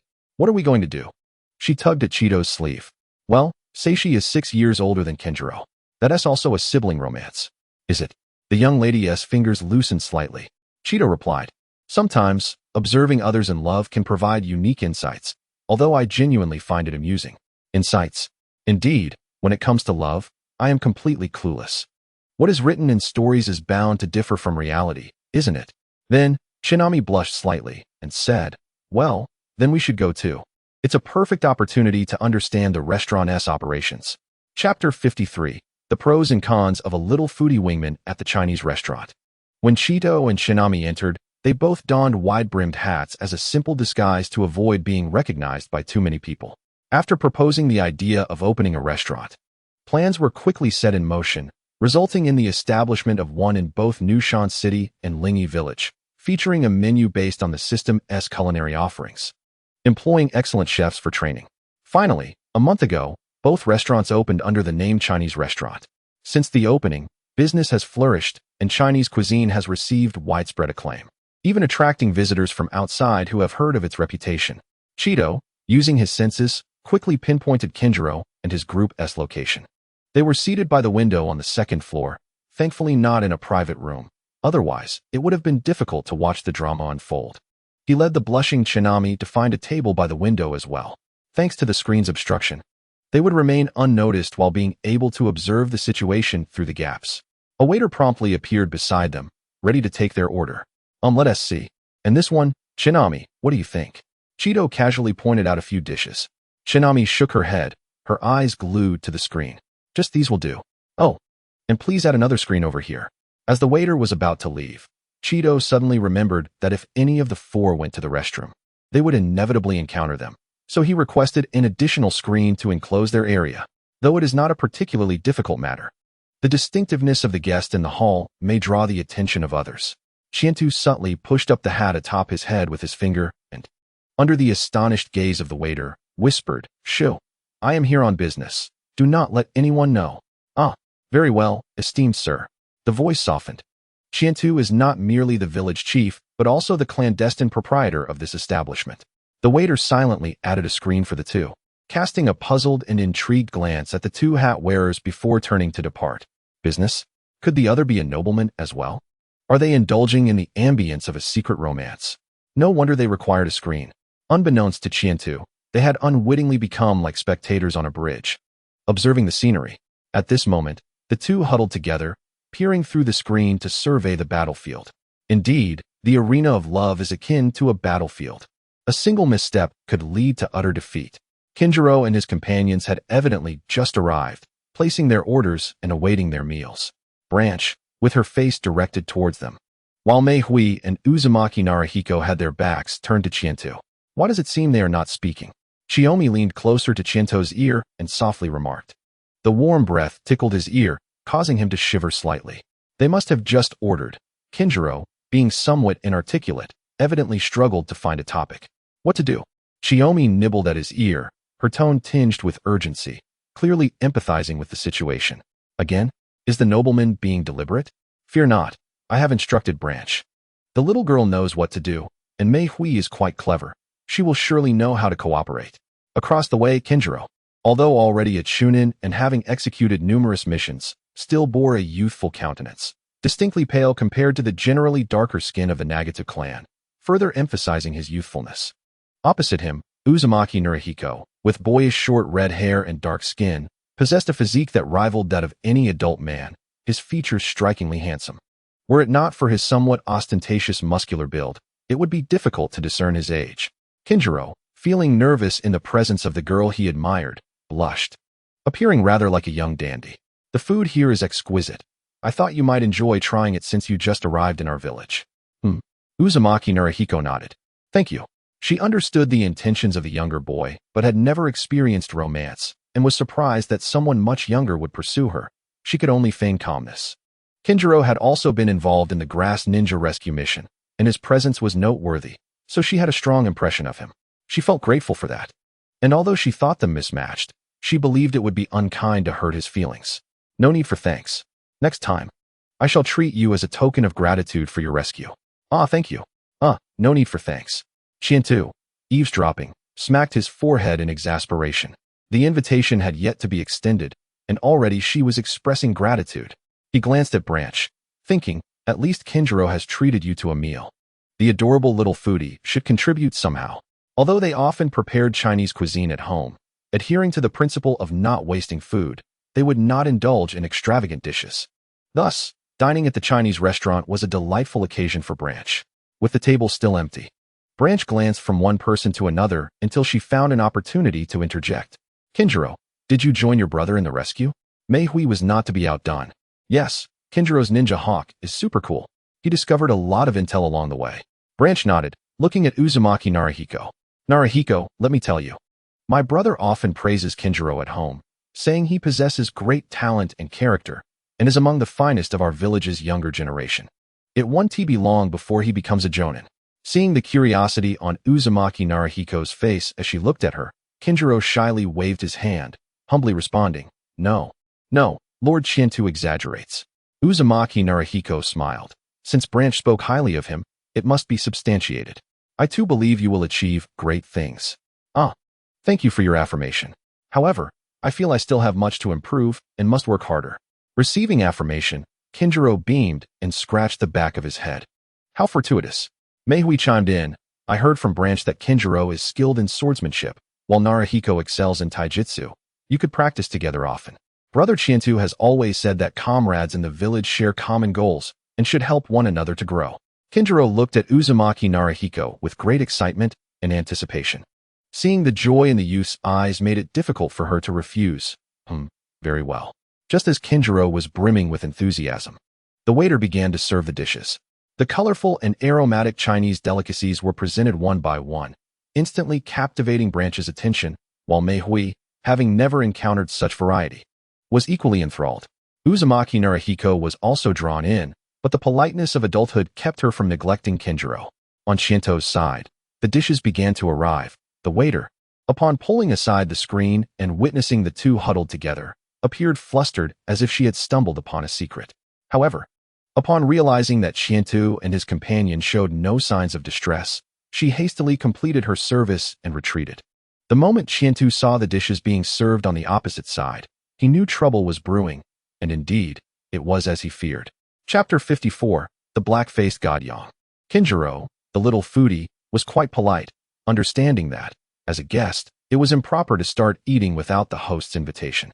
Thus, he inquired in a grand manner. Looking to Kinjiro for permission, Mei Hui and Uzumaki Narahiko followed suit, their eyes fixated. You must be hungry. Let us all eat. Just as Kinjiro was elated by the agreement, he suddenly became aware of 3 pairs of glistening eyes fixated on him, causing his heart to race. He quickly regained his composure and, in a fluster, urged everyone to begin dining. Qiantu, observing the table laden with a plethora of dishes, could not help but marvel at Kinjiro's generosity.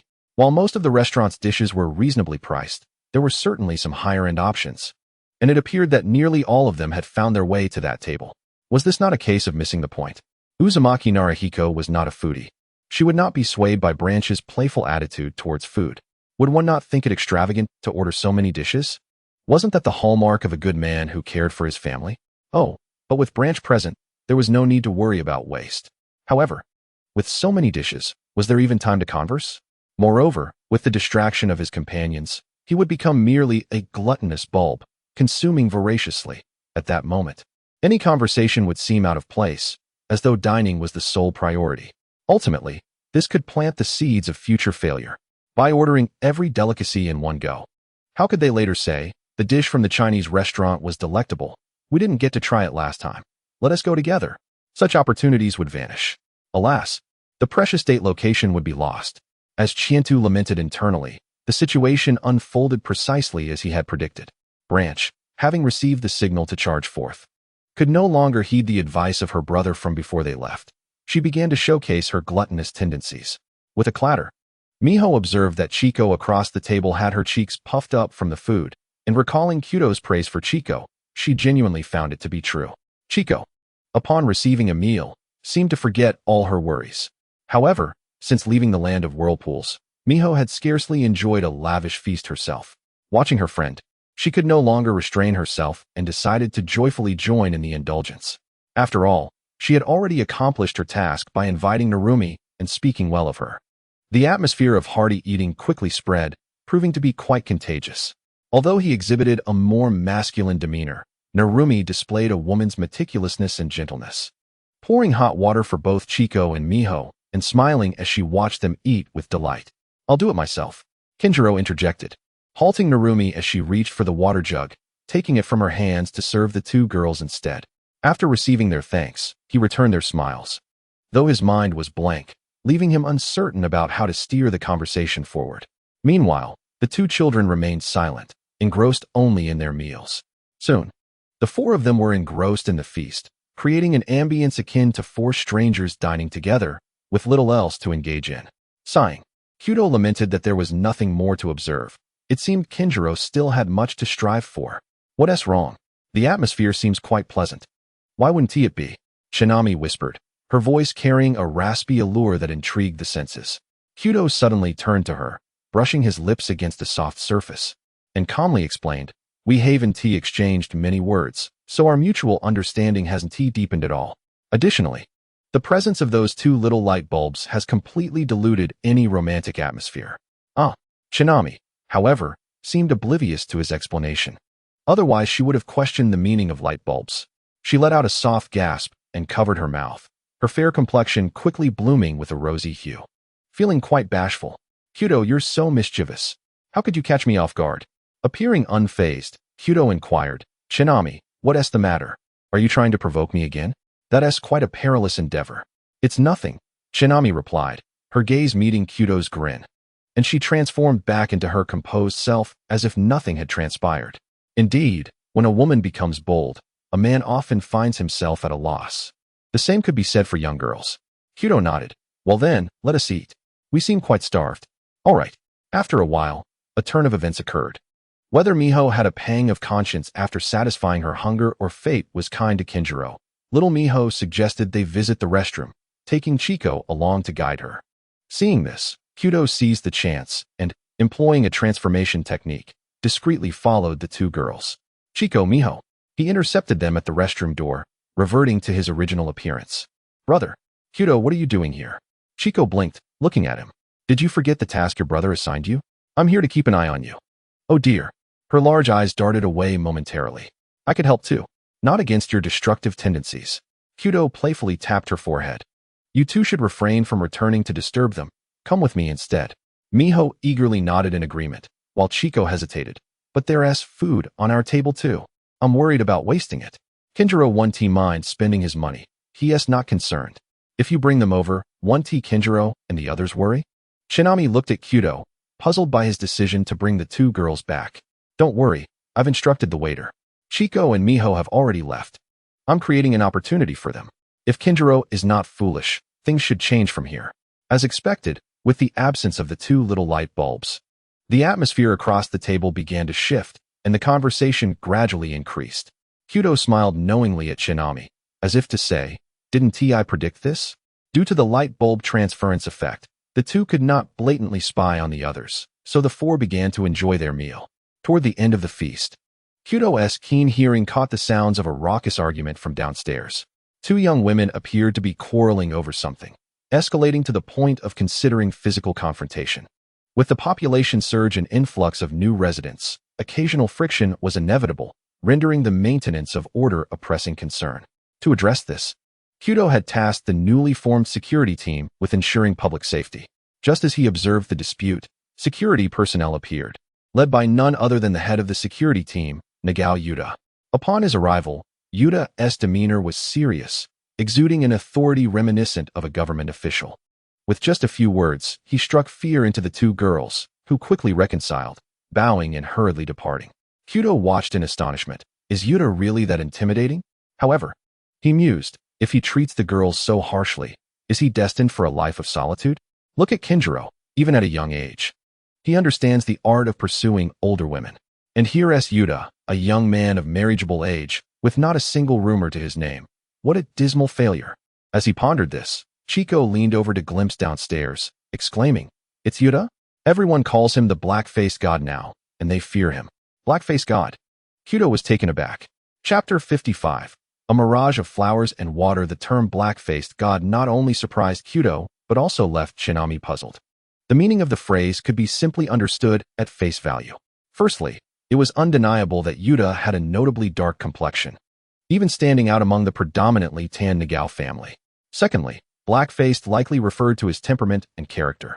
Shinami wondered, as someone acquainted with Nagao Yuta, why she found him less fearsome or unapproachable. How did he earn such a title? Indeed, Yuta is quite strict in managing the village's security. Initially, many residents struggled to adapt and resisted, leading to some being detained in the dungeon for a while, after which they became compliant. Gradually, people began to refer to Yuta affectionately as the black-faced god in hushed tones. Chiko earnestly explained. Suddenly, Kyudo recalled an incident from before his visit to Kusakabe village.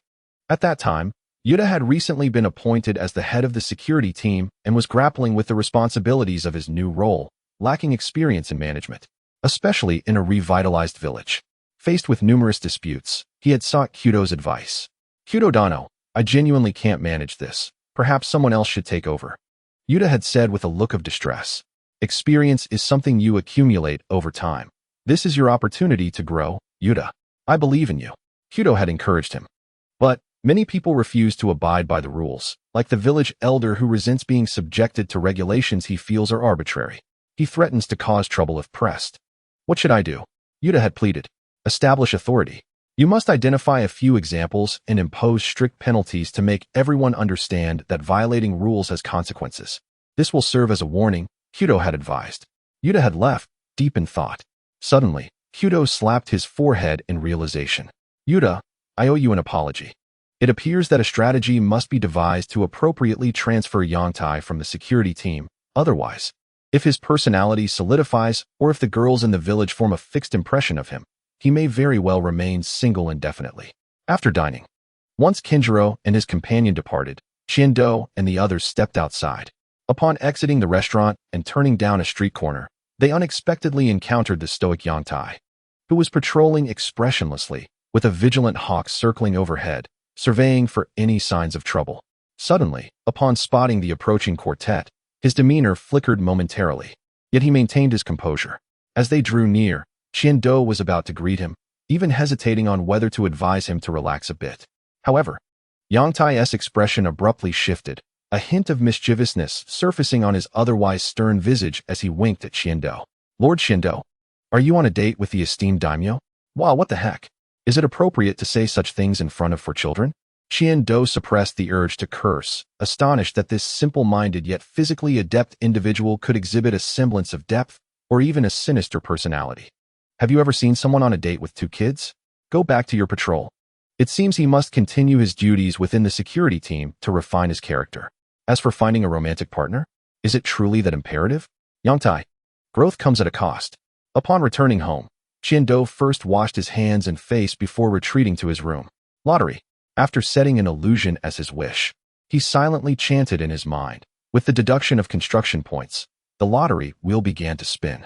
Once 10 beams of light shot forth and settled, he focused his gaze. What greeted him was a sea of pure green, 9 ordinary greens. Yet, Qiando leapt up, fist raised in exhilaration. I am a fortunate one. His excitement was not merely due to the 9 greens, but rather the singular different hue within that verdant expanse, a radiant gold. A golden flower amidst the green leaves. An epic reward, on par with the power of the water god.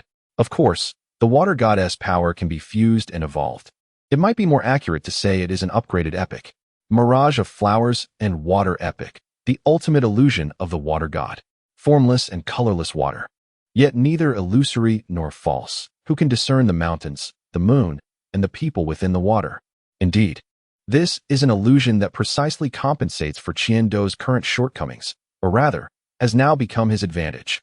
The mirage of flowers and water is not the illusion used by Uchiha Itachi with his Sharingan, nor is it a power from the death goddess Scythe. It originates from the water god, an illusion that complements the water goddess power. This is the most fitting illusion for Qiando. Mirage of flowers and water is divided into 4 layers: mirror, flower, water, and moon, each bearing its own significance. The broken mirror, as the name implies, is a means of dispelling illusions. With the enhancement of mirage of flowers and water, all illusions appear to Qiando as if seen through a mirror, his consciousness clearly informing him that it is an illusion, thereby negating the greatest challenge of dispelling general illusions. Planting flowers, weaving illusions, and casting spells, the water goddess illusions utilize water as a medium. A single droplet of water, once infused with the essence of flowers, can activate the illusion as long as it reflects in the enemy's eyes or comes into contact with them. Floating water, materializing illusions, blurring the lines between reality and illusion. Once the planting of flowers is successfully initiated, regardless of whether the enemy can dispel the illusion, the entities Qiando manifests within the illusion can materialize to a certain extent. Reflecting the moon, by embodying the moon, he can unleash droplets of water that project a phantom entirely congruent with his own strength, lasting for an hour. Additionally, when confronted with an illusion that cannot be dispelled, it will forcibly exchange with the moonlit droplets to nullify the illusion. Currently, he can refine 1 droplet of water. Qiando was utterly ecstatic, longing to shout, "Who else is there?" With the augmentation of mirage of flowers and water, he could confidently declare that no illusion could vanquish him. Moreover, within the system marketplace, updates regarding mirage of flowers and water had also emerged. Mirror image. By expending half of 1's chakra, replicate a combatant with equivalent skills, lasting for 15 minutes or until chakra is exhausted, with a cooldown of 24 hours, 2,000 construction points. Qiando's eyes widened. This was indeed an extraordinary skill. Just imagine, if an opponent of equal strength faced the mirror image. It would mean that they would have to contend with 2 equally matched combatants for a quarter of an hour, and if faced with someone more powerful than himself, summoning the mirror image could provide a crucial 15 minutes for counterattack or escape. Naturally, if the opponent's chakra vastly exceeded his own, one swift technique could deplete half of his chakra, thus rendering previous statements moot. At 2,000 construction points, this was undeniably a must-have. To think that the mirage of flowers and water possesses an upgrade. This time it was the mirror. Could there be upgrades for flower, water, or moon in the future? The possibilities are indeed tantalizing. After the initial thrill, Qiando was suddenly overwhelmed by a sense of emptiness, a hollowness left by the system's demands. Currently, merely eyeing the essential purchases, his construction point requirement had soared to 12,000. Following this lottery, his construction point reserves had dwindled back to 3 figures. The path to becoming stronger is indeed a long and arduous journey. In Lingi Village, let us strive together. Chapter 56. On the Road. Konoha is the epicenter of the entire Naruto narrative, as well as the heart of the ninja world map, occupying a bountiful and habitable land. In Naruto, the various bosses and antagonists throughout the stages are deeply intertwined with Konoha, whether they are outright defectors or former students raised by Konoha turned rogue. This underscores Konoha's prominence. Thus, it is no wonder that Konoha has consistently been a thorn in the side of other ninja villages, with the consensus seemingly being to besiege Konoha. After all, it is exceedingly difficult to overcome. However, during the latter part of the third Hokage's tenure, whether due to the exhaustion from prolonged warfare or the presence of some troublesome individuals within, Konoha entered a phase of weakness. In the years surrounding the Second and Third Great Ninja Wars, over a decade, the representative genius known as White Fang was lost. Tsunade was haunted by her fear of blood, Orochimaru defected, Jiraiya wandered, and even the Yellow Flash, the fourth Hokage Minato Namikaze, perished along with his wife, the Jinchuriki, in their own village. Furthermore, the death of the prodigy Shursui and the extermination of the Uchiha clan followed suit. Such occurrences rendered the death of Neji Hyuga's father, due to the peace, not particularly surprising. This is indeed a curse. The reemergence of the third Hokage, only to be sent away by his own esteemed disciple, signifies a lengthy gap before Konoha's successors emerged, with the fifth Hokage even being someone still haunted by the fear of blood, Tsunade. The fact that the gluttonous king has coveted the Hokage position for so long is indicative of the lack of capable individuals. Of course, the burden of this lack must also rest largely upon him. Danzo's desire to become Hokage necessitated the elimination of all young individuals with merit and prestige. When the legendary Sannin, White Fang, and others shone brightly, would he not feel a twinge of despair? Who could have predicted that this group of young talents would be so easily extinguished? A mere flick of his hand, and many wouldn't even require his direct involvement to vanish like leaves in the storm. Could Danzo truly believe that his schemes were flawless? Did fate favor him? Did the third Hokage ever ponder why the village produced so many talents, yet they were so transient? Konoha, a bastion of four steadfast politicians, yet a flow of fleeting geniuses. Let this serve as a lesson. Lingi Village must strengthen ideological education to cultivate ninjas with unwavering beliefs and resilient character. Chiendo is already en route to Konoha. Along this journey, I couldn't help but reflect on my various impressions of Konohagakure. As a narrative, there are always illogical aspects in what I had seen in my previous life. After all, the author never comprehends as deeply as the reader does. Although the existence of Naruto has gained widespread recognition, it is unwise to form preconceived notions about the real individuals I am about to meet based solely on the story. Accompanying me on this expedition are four individuals: Tansui Koryo, Nagao Kenjiro, Uzumaki Shinwa, and Uzumaki Renwa, making for a streamlined team. The first three have already become steadfast members of my elite guard, skillfully balancing reconnaissance, intelligence, sealing techniques, and offensive prowess. They are indeed well equipped, though at present, our village, Lingi, lacks a medical ninja capable of ensuring the team's effectiveness without hindrance. Uzumaki Shinwa's position in the security force has been temporarily filled by the returning Jonin, Uzumaki Hai. The reason Uzumaki Renwa accompanies us is that I have considered the likelihood that Konohagakure must have received intelligence from Orochimaru's team, thereby being aware of Lingi's acceptance of the Uzumaki clan. How might Konohagakure respond? Regardless of the role they played in the demise of the Uzumaki clan in the Land of Whirlpools or their efforts during our clan's desperate flight, the fact remains that only a single girl, perfectly suited to become a Jinchuriki, survives in the vastness of Konohagakure. In short, I cannot believe that now that the Uzumaki clan has found a new sanctuary, Konohagakure would turn its back on us, especially when faced with the undeniable reality of our established alliance with former allies. What? Are you not pleased that your two good friends have become allies?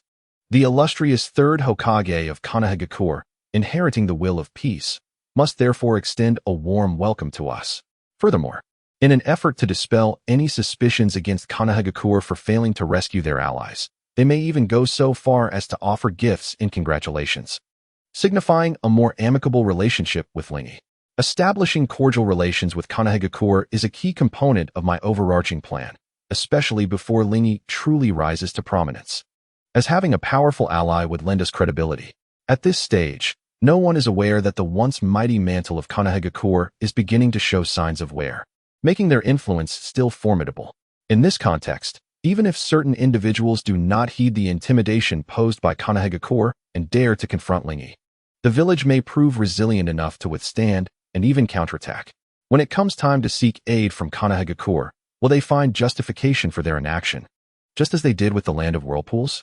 To ignore a golden opportunity would be folly. I certainly do not wish for Lingy to shoulder the burden alone, as the losses would be too painful for me to bear. We are still in our developmental phase, after all. Additionally, among the 5 great shinobi villages, Konohagakure outwardly appears to be the most honorable and steadfast.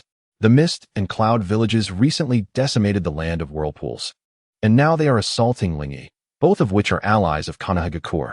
Can they truly afford to remain ambivalent? With allies falling one by one, what semblance of dignity would be left for Konohagakure? How would other subordinate villages perceive them? In conclusion, a strong alliance is essential for my migration plans and the facade of power. Given these circumstances, fostering relationships becomes imperative. The Uzumaki clan's presence still resonates. And with Uzumaki Rinbwa being a contemporary of Uzumaki Mizuho, it is only fitting that he take the lead in our diplomatic engagement. Suddenly, a sharp clashing of weapons and the explosive sounds of jutsu erupted from the right ahead. The 5 of us halted abruptly. The sounds were faint, emanating from a distance. Yet our keen senses as formidable shinobi could not overlook this information. I glanced at Kinjiro. As we approached the heart of the Land of Fire, the forest thickened, and Kinjiro's ninja hawk, lacking the penetrating vision of the Byakugan, circled above us closely to monitor our surroundings. Historically, the Nigao clan possessed hawks with such abilities. But due to certain unspeakable reasons and the difficulty of breeding those birds, that lineage has since been lost. With a subtle gesture, I signaled Kinjiro to direct the ninja hawk toward the source of the conflict. Soon, we received intel. Konohagakure's shinobi were engaged in combat with a group of bandits, amidst merchants and their goods, indicating that the ninjas were tasked with escorting supplies. The bandits vastly outnumbered them, with rogue ninjas among their ranks. I raised an eyebrow. What a coincidence! Just as I was preparing to establish good relations with Konohagakure, I stumble upon their predicament. What a timely opportunity to extend my assistance. Let us investigate the situation. It would be wise to offer help, especially since we are visiting as guests. With a smile, I transformed into a fleeting shadow, leading my companions toward the battlefield. Chapter 57, Might Guy Clang. Clang. Wind release. Vacuum sphere. Whoosh. On a narrow forest path, 3 carts laden with goods had come to a halt. The merchant and his 4 hired hands crouched anxiously beside the wheels of the carts, their expressions tense. Among them stood a young man with thick eyebrows and a rugged appearance, distinctly noticeable in his entirely green, tight-fitting outfit, adorned only with a light yellow scarf and yellow-striped leg guards. In summary, this young man's eccentric appearance did not inspire confidence. Mr. Ninja, you will protect us, won't you? The merchant, hearing the sounds of battle around him, hesitantly asked. He harbored deep doubts about the green-clad youth left behind by his companions to safeguard them, yet found himself with no alternative in the midst of conflict.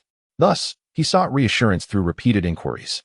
In response to the question, the green-clad youth abruptly turned his head, his serious demeanor instantly giving way to a broad smile, his white teeth gleaming. Rest assured, we are ninjas of Konohagakure, and we shall ensure your safety, he declared, raising one arm toward the merchant in a thumbs-up gesture. The height of his thumb matched the curve of his smile, the proud digit and radiant grin complementing each other perfectly. However, amidst the chaos of battle, this display seemed rather odd, and the merchant found little solace in it. He silently nodded, signaling his trust, while inwardly contemplating. If the ninjas of Konohagakure fail, I should quickly surrender the goods to increase my chances of survival. His 3 hired hands murmured among themselves, expressing skepticism about the peculiar green-clad figure, having heard from their comrades that he was merely a low-ranking ninja, and at his age, he likely lacked the strength needed for protection. Should they seek an opportunity to escape? Unbeknownst to the green-clad youth, who interpreted their nods as trust, he felt a surge of joy and resolved to protect everyone with utmost diligence. Turning to observe the clash between his comrades and the bandits, he noted the grim situation, his expression growing serious and anxious. Konohagakure had deployed 4 ninjas for this C-rank mission, 1 chunin and 3 jinin, of which he was the eldest among the genin.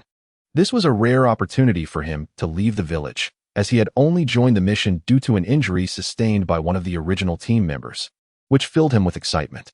Yet, what was supposed to be a straightforward escort mission had unexpectedly encountered over 20 bandits, including 5 rogue ninjas. With their leader at the level of Chunin, the difficulty of the task had escalated.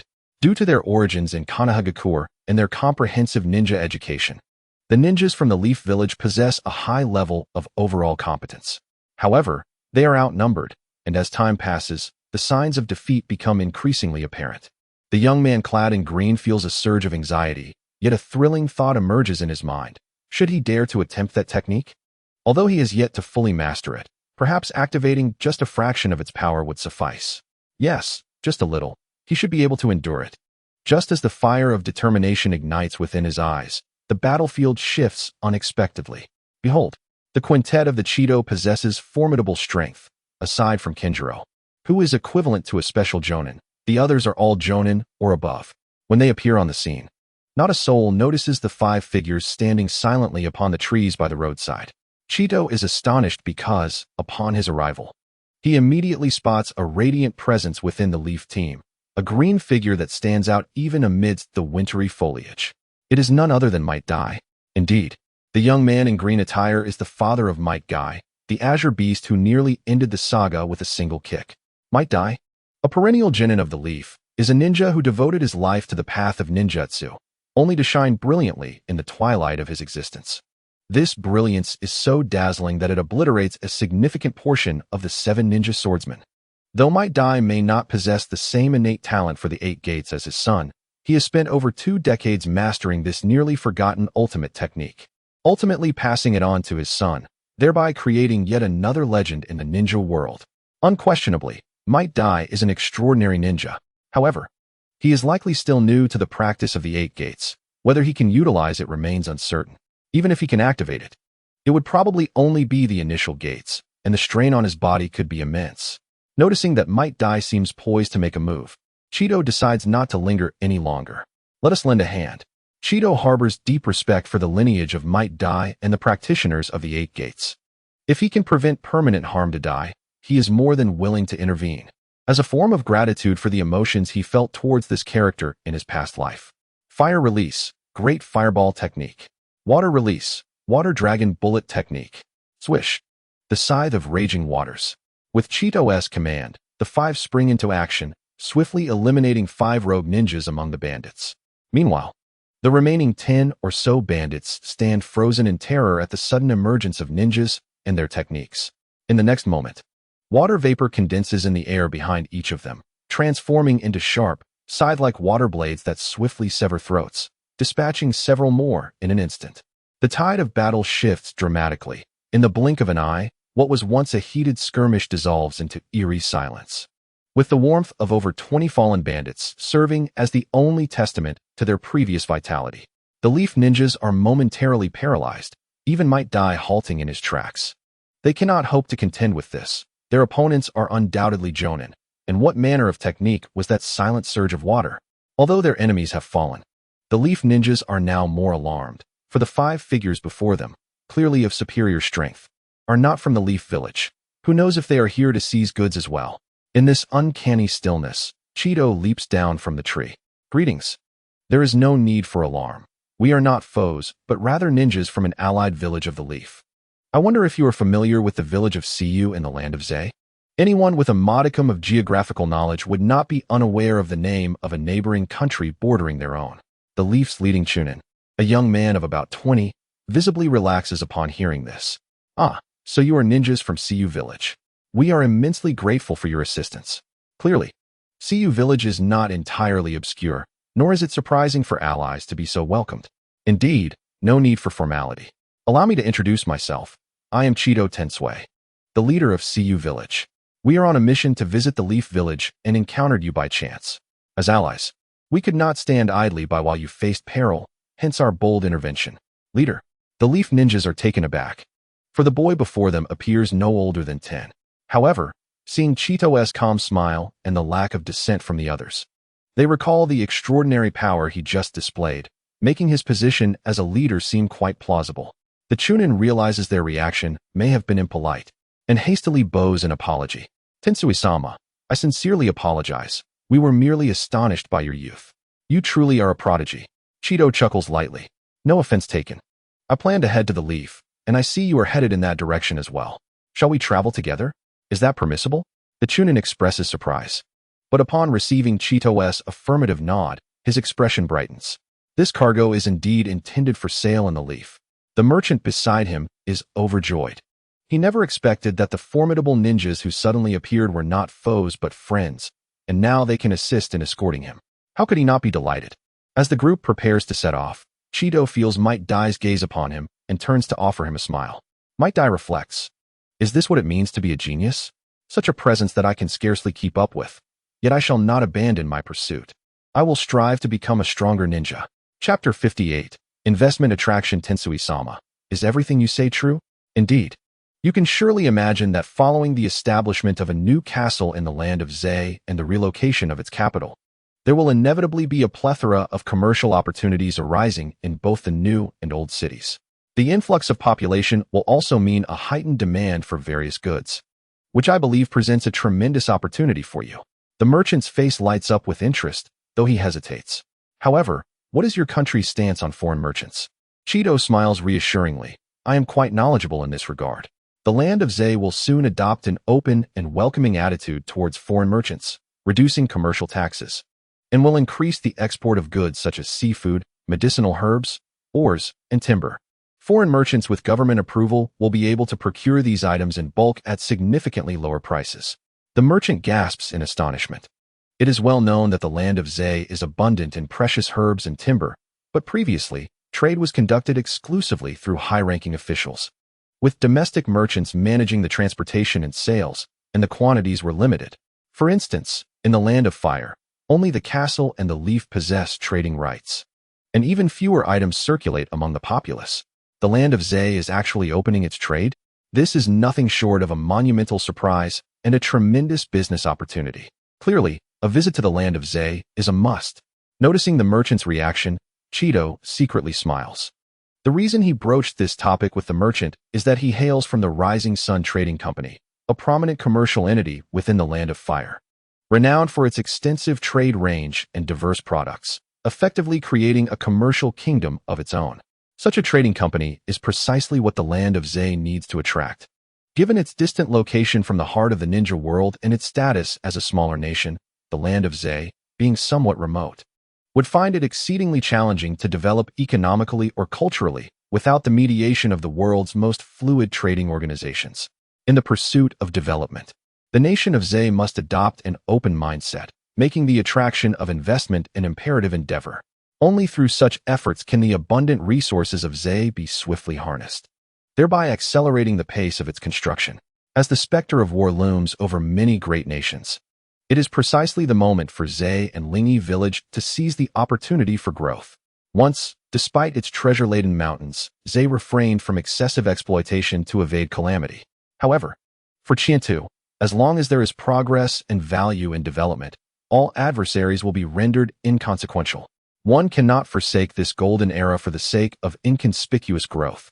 To do so would be a grave miscalculation. In all honesty, given Shinto's current prowess, he does not shy away from the shadows of great powers, and his abilities render traditional tactics of overwhelming numbers ineffective, thus mitigating the numerical disadvantage posed by the lower ranks of Zei's ninja. Any ninja village that dares to engage with Lingyi village without a clear understanding of Shinto's strength will undoubtedly face dire consequences. Of course, the notion that Qiantu could make them pay a price remains unknown and untrusted. Yet should war erupt, Qiantu himself is convinced that many misfortunes are inescapable. Just as Lingyi village must develop, it cannot neglect the recruitment of talent.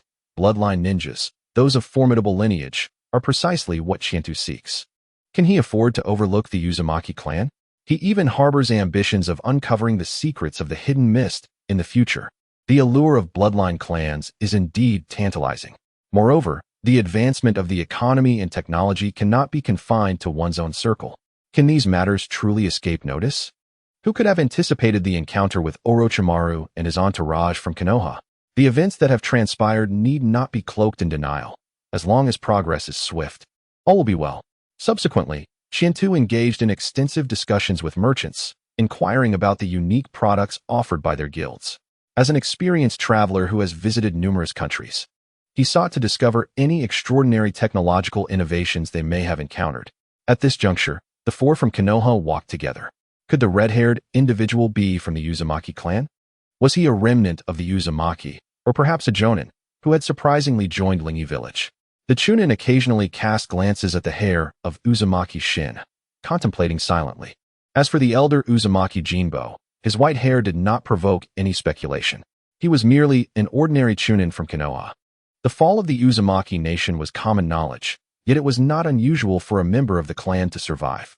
Naturally, he was unaware of any actions taken by Konoha, which has historically maintained amicable relations with the Uzumaki. Beside him, two boys of similar age to Nagato Kinjiro were engaged in discussion about him. Do you think he is also a Jonin? Our leader is a Jonin at such a young age. He must be a super genius. This one, who is about our age, can't possibly be a Jonin, right? Well, he should be. Did you not see that blade? With a swift sound, the rogue ninja who had been entangled with me for quite some time was killed before he could even react. I only saw a flash of light. Such speed of the blade clearly indicates he is beyond the Chunin level. The respondent nodded confidently, stroking his chin. But how can one determine whether someone is a Jonin based solely on the speed of their blade? Then tell me, could you evade that strike? I am merely a genin. But you are also preparing for the Chunin exams, right? If even you, a prospective Chunin, cannot evade it, then it must certainly be a Jonin strike. Such words of praise and encouragement are difficult to refute. He paused momentarily before stating, that's rather exaggerated. I heard Lingi village is just a remote little ninja village, yet suddenly two geniuses have emerged. It feels as though Konoha, one of the 5 great villages, is being overtaken. The hand that had been stroking his chin shifted to a more contemplative gesture. Well, at least we need not worry. It's the matter of those geniuses within the village, not ours. At that moment, Mike Guy, who was walking on his hands, seemed to overhear the two and boisterously chimed in, "Believe in yourselves. As long as you train diligently and adhere to your ninja way, one day we will bridge the gap with the geniuses." With the addition of Qiantu and his companions, the completion of their tasks became a proverbial rock. As the Konoha team no longer needed to guard against ambushes, thanks to Kinjiro's reconnaissance with his ninja hawk. Thus, to avoid wasting time, Mike Guy began his training while walking on his hands. Initially, apart from Qiantu and the Konoha ninjas, everyone regarded the peculiar man in green with a mixture of bewilderment and curiosity. However, as time passed, they grew accustomed to it, even feeling a sense of admiration for his tenacity. The questioning youth sighed, exasperated, and remarked, "Brother Guy, perhaps you should aim to become a Chunin first." Another youth, slightly younger, sighed wistfully. Given Brother Guy's age, even if he were to become a Jonin, it wouldn't make him a genius. At that moment, Qiantu, hearing Mike Guy's rallying cry, turned back with a smile. Indeed, the other side of genius is the effort that surpasses the ordinary. Let us strive on. For this is the essence of youth. As he spoke, he struck a signature gesture of fervent youth. The others were momentarily taken aback, and Mike Guy's eyes brightened as he transitioned to a one-handed handstand, returning the gesture. Indeed, this is youth. Chapter 59.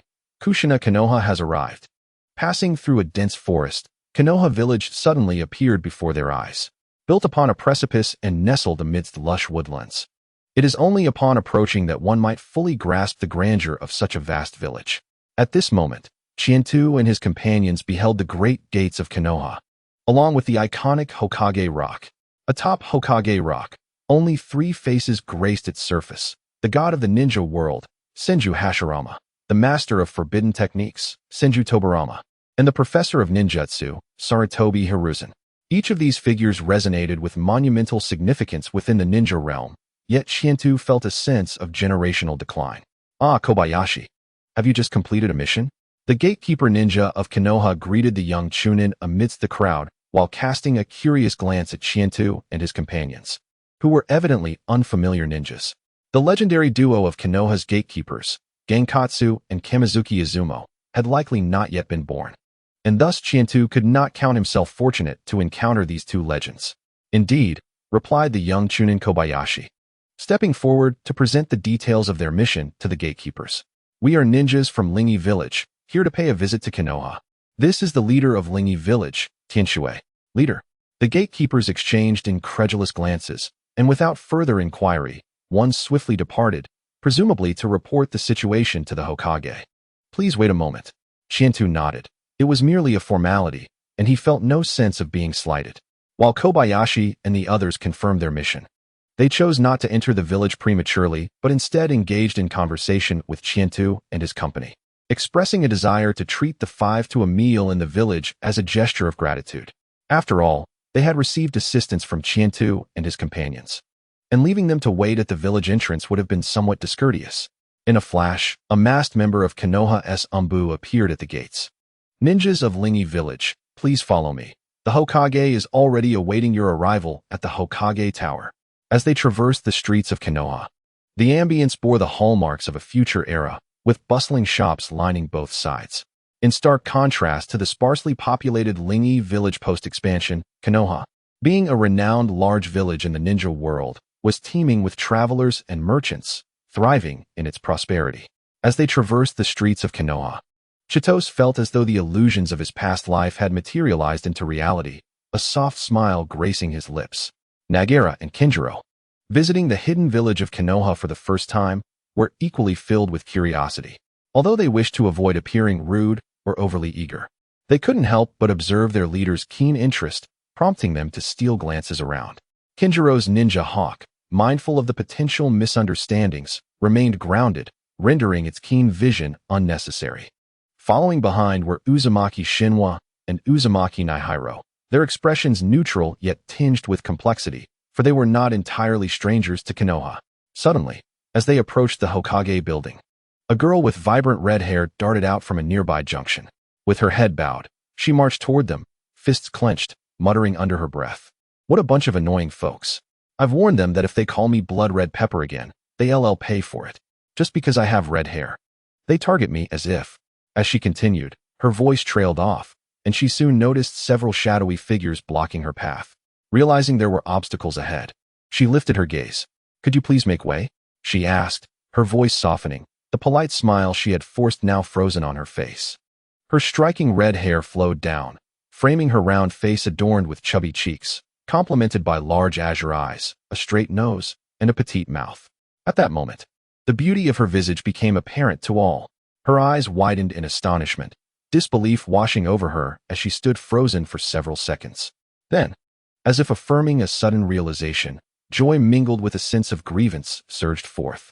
In an instant, she transformed into a crimson blur, racing past Chitose, Nagara, and Kinjiro, and dove into the embrace of a white-haired elder, the impact echoing softly. Grandpachi, you're alive. You're alive. The unexpected reunion with the presumed deceased relative brought forth a torrent of emotions, the girl's joy intermingling with tears as she struggled to articulate her feelings. She buried her face against him, sobbing loudly, seemingly attempting to solidify the reality of this moment, dispelling her earlier fears and grievances. Uzumaki Nihiro's eyes glimmered with tenderness as he gently lifted his aged hands, caressing her fiery locks in silent comfort. Time passed, and even the Umbu operative did not rush them. Uzumaki Shinwa, fighting back tears of his own, finally managed to maintain his composure and, with a slightly trembling voice, addressed her, Little Kushina, don't just focus on your grandpachi. Uncle Shinwa is here too. Upon hearing the teasing words, Kushina turned from her grandfather's embrace, her tear-streaked face lighting up as she exclaimed, Uncle Shinwa. Ah, Uzumaki Shinwa acknowledged, tilting his head. This girl had spent some time in Konoha and had learned to be affectionate, stirring feelings of sympathy within him. Chitose couldn't help but chuckle at the sudden transformation of the once fiery blood-red pepper into a sweet, soft tomato. Grandpachi, where did you come from? Kushina inquired, now walking alongside her grandfather toward the Hokage building. From the southern part of the Land of Fire, near where our Uzumaki country once lay, in the village of Seiki. He replied, What's that? Upon seeing a slightly older boy smile back at her, Kushina refrained from asking further, merely nodding in feigned understanding. That guy really resembles that annoying blonde when he smiles. Grandpachi, besides you and Uncle Shinwa, are there any other clan members? She asked eagerly. Yes, there are quite a few. Your Uncle Ku, Sister Rika, and Little May, among others. They're all waiting for you. Kushina's eyes sparkled with anticipation, but Uzumaki Nihiro, aware of her expectations, gently patted her head, saying, "But this time, not everyone could come. They're still in Seiki." Upon hearing this, Kushina's expression dimmed, the realization settling in. She understood what her grandfather meant. The Uzumaki clan had likely joined that distant village, leaving her alone in Konoha without companionship or welcome. Exchanging glances filled with concern, Uzumaki Nihiro and Shinwa felt helpless, aware that Konoha would not allow Kushina to leave. Just as Kushina's spirits began to wane, a youthful hand appeared before her, open and offering several candies adorned with rabbit illustrations. "Kushina, right? These are for you. They're special candies from our Seiki village. Little May and the others love them. We hope you can visit us in Seiki someday. And if you're unable to, your Grandpa Chi and Little May will surely come to see you, for everyone will miss you and never let you feel lonely." Slowly, a glimmer of light returned to Kushina's eyes. Really? After receiving this comfort, she regarded Chitose with newfound warmth. All the way to the Hokage building, she chattered incessantly, inquiring about her former companions in Seiki. Perhaps due to her lack of friends, a few kind words and candies were enough for her to consider Chitose a good friend. Unbeknownst to her of Chitose's true identity, she eagerly stated her intention to treat him to the best dumplings in Konoha. "Sure, but we have quite a few people here. Do you have enough money in your little wallet?" Kushina's round face showed hesitation as she pursed her lips. She hadn't meant to treat everyone. But in a bid to maintain her dignity, she ultimately declared, "Of course. If I say I'll treat, I want to go back on my word. 1, 2, 5. With the masked guy, that makes 6 of us. I hope that's enough, but I wonder if they eat a lot. Maybe I'll borrow some from Brother Shoju later. His allowance seems to always get borrowed by Sister Tsunade. I wonder if he still has any left. If not, I could ask Granny Mido." Chitose chuckled softly, choosing not to tease her further as they arrived at the Hokage building.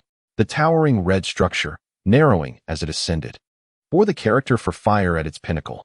At the entrance, a slender man dressed in a Konoha ninja vest, exuding an air of seriousness, awaited them. Clearly aware of Chitose's status as the leader of Seiki, he greeted them with a composed nod. "Leader of Tianshui and esteemed members of Seiki, the Hokage has been expecting you. Please follow me."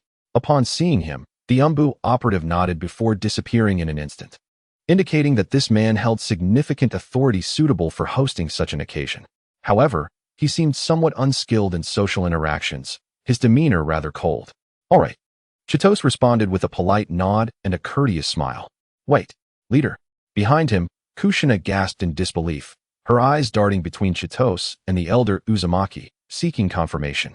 Receiving affirming smiles from both men, she felt her entire understanding of the world shift dramatically. How can this be possible? A mere child is the leader of the hidden village. Why would this individual, who appears to be of a similar age to me, hold such a position? Isn't the leader of a village akin to the Hokage, the supreme authority? Furthermore, do not the likes of Grandfather Shikida and the others follow him? Lord Chitado is an exceptional genius. Despite his youth, he possesses strength and wisdom far beyond his years. Understanding Kushina's spirited personality, Uzumaki Renho gently patted her head and explained, I can be a genius too." Kushina felt a surge of competitive spirit, her previous admiration for Chitado swiftly transforming into a determination to prove herself. It was not that she was impolite. Rather, the notion of a young leader presiding over a village, where her grandfather Shikida, Uncle Shin, and sister Rika resided, was difficult for her to accept. Moreover, why was it that when I expressed my ambition to become Hokage, I was met with ridicule? Yet this individual, who is only slightly older than I, has already achieved my goal. Though reluctant to admit it, she felt a tinge of envy. For the fiery spirit of the blood-red pepper burned within her. "Kushina, would you like to join us? Discussing matters can be rather dull. So perhaps you should head home, and we will find you once we have concluded our discussions," Renho suggested, recognizing that the ensuing conversation was not suitable for her presence. "All right, but you must come. I still owe you a treat." Kushina, fully aware that adult discussions were beyond her involvement and would only serve to complicate matters, nodded in understanding. Resolute, she decided to return home and borrow money from Grandma Mido. After saying this, she turned back several times before departing. Upon encountering Saratobi Hiruzen, Chitado nearly failed to recognize him. "Is this really the third Hokage? You mean to tell me this is the third?" The third Hokage, adorned in a white ceremonial robe and a tightly fitted Hokage hat, revealed a face with minimal wrinkles and no signs of age spots. His dark brown eyebrows and beard gave him an imposing presence, yet his smile exuded warmth and approachability, embodying the essence of a successful middle-aged individual. Quite unlike the decrepit figure portrayed in the original narrative, the youthful third Hokage truly appeared remarkably young. Chitado, taken aback, inadvertently voiced his astonishment. The onlookers wore expressions of confusion, interpreting his words as a challenge or mockery. Yoda, Kinjiro, Shin. Wow, the leader is indeed formidable, establishing dominance right from the start. Yet, this is still Konoha, and weren't we here for a collaborative discussion? The guiding leaf ninja remarked, it would be acceptable for Uzumaki Rinho to say such things. But it feels inappropriate coming from you. Rinho retorted, indeed, before me, you are merely a junior. When I fought alongside Hashirama and Tobirama, you were not yet born. To think that Konoha has fallen into the hands of youngsters like you. The leader of Tansui chuckled lightly. Hiruzen's polite smile faltered slightly. What is this child's problem? Overly youthful arrogance? Is he disdainful of my age? According to what Orochimaru had written, he seemed to be a prodigy, albeit with a rather haughty demeanor. Chitado quickly composed himself, offering an appropriately measured smile. The esteemed Hokage tirelessly manages the vast affairs of Konoha, attending to every detail personally. I had always imagined that the Hokage would bear the fatigue of his responsibilities, showing signs of premature aging, yet upon meeting, I find you remarkably vibrant and youthful, truly deserving of your renowned reputation as a powerful ninja. Haha, the leader of Tansui is far too complimentary. You are the true young hero, single-handedly resolving the crises facing both your village and nation. Truly remarkable.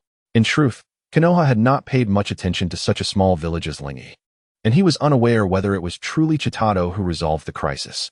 However, mutual flattery was the nature of such exchanges, and he was not about to lose ground in verbal sparring with a young child. Hiruzen cheerfully shook Chitado's hand, satisfied as he stroked his beard, feeling a sense of youthful vigor, pondering that perhaps he still possessed youthfulness, or else why would this young person shower him with such praise? Perhaps I should consider having another child while I'm still young? Lately, I have been utilizing the telescope technique rather frequently. I must not waste this abundant energy. Chitado remained blissfully unaware that his single compliment might very well lead to the birth of Saratobi Asuma. Hiruzen then turned to Uzumaki Rinho. Recognizing him as an old acquaintance and a peer of his former teacher, and despite the potential awkwardness, he could not ignore him. With a friendly smile, he stated, Elder Shikita, I have received correspondence from Orochimaru and learned that the Uzumaki clan has joined Lingi village. This is indeed wonderful news. Lingi village and Konoha are friends, and we have long been allies with the Uzumaki clan, thus making us all friends. Rinho nodded in agreement, his smile warm. I believe Mito will be very pleased to know you have arrived in Konoha. Indeed, we shall pay her a visit. Chapter 61. Intentions realized. I wonder what brings the leader of Tansui to Konoha? After exchanging pleasantries, Hiruzen invited Chitado and Rinho to sit and inquired, what brings you here? Konoha's hospitality was commendable, as tea was promptly served. Chitado, eschewing any pretense, stated, as you are aware, Hokage-sama, the newly established daimyo city in the land of Ja has created a need for population influx due to its sudden growth. Prior to encountering your village, I thought it might be possible to relocate some residents from the border of the Land of Fire. This would not only fulfill the needs of the Land of Ja, but also alleviate the burden of disaster victims within the Land of Fire. Hiruzen pondered in silence. This matter should primarily be decided by the daimyo of the Land of Fire, as these people are not from Konoha. Furthermore, it was clear that if the Land of Ja offered some trade incentives, the daimyo would likely agree. Although the population at the border was not vast, the influx of refugees due to the war had caused significant troubles for the Land of Fire. Given that Lingi village had specifically brought this matter to Konoha, it was evident they had ulterior motives. Indeed, Chitado continued, to facilitate a smooth relocation, Lingi village may dispatch ninja to eliminate bandits and safeguard the migration routes. Hiruzen furrowed his brow. The frequent entry of your village's ninjas into the Land of Fire, particularly near the borders with the Land of Rain, could be problematic. Rest assured, Hokage-sama, we have no ulterior motives. Everything is solely for the purpose of the relocation plan. Even if you say so, can I truly relax? Allowing foreign ninjas to move freely within the country, particularly in increasingly volatile border areas, could lead to complications. If any incidents were to occur, I would be the Hokage facing the consequences, becoming a laughingstock of the ninja world. Youthful naivety often clouds judgment, and despite his apparent maturity, his political understanding was rather lacking. Noting the third Hokage's resistance, Chitado chuckled and said, "I understand your concerns, Hokage-sama, and we have a solution. Lingi Village will issue a task to Konoha for escorting the relocation, ensuring that each migration remains within Konoha's oversight. Our ninja tasked with eliminating bandits will be few in number, posing no threat to the border defenses of the Land of Fire. Furthermore, the Land of Jia intends to continue fostering trade cooperation with both the Land of Fire and Konoha, and the bandit elimination ninja team will first be assigned a cargo transport task." Hiruzen nodded increasingly as he listened, and by the end of Chitado's proposal regarding enhanced cooperation, he could hardly contain his excitement, tightening his grip on the cup. He sensed the sincerity of Lingi Village. To be honest, the other party could have acted in secrecy, but if discovered by Konoha, it would inevitably lead to conflict. Since they chose to discuss matters openly and presented a comprehensive plan, it was evident that they wished to avoid confrontation with Konoha. The relocation task, as per Chito's suggestion, required Konoha to assign only a couple of middle to low-ranking ninjas, which would not strain their manpower while effectively ensuring supervision. Furthermore, the clear bandits would initially undertake the transportation of goods, allowing Konoha to assess the situation of the ninjas involved, akin to purchasing a ticket for entry. Sarutobi Hisashi pondered for a moment and inquired, "Leader of the Clear Water, could you clarify what you mean by relaxing trade cooperation?" The wood, herbs, minerals, and grain production of the Land of Ji were exceedingly abundant. Previously, the oppressive management by the rebel Iwasaki and the heavy commercial taxes had created barriers to trade. Now, with the drastic reduction of commercial taxes in the Land of Ji, the procurement prices for the Land of Fire and Konoha would likely be significantly lower than before. Moreover, once trade restrictions were lifted, Konoha's trade volume alone could increase 5- or 6-fold compared to the past. Sarutobi Hisashi's eyes gradually sparkled. Would the rare medicinal herbs, such as the Hixing grass and the Mingshou flower, also be available? These two herbs were exceedingly precious. One could rapidly heal external injuries and prevent infections, while the other was a nemesis to numerous toxins, suitable for crafting antidotes, a necessity for home and travel. However, both required extreme growing environments, with only a few suitable locations in the ninja world, one of which was the Sugiyama dense forest. Naturally, the Land of Ji would also seek ways to find suitable cultivation sites within the Sugiyama dense forest. Nodding, Sarutobi Hisashi acknowledged the potential of the Sugiyama dense forest, especially as its value had become increasingly apparent over the past decade. This sparked an internal desire within him, considering the motives behind Danzo's actions. However, it was common knowledge that the Sugiyama dense forest belonged to the Land of Ji, and Konoha would not resort to underhanded tactics. The opportunity for such actions had long since passed, especially given the inherent dangers from poisonous barriers and wild beasts in the forest. Even ninjas found it challenging to ensure their safety, a result of the decades of experience and sacrifices that the Land of Ji had endured to achieve their current successes. Very well, Konoha could agree to cooperate, but the leader of the Clear Water would likely need to negotiate with our feudal lord first. Ultimately, Sarutobi Hisashi acquiesced, realizing that the potential benefits from trade with the Land of Ji were too enticing to ignore. "Rest assured, Lord Hokage, a minister from the Land of Ji has already gone to the capital of the Land of Fire. I believe our lord will have no objections." Satisfied with the arrangement, Chito smiled broadly. Following this, they exchanged pleasantries and drafted 2 agreements, with Chito and Sarutobi Hisashi signing and sealing them, thereby solidifying their intention to cooperate. "Well then, I shan't disturb you further with your duties, Lord Hokage. We may need to linger in Konoha for a few more days, so I hope you can forgive any inconvenience caused. After all, this is our first visit to such a grand ninja village, and we wish to appreciate Konoha's customs and culture." "Ah, you are too courteous, leader of the Clear Water. Even without your request, I would insist on hosting you for a few days, both to extend my hospitality and because Elder Seven and the others would surely wish to meet Lord Mito and reminisce," Sarutobi Hisashi replied, signaling for the serious-looking guiding ninja to approach. "Akane, for the next few days, I would appreciate it if you could act as a guide and show our guests the hospitality of Konoha." The guiding ninja's lips twitched slightly, but he could only nod and respond, "Of course, Lord Hokage. How unfortunate," he mused internally, "that I have been assigned to this role simply because I took an extra month off from my honeymoon. Now I must entertain guests, despite my lack of expertise in such matters. Surely, Lord Hokage must be envious of my beautiful young bride. As they exited the Hokage's office, Chido observed the stoic expression of the guiding ninja and could not help but ask, "May I inquire your name, sir?" The guiding ninja snapped back to reality, exclaiming, "Oh, my apologies. How rude of me not to introduce myself. I am Yuhi Akane, a jonin of Konoha." Chido smiled. "Ah, Yuhi Jonin, I look forward to your guidance." "Not at all." Chapter 62. Tears of Youth Indeed. The cuisine at your village's inn is quite delightful. We have certainly feasted well. Chido expressed his appreciation. "Not at all. Leader of the Clear Water, you flatter us." Yuhi Akane replied with a calm demeanor, shaking his head. "For esteemed guests, especially those with whom they sought to establish a beneficial relationship, Konoha had protocols for hospitality, allowing Chido and his companions to enjoy complimentary meals and accommodations for the next few days, all under Akane's careful arrangements. Once outside the Hokage Tower, Akane led them to a beautifully appointed inn that provided meals and lodging, offering an excellent experience. However, he had also organized a formal welcome banquet at another grand restaurant to signify the importance of their visit. Unfortunately, they would not indulge in Kushina's famous meatball feast, a relief for her modest wallet.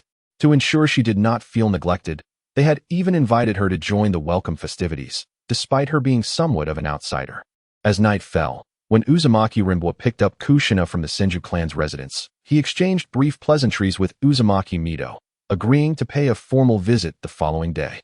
"Oh, it's not that I don't wish to invite you.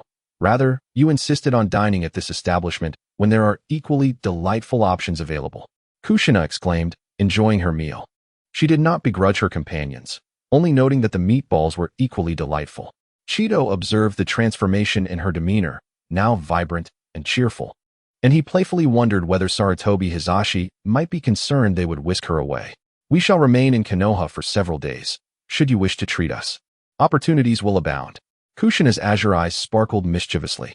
"You broke the agreement first, thus it no longer stands." Chido smiled, choosing not to contest her logic. The next day, Chido, Kinjiro, and Nagasawa followed Yuhi Akane, their makeshift guide, as they explored Konoha, while Uzumaki Shinwa and Uzumaki Rinbwa visited the Senju clan's grounds. Though Chido was the leader of Lingi village, which had taken in the Uzumaki clan, he had no direct connection to Uzumaki Mido, the wife of the legendary ninja, and thus refrained from visiting her. Konoha, while one of the 5 great ninja villages, was still a village at heart, and despite its considerable population, it could be traversed in half a day under Akane's guidance. If they were gathering intelligence, they could certainly spend weeks doing so. However, that was not their purpose, and Konoha would undoubtedly prevent them from entering any confidential areas. "Yuhi Jonin, now that we know our way around Konoha, we can explore on our own. You may attend to your duties," Chido said. Konoha's ordinary citizens and foreign travelers were numerous, and scrutiny was not excessively stringent. Moreover, with the presence of the ANBU and the visible Uchiha Guard, Chido's request did not seem out of place. As the home base, unless Chido himself harbored a tailed beast within him and sought a suicidal attack, there was no need for them to be treated as if under surveillance. Yuhi Akane nodded. "Since you insist, I shall take my leave. Should you have any questions or needs, feel free to seek me out at XXXX. Farewell." With a swift motion, he departed. "How straightforward," Chido remarked, his lips twitching at Akane's sudden exit. "This fellow seems somewhat lackadaisical in his tasks. Could it be that his superior has delayed his salary?" The crimson sunset. "Finally, it has come to an end. In the coming days, I can return home and embrace my wife. I hope to soon welcome a little one into the world. Otherwise, I cannot fathom how Lord Hokage will continue to extract my efforts. If I am dispatched to the front lines, my aspirations of a harmonious family life will be momentarily dashed. Very well, you two may wander as you please, rest assured. There is no danger in the village of Konohagakure." However, Nagayoshi was unwilling to abandon his duty as a guardian. As a protector, such a request was simply unacceptable. One must never let their guard down, even in the safest of locales. That is the creed of a guardian. After some contemplation, Chitos agreed, recognizing the validity of his point. Complacency is indeed a grave error. A rigid and meticulous subordinate often serves as a vital warning. Thus, he compromised. "How about this? Kinjiro, summon a small ninja hawk to accompany me. Should any situation arise, you will be promptly informed, and we shall not intrude upon each other's freedom to explore Konoha." Nagayoshi and Kinjiro exchanged glances, deeming this a prudent approach. They were genuinely curious about Konoha, and accompanying their leader on such an outing would undoubtedly prove less relaxing. Consequently, Chitose, with a diminutive white hawk slightly larger than his palm, ventured forth once more on his solitary exploration. He eschewed culinary delights and shopping excursions, instead making his way toward the outskirts of the village. First, he arrived near the Hokage Rock, a remarkably iconic structure from the original narrative, where each tale either commences or transitions, serving as a contemplative locale for various characters. The three sharply defined sculptures perched upon the cliff exude an impressive aura, perhaps enhanced by their renown. Nonetheless, the sheer magnificence of such a rocky edifice has always possessed a soul-stirring quality. Regrettably, Lingi Village, situated by the sea, is devoid of mountains or cliffs, rendering the creation of such a monument impossible. It would be rather contrived to fabricate a sculpture. No, Lingi Village must also establish a symbolic structure to rival Konoha. What would it be? Chitose pondered, stroking his chin. 1, 2. Suddenly, a voice emerged from the nearby woods, interrupting his reverie. Chitose followed the sound, discovering a figure clad in green, performing handstand push-ups while audibly counting. He chose not to intrude, patiently awaiting the completion of the count. 1,000. With a powerful push, Might Guy flipped upright. "Ah, it's the leader of Tianshui," he exclaimed upon spotting Chitose, his eyes brightening with delight. "Indeed, as you say, youth must not be squandered. Witnessing a genius such as yourself with such awareness only compels me to redouble my training efforts." "Ah, my apologies, my friend. I am merely a player with advantages," Chitose replied, feeling somewhat sheepish. "With a ninja like you in Konoha, it is no surprise that it ranks among the 5 great ninja villages." "And no, that's not true." Might Guy hastily waved his hands in protest. "I am merely a lowly genin. There are countless superior ninjas in the village. Do not be disheartened. I do not jest. Your spirit is commendable and serves as inspiration for the youth. I intend to share your diligent efforts with the children at the Ninja Academy upon my return. I firmly believe that with such dedication, you will someday surpass many prodigies. By the way, our village will soon embark on a collaborative project with Konoha. I could recommend you, allowing you to visit our village and serve as an exemplary role model for the children." While it may be unrealistic to expect Might Guy to teach the 8 gates technique, given its inherent dangers, the experience he possessed in taijutsu was indeed invaluable. Although confident and ambitious, Might Guy had rarely encountered words of encouragement. Thus, he was profoundly moved, tears of gratitude welling in his eyes. "Sniff. Leader Tianshui, you are truly my kindred spirit. I shall strive with double the effort, and I will not disappoint you." "Sniff. Chitose, you truly are remarkable," with tears of youthful fervor streaming down your face. Chapter 63. Encounter with Konoha's white-fanged leader Tianshui. Would you care to join me in the pursuit of youthful training?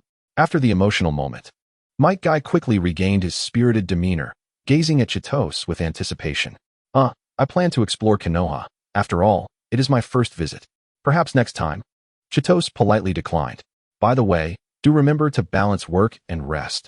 Take care of your health, for the body is paramount." "Thank you for your concern," Might Guy replied, confidently giving a thumbs up. "But youth is all about continuously challenging one's limits, isn't it? Very well. For someone with such unwavering resolve, mere admonitions would be futile if I cannot alter his circumstances." Chitose ceased his discourse, offering a supportive smile before preparing to depart. "By the way, if you are interested, Leader Tianshui, you might head towards the western forest. You may encounter Kakashi, a highly diligent genius who begins training the moment he returns from missions." Might Guy believed that Chitose appreciated hard work, and perhaps Kakashi's training would resonate with him, given their shared status as prodigies. Thank you." Chitose sensed that Might Guy had formed an inaccurate perception of him. However, Kakashi, White Fang, that certainly piqued his interest. Thus, he set off toward the western direction indicated by Might Guy. After a few hundred meters, Chitose heard the sound of a blade striking a wooden post, sometimes rapid, sometimes slow, sometimes subtle, and sometimes resonant. As he maneuvered through the foliage, eager to discern the identity of the swordsman, the clashing of blades suddenly ceased. The silver-haired, stoic young ninja noticed the approaching presence, sheathing his gleaming short blade and regarding Chitose with curiosity. "A boy I do not recognize." Although he bore no forehead protector, The presence of a ninja tool pouch at his waist suggested he was no ordinary individual. The white hawk perched on his shoulder appeared to be a ninja beast. Surely, he was not a spy from another village, given his youth and demeanor. Who are you? White Fang inquired succinctly. Greetings, I am Tianxue Chitos, the leader of Lingi village in the land of Jia. I have come to Konoha to discuss a collaboration plan, and am taking the opportunity to explore the village for a few days. Upon reaching this forest, I was intrigued by the sounds of your training, and I hope you do not mind my intrusion, Chitos explained. The leader of Lingi village. I have heard of a youth in that position, White Fang remarked, nodding. Since you have witnessed my training, should you not take your leave? A polite dismissal. It is understandable to practice one's swordsmanship. Yet Chitos boldly replied, you must be the renowned Konoha White Fang. Having observed your remarkable swordsmanship, I cannot help but feel a desire to engage in a friendly spar, should you permit me the honor of witnessing your skills. This ninja, whose reputation rivals that of the legendary three, and whose unparalleled sword techniques have not been passed down to his son, represents a rare opportunity for enlightenment. With my information likely known to Orochimaru and conveyed to the third Hokage, it would be prudent to exchange knowledge with White Fang. Bang! The door to the Hokage's office was flung open with some urgency, revealing a stern and somber figure striding in. Hiruzen, I have heard that the leader of Lingi village has arrived, and that remnants of the Uzumaki clan have even joined Lingi village. Sarutobi Hiruzen raised his gaze to observe Danzo's impolite demeanor, but remained unfazed. Anumbu had already reported the arrival, and he was well aware of Danzo's temperament. What is it? The third Hokage inquired calmly. What is it? Tuanzong felt a surge of anger rise within him. Not only had Lingi village eliminated several of his capable subordinates and thwarted his plans for expansion, but they had also audaciously taken in the Uzumaki clan. Moreover, it was a group he had once considered his own. He believed his two enemies had now joined forces, which posed a significant threat. Although the other party might not be aware of his involvement, it was a risk not worth taking. The enemy must be eradicated, all for the sake of Konoha. Indeed, the Uzumaki clan was an ally of Konoha, and their defection to Lingi village was nothing short of a slap in the face for Konoha. Would they not harbor resentment towards Konoha for its lack of support? Furthermore, while Lingi village was a small ninja village in the south and an ally, could it be deemed entirely safe? Wouldn't absorbing the Uzumaki clan ultimately bolster their power? What else more? Do you not see that the Uzumaki clan's choice to join Lingi village, rather than the more closely allied Konoha, is a mockery of Konoha? The ninja world would perceive Konoha as a village that abandons its allies, lacking in loyalty. So what do you propose? Tell me, what can be done? The third Hokage, feeling somewhat irked by the remarks, could not help but raise his voice. Did he not understand these matters? However, the decision not to assist the Uzumaki clan was a collective choice, now a reality that must be accepted despite its negative repercussions. And what of the remaining members of the Uzumaki clan? Should Konoha resort to eliminating its allies? As Hokage, he could never condone such actions. It would go against the will of fire. Tuanzong's expression darkened, yet he could not voice his innermost thoughts. To utter such words might not garner support, and could lead to him bearing the blame. Seeing Tuanzong at a loss for words, the third Hokage turned his gaze away and tapped the table. Lingi village was also an ally of Konoha, and being adjacent to the Land of Waves, it was far closer than Konoha itself. It was only natural for the fleeing Uzumaki clan to seek refuge there. Moreover, their arrival indicated a gesture of goodwill, likely to avoid controversy. Tuanzong could hardly believe that such self-deceiving words could come from the Hokage's mouth. Hiruzen, you are truly unfit to be Hokage, he scoffed. You are so naive. Just because you don't say it aloud doesn't mean the truth does not exist. The third Hokage leaned back in his chair, exhaling deeply, before producing a document from the table and tossing it in front of Tuanzong. Look, this is the cooperation plan proposed by the leader of Lingi village. Tuanzong frowned but reached for the document, perusing its contents. Aside from the details of the partnership, it also contained the financial benefits calculated by Konoha. In summary, upon reading the entire document, it was evident that collaborating with Lingi village would yield considerable advantages for Konoha. Do you understand now? The third Hokage asserted. Tuanzong, however, remained oblivious to the benefits of cooperation. Unlike the third Hokage, he did not see the advantages. His eyes glinted with intensity as he mused. If simply opening trade could bring such profits to Konoha, Imagine what benefits could have been gained had they successfully seized the land of waves. Damn it. This showcases the stark contrast between the mindset of a thief and that of an ordinary person. Hokage, he exclaimed with fervor, looking at the third Hokage. The third Hokage glanced at Tuanzong, his expression darkening. Tuanzong, do not act recklessly. Upon hearing this, Tuanzong swiftly reined in his emotions, coldly retorting, I only know that I will never do anything detrimental to Konoha. With that, he turned to leave. Behind him, the third Hokage's voice echoed with authority. It would be best if that were so. Tuanzong shot back. Hiruzen, you are too weak. How can you lead Konoha to strength? With a creak, Sarutobi Hiruzen gazed at the closed door, his eyes shimmering with inscrutable emotions. Chapter 64, Sparring with White Fang Bang. Ding. After a moment of contemplation, White Fang agreed to engage in a sparring session with Qiando, keeping it within reasonable limits. As the opposing seals were dropped, their figures collided with a forceful impact. Leaves scattered around them, forming a chaotic line. The short blade met the ice blade, not producing sparks but rather shards of ice. However, the gap in the ice blade was rapidly mended, the cold emanating from it swiftly enveloping the short blade, causing frost to form on its edge. In Qiando's hands, the ice blade would not be easily severed. A glimmer of intrigue flickered in White Fang's eyes. In the next moment, his figure vanished. Qiando's left hand wielded a similarly crafted ice sword, sweeping across the position White Fang had just occupied, producing a sharp sound as it sliced through the air. Missing his strike, Qiando did not relent.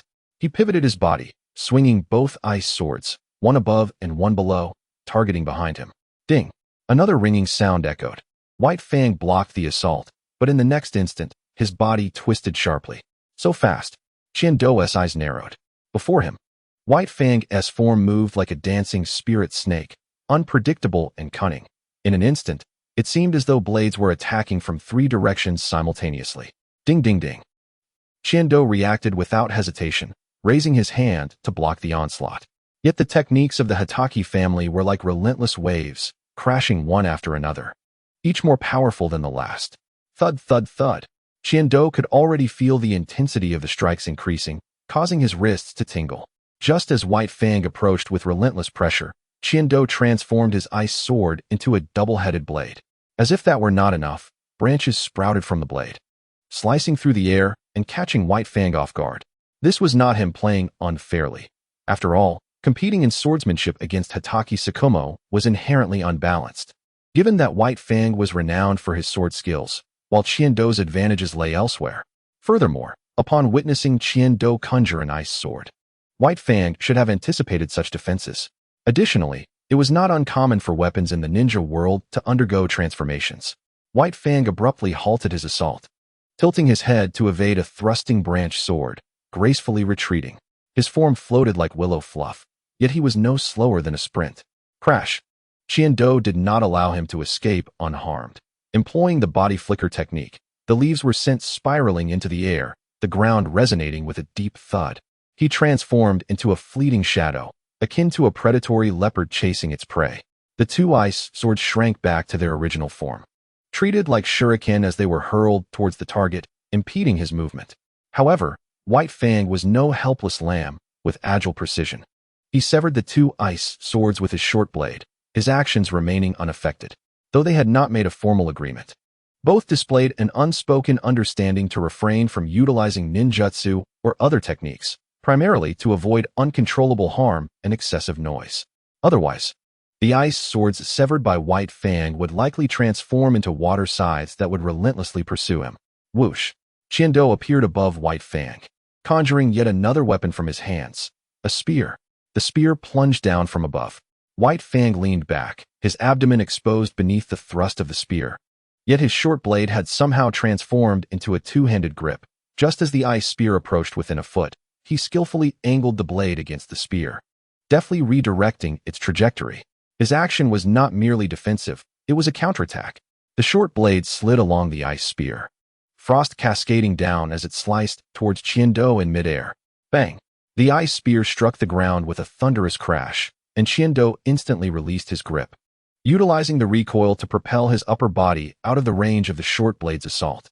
Simultaneously, he crossed his legs, delivering a kick towards White Fang's arm. White Fang altered his stance, pulling down the short blade to block the kick. Boom!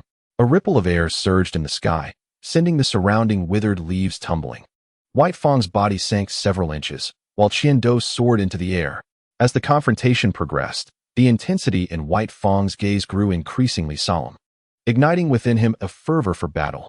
After all, masters yearn for worthy opponents. Fixating on the youth suspended in the air, he suddenly surged forward, his body swirling into a tempest, moving with extraordinary speed. The arena was filled with countless overlapping afterimages, forming a triangular array that enveloped the descending position of Qiando. The swirling yellow leaves were caught in the vortex. Yet, Qiando showed no sign of fear, conjuring two ice swords anew, plunging headfirst towards the ground.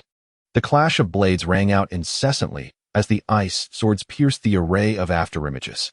White Fang's short blades were already swift, and combined with his illusory movement, his assault enveloped Qiando from all sides, creating an impression that he was surrounded by blades from every direction. One short blade became a veritable array of knives. Qiando wielded his two ice swords, continuously channeling the power of solid ice, his body spinning mid-air to counter the onslaught of blades. The force of their clash not only kept him suspended, but also sent gusts of wind radiating outward. Leaves were effortlessly torn apart, shredded by the fierce winds, only to coalesce into frost and shatter into dust.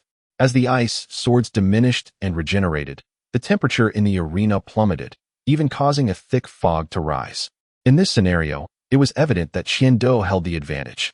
Focusing intently on White Fang's blade techniques, Qiando initially anticipated that the chilling air would force his opponent to retreat. However, to his astonishment, he sensed White Fang's speed accelerating. At last, this velocity reached a critical threshold, and a circular formation of blades quietly appeared in Qiando's vision. The circle tightened, the blades converging until they culminated into a single point, a solitary blade hurtling towards him, unavoidable. In this critical moment, Qiando found that his ice sword seemed to be repelled by an invisible force, rendering him unable to defend. Without a change in expression, he executed a kick aimed at the array of blades. However, it was not his arms or sword that struck. Rather, it was his foot that met the blade's edge. White Fang's expression sharpened, prepared to withdraw at any moment, yet he believed that this formidable youth would not act recklessly. Surely he possessed other means. Indeed, Qiando's kick did not land solidly, but instead unleashed a crescent-shaped strike, colliding with the oncoming blade. With a resounding explosion, the two combatants were abruptly flung apart. White Fang stumbled back several steps, astonished by the peculiar martial technique that had produced an aerial slash, leaving his hands tingling. Qiando gracefully landed on the ground. At this moment, the terrain lay in ruins. Leaves were either shattered or scattered far and wide, leaving the center of the arena remarkably empty. Yet the ground was far from even, pockmarked with craters. Truly, the reputation of Konoha's White Fang was well-deserved. Qiando chuckled, having no intention of continuing the fight. Their ruckus had already drawn significant attention, and further combat would likely summon the village's ANBU. After this encounter, it seemed that Qiando had earned White Fang's respect. As the latter's demeanor softened considerably, the leader of the Mizukage has overpraised. It is your strength that is formidable. They exchanged a few more words, and Qiando soon realized that White Fang was somewhat reserved. Despite his stern appearance, his character was quite amiable. It was no wonder, after all, that he had endured criticism to save his companions, and had even severed ties due to such scorn. Shall we dine together? My treat, Qiando proposed. Such a person would make for a splendid friend. White Fang smiled and shook his head. I still have training to complete. Qiando nodded with resignation. All right then, you are indeed a disciplined individual. Chapter 65. Encouragement for children. Having accepted a C-rank mission, it unexpectedly escalated to a B rank. Upon encountering allies from the village, not only did they avert a crisis, but they also completed the task successfully. After receiving the B-rank reward, Kobayashi Tsubasa felt immensely satisfied. Tonight, he could treat his beloved Kumi to a lavish dinner. Tomorrow buy her that dress she adored, and the day after, invite her to the capital city for a day of fun. Ha ha ha, Kumi would surely be delighted. Perhaps she would even agree to date me.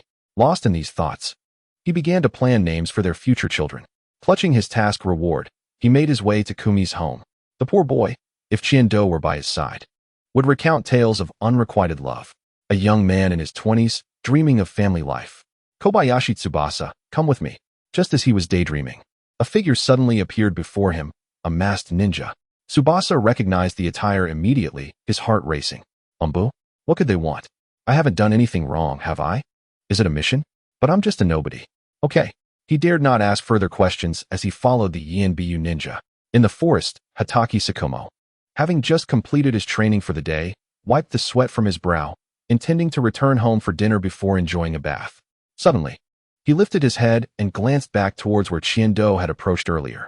He had thought Chiendo had come looking for him, perhaps to share a meal after his training. Clearly, he was being overly sentimental. Upon recognizing the visitor, he paused in surprise. Hataki Sakumo, please come to the route. Lord Danzo wishes to see you. The route? In the wake of border skirmishes, Konoha's white fang had been gaining prominence within the ANBU, and he was not unfamiliar to the village's higher-ups. All right, I'll be there shortly. Without hesitation or inquiry, he accepted the summons. Kobayashi Tsubasa did not dare to refuse or question further, whereas Hataki Sakumo, adhering to the samurai spirit, had no thought of defiance. Upon returning to the inn arranged by Konoha, Shiendo discovered that Uzumaki Kushina and Uzumaki Shinwa had already returned, accompanied by a little girl. What brings you here? Have you decided to treat us? Seeing Kushina's round face made him want to tease her. Kushina shot him an exasperated glance, feeling as if she could not surpass this hurdle. This guy is the village leader, yet he still can't forget about a meal. How petty. But if I don't invite him, might he tarnish my reputation with Mei and the others? After all, I aspire to be Hokage. She glanced around and noticed 2 people were missing. In that case, her allowance should suffice. Thus avoiding embarrassment, she thought to herself. All right, since you are so eager to eat, I shall treat you, but you must not claim I went back on my word. Boss, I would like 3-color dango. And upon arriving at a simply decorated dango shop, Kushina effortlessly ordered her meal, while enthusiastically introducing just how delightful the food was to Chiendo and the others. Kushina truly kept her promise, proving to be a remarkable girl. Chiendo scrunched his nose, feigning seriousness as he gave Kushina a thumbs up. Perhaps influenced by Might Guy, he unconsciously adopted the gesture. Of course, I am destined to be Hokage, Kushina declared boldly, her voice resonating with confidence. All right, I believe in you, Chiendo responded, raising both thumbs. Uzumaki Rinbwa affectionately ruffled Kushina's hair. Uzumaki Shinwa looked on with a mix of pride and concern, recognizing the little girl's ambition, yet doubting the ease of becoming Hokage. After voicing her aspiration, Kushina felt a twinge of anxiety, as this dream had drawn mockery in the past, leading her to seldom voice it aloud. In the present moment, it is evident that she regards Chitose as a true friend, believing he would not treat her as the peers from the Ninja Academy would. This is an age marked by a profound yearning for affirmation and recognition. Indeed, Chitose did not disappoint her. He genuinely believed in her.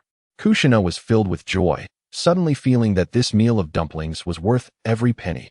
Her small face blossomed with delight, yet just as she was savoring the moment, an unfamiliar figure passed through the doorway, and upon recognizing Kushina, uttered words that pierced her ears. Who did I think it was? How audacious to declare an ambition to become Hokage. It's just you, the tomato. The intruders were 2 boys, of similar age to Kushina, with short black hair and expressions identical in their arrogance. Such delusions. The position of Hokage could never belong to an outsider like you. The next Hokage will undoubtedly be a prodigy from the Uchiha clan. Goodness, their haughty, almost juvenile demeanor revealed them to be scions of the Uchiha clan. It seems they still harbor dreams of becoming Hokage, oblivious to the fact that 2 powerful figures are determined to extinguish their lineage. Chitose thought this with a bemused expression. However, the term outsider caused his expression, along with that of Naruto and Shinwa, to darken as they discreetly observed Kushina's reaction. The young girl's face flushed, but it was evident she was not crushed by their words. The 3 of them thought. Thankfully, she did not seem disheartened. Rather, her spirit was ignited with resolve and anger. Do not call me tomato. Are you looking to get beaten up? Chitose and the others exchanged glances, a bit taken aback by her focus on the nickname. Humph. What? Should we call you Blood Red Chili instead? Others may fear your wrath, but we Uchiha are not intimidated. One of the Uchiha boys scoffed. Exactly, echoed his companion. You're asking for trouble. Kushina's eyes blazed with determination, her red hair almost seeming to stand on end. Though she was small and did not exude an overwhelming presence, she was indeed the blood-red chili. She cast a furtive glance at Chitose, her grandfather, and uncle, feeling embarrassed that they might hear such a nickname. Humph. If you have the guts, let us settle this. I'll show you what the Uchiha are capable of. Exactly. Kushina turned to Naruto, her expression defiant. While she was aware of her guardian's presence, which restrained her from fighting, the urge to retaliate against these two boys was overwhelming. She secretly hoped for encouragement from her grandfather. Yet, it was Chitose who spoke first. Go ahead and fight. How can the future Hokage shy away from battle? Finish it quickly. The dumplings will be ready soon. What is this? A warm dumpling duel against the Uchiha? Naruto chuckled in agreement, while Shinwa even raised a fist in support. Chitose refrained from asking Kushina if she had confidence. After all, they were all novices at the ninja academy, unable to demonstrate much jutsu. In a physical confrontation, it was strength that mattered, and Kushina's physique was indeed suited to be a Jinchuriki. Perhaps in this generation of Konoha, only the fastest man in the future could defeat Kushina. Feeling a surge of confidence, Kushina strode out of the dumpling shop, embodying a spirit of invincibility. The encouragement from her guardians made her feel empowered, as she had never felt so liberated in Konoha before. To avoid troubling Grandma Mito and Sister Tsunade, she had refrained from mentioning the attacks and mockery she faced, even though she knew they cared for her. At this moment, she could finally voice her grievances and, fueled by encouragement, pursue her desires without hesitation. Chitose smiled at Naruto and Shinwa, understanding that children often lack confidence in public. Thus, it was essential to bolster her spirits and empower her presence so that no one dared to bully her. Naruto nodded in agreement, recognizing the wisdom in Chitose's words. Chapter 66. A small skirmish leads to greater conflict soon. A cacophony of sounds erupted, and before Shinwa could rise to witness the unfolding drama, the pained grunts of the Uchiha boys filled the air, followed by the dull thuds of two bodies hitting the ground, and the commotion subsided. Then came Kushina's youthful voice, laced with mockery. What Uchiha? Is that all you've got? Following this was a chorus of curses from the two Uchiha boys. How dare you insult the Uchiha? Just wait. Kushina seemed to land a couple more punches, and with a final pair of thuds, they hurriedly retreated. Blood-red chili, you will regret this. The two boys appeared to have not learned their lesson. Fuming, Kushina pushed aside the curtain and re-entered the shop, where all eyes were on her, especially Chitose and his friends, who wore amused expressions. Her angry demeanor suddenly softened as she approached the table with small steps, seemingly forgetting her earlier bravado. Chitose, with a playful smile, remarked, "You've already fought. Now you want to act all ladylike? That is not quite your style, is it, Kushina? After all, you aspire to be a leader." Well, Kushina stammered, her voice trailing off. "You mustn't call me." Her voice diminished to a whisper, the last four words completely inaudible. What was that? Chitose blinked, exchanging knowing glances with Naruto and Shinwa.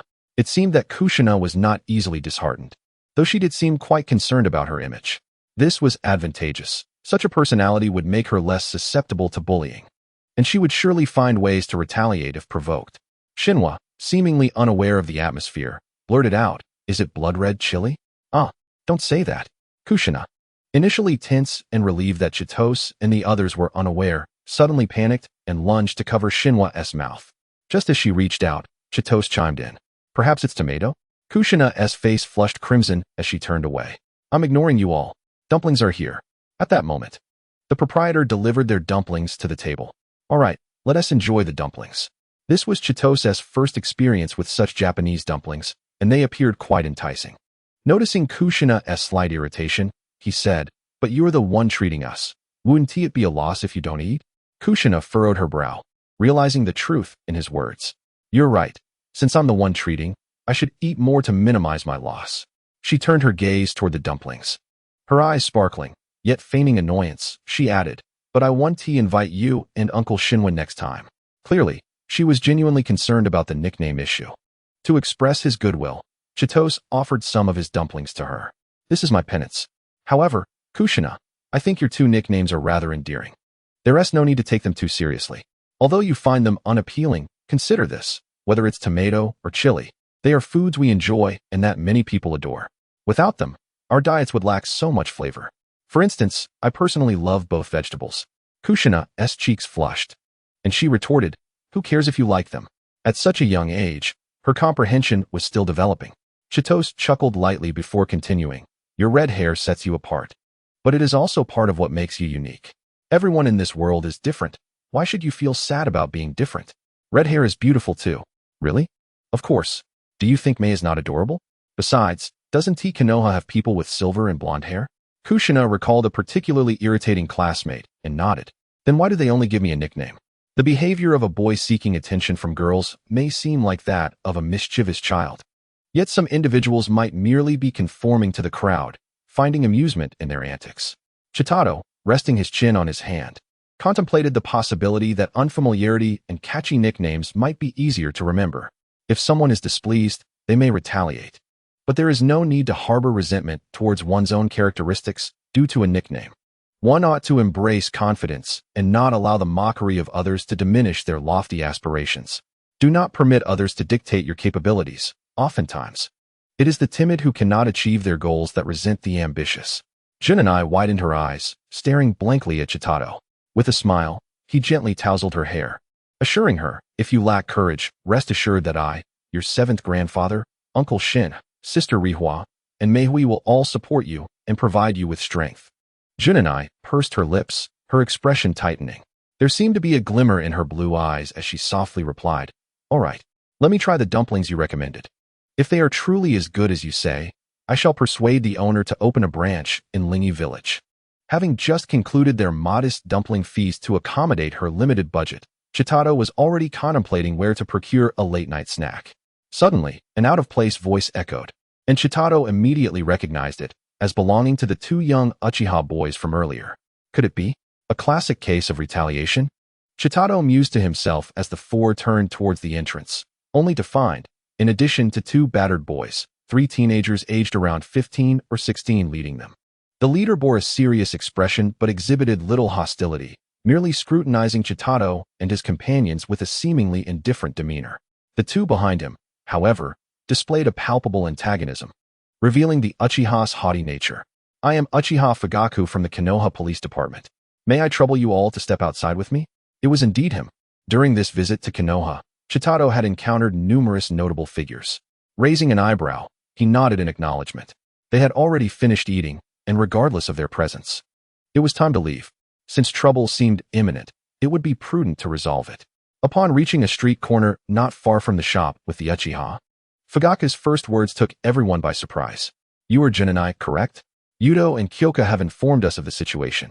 It is a disgrace for Uchiha to lay hands on a classmate. I shall ensure they are properly reprimanded. Junanai appeared somewhat bewildered. If this were a provocation, she would have exhibited fierceness, yet it seemed otherwise. After contemplating, she nodded in agreement. Fugaku, at such a young age, was remarkably composed, devoid of the typical Uchiha arrogance. However, upon reflection, his words did not demand an apology from the two boys, but seemed more concerned with preserving the Uchiha's honor. Chitado narrowed his eyes. Indeed, Fugaku continued. However, the reputation of the Uchiha is not something they can represent, nor should anyone be allowed to tarnish it. Chapter 67.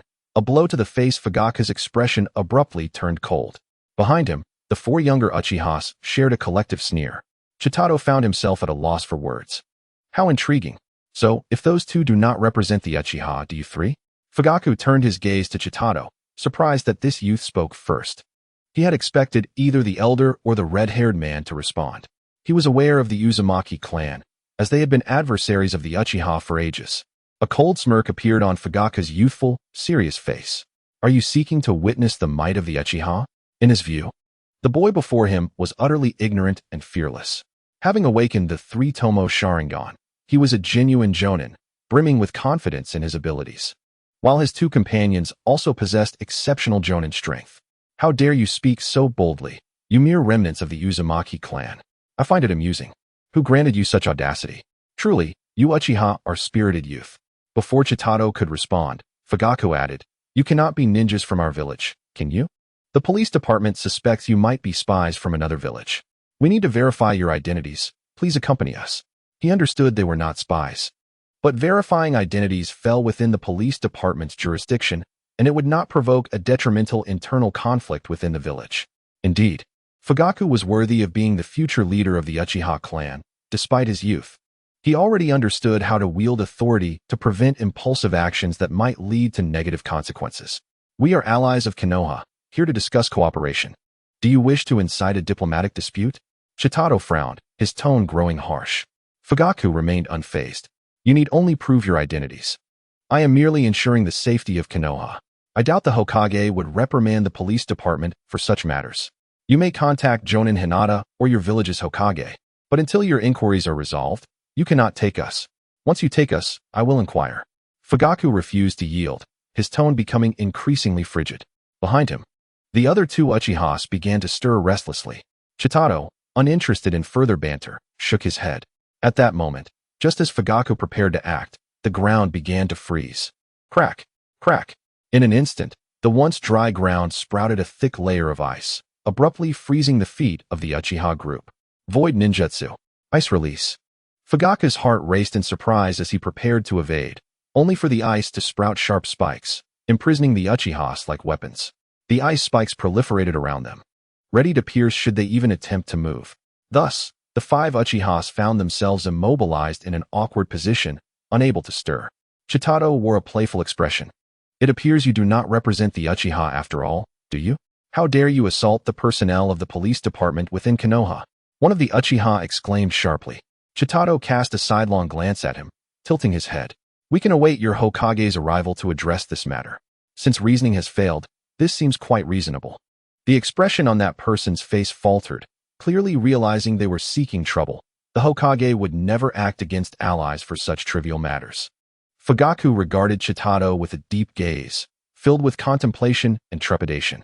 The boy's strength was formidable. He had silently unleashed an ice release technique, freezing 5 individuals without alerting this Jonin, which spoke volumes. Clearly, he was the leader of this group, holding both power and status beyond the ordinary. However, how to resolve the current predicament? A confrontation would surely attract the attention of the Umbu, and they would be outmatched. Yet, remaining trapped here was unacceptable. The reputation of the Uchiha was at stake. Fugaku slowly closed his eyes. Chitado noticed Fugaku's actions, a smirk playing at the corner of his mouth. Where is your Sharingan? Just as the situation reached a stalemate, a hearty female voice rang out. Oh, isn't this my little brother Chitado? What brings you to Konoha? Chitado turned in astonishment. Tsunade? Sister Tsunade? Jun and I chimed in joyfully, Sister Tsunade. As Tsunade swiftly approached Chidu, she ensnared his neck with one arm, having exchanged her Jonin vest for a loose robe, making Chidu acutely aware of the power of reasoned persuasion. With her other hand, she playfully tousled Kushina's round face, nodding in acknowledgement to Uzumaki Rinhu and Shinwa. Have you completed your task? So soon? I just returned. Orochimaru and Jiraiya are still at the front lines. I came to report on the mission and to procure some medicinal supplies. What about you? I've come to Konoha to discuss collaboration. Conveniently, Elder Rinhu and the others are here to visit your grandmother and Kushina. Very well. Tsunade nodded, releasing Chidu and turning her gaze to the Uchiha clan members. What is their involvement in this matter? She held no fondness for the Uchiha, and seeing their awkward expressions brought her amusement. Kushina began to explain, embellishing her account with her own flair, extolling Chidu's prowess while underscoring the arrogance of the Uchiha. Hey, have you encountered trouble? Why didn't you inform me earlier? I could have helped you deal with them. Tsunade exclaimed, visibly indignant, feeling her sister's authority was being overlooked. Kushina raised her chin defiantly. I can handle it myself. All right then, you certainly embody the spirit of an elder sister. Tsunade complimented, exchanging a knowing glance with Chidu before finally addressing Uchiha Fugaku and his companions. They are from Lingi village, I can vouch for it. Do you require me to prove my identity as Tsunade? This declaration rendered the Uchiha visibly uncomfortable, their faces betraying their embarrassment. Uchiha Fugaku, the most composed among them, calmly responded, Princess Tsunade, we are merely executing our duties for the safety of Konoha. If your execution of duty drives Konoha's allies to become enemies, what good is that? Tsunade retorted, stamping her foot down with force. With a resounding crash, the ground trembled and sank, while Chidu simultaneously activated his ice jutsu, transforming it into water. Thud! The 5 Uchiha members fell to the ground, drenched. The Uchiha were incensed, but their protests were swiftly silenced by Tsunade. Get lost. If you're still here in 5 seconds, I will kick you out one by one. With her extraordinary strength, She meant every word. As the Uchiha retreated in disarray, Tsunade and Chidu exchanged amused glances, their collaboration having caught the Uchiha off guard and soaked them thoroughly. Such a pity, I can't hit them too hard. Or we might have to deal with the elders, Chidu remarked. Tsunade shot him a glance. Given the Uchiha's temperament, do you think they would relent easily? Chapter 68. A farewell to Konoha. Comfortably clad in a large bathrobe, Chidu stepped out of his room, accompanied by Uzumaki Rinhu, Shinwa, Nagakawa, Kinjiro, as well as White Fang and Hinata. All were attired in bathrobes, their faces flushed and relaxed. Don't get the wrong idea. We merely soaked in the hot springs. Following their expulsion of the Uchiha, Nagakawa and Kinjiro had arrived due to the unexpected commotion. Chidu had initially intended to find a place for a late-night snack. But upon hearing Tsunade's suggestion to visit Konoha's hot spring hotel, his eyes lit up. It promised not only relaxation but also food and conversation after the soak. When Chidu inquired if it was his duty to host them, Tsunade nodded nonchalantly, exuding an air of generosity, as though she were truly magnanimous. However, she had summoned Hinata along, transforming the outing into an expense covered by the village. At the entrance of the hot spring hotel, they fortuitously encountered Kakashi, thereby naturally increasing the number of guests funded by the village. In Tsunade's words, this was part of accompanying Konoha's guests to experience its unique attractions, also constituting official business. Konoha's hot springs were indeed delightful. Soaking in them during the frigid winter was invigorating. Regrettably, Lingi Village lacked the means to establish a hot spring, settling instead for seaside bathing. Chidu mused that perhaps he could consider opening a sauna. Inside the private room, besides Chidu and the 7 others, Tsunade, Kushina, and Hinata's wife had gathered after emerging from the women's bath.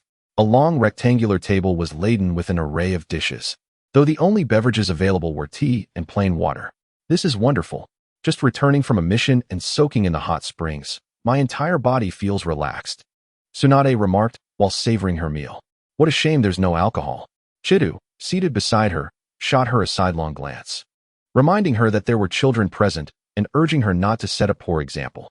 Furthermore, her invitation to treat now felt more like an attempt to mooch off a meal. Strictly speaking, there were 3 children present, as Kinjiro was just shy of 14. All right. Isn't this just a temporary financial shortfall? I promise to treat you next time. Tsunade laughed. How do you know there will be a next time? If you keep losing all your money? Chidu had gleaned from earlier conversations that Tsunade had initially intended to report her mission and return home for a meal, only to be pursued by her younger brother for pocket money. Kushina had asked Shinjiro for funds, which reminded her that she still owed Chidu a considerable sum. Thus, the recently returned Tsunade found herself in an awkward situation. In short, the sister who had squandered her younger brother's allowance felt embarrassed to stay home for dinner, prompting her to venture out to escape the situation. Little did she know, she would run into Chidu, thus fulfilling her unintentional task of dining out. Chidu found Tsunade's behavior rather perplexing. Despite her striking beauty, she not only had a penchant for gambling, but also for drinking, seemingly forever estranged from the ideals of a refined lady. Suddenly, Chidu's eyes brightened as he recalled the cola he had won previously but had yet to taste. He rose from his seat, feigning a walk toward the clothing area. Just a moment, I'll fetch something. His system backpack contained 2 boxes of cola, and he retrieved one containing 24 cans. Chidu had plans to establish a beverage factory in New Muju City, as the kingdom of Zhou was abundant in fruit, and farmers often struggled to sell their produce. Hence, creating fruit drinks could open new markets. However, the system shop did not offer recipes, only products. He pondered that if he didn't find a recipe upon upgrading to 2 stars, he would have to seek someone to develop it. With the rapid technological advancements in the ninja world, there were surely many innovative minds available. What is this? Canned goods produced by your Lingi village? Tsunade inquired. Her curiosity piqued as Chidu approached with a box of cans. The others were equally intrigued. Is it fruit canned goods? I want to try? Kushina chimed in, edging closer to Chidu. Open it and see for yourselves. Each person can take a can to taste. Just pull the tab and be careful not to shake it. Pop. X10, is that alcohol? It doesn't tea taste like alcohol, is it tea? It's dark and, wow, such a peculiar flavor. It feels like it's dancing in my mouth. But it's sweet, quite pleasant. This is called cola, a beverage invented by our Lingi village.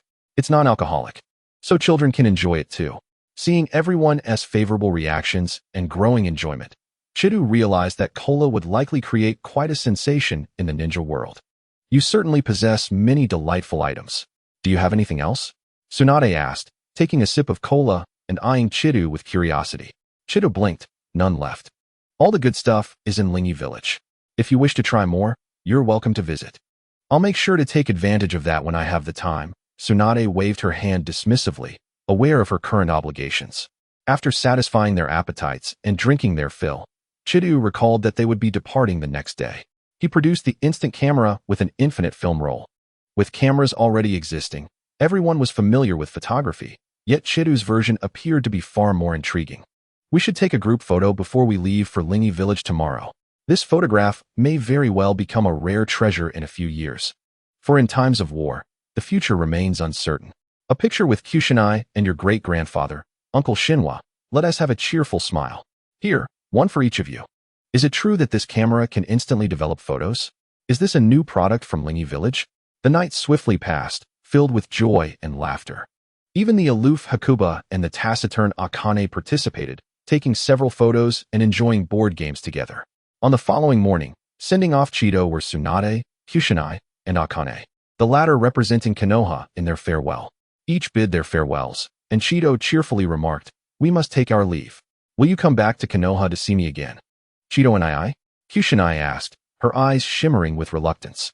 Despite their brief acquaintance, she had received much encouragement from him and had come to regard him as a dear friend. Chido gently patted her head and reassured her, "Don't worry, I will surely remember you. I'll have Mihue and the others write to you." Kinjiro's ninja hawk delivers messages swiftly. He pointed to the ninja hawk perched on Kinjiro's shoulder. "All right." Kushinai nodded, her anticipation palpable, then hesitated. "Can it also bring food?" Laughter erupted around them, flushing her cheeks with a rosy hue. "Rest assured, I won't forget to send you delicious treats. Let us make a promise." "Promise. Farewell for now." Chido waved goodbye with a carefree spirit. "Goodbye, great-grandfather and Uncle Shinwa." The others followed suit, bidding their farewells. The five set off on their journey home, knowing that at their pace, they would return to the village in about 3 days. Meanwhile, Konoha's year 34 would conclude in 15 days, heralding the approach of a new year and the looming threat of war in the ninja world. Time indeed flies. Chapter 69. Ambush. The economic development of the land of Tsu is heavily reliant on export trade. Rich in resources yet limited in land area and population, the nation lags behind the great powers in various aspects. Relying solely on self-driven technological research and industrial innovation, even if Chido could offer numerous ideas, the time required for implementation would be considerable. Furthermore, the internal demand in Tsu is restricted by its size and the people's purchasing power, making mass production detrimental to the economic structure, resulting in unsold products and wasted resources. Thus, to achieve rapid development, collaboration must be established to absorb advanced technologies and products from the entire ninja world, earning revenue through exports. Among the 5 great nations of the ninja world, Chido finds trust in the land of fire and the land of wind, both of which are relatively close geographically. The land of fire is evidently more affluent than the desert-bound land of wind and has been an ally of Tsu, making cooperation with Konoha essential. The underlying tension between Konoha and Lingy Village may stem from the Uzumaki clan, yet does a genuine animosity exist? Ignoring the schemes of Danzo, who plots against Lingy Village and the Uzumaki clan, while Konoha abandoned the Uzumaki without rescue, it could be viewed as a betrayal rather than hatred. By opening trade with Konoha, Lingy Village has established an apparent harmony, with the matter of the Uzumaki clan no longer mentioned.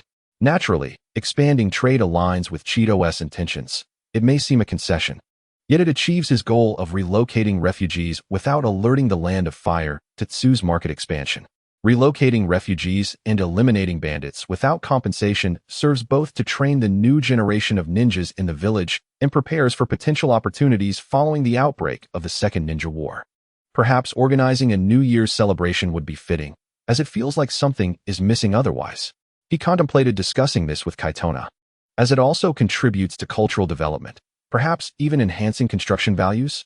On the 3rd day since their departure from Konoha, having crossed the border into the land of Tsu and traversed several kilometers of forest, they were on the verge of entering the outskirts of the Sugimoon forest. As anticipated, they would reach Lingy Village today. The Sugimoon Forest lies at the boundary between Tsu and the Land of Fire, connecting the peninsula and mainland. Thus, if one does not travel by sea, traversing the Sugimoon Forest is necessary for both inbound and outbound journeys. However, the central area of the Sugimoon Forest is not particularly vast, and crossing through its outskirts, equipped with sufficient antidotes, presents manageable risks. Although the Sugimoon Forest resembles a tropical rainforest, with most vegetation being evergreen, the ninja world operates under its own rules, and the seasonal shedding of leaves is more common near the forest's periphery, as the 5 of them dashed and leaped. Dried leaves still clinging stubbornly to their homeland fluttered around them, creating a picturesque scene reminiscent of winter butterflies dancing in pursuit of one another. Suddenly, amidst the vast expanse of trees and the carpet of withered leaves, an unexpected occurrence seemed imminent. Cheeto mused, noticing the increasing number of fallen leaves, a few here, a few there, until they surpassed the natural quantity each tree ought to possess. Rustle, rustle. Before long, the leaves cascaded down like snowflakes, transforming from a gentle flurry into a fierce blizzard, descending at an alarming rate. A sea of withered leaves. A storm of withered leaves. The others were quickly engulfed by the swirling foliage. Cheeto found himself submerged in this ocean of leaves, immobilized as if trapped in quicksand. The moment had arrived. Cheeto suddenly opened his eyes, witnessing the once opaque leaves morphing into a transparent hue, revealing his own form as transparent as well. Before him, 15 figures clad in black.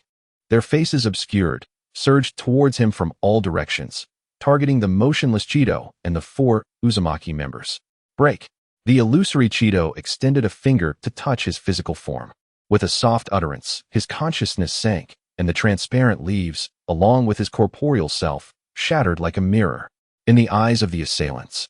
The previously immobile figure, their primary target, as commanded by their master to capture alive and not kill, suddenly ignited with life, a chilling smile curling at the corners of his mouth. The illusion was dispelled. Target for elimination. A surge of urgency swept through the attackers, prompting them to hurl their shuriken and commence hand signs, their chakra surging wildly. Yet Cheeto's speed was evidently superior. Skipping the hand sign process, he swiftly waved his left hand, unfurling a curtain of icy blue that enveloped the 5 of them in an instant, blocking the incoming projectiles entirely. Wind release, vacuum sphere, fire release, dragon fire technique. Just as the ninjas began to unleash their techniques, Cheeto's icy wall morphed, launching sharp ice arrows amidst a cacophony of piercing sounds, raining down on the massed assailants. Thud, thud, thud. The ninjas behind Cheeto, oblivious to his breaking of the illusion, only recognized the unusual attacks and the sudden appearance of the ice wall when it was too late. The ice wall transformed into a deadly barrage, and they could do little but attempt to parry with their weapons, losing their chance to cast any techniques. Those untrained in close combat among the black-clad figures met swift demise. Meanwhile, within the protective icy barrier, the 4 Uzumaki members had already begun to regain consciousness. As Chindo commanded the ice wall behind him to part, a passage opened, allowing them to charge toward the enemies who were currently fending off ice arrows. With swift hand seals, they unleashed their ninjutsu attacks. Boom! The clash between Chindo's jutsu and the ice arrows resonated with a thunderous sound before dissipating, shattering the arrows into icy shards that rapidly melted into fine droplets of water. Several cloaked figures staggered back. Now, Chindo uttered softly, before the black-clad figures. The droplets in the air transformed, resembling blooming flowers and fallen leaves. Companions and foes alike found themselves ensnared and immobilized beneath the decaying leaves. This was a retaliation with their own tactics. By infusing the ice arrows with the water droplets, Chindo activated the illusion technique as the enemies laid eyes upon the droplets. Due to the urgency, Chindo swiftly replicated their illusion technique. Uft, uft, uft. The ice arrows soared once more, piercing through the ensnared black-clad figures. Yet, one individual remarkably broke free from the illusion in an instant, wielding kunai to cleave through the arrows as he retreated with explosive speed. You won't escape. This individual was likely the ninja proficient in illusions, a seasoned jonin. Chindo's gaze sharpened, and with a powerful stride, he dashed toward him, simultaneously swinging his arm. A torrent of water surged from the direction the black-clad figure had retreated. However, the figure remained unfazed, halting his retreat while gazing at the few remaining comrades. Suddenly, he raised a hand signal. Shindo's pupils constricted as he shouted, "Retreat! There are explosive tags."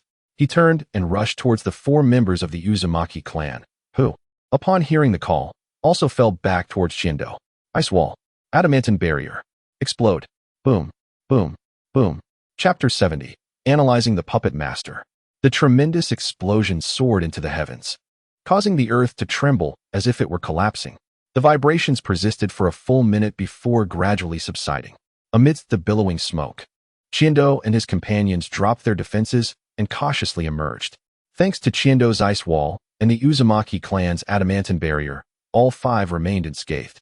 As they surveyed their surroundings, they found no trees left standing. All had been reduced to splinters and dust in the explosion. Even towering trees stood either toppled or broken, unable to escape their fate. The ground was pockmarked, devoid of any level surface. "It's over." It seems this was not merely a fight to the death, but an attempt to erase all evidence, Chindo remarked, withdrawing his perception. "That explosive tag was quite extravagant," Nagasawa mused. "You haven't witnessed true extravagance. Your experience of the world is limited," Chindo replied thoughtfully. They had been lying in ambush among the fallen leaves, ready to unleash their illusion technique, seeking a mutual demise. "They understand us well and are quite ruthless." Kinjiro's ninja hawk lacked the ability to see through illusions. Had the enemy shown any movement, it could have detected them beforehand. However, the adversaries evidently anticipated their path, lying in wait, preventing the ninja hawk from uncovering them. As for the illusion technique, the adept Jonin must have gleaned information from Orochimaru's intelligence. Those privy to such intel included not only the Hokage's trusted aides, but also possibly individuals who had directly negotiated with Orochimaru. Yet, I am no longer the person I once was. Furthermore, this reckless style bears a striking resemblance to the Root's operations. "Is this Konoha's doing?" Uzumaki Shinwa inquired solemnly. Kinjiro added, "Given our recent negotiations, wouldn't Konoha's actions be too conspicuous?" "Subtlety is what makes the difference," Chindo reflected. "However, if Sarutobi Hiruzen truly intended to eliminate us, he wouldn't allow us to leave the land of fire, nor would he send such a small number." Uzumaki Rinho analyzed, "The more plausible scenario aligns with your assessment." Lord Shindo, the higher echelons of Konoha likely harbored differing opinions. Sarutobi's current stance appears inclined toward amicable cooperation, which is why these individuals struck only upon entering the land of Tsuchi. Given Shindo's status, it was unlikely he was acquainted with Danzo, which explained why he had not mentioned the existence of such a notorious figure. He had merely speculated to others that Konoha might possess an old schemer with considerable influence. Often at odds with the Hokage, Shindo nodded in agreement with Uzumaki Rinho's opinion, though there remained a slight possibility that someone had relayed intel to Kirigakure. However, considering the timing and the nature of this singular offensive, which was almost a sacrificial ambush, it was improbable that it originated from Kirigakure. Among the 15 individuals, only one was a Jonin, the illusionist, while the others were at most special Jonin level, indicating a highly targeted operation. Understanding that Shindo's illusion might be a weakness, they employed an illusionist to catch him off guard. Had Shindo not fortified his illusion capabilities, the encounter would have likely led them into a dire predicament. Yet, Shindo had awakened to the fact that this situation likely exceeded the enemy's expectations. For even a Jonin well-versed in illusions would not regain composure so swiftly under such a surprise attack. Thus, the anticipated outcomes of either capturing or severely injuring the target had vanished, leaving the most unfavorable situation of being utterly overwhelmed.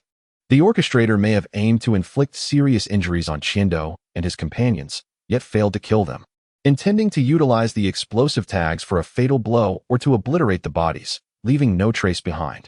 The illusionist initially attempted to flee, knowing that under unfavorable conditions within the trap, some could take advantage of the explosion's chaos to escape. However, Shindo's group had dispatched their foes too swiftly, leaving only the illusionist capable of executing the explosion, and with his escape route blocked, he had no other choice. Shindo chuckled at the absurdity of it all. Another complete annihilation. Danzo must be seething over this loss. From this arrangement, it appeared that Root was in its formative stages, and presently, there were indeed not many capable individuals. He must be apprehensive of losing personnel again, which likely prompted him to devise such a targeted plan. This cold-hearted schemer had even allocated time for escape. Although there were no bodies to examine, Chindo had internally confirmed Danzo's involvement. As for Kirigakure, while Chindo had continually regarded them as hypothetical adversaries, they may not have cast their gaze upon a small ninja village like Sirii. Even concerning the Uzumaki clan, there were two factors. First, the time required for information dissemination and confirmation. Second, knowing that remnants of the Uzumaki clan had joined Sirii, what would Kirigakure's stance be? Potential attitude 1. Perceiving provocation and becoming incensed. In such a case, they might leverage the power of a great nation to demand the surrender of the Uzumaki clan. And if that failed, they could obliterate Sirii with overwhelming force. Alternatively, might they engage in direct confrontation without negotiation? Would Kirigakure be so reckless? After annihilating the land of Tsu, would they continue their advance toward Tsuchi, considering their collaboration with the land of fire and the land of wind? Would Kirigakure not regard these intelligence matters seriously? Potential attitude 2. Recognizing provocation but remaining observant. In this scenario, Kirigakure would calmly gather intelligence on Sirii, proceeding with negotiations. When Sirii resolutely refused to relinquish the Uzumaki clan, they might dispatch small teams of ninjas to create friction. As the entire ninja world focused on the shifting borders of the land of fire, the land of wind, and the land of rain, Kirigakure would also take action. Potential attitude 3. Indifference. The Uzumaki clan was the one annihilated, not Kirigakure. Any resentment would lie with the Uzumaki clan. If Kirigakure deemed the remnants of the Uzumaki clan and a small, insignificant ninja village to be inconsequential, the possibility of their indifference is not to be dismissed. The demise of the land of Tsu was due to Kumogakure's fear of the Uzumaki clan's sealing techniques. Yet, upon deeper reflection, perhaps it was the apprehension regarding Konoha, their steadfast ally, and the reliable support they possessed. Following the tumultuous events of the Second and Third Wars, Konoha found itself in a precarious situation, vulnerable to incursions by anyone. Perhaps the Uzumaki clan was never the focal point, and the meager remnants were even less significant. Of course, once the seeds of hatred are sown, even the most barren soil can yield growth. This understanding had likely circulated within the ninja world long ago. Chidu never entertained the notion of luck. Moreover, once Lingi village fell within the purview of Kirigakure, it was only a matter of time before they recognized the rapid development of this small village. At that juncture, it would stand as yet another obstacle akin to the land of whirlpools in Kirigakure's eyes. He surmised that if Kirigakure were to target Lingi village, it would most likely occur after the official commencement of the Second World War. Prior to that, only minor skirmishes and localized conflicts would ensue. In the time leading up to the Second Great Ninja War, Lingi village would experience swift growth, and Chidu's strength would likely progress further as well. Let us proceed. This grand gesture shall one day be repaid. Chapter 71. Fairness for all. The new Lord's castle simplified the original palace. As the Sugi family had always been sparse in numbers, accustomed to simplicity, the erstwhile palace could hardly be deemed luxurious, and now with only Chinomimi remaining, it was prudent to further downscale to prevent solitude from enveloping the inner sanctum. The affairs of state were now distinctly separated, no longer linked to the Lord's residence, but rather designated to a newly established administrative building. As the new year approached, Chinomimi stood on the expansive balcony adjacent to the highest room of the administrative building, gazing out towards the boundless azure sea. Her long, lavender hair nearly reached her waist, simply tied back, fluttering gently in the mildly briny sea breeze. With a slender figure and emerging graceful curves, the girl was on the cusp of 13, her beauty blossoming as time flowed by. Time indeed passes swiftly. It had nearly been a year since her arrival in Lingi village. A hint of melancholy danced in her lavender eyes, soon whisked away by the ocean breeze. Despite the myriad challenges and losses she had faced, the outcomes remained positive. Both the land of Ji and Lingi village were progressing towards a brighter future. Surely, Lord Chidu and the others would return soon. Lingi village had received word that matters were proceeding smoothly. Standing quietly by her side, the maid, Cozy, noticed Chinomimi's prolonged silence after her musings and decided to remind her of previously reported matters. According to the plan, New Sugi Castle required an influx of population, and it had already made a promising start. There were numerous affairs awaiting her input regarding the new city. Chinomimi turned with a smile, appreciative of Cozy's concern for her mood. Throughout her tenure as lord, while diligently learning the intricacies of governance, Not only had her body matured, but her character had also evolved into one of increasing composure and steadiness, no longer resembling the flustered princess fleeing from calamity. I intend to visit the Northern Commercial District this afternoon. Cozy, could you assist me in finding a hat? Why does Lady China Mimi now always wear a hat when going out? To avoid drawing attention. It's a covert excursion. The Northern Gate served as the main entrance to New Sugi Castle. The Northern District was designated as the commercial area, bustling with various shops catering to the daily needs of the populace. China Mimi, accompanied by her maid Cozy, donned their hats as they navigated through the bustling market. Meanwhile, the samurai guards of the Lord and the covert protectors of Lingi village maintained a discreet distance for safety. As dusk approached, the number of traders in the streets dwindled, with most residents venturing out for dinner. Numerous shops remained unoccupied, although many merchants had migrated from Sujiu City and others opened branches here. It still fell short of adequate supply.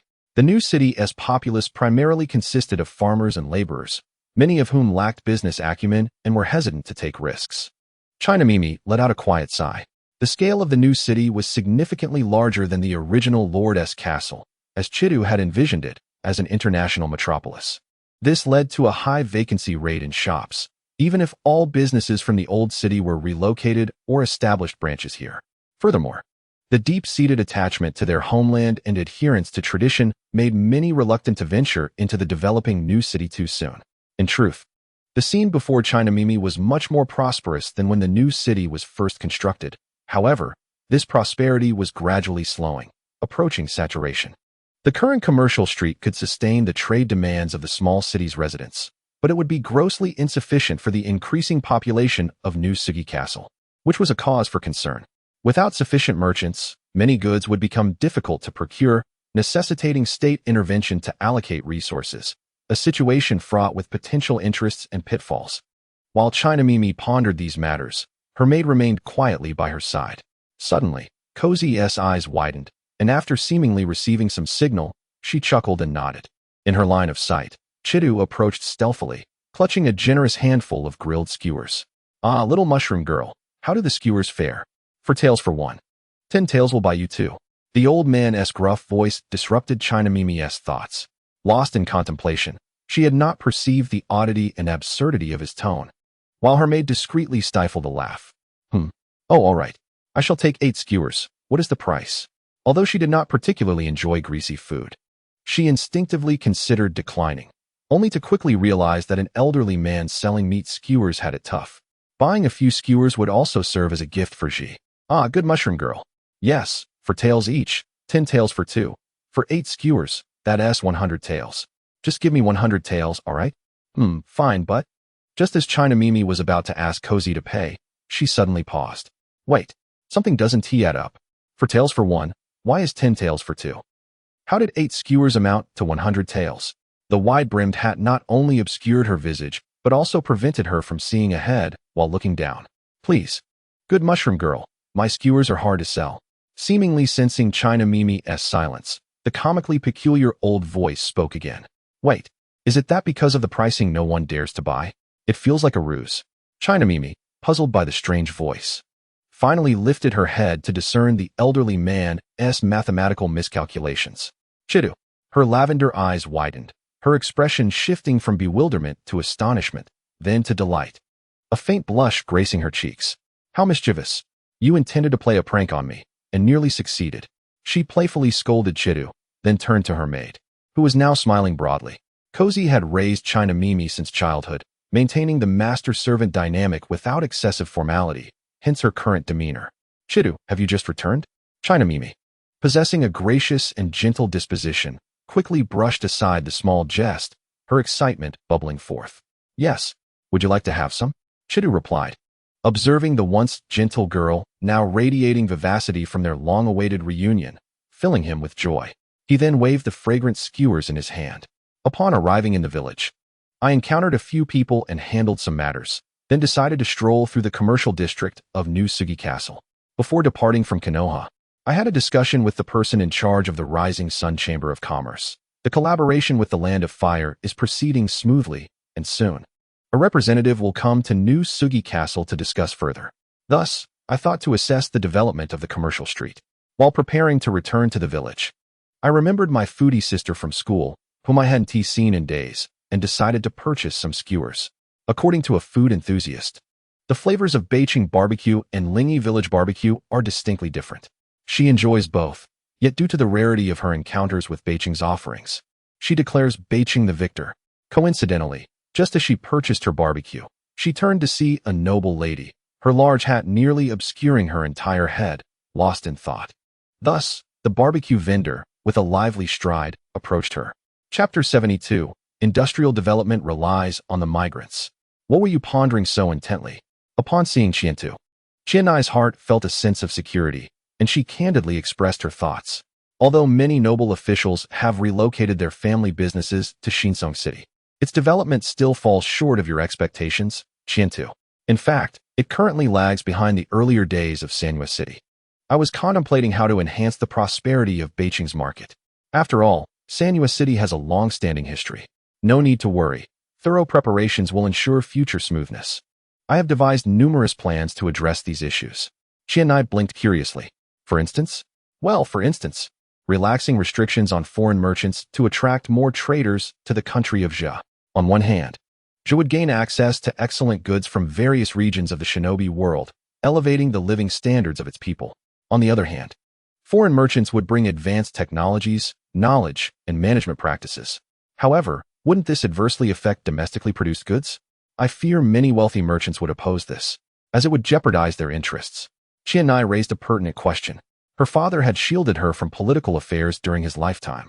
But Iwasaki's insights and her recent studies illuminated the complexities of open trade.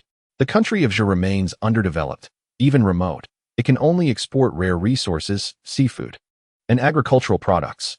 In terms of handicrafts, technological products, cultural goods, and processed foods, it cannot compete with the great nations of the Shinobi world.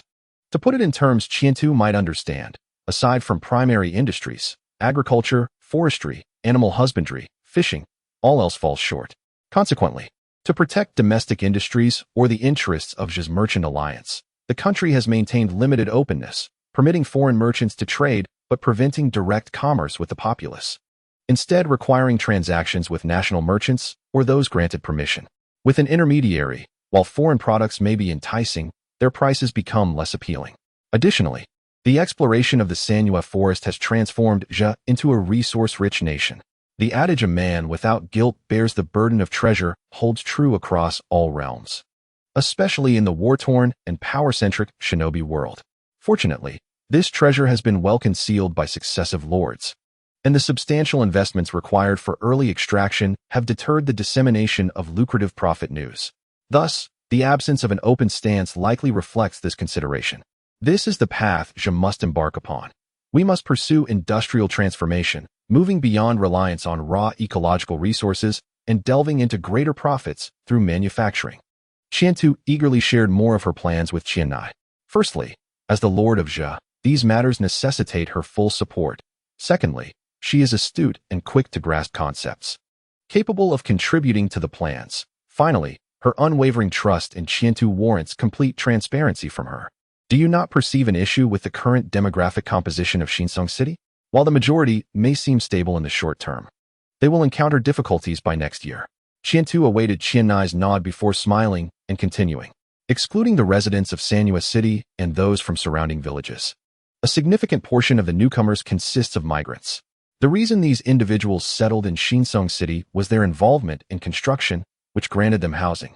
And until early next year, there will be ongoing construction tasks requiring labor. This provides them with temporary living conditions. But what happens afterward? Once the construction tasks are completed, they may face widespread unemployment risks. After Shinsong City's completion, Qiantu has orchestrated two major projects. One involves city infrastructure. While the city itself is built, finer details require refinement, such as electricity. Upon discovering that the Shinobi world had already embraced electrical energy, Qiantu resolved to establish an electrical grid for the entire city, akin to Linyi village. Consequently, wind and thermal power plants were constructed, allowing Shinsong City to shine as the brightest in the Shinobi realm, albeit without any electrical inventions yet, marking it as a long-term consideration. Furthermore, the establishment of public amenities, such as restrooms, waste collection points, and horse-drawn carriage parking, significantly enhances urban conditions. The second major project is road construction. To foster prosperity, one must first build roads. This adage is deeply ingrained. If one were to envision a construction system, this would be the first thought to arise in Shinto's mind. The two great cities, one near the northern sea and the other by the southern sea, are destined to become the economic centers of Zhe, fostering collaborative development. Shinto understood that upon the completion of these projects, unless nationwide infrastructure development continued, many would face unemployment. Unfortunately, the resources to pursue nationwide infrastructure are lacking. Thus, she devised alternative arrangements. Upon hearing Shinto's words, Chienai's expression flickered with concern. However, she recognized that Shinto's assertions were accompanied by solutions. He is always one with foresight. Indeed, Shinto remarked, previously discussing the aquaculture base near the western gate. Some small fishing villages nearby could be transformed into factories. Initially, we could establish agricultural product manufacturing plants, metal workshops, and timber processing facilities, which are quite suitable for our current needs. Subsequently, we could learn advanced technologies and gradually expand our horizons. Alternatively, we could attract merchants to invest in establishing factories, as they would bring valuable technology. With this approach, absorbing an excess of migrants would become a tremendous advantage, as they would provide sufficient labor to fuel the industrial rise of Shinsong City. Shinto refrained from mentioning her potential to unveil superior technologies in the future, thanks to the existence of a system. Yet, Chienai's eyes sparkled with excitement at Shinto's meticulous considerations. Shinsong City has rapidly developed and replenished its population to match that of the original Sanyue City. However, the overwhelming presence of unemployed migrants is a significant drawback that cannot be overlooked. Should unemployment levels rise excessively, economic order is bound to collapse. In response, the ministers of Zhe's original strategy involved redistributing land, expanding fishing industries, and increasing short-term job recruitment. Yet, the regions surrounding Lingyi village are predominantly forested. Where would they find arable land? Additionally, due to the lack of farmland, nearby villages rely solely on fishing for sustenance. Without export trade, they are nearing saturation. Short-term jobs cannot address the fundamental issue. Ultimately, it seems the only solution is to allow time to filter out the surplus population. Although the ministers would not state it outright, many secretly believe that once construction is complete, the value of migrants has nearly been exhausted. Aside from a few, most would become burdensome. However, ministers living in this era of the Shinobi world fail to devise solutions, viewing migrants merely as nuisances. Conversely, for Shinto, these individuals represent invaluable human resources. They are the essential talents required for the industrial transformation of Zhe. In an agricultural era, persuading those with their own means of survival to work in factories is a daunting task, if not nearly impossible. So, who will drive the industrial development of Zhe? Today, we have our answer. Chapter 73. The Wood and Stone Journal. As the new year approaches, Chitose wonders about the customs surrounding the celebration in Sugetsuki City. After dinner, Hiroaki Amano takes a stroll in the courtyard, while Chitose, Shinami, and Eiko sit together, engaged in light-hearted conversation. New Year's money, Eiko exclaims, her eyes sparkling with excitement at the mention of holiday traditions. In response to her distraction, Chitose tosses a candy in her direction. Eiko catches it deftly with her mouth. If you come in first this year, your New Year's money will double. Yay! Eiko cheers, clapping her hands. Her enthusiasm stems from her unwavering confidence in securing the top position. However, Chitose worries about her spending habits, knowing that her pocket money often vanishes quickly. Shinami smiles and adds, there aren't any particularly special activities in Sugetsuki City, though it might be a bit livelier with more people. Oh, there will be performances from a theater troupe, specially invited to perform for the new year. That's it. Chitose snaps his fingers. I believe that the new year, being the most significant day of the year, deserves a sense of ceremony. I have decided to organize a grand evening celebration in Lingyi village.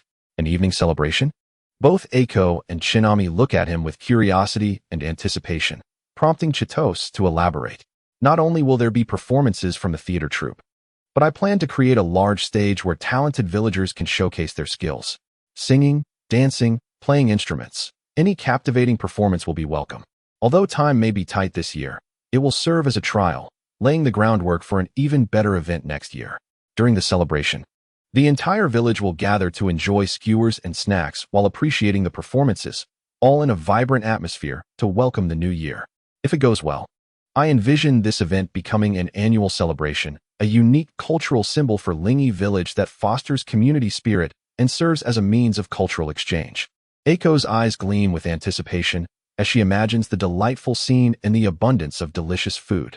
Shinami's violet eyes shine with excitement, not only for the celebration described by Chitose, but also contemplating its profound significance. If the New Year's celebration is successful and well-received, it could spread to other parts of the country, eventually becoming a national event and a distinctive cultural emblem for the nation. Even without television, such small-scale events could evolve into concert-like gatherings, attracting opportunities for commerce and profit. We must begin selecting performers soon, otherwise, we'll run out of time, she remarks. Do not worry, I already have a plan. Besides renowned performers, I aim to attract some folk artists as well, Chitose reassures her. Extra, read all about it. The Wood and Stone Journal. The wide, newly paved stone roads of Lingi Village echo with the cries of young boys selling newspapers early in the morning. They weave through the bustling market, enthusiastically promoting the newspapers in their hands to curious onlookers. These young newsboys are students from the Ninja Academy, participating in a social practice course during their break. With the newspaper just launched, a promotional push was essential. The current staff at the magazine alone could not suffice, prompting Chitose to enlist some extra hands from the academy. Naturally, he compensated them for their efforts. Read stories, learn current events, explore Lingi Village's future plans, delve into the lives of the citizens of the nation, and uncover the hidden history of the ninja world, all within the Wood and Stone Journal. What is this? Just a few thin pages? Can such a slim publication contain all that you claim? A middle-aged man, unable to contain his curiosity, approaches to examine the newspaper. Sir, why not buy a copy and find out for yourself? This is an official magazine co-published by the esteemed lord of our nation and Lingi Village. The boy pauses, recalling the appropriate terminology. Unlike official bulletins, this publication is rich in content and aimed at the general public, with a new edition released every 10 days, ensuring all information is up to date. Thus, through the Wood and Stone Journal, readers can gain a wealth of knowledge at a fraction of the cost of a book. The first issue even includes a discount coupon for the Grand Chinese Restaurant. Oh, I'll take 10 copies. The man, not particularly fond of reading, is simply intrigued by the notion of a publication containing such diverse content.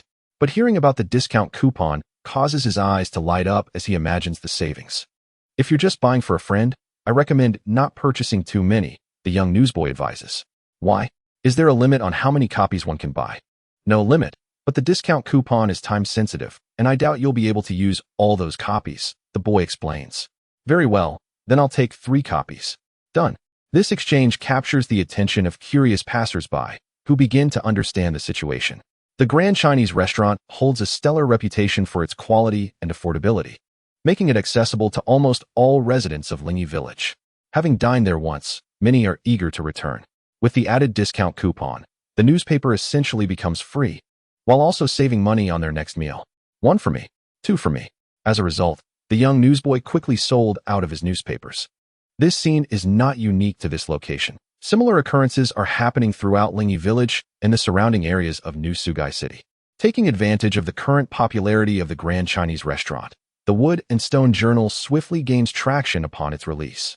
In the ninja world, the standard of living is generally low, and the level of education is no exception, leading to a scarcity of literate individuals. In this context, electronic information feels distant and unattainable. Meanwhile, print media represents a novel concept, marking the first appearance of such publications in the nation. Lingi Village has always maintained a village school, and the Lord's City certainly attracts a significant pool of talent. Thus, many in New Sugai City and Lingi Village now have the opportunity to experience what a newspaper is, delighting in the novelty and engrossed in reading. What a resounding success! It seems I will soon have a new influx of development capital. The Wood and Stone magazine office is located in a quaint 3-story building along the street in Lingi Village. At this moment, Chitose stands on the balcony of the 3rd floor, surveying the lively scene below. He notices numerous individuals clutching the Wood and Stone Journal, some even pausing mid-step to read. Utterly absorbed, this sight fills him with joy. One of the 5 development directions of the construction value system is culture. and investing in cultural development will undoubtedly yield substantial construction value, especially given the current low cultural standards within the village, the nation, and the world. Chitosa's vision for cultural development includes two key focuses: enhancing cultural education, with particular emphasis on the Ninja Academy in Lingi Village, while also promoting primary education nationwide to cultivate more talent for the nation's growth. Since Lingi Village and the nation are closely interconnected, any advancement must be integrated, allowing Lingi Village to draw in talent from various regions. Thus, Chitosa's development plans encompass both aspects. Secondly, the establishment of a cultural industry is essential. For the promotion and dissemination of culture cannot exist without it. Otherwise, it would stagnate and remain stagnant in one place. Newspapers, bookstores, grand theaters, and music ensembles will all flourish. The emergence of newspapers was a predetermined event orchestrated by Qiando, which is why it was accomplished so swiftly. Publicizing the New Year's gala was merely a convenient task. Apart from Shinshan City, Sanyue City, and Lingi Village, officials in other regions of the kingdom will also receive newspapers and disseminate them to illiterate citizens under their jurisdiction. The Longtail clan has trained numerous messenger eagles capable of swiftly delivering newspapers across the nation and even to various parts of the ninja world. Most of the staff at the magazine office were recruited from the daimyo's residence, as the villagers of Lingi Village lagged far behind in literary work. Qiando himself serves as the president, and the establishment of the first official newspaper carries extraordinary significance and will wield immense influence. It is crucial to hold the power of public opinion firmly in hand. Furthermore, no one understands the future development plan of the magazine office better than he does. Not only will there be a monthly report, but there will also be weekly and daily reports, and not just domestic news. A Ninja World newspaper will follow. At that time, the influence of Lingi Village will spread through newspapers, allowing the primitive ninja world to experience the power of culture. Qiando could not help but ponder how interesting it would be to disclose information about Uchiha Madara and Kurizetsu once the newspapers reach the entire ninja world. Chapter 74. Refugees, Residents, Citizens. Songda resides in Shinshan City, having crossed 50 years of age, with graying hair and a visage marked by the toil and weariness of ordinary life. He is not a resident who migrated from Sanyue City, but rather a welcomed refugee, having fled from the interior to the kingdom several years prior. Consequently, lacking land and industry, he must exert more effort than others to meet his basic survival needs. Even so, life in the kingdom is significantly better than his past existence in the interior, as he no longer has to worry about the constant threat of war. This year has brought a tremendous change to such circumstances. Refugees in the kingdom can now obtain formal status, and those contributing to the construction of Shinshan City will receive housing allocations. Apart from those engaged in criminal activities, refugees are elated by this news. Such welfare is almost unprecedented in the ninja world and is unimaginable. Rather than expelling refugees, funds are being utilized for their resettlement. For those accustomed to the selfishness of the nobility, it feels as though the sun has reversed its course. Only a fool would reject such a blessing. Thus, Songda unhesitatingly responded to the government's call and participated in the construction of the daimyo city. During the process of building Shinshan City, the government indeed fulfilled its promises, providing temporary housing for laborers, arranging 3 meals a day, and even offering considerable wages. The daily wage was already equivalent to half of what Songda previously earned as a laborer. Upon completing the city construction, he truly received a free house. Although various items needed to be acquired independently, one must learn to be content. For Songda, possessing a home means no longer being homeless, having an identity. And being a resident of the daimyo city, what more could he desire? His life this year is beyond anything he could have imagined in the past decade. Recently, he feels rejuvenated. Ashian, Aing, come to have dinner. Having purchased breakfast at the market, Songda called out upon returning home. Wow, Grandpa, you actually bought meat rolls. That is wonderful. A small boy, appearing around 5 or 6 years old, ran over, cheering upon seeing the breakfast. Grandpa, you're wasting money. You could have just made porridge at home this morning. A girl named Aing, in the bloom of youth, with an elegant countenance, expressed a hint of exasperation. Ah, you bought so much. Axing loves meat rolls. You only needed to buy for him. Haha. Songda chuckled, dismissing his granddaughter's admonition. The new year is approaching. We should indulge a bit. And besides, this year we earned quite a bit and have settled down. Our family will have an easier time next year. The young girl considered this and nodded lightly. She had recently found a job as a shop assistant. While the salary was not high, it was stable. Songda's words resonated with her, as this year, the small labor she performed had indeed earned a significant amount. Coupled with the fact that she no longer needed to wander and had a place to stay, the money earned was sufficient for their meals. Although stability had been achieved, Axing would be entering school next year.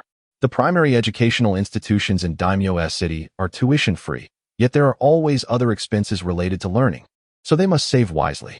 All right. Aing, you're becoming quite the little housekeeper. It's about time to find you a husband. Songda chuckled heartily. The young girl feigned annoyance. Grandpa. Songda's son and daughter-in-law had perished in the turmoil of war, leaving him to rely on his 3 grandchildren.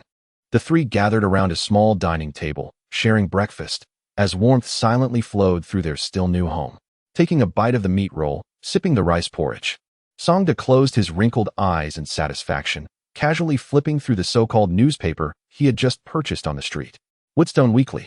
The first 4 large characters jumped into view, easily readable as wood and stone unite to form Ja.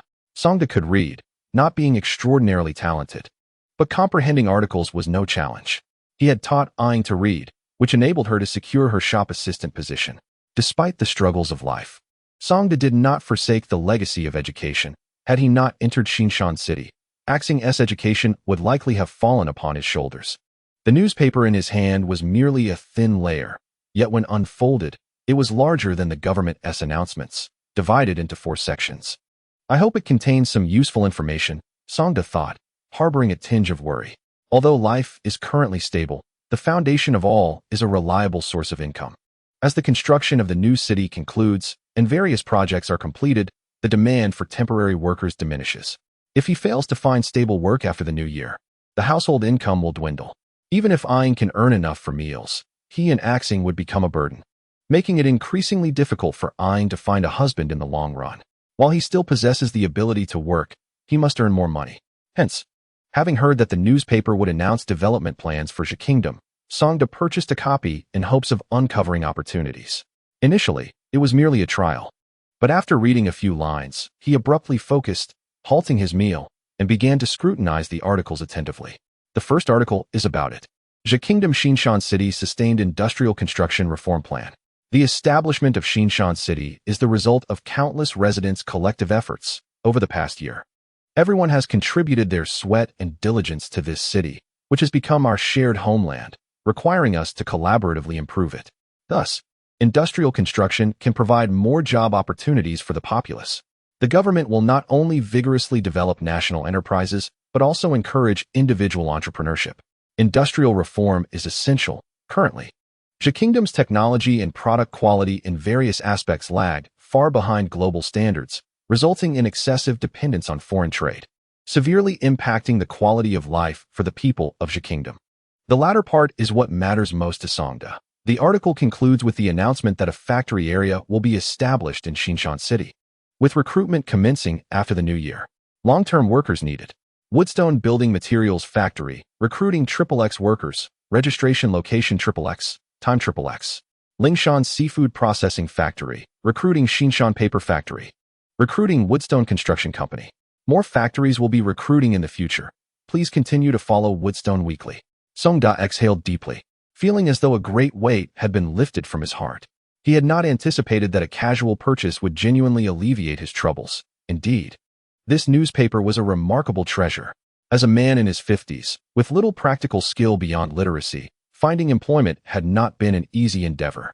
However, upon seeing the multitude of factories in the newspaper seeking workers, demanding numbers that could nearly encompass all the unemployed in New Shanxing, he felt no anxiety about securing a job. Eat more. If you like it, I'll buy extra next time, he said, affectionately patting Xian's head, a smile of contentment gracing his face. Ain cast a glance at her grandfather but refrained from speaking. She sensed that he was reminiscing about something joyful. With the purpose of reading the newspaper fulfilled, Songda continued to peruse its pages, curious about what else might be found. Home, country, and the world. This was the second article, chronicling the tumultuous warring states period. The origins of the state of Jia, the establishment of Lingyi village, and the shared struggles of both. After finishing the piece, Songda couldn't help but express his admiration. He had not realized the profound connection between the state of Zhe and Lingyi village. Having settled in this city, he gradually embraced his identity as a citizen of Zhe, and upon completing the article, a sense of pride and belonging welled within him. Unbeknownst to him, over the course of a year, his self-identity had undergone a transformation, from refugee to resident, and finally to a citizen with a sense of belonging. This effect exemplified the essence of cultural dissemination. Chapter 75. The comprehension of Zi's reading. Grandpa, what are you reading? Ayin inquired.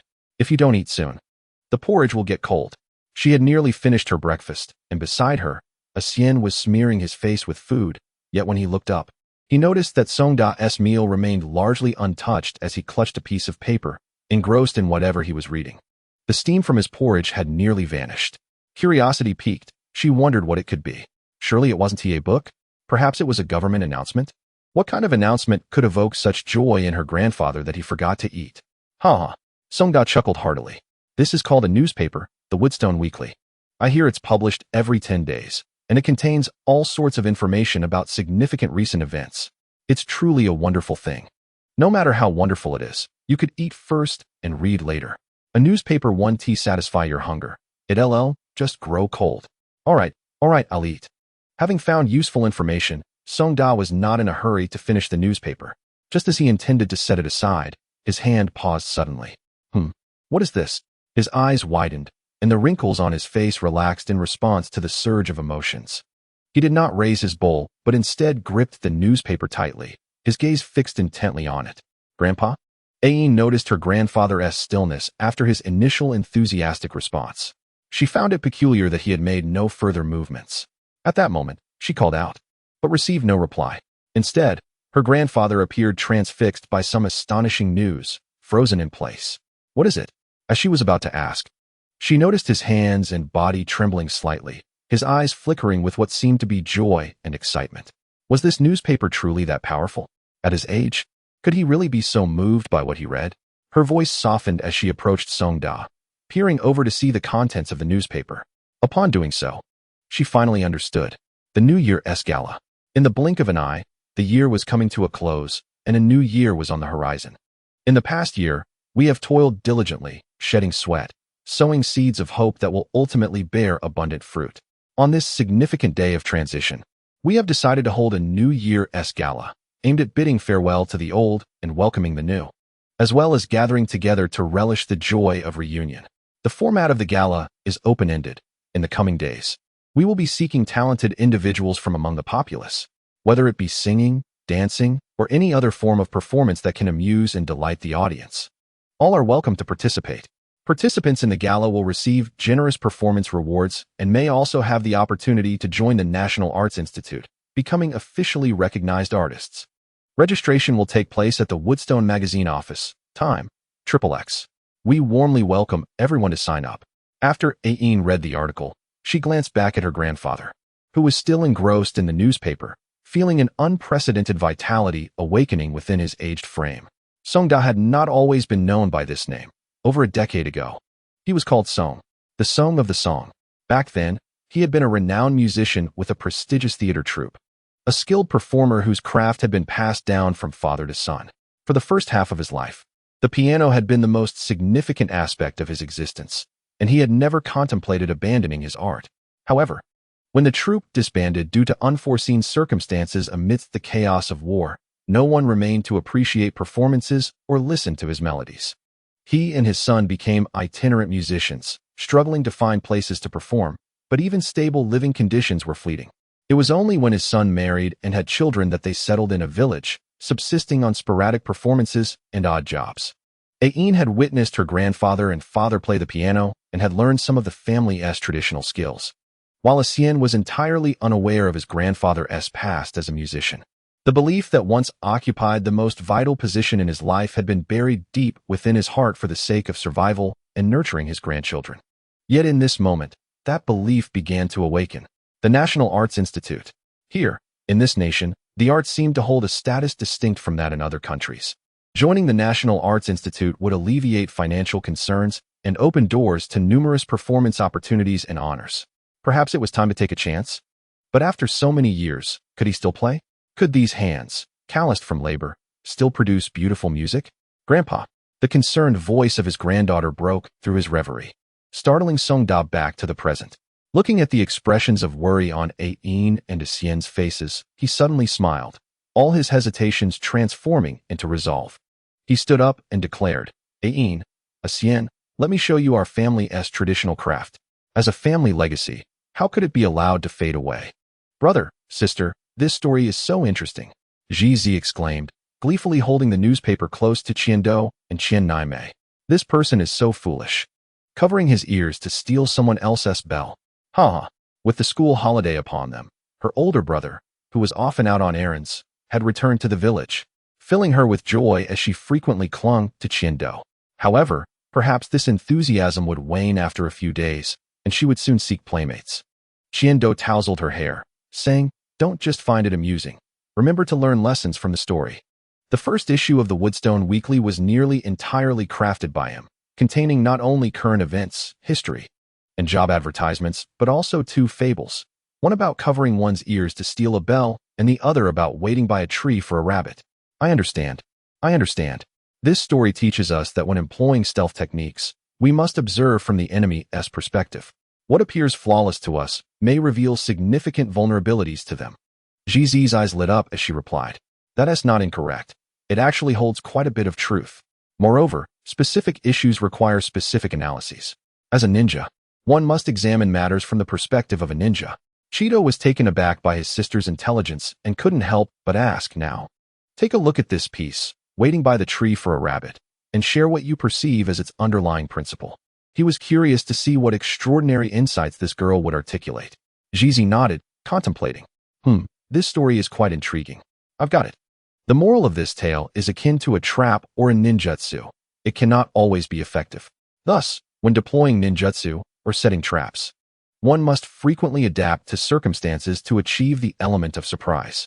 Slap. Why did you hit me, brother? Protested Jizi, covering her forehead with her tender little hands. Cheeto, exasperated, replied with a twitching mouth. The lesson of the second story is to avoid the desire for unearned rewards. Just like if you wish to be first in class, you must exert effort. Where on earth did your thoughts wander? All right, Jizi said, lowering her head in dismay and murmuring, but some people can achieve first place without effort. Cheeto chuckled, while Cheetome, observing from the side, couldn't suppress her laughter, her eyes crescent-shaped with delight. Chapter 76, Moonstep Swish. Raging Wind. Bang. In a training ground at the corner of Lingi Village, the sounds of fierce combat echoed relentlessly. The number of combatants was so great that dust swirled in the expansive training area, obscuring the surroundings. To prevent villagers from inadvertently wandering in and getting hurt, or spies from gathering intelligence, this training ground was classified as confidential, shrouded in a barrier that restricted entry without permission, rendering its activities invisible. What remarkable physical techniques! Although the requirements for physical prowess are exceedingly high, they effectively utilize every function of the body, pushing physical assaults to their utmost limits. Uzumaki Renbois, observing the battles, couldn't help but voice his admiration. Cheeto, standing beside him, remarked, for the Uzumaki clan, after a certain degree of physical conditioning, they can all reach the threshold of the 6 styles. Indeed, the Uzumaki clan possesses robust physiques, and barring any congenital ailments, even adult females who have not specialized in physical techniques can barely meet the threshold of the 6 styles. After training, it's even less of a concern. Of course, it does not imply that the Uzumaki clan, without training, can equate to physical technique ninjas. Rather, their bloodline bestows them with tremendous potential, allowing their physicality to reach significant heights. This innate advantage cannot be envied. Just like Mike Guy, who can unlock the 8 gates and fully unleash his physical potential. Yet when compared to his counterpart, Lee, the difference in strength is astronomical and incomparable. Alas, relying solely on the means provided by Cheeto, no matter how powerful the techniques. If there are no talented subordinates, one cannot leverage the advantages of those techniques. The realities of lineage and bloodline are universal across every realm, except in cases of extraordinary exceptions. As the leader blessed with such extraordinary advantages, wouldn't it be fortuitous to gather a cadre of powerful-blooded ninjas? We have only just joined Lingi Village, and the leader has imparted such crucial physical techniques to us, which leaves us both astonished and grateful. Uzumaki Renbois expressed. his face reflecting a sense of unworthiness. Cheeto, with a serious tone, stated, "Currently, Lingy Village is still too weak, while the situation in the ninja world grows increasingly tense. A great war may not be far off, and when it occurs, strength will be the only principle that matters. For us, enhancing our strength is paramount." Uzumaki Renbwa nodded in deep understanding, resonating with Cheeto's words. The leader spoke the truth. In this world, only the words of the strong carry weight, while the weak are silenced. The Uzumaki clan, having recently experienced the trauma of national defeat and exile, comprehends this all too well. Thus, the 6 styles can be learned by anyone who meets the qualifications and remains loyal to the village. Cheeto smiled, reasoning that since the Uzumaki clan is now part of the village, there is no need to dwell on such self-evident matters. Besides, they have not withheld their knowledge of sealing techniques. All of this is to fortify the village, a home we must collectively safeguard. Upon hearing this, Uzumaki Renbwa smiled and nodded in agreement. The leader's words are indeed wise. After a leisurely chat, the battles in the training ground reached their conclusions. The participants were merely sparring to gauge their mastery of the 6 styles, not engaging in life-and-death struggles. After several rounds of exchanges, they recognized their shortcomings and understood the strengths and weaknesses of others, pausing to share insights. The training ground housed over 20 ninjas, all from the Umbu and the security team, representing the backbone of Lingy Village.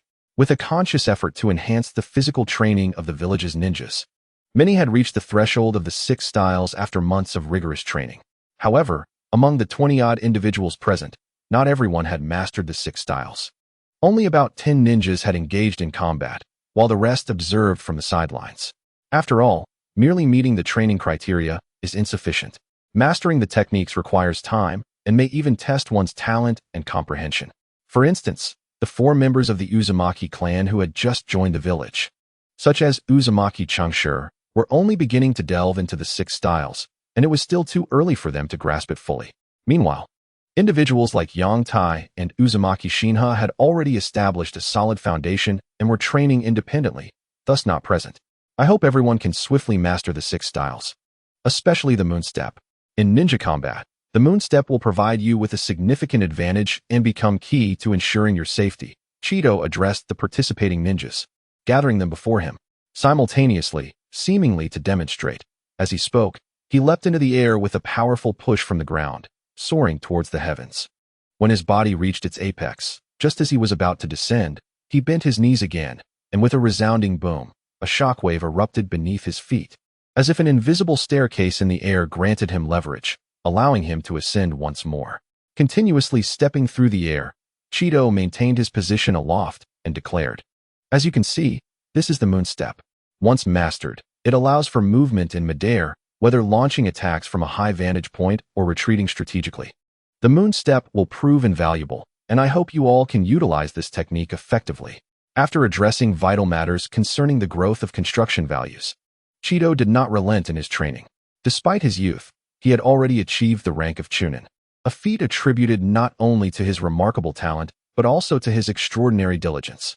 Though ninjas emphasize the balance of ninjutsu, taijutsu, and jinjutsu, for those lacking innate talent in ninjutsu, it remains paramount, determining the upper limits of a ninja under normal circumstances. After all, in the face of the ever-changing, all-encompassing world of ninjutsu, the straightforwardness of taijutsu and the ethereality of jinjutsu seem inadequate. The original protagonist was more adept in ninjutsu, even without neglecting physical training. His physical prowess was merely on par with his peers. Until Cheeto's arrival, he sought to compensate for his shortcomings. With the acquisition of the 6 styles and several months of specialized training, his physicality saw tremendous enhancement. Now endowed with thrice the physical potential, the moon step and the gateway to paper drawing had been opened before him, allowing him to master all but the iron block among the 6 styles. The iron block, a technique that requires enduring physical strikes, likely necessitates more than mere training to achieve the standard. It requires the pounding of the body's muscles. So Cheeto was not in a rush to master it. Unlike others, Cheeto had obtained entry into the 6 styles through a lottery upon meeting the physical requirements.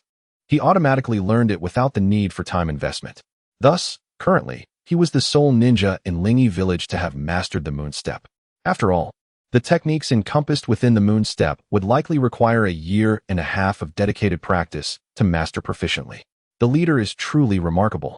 Is this the moon step? An extraordinary physical technique. The newly initiated ninjas, such as Uzumaki Narumi, gazed in awe at Shiento, who effortlessly stepped upon the air, both astonished and delighted.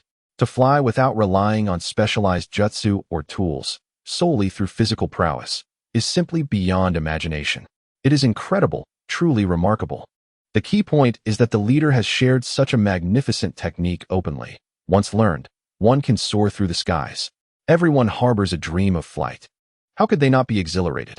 Upon witnessing the motivational effect take hold, Shiento ceased demonstrating the moon step and descended back to the ground.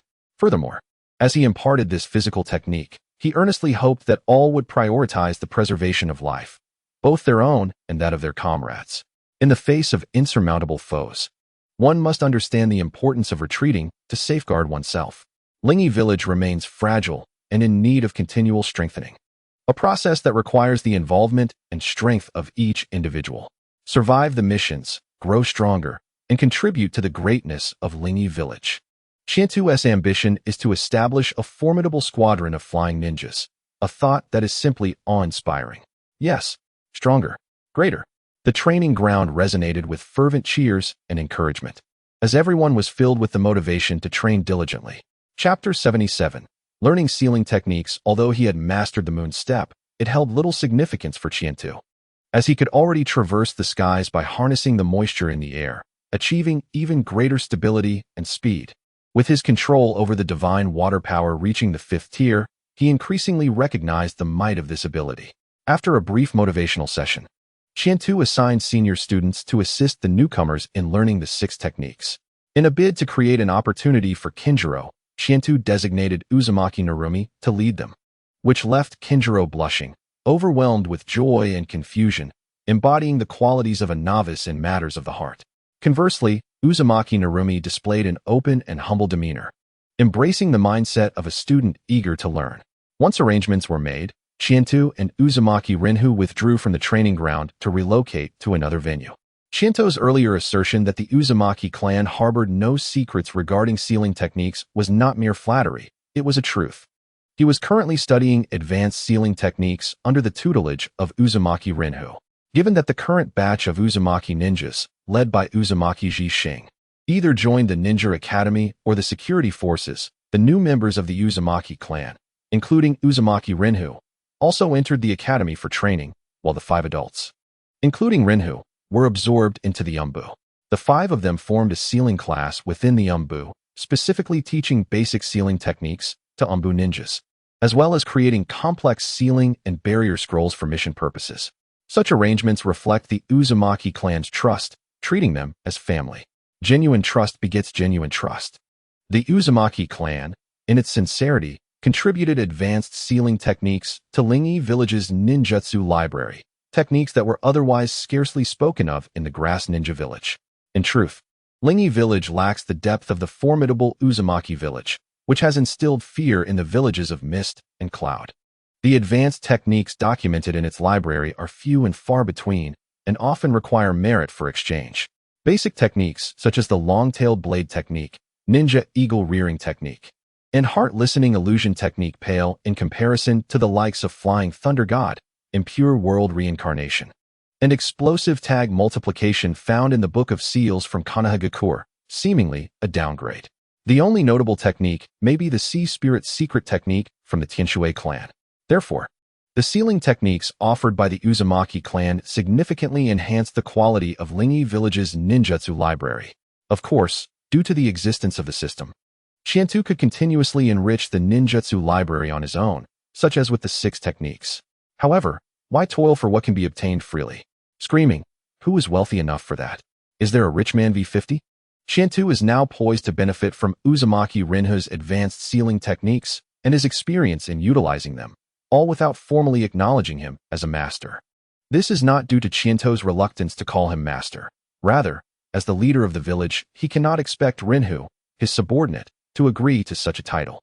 Rinhu himself acknowledged that he and Uzumaki Jishing had already documented advanced sealing techniques and contributed them to the ninjutsu library. His guidance would merely offer some experience, which is of little consequence. Even without their assistance, Chiento's innate talent would allow him to learn swiftly. Furthermore, since Chiento had rescued the Uzumaki clan, this debt of gratitude could not be repaid with mere experience. In summary, Uzumaki Rinhu became Chiento's unofficial master in sealing techniques. The value and utility of sealing techniques, which evoke both reverence and envy among the ninja villages, need not be elaborated upon. They hold strategic significance on the battlefield. When faced with insurmountable issues, sealing them away is the solution. For instance, Minato Namikaze sealed the Nine Tails, and the unkillable Impure World Army could also be contained. When in doubt, seal, seal, seal. To summarize in 2 words, truly impressive. During the rescue of Uzumaki Rinhu and others, Chiento had previously employed sealing techniques. Albeit only a simple soundproof barrier, a very basic sealing technique he had learned alongside Uzumaki Jixing. Back then, Jixing remarked that the leader possessed a remarkable talent for sealing techniques. Thus, Chiento resolved not to squander this gift. It was the perfect time to study sealing techniques and strengthen his abilities. The essence of sealing techniques lies in the spell seals, which encompass both the method of activation and the effectiveness of the sealing technique itself. They also allow for the specification of conditions, timing, and targets. In essence, the spell seal embodies the entirety of the sealing technique. Uzumaki Rinhu explained in great detail, starting from the fundamental nature of sealing techniques to facilitate Chiento's understanding. As Chiento listened, he instinctively compared it to concepts from his previous life. The spell seal is akin to programming code, while sealing techniques represent the operational program. Noticing Chiento nodding in comprehension, Rinhu continued, stating that the activation of sealing techniques requires a medium, which serves as a vessel for the spell seal. This could be land, trees, scrolls, weapons, or even the human body. Chiento continued to nod, recognizing that just as computers, tablets, or phones require a machine to execute programs, the spell seal itself functions as a mechanical component, rendering the medium merely a display. Carving the spell seal is akin to forming hand signs during the execution of ninjutsu. It cannot be accomplished instantaneously. In fact, it often requires significantly more time than forming hand signs. However, just as ninjutsu can be stored in scrolls, sealing techniques can also be pre-carved on scrolls or weapons. Consequently, complex and advanced sealing techniques must either be pre-prepared or require collaboration among multiple individuals. Otherwise, one would find themselves flustered and unable to execute them amidst the chaos of battle. As Uzumaki Rinhu spoke, he began to demonstrate a sealing technique. With hands clasped together, he formed hand signs and struck the ground, as obscure black inscriptions circled around him, extending outward. In a radius of several dozen meters, earthen spikes erupted from the ground, while a blue light curtain extended from the outer circle, forming a complete hemisphere in the air. Observe, this is not an advanced sealing technique, but even without special mediums, the time required is considerable. As Chiento waved his hand, blades of water surged through the air, colliding with the azure barrier. They did not easily breach it. Instead, they were absorbed. Yet, he could sense that the barrier's strength was not particularly formidable, and with a slight increase in the force of the water blades, it could be effortlessly shattered, were it not for the preordained sealing technique. Hastening its deployment would require not only profound mastery of the technique itself, but also the use of the caster's body or its extensions as the medium. In such a scenario, it would entail preemptively inscribing the seal while the enemy remained unaware. The medium for the seal was not limited, but it was essential that it could bear the sealing power. Chiento contemplated. The divine power of water bestowed upon him an unparalleled mastery over water, rendering it an intrinsic part of him. This meant he could utilize water as the medium for casting sealing techniques. Integrating sealing techniques into ninjutsu was an extraordinary notion. After all, although ninjas conjured ninjutsu through the chakra within their bodies, this transformed chakra was ultimately no longer a part of the body. Among the 5 elements, wind, fire, and water are intangible, making the use of water to initiate a sealing technique, rather than merely inscribing seals on the water's surface, truly remarkable. Yet, Chiento possessed this capability. His control over water was molecular, rendering the intangible water utterly devoid of escape. Every movement of the water molecules was under his command. Chapter 78. A surge in construction value, 6751, over 6,000. Chiento blinked, staring in astonishment at the sudden spike in construction value within the system. After the initial shock, joy overflowed within him. He sprang up, fist-pumping in celebration. It was not 3 years later. Rather, he had merely awakened from a single slumber. In just one night, the system had bestowed upon him such an unexpected delight. The night prior, the system had undergone another update, which left Qiantu somewhat puzzled. The last update had been marked by the large-scale completion of construction in Linyi village and his formal appointment as the village leader. However, this time, there had been no significant events. Although the construction value had been on the rise, the increase was not substantial enough to warrant a qualitative leap. Logically, this did not align with the patterns of the updates. Nonetheless, updates were inherently positive. Perhaps new functional modules would be introduced, such as items crucial for factory production, like the recipe for the famous milk candy or cola, appearing in the marketplace exchange list after the system recognized the needs of Linyi village.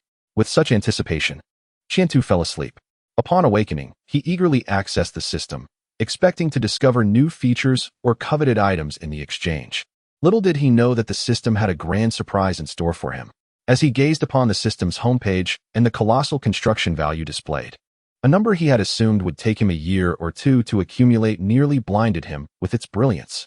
In that moment, all thoughts of new functionalities vanished from his mind. Had fortune smiled upon him? Was the system malfunctioning? He quickly regained his composure, anxiously pondering whether there had been an error in the system. Such a situation would be far from ideal. First, there was the concern of a potential retraction, and second, if the system were to malfunction, it would pose a significant problem, as it was his lifeline and source of power. Naturally, he did not believe the system was so flawed. After all, it was a mighty entity, and the occurrence of a random programming error seemed excessively far-fetched. With this in mind, he proceeded to examine the system further. Upon closer inspection, he began to grasp the situation, and the realization filled him with even greater joy. Current construction targets. Linyi village, Kingdom of Jia. The construction value system's target had changed. It was no longer solely bound to Linyi village. As the Kingdom of Jia had been added, the surge in construction value was derived entirely from the initial value of the Kingdom of Jia. This not only provided a rational explanation for the current excess in construction value, but also indicated that Qiantu would gain another source of construction value in the future. How could he not be delighted? Qiantu was exceedingly pleased with this New Year's gift from the system. For a ninja village, unless it relocated to become an independent entity, it was an inseparable profit-sharing community with its nation. For a ninja village to thrive, it required various resources from the nation it belonged to, obtaining support in economy and materials. Linyi village and the Kingdom of Jia shared an exceptionally amicable relationship, which had only strengthened since Kunoichi became the daimyo, rendering them virtually indistinguishable. In this regard, Linyi village had an unparalleled advantage over the 5 great nations. The daimyo was one of their own. This kinship was evident in the expansion of Linyi village. The Kingdom of Jia would impose no hindrance, even fully providing construction funds and manpower. Moreover, in the event of external conflict, the Kingdom of Jia would not act as a liability. With the establishment of a new daimyo castle adjacent to Linyi village, the mutual development would be conspicuous. For instance, Linyi village's commercial district became far more vibrant, with a continuous influx of visitors, a phenomenon previously unseen in Linyi village. Most directly, as the population of the new Shanshan city increased, so too would Qiantu's construction value, indicating that this would enhance the construction of Linyi village.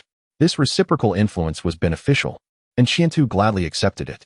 Consequently, he directly engaged in the political affairs of the new Shanshan city, to which Kunoichi had no objections and even welcomed. Factories and companies established under Qiantu's suggestions were funded by the treasury of the Kingdom of Jia, with profits shared equally between the kingdom and Linyi village. Even though knowledge was invaluable and suggestions priceless, they were still subject to quantification. Qiantu understood that Kunoichi had been indicating that Linyi village was not in a subservient position. Her commitment to strengthening Linyi village as a formidable ninja village was sincere. For such an intelligent and gentle young woman, Qiantu would not squander her goodwill.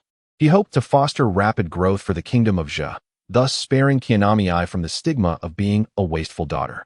Now that the system had directly counted the Kingdom of Jia as another construction target for Qiantu, his aspirations to develop the kingdom were entirely justified, bringing manifold benefits.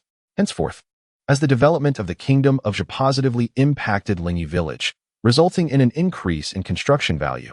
This indirect acquisition had transformed into direct gain. Qiantu would undoubtedly reap greater rewards from the kingdom's development. Henceforth, he would engage in work that was inconvenient, yet doubled his income. Even with this windfall, Qiantu had no intention of spending construction value on a lottery as a form of celebration. Accumulating 10,000 was his primary objective. The purchase of the complete version of Water God was now within reach. This was truly a delightful matter. When individuals strive to achieve a certain goal, spending time accumulating energy, and suddenly discover that their energy bar has surged unexpectedly, with subsequent accumulation in a state of critical success, it brings the goal within reach. Such a sudden surge of joy is difficult to imagine. Qiantu was currently in this very state. After calming his emotions, he proceeded to check for further updates in the system. Marketplace exchange, Dubai rabbit milk candy recipe, 100 construction value. Cola recipe, 100 construction value. Hot pot base recipe, 100 construction value. Instant camera, limited film edition, design, 100 construction value. Qiantu's eyes sparkled with excitement. Although no new functional sections have been launched, the system seems to have heeded its own feedback, as various product formulas have emerged in the marketplace, all reasonably priced. It appears that what once could only be drawn from a prize pool for construction points can now actually be exchanged for formulas. However, Qiantu, who intends to establish a beverage factory with cola as a staple production item, is not in a rush to purchase any formulas. On one hand, he aims to save up for bulk purchases, as every little bit counts. On the other hand, upon reflection, he realizes this might be a subtle trap. Although, when viewed through the lens of a lottery, items such as white rabbit candy and cola do indeed cost the equivalent of 100 construction points to obtain. Their inherent value in the marketplace is merely 0, 1 and 0, 2 respectively. At the very least, the value of each formula is by no means equivalent. But perhaps the system, finding it cumbersome, has opted for a uniform pricing strategy. Thus, Qiantu must discern which formulas are worthwhile and which are not. Moreover, given the technological development level of the Shinobi world, it stands to reason that if research and development were pursued, it would not take long to create certain formulas, which has consequently lowered their selling price. For instance, instant cameras are not far-fetched, as the Shinobi world already possesses cameras, making the advent of such technology quite plausible. Hence, he decides against making any purchases for the time being. After a moment of contemplation regarding the newly launched items in the system marketplace, Qiantu decisively exits the system space, letting out a long breath. Purchasing requires careful consideration, especially given his family's financial constraints. Regretting a purchase after the fact could be detrimental. Fortunately, he has resisted temptation. Establishing a factory is paramount, representing a crucial component of the development plan for Linyi Village and the Kingdom of Zha. Therefore, acquiring production formulas is essential. Yet there is no immediate urgency. He must wait until after the new year to recruit and train workers before commencing product production. In the interim, this time can be utilized by Qiantu to seek out talented individuals and explore the possibility of developing superior products. For example, since there is already a sample of white rabbit candy, perhaps some seasoned candy makers could replicate something similar or even identical. One must have faith in the wonders of the Shinobi world. Should they fail to meet the required standards, such as in the case of cola, there is no cause for alarm. He can always resort to the system marketplace for a purchase. Qiantu is not averse to spending 100 construction points. Rather, he seeks to ensure that his expenditure is justified. He firmly believes that products, which have captivated the world in his previous life and have stood the test of time, will undoubtedly yield returns that far exceed the investment of 100 construction points. Days swiftly passed as Qiantu busied himself with the search for RD talent. Working at the newspaper, studying sealing techniques, and preparing for the New Year's gala, scarcely pausing for a moment. Ah, how exhausting. In his backyard, Qiantu reclined once more against Chitosa's lap, relishing the gentle massage of her dainty fingers on his head. In this frigid world, only the embrace of a beautiful girl's lap can provide him with a semblance of warmth. Although it is the winter season, the Kingdom of Zha, situated in a sunlit region and surrounded by the ocean, experiences minimal temperature fluctuations throughout the year. Even at its coldest, one merely needs to add a few layers, without the need for heavy winter clothing. Today, the sun shines brightly, and a gentle breeze wafts through, far from the icy realm one might expect. Consequently, the girl's attire is not overly thick, and Qiantu can distinctly feel the soft warmth of her cotton-like flesh against the back of his head. You are truly remarkable. Qiantu, many things are solely within your expertise. Naturally, you should be busier. Once these matters are arranged, there will be time to rest. And I can take this opportunity to learn from you as well. Chitosa's gentle voice reassures him, laced with admiration that soothes the soul. Qiantu jested. If you keep saying that, I might just become arrogant. In response, the girl lightly tapped his forehead, prompting him to look up at her. Their eyes met, and with a calm yet earnest tone, she said, "You are the leader of Lingi Village, the future strongest ninja. Of course, you should be proud. You should be prouder than anyone else." Gazing into her lavender eyes, brimming with trust and admiration, Qiantu found himself momentarily taken aback. Although the young lady possesses the gentle demeanor of a noblewoman, she is, in fact, a deeply concealed fangirl? No. Perhaps it is more accurate to say a fangirl with a touch of sisterly affection. Is it possible that despite possessing a system as an advantage, his confidence pales in comparison to that of a young girl? No, it seems he must adopt a more formidable presence. By the way, the last time she offered him a lap pillow, her cheeks were tinged with a faint blush. Now, she appears entirely unflustered. In the span of just a year, have they slipped into a comfortable, almost married-like routine? Suddenly, Qiantu inhaled sharply, as if a gust of wind had caught him by surprise, blinking one eye and grimacing. Noticing this, Chitose promptly inquired, "What's wrong?" Qiantu propped himself up, leaving the bliss of her lap, squinting one eye to face her, while the other observed her growing concern. "Something got in my eye. Could you take a look?" he asked, using one hand to pry open his closed eyelid as he leaned closer to her. All right, let me see." Chitose, now worried, leaned in earnestly to examine, yet she could not discern anything amiss. Qiantu's eye appeared clear, devoid of impurities or bloodshot veins. It seemed nothing was wrong.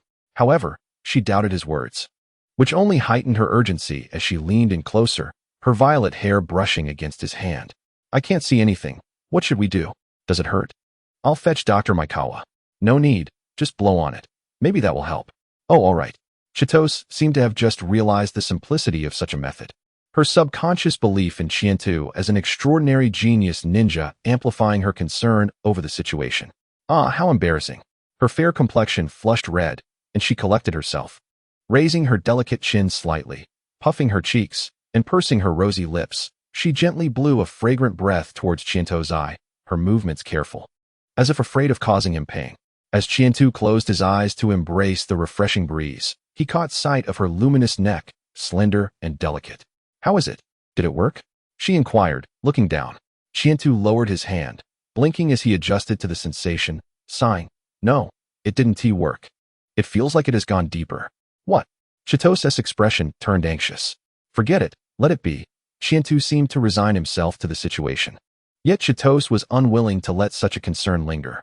"How can we just leave it like this? We should go to the hospital. It's fine.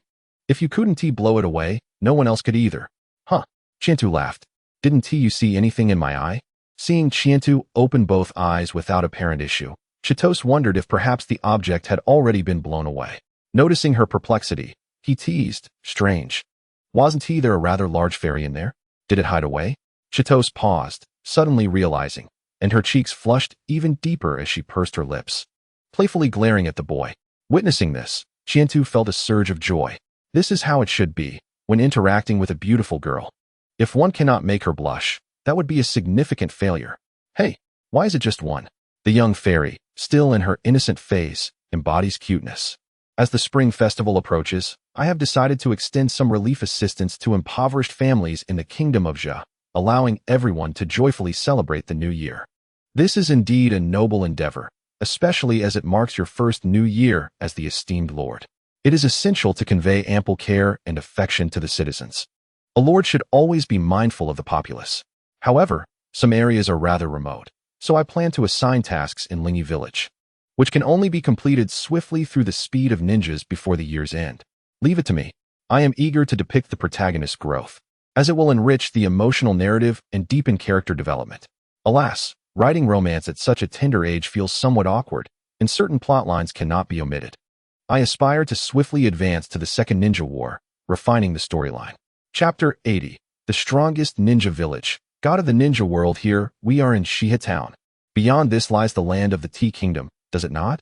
The vicinity feels sparse in population and rather desolate. Upon hearing the curiosity of Uzumaki Narushi, Kinjiro raised his hand to catch a descending ninja hawk, explaining, the Tea Kingdom has a naturally scant population. Although its land area surpasses that of our kingdom of Jia, its population is less than 1/10 of ours.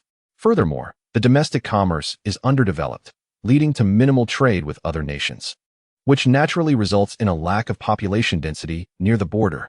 In alignment with his fair complexion, Kinjiro displayed a scholarly depth of knowledge, diverging from the brutish demeanor typical of the Nagao clan, as he earnestly educated the much older Uzumaki Narushi on historical and geographical insights.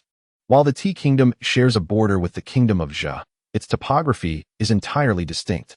The Kingdom of Jia predominantly consists of flat plains, with hilly and mountainous regions only near the Siued dense forest, whereas the Tea Kingdom is enveloped by hills and mountains, evident from the varied elevation visible to the west. Uzumaki Narushi, possessing a generous spirit, felt no embarrassment from being outmatched by a younger companion. Instead, she listened attentively, her expression one of realization. No wonder I hardly hear about the Tea Kingdom. If it weren't for its proximity to the Kingdom of Jia and the Uzumaki Kingdom being situated on a peninsula, I might not even remember this nation. After all, the Tea Kingdom doesn't even have a ninja village. Kinjiro, a man of integrity, refrained from showcasing his knowledge with pride before his crush, instead recounting with utmost seriousness, like a history teacher. The Tea Kingdom, established not long ago, was once a desolate mountainous region inhabited solely by primitive mountain dwellers and coastal fishermen. Even the lord of the Kingdom of Jia had abandoned aspirations of expanding into this land, driven by a lack of ambition and the realization of its remoteness and absence of valuable resources, making the investment of time and effort seem fruitless. Thus, this vast mountain range remained unclaimed until a small nation on the mainland was annihilated by a rival, its territory occupied. The descendants of that small nation's lord, fleeing from persecution, sailed across the sea to these mountains, where they established the Tea Kingdom. The first lord introduced civilization and technology, gradually fostering social development in the Tea Kingdom. However, due to environmental constraints, it struggled to develop trade, focusing instead on agriculture, where significant advancements were achieved. Legend has it that, having suffered greatly from the ravages of war, the lord of the Tea Kingdom instituted a national policy of preserving the legacy and avoiding conflict, eschewing militarization and the establishment of ninja villages, a policy that endures to this day. In this tranquil existence, the people of the Tea Kingdom have learned to be self-sufficient and lead peaceful lives. With a smile, he continued, however, it would be inaccurate to deem the Tea Kingdom as entirely obscure. Its tea culture is renowned, yielding high-quality tea leaves. Consequently, even though the Tea Kingdom never engages in external disputes or seeks wealth from beyond its borders, there are still large trading companies that venture there to procure tea. Uzumaki Narushi pondered this, recognizing that although the Tea Kingdom is impoverished, it remains free from the predatory gaze of wolves, maintaining a stance of distance from strife. With its people living in peace, while their condition may be somewhat lacking, it represents a different form of happiness. As she spoke, a shadow of melancholy crossed her face, clearly reflecting on the Uzumaki Kingdom. Observing this, Kinjiro shook his head and remarked, Lord Shinto once said, avoidance is never a solution to problems. Losing the will to rise again after failure may reflect a broad-minded perspective or a compromise born of inadequacy, but it also signifies a submission to fate, a betrayal of all hopes and the past. When faced with difficulties, only the spirit of perseverance can endure eternally. His gaze grew resolute as he spoke, reflecting his faith in his leader and the recognition of his own tenacity. When adversity knocks at the door, it never retreats due to your helplessness or innocence. Rather, it revels in your vulnerability and easily seizes everything. You must understand, Narushi, that the Kingdom of Jia was once a nation that distanced itself from war and refrained from engaging in disputes. However, when others set their sights on Jia, we were forced to make a choice, annihilation or resistance. In times of crisis, if not for the formidable rise of Lord Shinto, we might have found ourselves fleeing, much like the first lord of the Tea Kingdom, searching for a refuge. Yet, how many sanctuaries exist? As long as there are people, strife will emerge. As long as there are nations seeking expansion, war will ensue. What shall we do if one day, an individual or a nation harbors ambitions of unifying the ninja world. It was unexpected that Kinjiro, typically of a more reserved disposition, would suddenly articulate such a powerful sentiment with conviction, his demeanor resolute.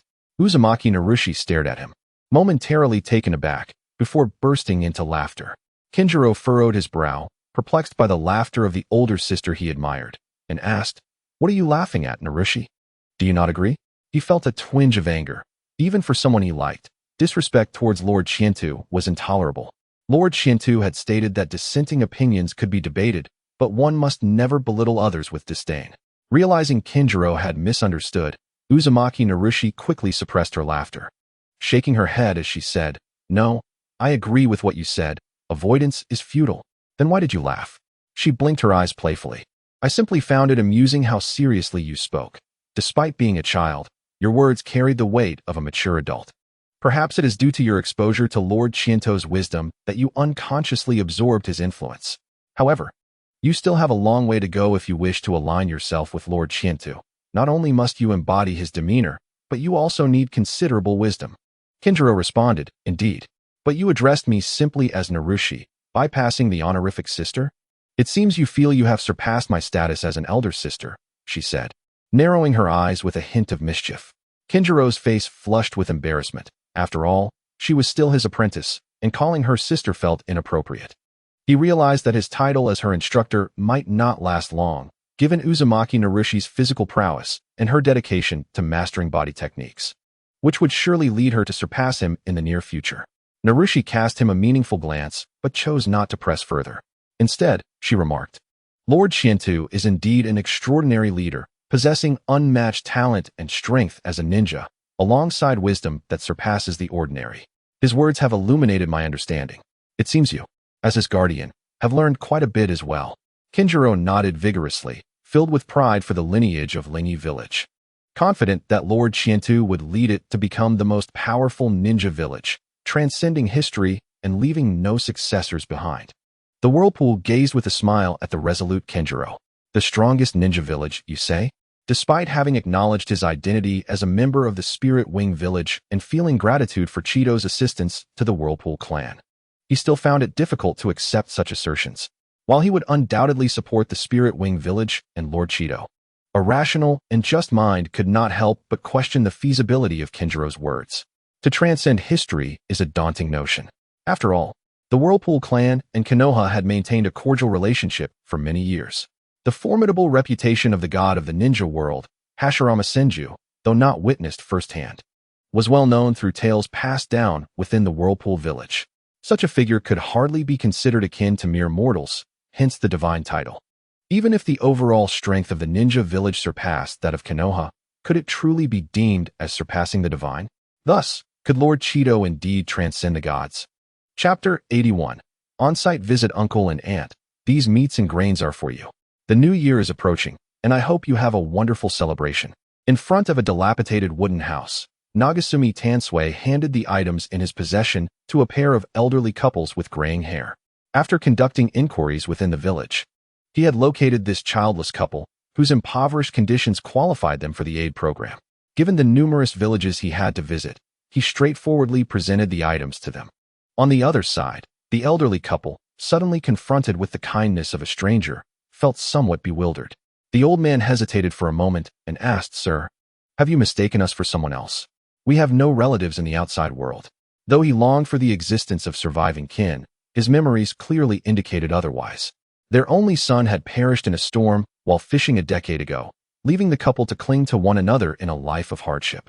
Living in the country of Ji, free from war and blessed with a favorable climate, agriculture thrived, and fishing became almost instinctual. Even at their advanced age, the couple managed to survive through their labor, albeit without any surplus. Perhaps accepting these gifts would raise no suspicions in the eyes of the young man before them. Yet the honest couple felt a twinge of unease. Furthermore, given the young man's generous demeanor and refined attire, it was likely that he hailed from an extraordinary background, leading them to wish to avoid any trouble. "You are not mistaken. Look over there. That is our lord of the country of Ji and the leader of the Spirit Wing Ninja Village. He has come specifically to distribute provisions for everyone." With the new year approaching, The Lord is concerned for the people and has generously provided meat and grain for those in need, hoping everyone can enjoy a prosperous celebration. Lonely explained with a smile, gesturing toward Cheeto and his entourage in the distance. Though the elderly couple could hardly see clearly, they believed Lonely's words.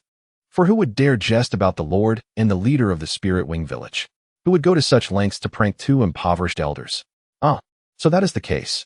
The couple initially expressed astonishment, but their surprise soon transformed into joy and gratitude. The Lord is truly benevolent, and we are immensely thankful. They accepted the gifts, bowing deeply to Lonely before turning to bow again toward the village entrance. The country of Ji will undoubtedly grow stronger, and everyone's lives will improve. Uncle and Aunt, if you encounter difficulties or have suggestions for the country's development, please inform the village chief. We will gather everyone's thoughts through him. Yes, the nation will surely prosper. Our Lord is a good Lord.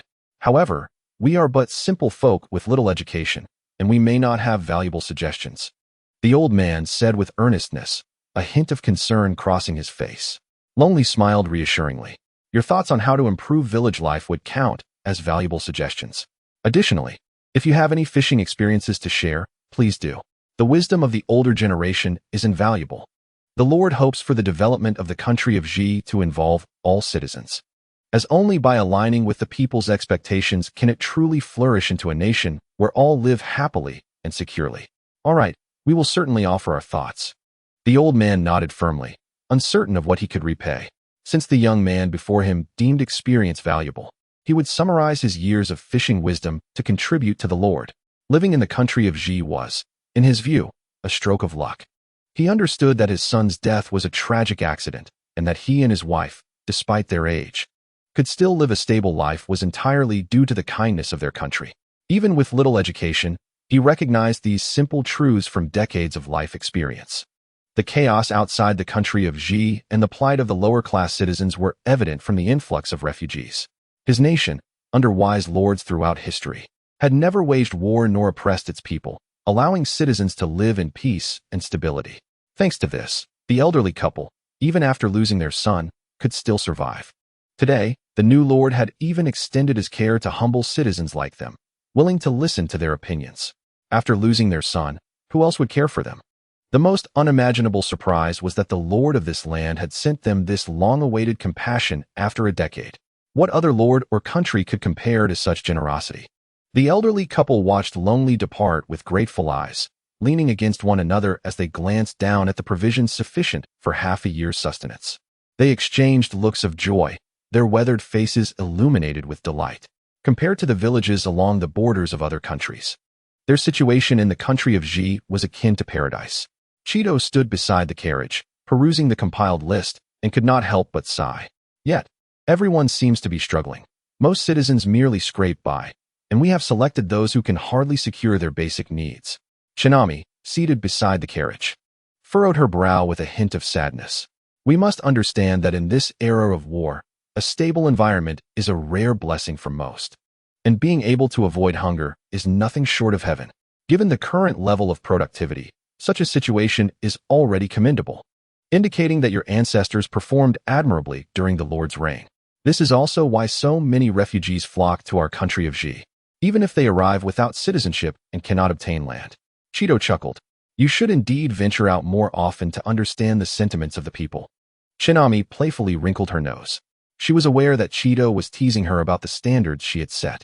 According to her criteria, a third of this village would qualify for aid, and even with the vast wealth accumulated by the national treasury, it might soon be depleted. However, she insisted on verifying her standards before executing them, which was why she had sought Cheeto's counsel, resulting in her current embarrassment. It is not surprising, after all, that a little girl who has never ventured beyond the grand city would find it challenging to alter her perceptions, despite having learned much over the past 6 months. Without first-hand experience, how can one's understanding truly transform? The standards set by Chitos primarily focus on the elderly without familial support, orphans devoid of survival skills, with the final list determined after thorough investigation. For instance, in this particular village, out of nearly 100 households, only 3 met the criteria. Upon hearing Chitos's plan, Shinami promptly set about its implementation, as time was of the essence with the new year approaching. The task in the villages surrounding Shinshinjo and Sugi no Suki was delegated to officials from the kingdom of Zetsu, primarily carried out by government staff. To the west, in the exceedingly remote areas, proclamations were disseminated to the managers of various regional cities and counties through the Shinobi hawks of the Nagao family, urging them to initiate assistance operations, with subsequent funding to be allocated by the daimyo's office, thanks to a nationwide survey conducted months earlier while gathering refugees. A communication network was established, facilitating a smoother execution of this mission. To ensure the smooth implementation of the decrees, Chitose dispatched several ninjas to distant regions to verify the completion of assistance efforts and gather information on the conditions in these remote areas, thus preparing for future reforms in the kingdom of Zetsu. For example, Kinjiro and Uzumaki Narumi were tasked with visiting Nishigawa town. In the far west, Chitose deployed ninjas currently training in the 6 styles, utilizing the long-distance journey as a means of physical conditioning, while also investigating local conditions and eliminating corrupt factions, thereby providing an opportunity for these core members of CU Village to hone their skills. In this feudal society, the further one strays from the political center, the more likely one encounters officials who pay lip service while acting contrary to the interests of the populace. This is quite disconcerting. Chapter 82. The care of a brother. The small fishing village Chitose visited lay 100 miles from Shinshinjo, yet it fell within the jurisdiction of the city. The vicinity of Shinshinjo is, without a doubt, under the watchful eye of the daimyo, resulting in a semblance of administrative clarity. Following an investigation, it was found that the people here enjoyed a relatively decent standard of living, although there were numerous impoverished households along the jurisdictional borders. In contrast, areas adjacent to Shinshinjo and Sugi no Suki could be deemed prosperous. However, this did not come as a surprise to Chitose. The kingdom of Zetsu is distant from conflict and endowed with rich land resources. The populace is largely self-sufficient in agriculture, especially at the foot of the daimyo's city, where thriving commerce and burgeoning foreign trade contribute to affluence. Yet, while they may proclaim the kingdom of Zetsu as a paradise, Chitose understands that this is merely an illusion fostered by comparison. The reality is far from idyllic, as the current populace's needs are simplistic and modest. In truth, the kingdom of Zetsu remains under feudal rule, with numerous noble classes existing alongside the daimyo. This conspicuous class division inevitably breeds inequality and oppression. Apart from CU Village, the kingdom of Zetsu comprises 42 counties and originally 13 major cities. The central city of daimyo manages 7 counties to the east, while the 12 major cities govern the adjacent counties. Furthermore, since the establishment of Shinshinjo, the 7 eastern counties have been jointly overseen by Sugi no Suki and Shinshinjo. Consequently, power within the kingdom of Zetsu has become decentralized. Over the years, the officials and nobles rewarded by the daimyo have entrenched themselves, wielding significant authority in their respective regions. Even in the absence of formal laws, the existence of a privileged class is palpable. On the other hand, as the successive daimyos of Zetsu have generally upheld the wisdom of the Sugiyama family, these privileged classes refrain from excessive exploitation, allowing the populace to maintain a satisfactory quality of life. Following the system upgrade, the kingdom of Zetsu became a focal point for development, prompting Chitose to devote greater attention to it. He had never intended to intervene in the kingdom's systems, even if certain aspects were displeasing. Adhering to the world's standards of power, he believed that once he ascended to a position of authority, he could easily enact changes with a mere decree, thus avoiding premature burdens. However, it was evident that plans often succumbed to unforeseen changes. What lay ahead was not merely a matter of tidying up a chaotic situation, but rather a potentially substantial endeavor to accrue developmental value. Given the technological advancements anticipated in the future of the Shinobi world, Chitose's vision for the kingdom of Zetsu was one of innovation and industrial reform. Achieving this necessitated the involvement of numerous lower-class citizens. If such transformation continued unabated, the local aristocracy would inevitably become a hindrance, akin to parasites draining the vitality of a flourishing sapling. He did not wish for all his efforts to merely nourish a cadre of vampires. Rather, he aspired for those willing to contribute to this cause to enjoy the fruits of their labor and experience a genuinely blissful life. Understanding what true paradise entails, the eradication of the privileged class was imperative. Yet, such matters cannot be resolved with a single stroke, with exemplary daimyos serving as models. It is possible that many individuals would be inclined to pledge their allegiance. Surely, One must provide an opportunity, mustn't one? Is it true that little Mei Hui possesses such remarkable medical talent? I heard it was you who urged Dr. Maikawa to take her on as a pupil ahead of time. It hasn't been long, and she can already go out to consult patients? Shinami inquired suddenly. For this assistance and relief initiative, Chitose had also arranged for numerous doctors to provide consultations for families afflicted by illness, yet lacking the means for treatment. This marked the first large-scale experimental consultation effort since the establishment of CU Hospital and its medical training program. Of course, he could only do his utmost. It was impossible to resolve the nation's issues in one fell swoop. Oh, little Mei Hui is indeed extraordinary. I hold great expectations for her. Of course, she may not yet have mastered much, but assisting Dr. Maikawa this time serves as a valuable learning opportunity, Chitose affirmed with a nod.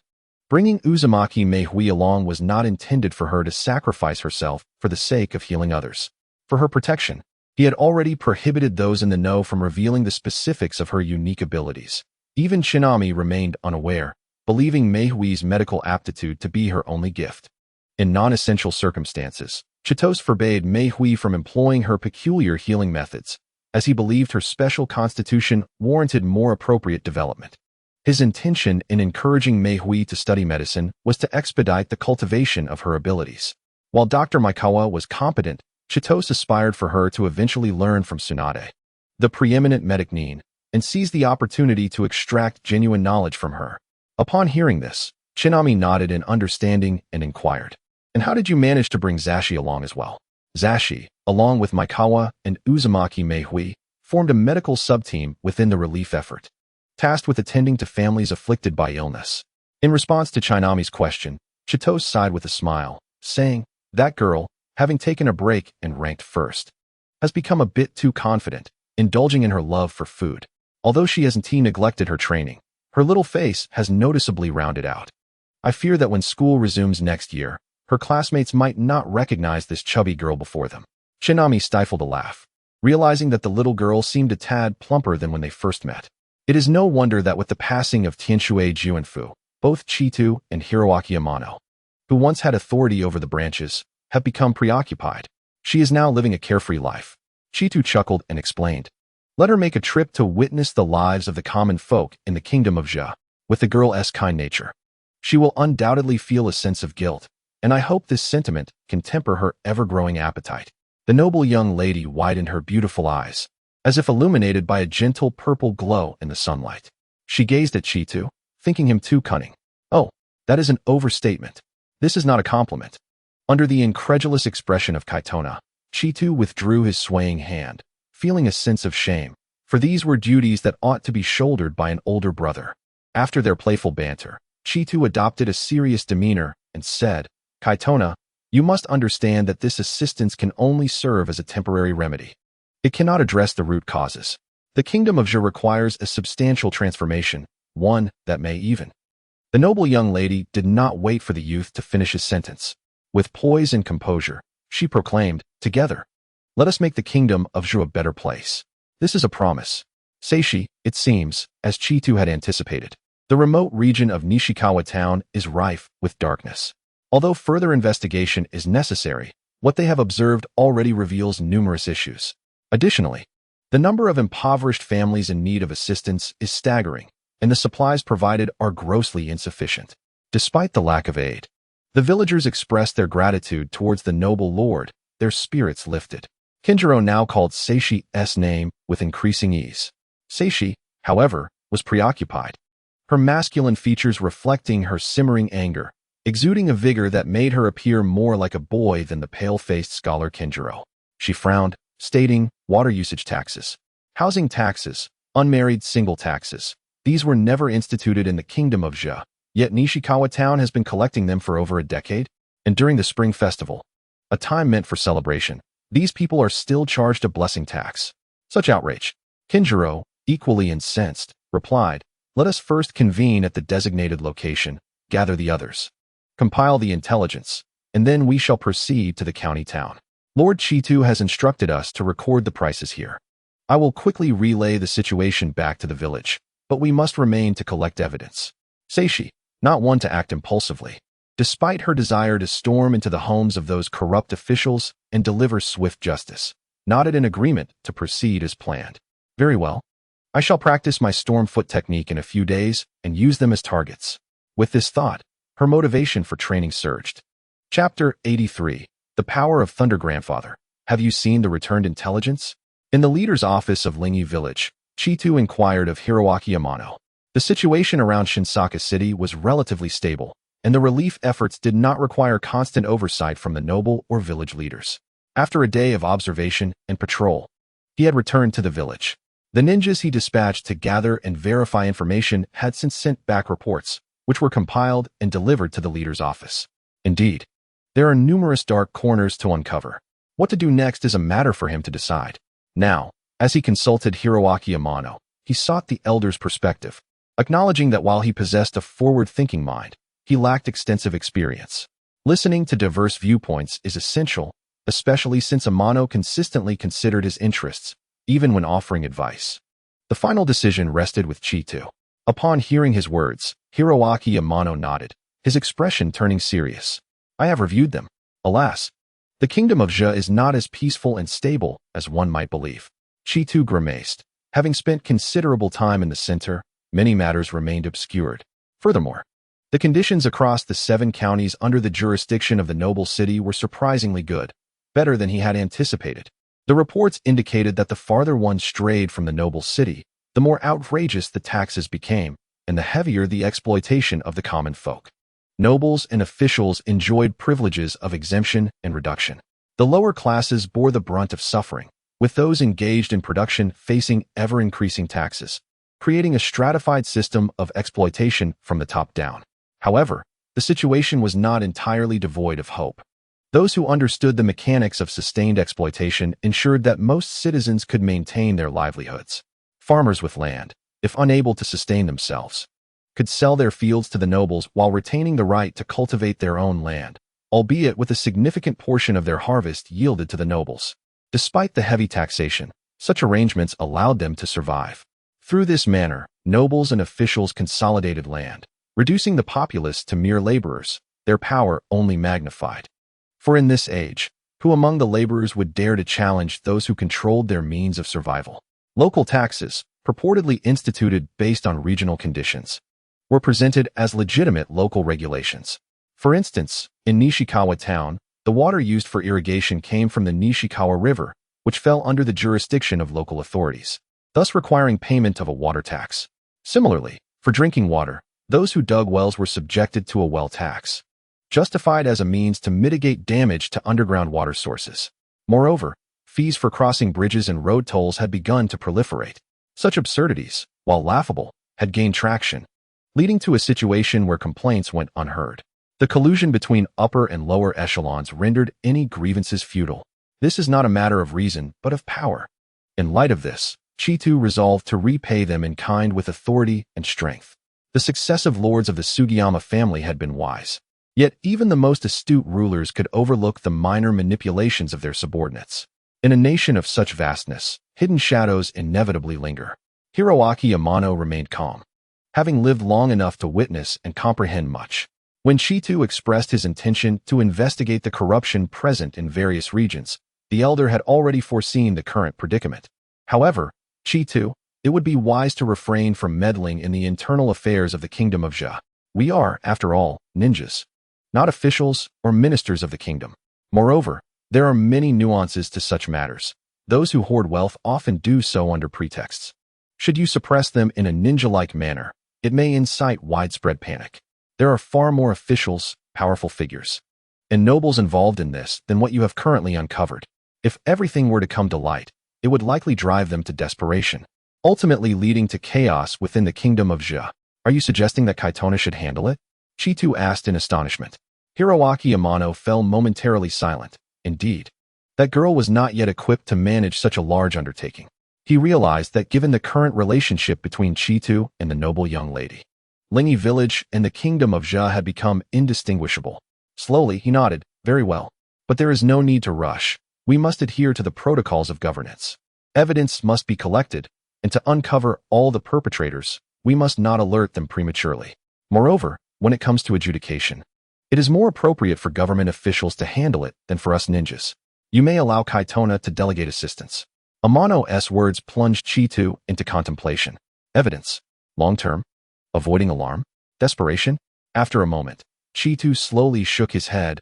I intend to sweep away these malignant tumors with the force of a thunderstorm, ensuring they cannot enjoy this year in peace. We ninjas have our own codes. Since we have resolved to intervene, we shall do so according to our principles. Hesitation and timidity will never yield success. Perhaps in the past, during the tenure of the former daimyo, there existed a semblance of equilibrium between local forces and the central authority. This delicate balance often restrained decisive actions concerning local affairs, as there was a pervasive fear that a single misstep could trigger a cascade of repercussions or cause greater harm. However, the current involvement of Lingi village has disrupted this balance. After all, this is a world of ninjas. The rules of the ninja realm dictate that strength reigns supreme. Striking or capturing you is merely an act of will. Dissenters are met with overwhelming force. Thunderous might sweeps away all in its path. Furthermore, the daimyo of the Tsukushi nation has fully delegated authority over this matter, thereby legitimizing our actions. Aging yet composed, Amano Hiroaki observed his impetuous grandson, who disregarded counsel and opted for a contrary decision. Instead of displaying anger, he merely shook his head with a wry smile. Ah, youth. You possess the audacity to make decisions. Proceed as you see fit. Though I may lack the power to decide, I can still bear some responsibility in my waning years. Let us witness how Lingi village and the Tsukushi nation fare under the leadership of Chitose. Suddenly, a ninja hawk plummeted from the sky like a streak of black lightning. With a deft movement, Kinjiro intercepted it on the rooftop before hastily returning to the inn's chamber. Eagerly, he performed hand seals and retrieved the mission report from the hawk. The report eventually reached Mizutani Kanade, who unfurled it for review.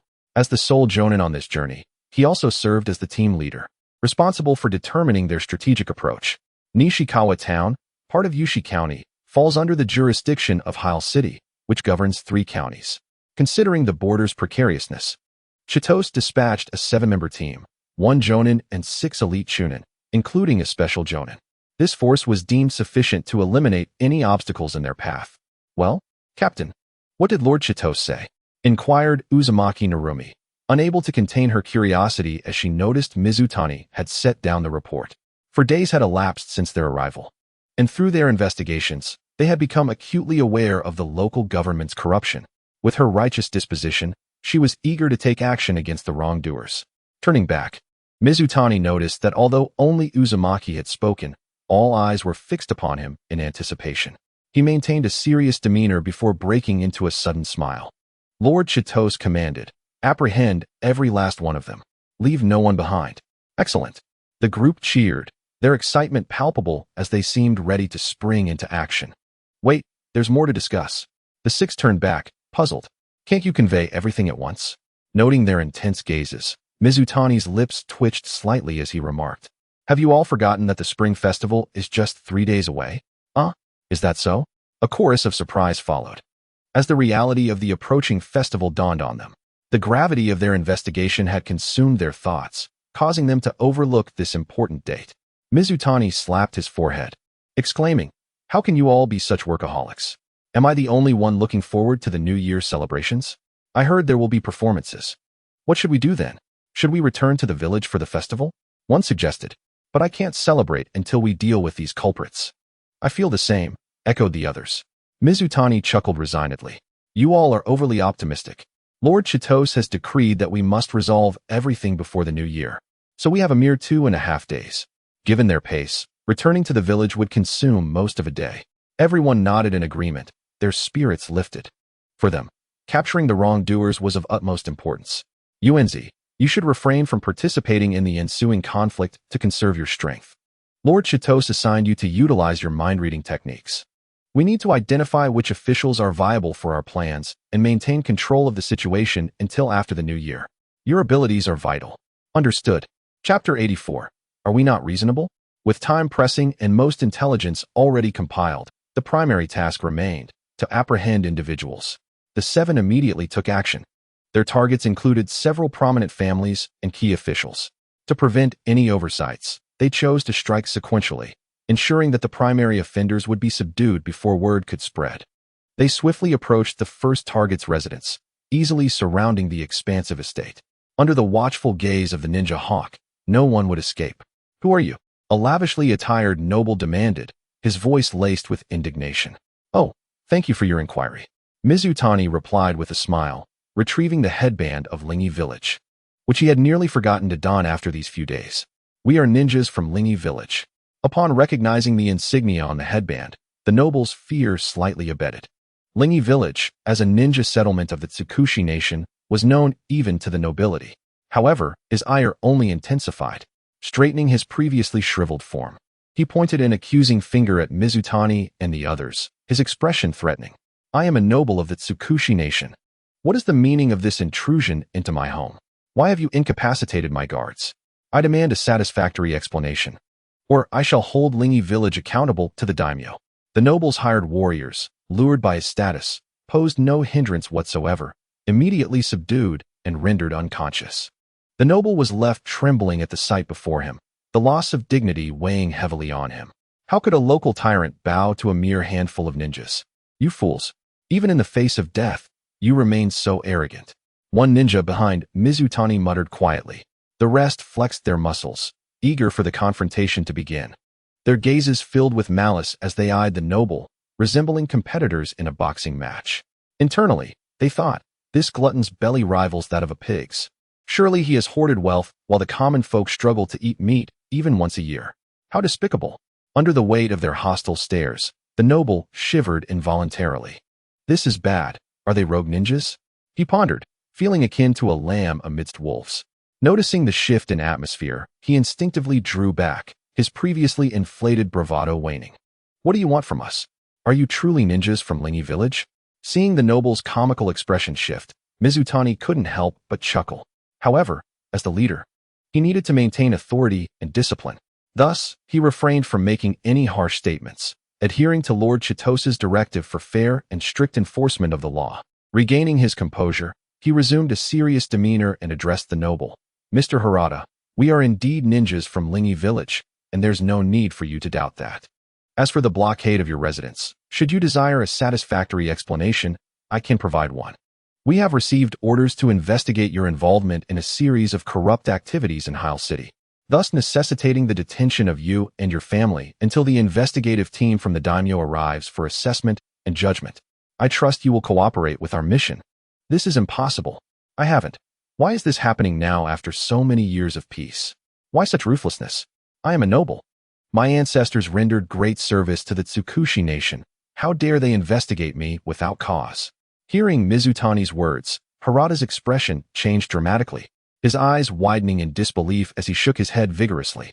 Mizutani also shook his head, explaining that there was no use in trying to clarify matters. His role was merely to apprehend individuals. "Rest assured, both Lord Daimyo and Lord Chitose have emphasized that we will conduct our investigation with fairness and rigor. If you are innocent, your name will certainly be cleared. I hope you are indeed innocent and can provide the review committee with a satisfactory answer, or else you will surely be held accountable." Innocent? What innocence? The accusations of corruption and misconduct could not be more accurate. Moreover, upon further scrutiny, it was common for innocent civilians to suffer unjustly and perish due to the privileges enjoyed by the elite. Once the truth came to light, it would likely not only result in the loss of wealth and status, but also jeopardize one's very life. As Harada pondered this, fear gripped him, leading him to exclaim, "This is a matter of the kingdom of Zei. What right do you have to interfere? You ninjas have no business meddling in the internal affairs of Zei. If the daimyo wishes to investigate, he can dispatch officials from his court, not you ninjas. You have no authority to detain me before the review committee arrives." As he spoke, a glimmer of hope ignited in his eyes. According to Mizutani, this group of ninjas was evidently adhering to protocol. Since they lacked the authority, perhaps they would refrain from detaining him and simply monitor him on site, providing him with an opportunity to escape. Were it not for Chitosa's insistence on procedural compliance, several individuals present would have already resorted to extrajudicial measures, armed with ample evidence against a clearly guilty party. However, despite Chitosa's absolute support for the decision, the lack of valid credentials among Mizutani and his companions left them momentarily stumped. Seeing this, Harada's heart swelled with joy as he contemplated fleeing with the money before the review committee's arrival. Alas, it seemed that maintaining decorum was no longer an option. Mizutani sighed. Meanwhile, his teammates chuckled. Hey, isn't this just perfect? We can vent our frustrations. Mizutani nodded in agreement. Indeed, that seems reasonable. Harada, puzzled by the ninja's conversation, realized the situation was not as he had imagined. You can confine me in this courtyard, but I will wait for the review committee to arrive. Wait, what are you doing? Don't hit me, I consent. I am willing to be detained. Amidst the chaos, Harada's cries ceased. Mizutani sighed. Why can't you just cooperate? Lord Chitos has stated that for obstinate adversaries, procedures can be bypassed, and appropriate measures may be employed. I had hoped to be a reasonable person, but alas. He commanded. Bring everyone to the courtyard. The seven swiftly subdued Harada's family, rendering them unconscious and transporting them to the courtyard. Mizutani then declared, Earth release, rock pillar prison. Thick stone columns erupted from the ground, forming a massive earthen prison for the unconscious individuals. Subsequently, Naruto began forming seals, pressing her palm against the prison pillars, causing dark curse markings to spread across the stone. Once finished, she explained, within this seal, they will remain unconscious, and I will be able to sense anyone approaching the seal. Mizutani nodded. All right, let us hasten to the next location. Once everything is complete, we will transfer these individuals to the jail. Thus, relying on overwhelming force, the seven operated with remarkable efficiency, facing minimal obstacles. Chapter 85. 007 appears in the most opulent mansion of Hella City, resided the Hayakita nobility, whose lineage had endured for over a century. Their ancestors had followed the great Sugiyama to establish the kingdom of Zei, with one renowned as a master swordsman, later granted lands in Hella City, achieving great renown. However, in recent years, their descendants had not distinguished themselves, and no member of the Hayakita family had held an official position in government. Nonetheless, the status of nobility remained. And under various privileges, they amassed great wealth merely through commerce, making the Hayakita family unrivaled in Hella City. At this moment, within the Hayakita residence, hurried footsteps echoed from outside the door, followed by a respectful call, Elder brother. A man seated in the hall turned at the sound, his eyes serene as a deep well. The head of the Hayakita family, around 50 years of age, appeared vigorous and robust, resembling a youthful warrior. Perhaps he inherited his ancestors' exceptional swordsmanship, which explained his remarkable appearance. As he settled down to speak, he savored the early winter tea from the tea country. He poured a cup and offered it to his younger brother, gesturing towards the newcomer at the door. The visitor, unlike him, displayed anxiety, exclaiming, What time is it? Elder brother, how can you still be leisurely enjoying tea? Yet, he complied with his brother's wishes and hurried to take a seat at the table, preparing to drink. He understood his elder brother's usual demeanor. He remained calm in the face of adversity and disliked showing panic in front of others. However, this time was different. This was a matter of life and death. The head of the Hayakita family glanced at his brother's anxious expression, setting down his teacup. How goes the matter? With little interest in the tea, Hayakita Yashin hastily replied, All have been dealt with. Very well. The head of the Hayakita family nodded gently, but offered no further comment, returning to his leisurely tea. The early winter tea from the tea country was a rare delicacy. With limited annual production, known for its rich flavor and calming properties, indeed, a treasure worth its weight in gold. However, for the Hayakita family, such luxuries were trivial, and Yashin found it impossible to calm his mind. He continued, Although our family has not overtly participated in tax matters, the construction of bridges, roads, and embankments is riddled with corruption, facilitating taxation. Now that everyone is under investigation, how can our family possibly escape accountability? Given our status, how could the nobles and officials have excluded us from their dealings? There were even attempts to involve the Hayakita family, which we declined, but it wasn't a true refusal. For the allure of wealth was too great, and the risks were equally high. The local officials and nobles were arrogant, believing themselves untouchable, while the head of the Hayakita family grasped the wisdom of concealing one's strength and shortcomings, never underestimating potential threats. Thus, the cunning Hayakita family sought a frontman to participate in the dealings, profiting without leaving a trace. In truth, everyone was complicit in this unspoken understanding. The head of the Hayakita family remarked, Since you have dealt with the situation, they will find it difficult to obtain any usable evidence for the time being, granting us ample time. However, those officials and nobles have been detained. Even if they lack direct evidence linking us, they could still reveal our involvement. While it may not be advantageous, they would be eager to implicate us. Yashin's expression hardened. Can we not find someone to eliminate those individuals? Silence. Do you wish to throw yourself into the fire or confess inadvertently? Hayakita, Yashin retorted. Should we simply wait for our doom? The ninjas from Lingi village will soon uncover our involvement and gather evidence. At that point, it will be too late to salvage anything. How outrageous that the daimyo has allowed ninjas to meddle in state affairs. What an unruly young girl. The head of the Hayakita family narrowed his eyes. Only ninjas can effectively handle ninjas. Since the daimyo has secured assistance from Lingi village, we too must seek formidable allies. I have already made arrangements for these matters. So you need not concern yourself. Go about your own business and refrain from rash actions. The head of the Haijiang family has not only inherited the swordsmanship of his ancestors, but also possesses extraordinary strategic acumen, which has revitalized the once declining Haijiang clan under his leadership. Such a far-sighted individual would undoubtedly be observant of the movements of Daming City. From the onset of turmoil in Daming City to the ascension of the princess, the transformations of Daming City, and its merger with Lingi village. These events are well known throughout the kingdom of Jia. However, the head of the Haijiang family discerned anomalies within them by gathering refugees and developing industries. He concluded that the relationship between Lingi village and Daming City is far more complex than mere proximity. Through collected intelligence, he became aware of the unique bond between the leader of Lingi village and Daming, noting the young leader's potential for reform and decisive action, which instilled a sense of impending crisis within him. How could he remain idle upon sensing such a threat? Although the upheaval occurred unexpectedly and at a delicate juncture, without any forewarnings or indications, he found himself ensnared, unable to adequately secure his family's safety. Nevertheless, his intelligence ultimately reached its destination. Could a prodigious youth withstand the might of a nation's ninja? Even if the assassination mission fails, the predicament in Lingi village provides an opportunity for the Haijiang family to maneuver. The rest, we shall await the arrival of spring. The Spring Festival Gala? It promises to be quite lively. Upon hearing his brother's words and observing the confident expression on his face, Haijiang Weishin's eyes brightened with joy, exclaiming, "So my brother was prepared all along. Captain, shall we truly not apprehend the Haijiang family? I find it hard to believe they are innocent. Just look at this courtyard and its lavish decor.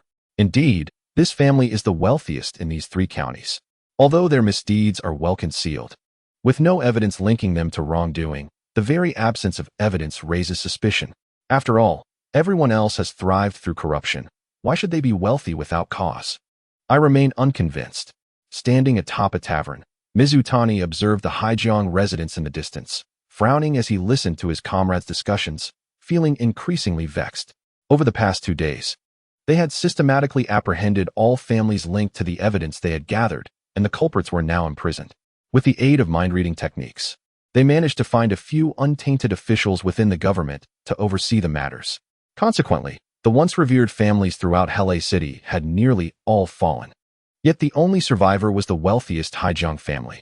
How could one not harbor doubts in such a situation? Mizutani firmly believed the Haijiang family must be guilty. If even the most esteemed noble in this region refrained from wrongdoing, how could the others act with impunity? Yet, without evidence, one cannot arrest. Unlike situations where evidence exists, confronting individuals lacking proof cannot justify the use of force. Should it turn out to be a mere misunderstanding, the consequences would be dire. No, we do not possess the authority to arrest indiscriminately. He gazed at the Haijiang courtyard, where warriors practiced swordsmanship, numerous figures flashing blades like shimmering reflections on water's surface. It is said their head is a master swordsman capable of rivaling dozens of ordinary warriors. Even if they risked capturing him, would Tsukuri's mind-reading techniques be effective? After a moment of contemplation, Mizutani concluded, "It appears we cannot return to the village. We must remain here. First, to continue gathering evidence, and second, to monitor the Haijiang family." The other 6 members nodded in agreement without hesitation or complaint. However, they felt a tinge of disappointment at missing the first New Year celebration in the newly constructed village, along with its anticipated gala performances. Suddenly, a rush of wind whistled past the 7, and before they could react, a familiar voice greeted them. "Everyone's here? Have you completed your tasks?" "Lord Cheeto, X7. The group turned around, astonished at the sight of the newcomer. What brings you here? The figure stroked his chin, replying, to be precise, I am Cheeto07. Chapter 86. The water clone technique. Cheeto07 is a manifestation of Cheeto.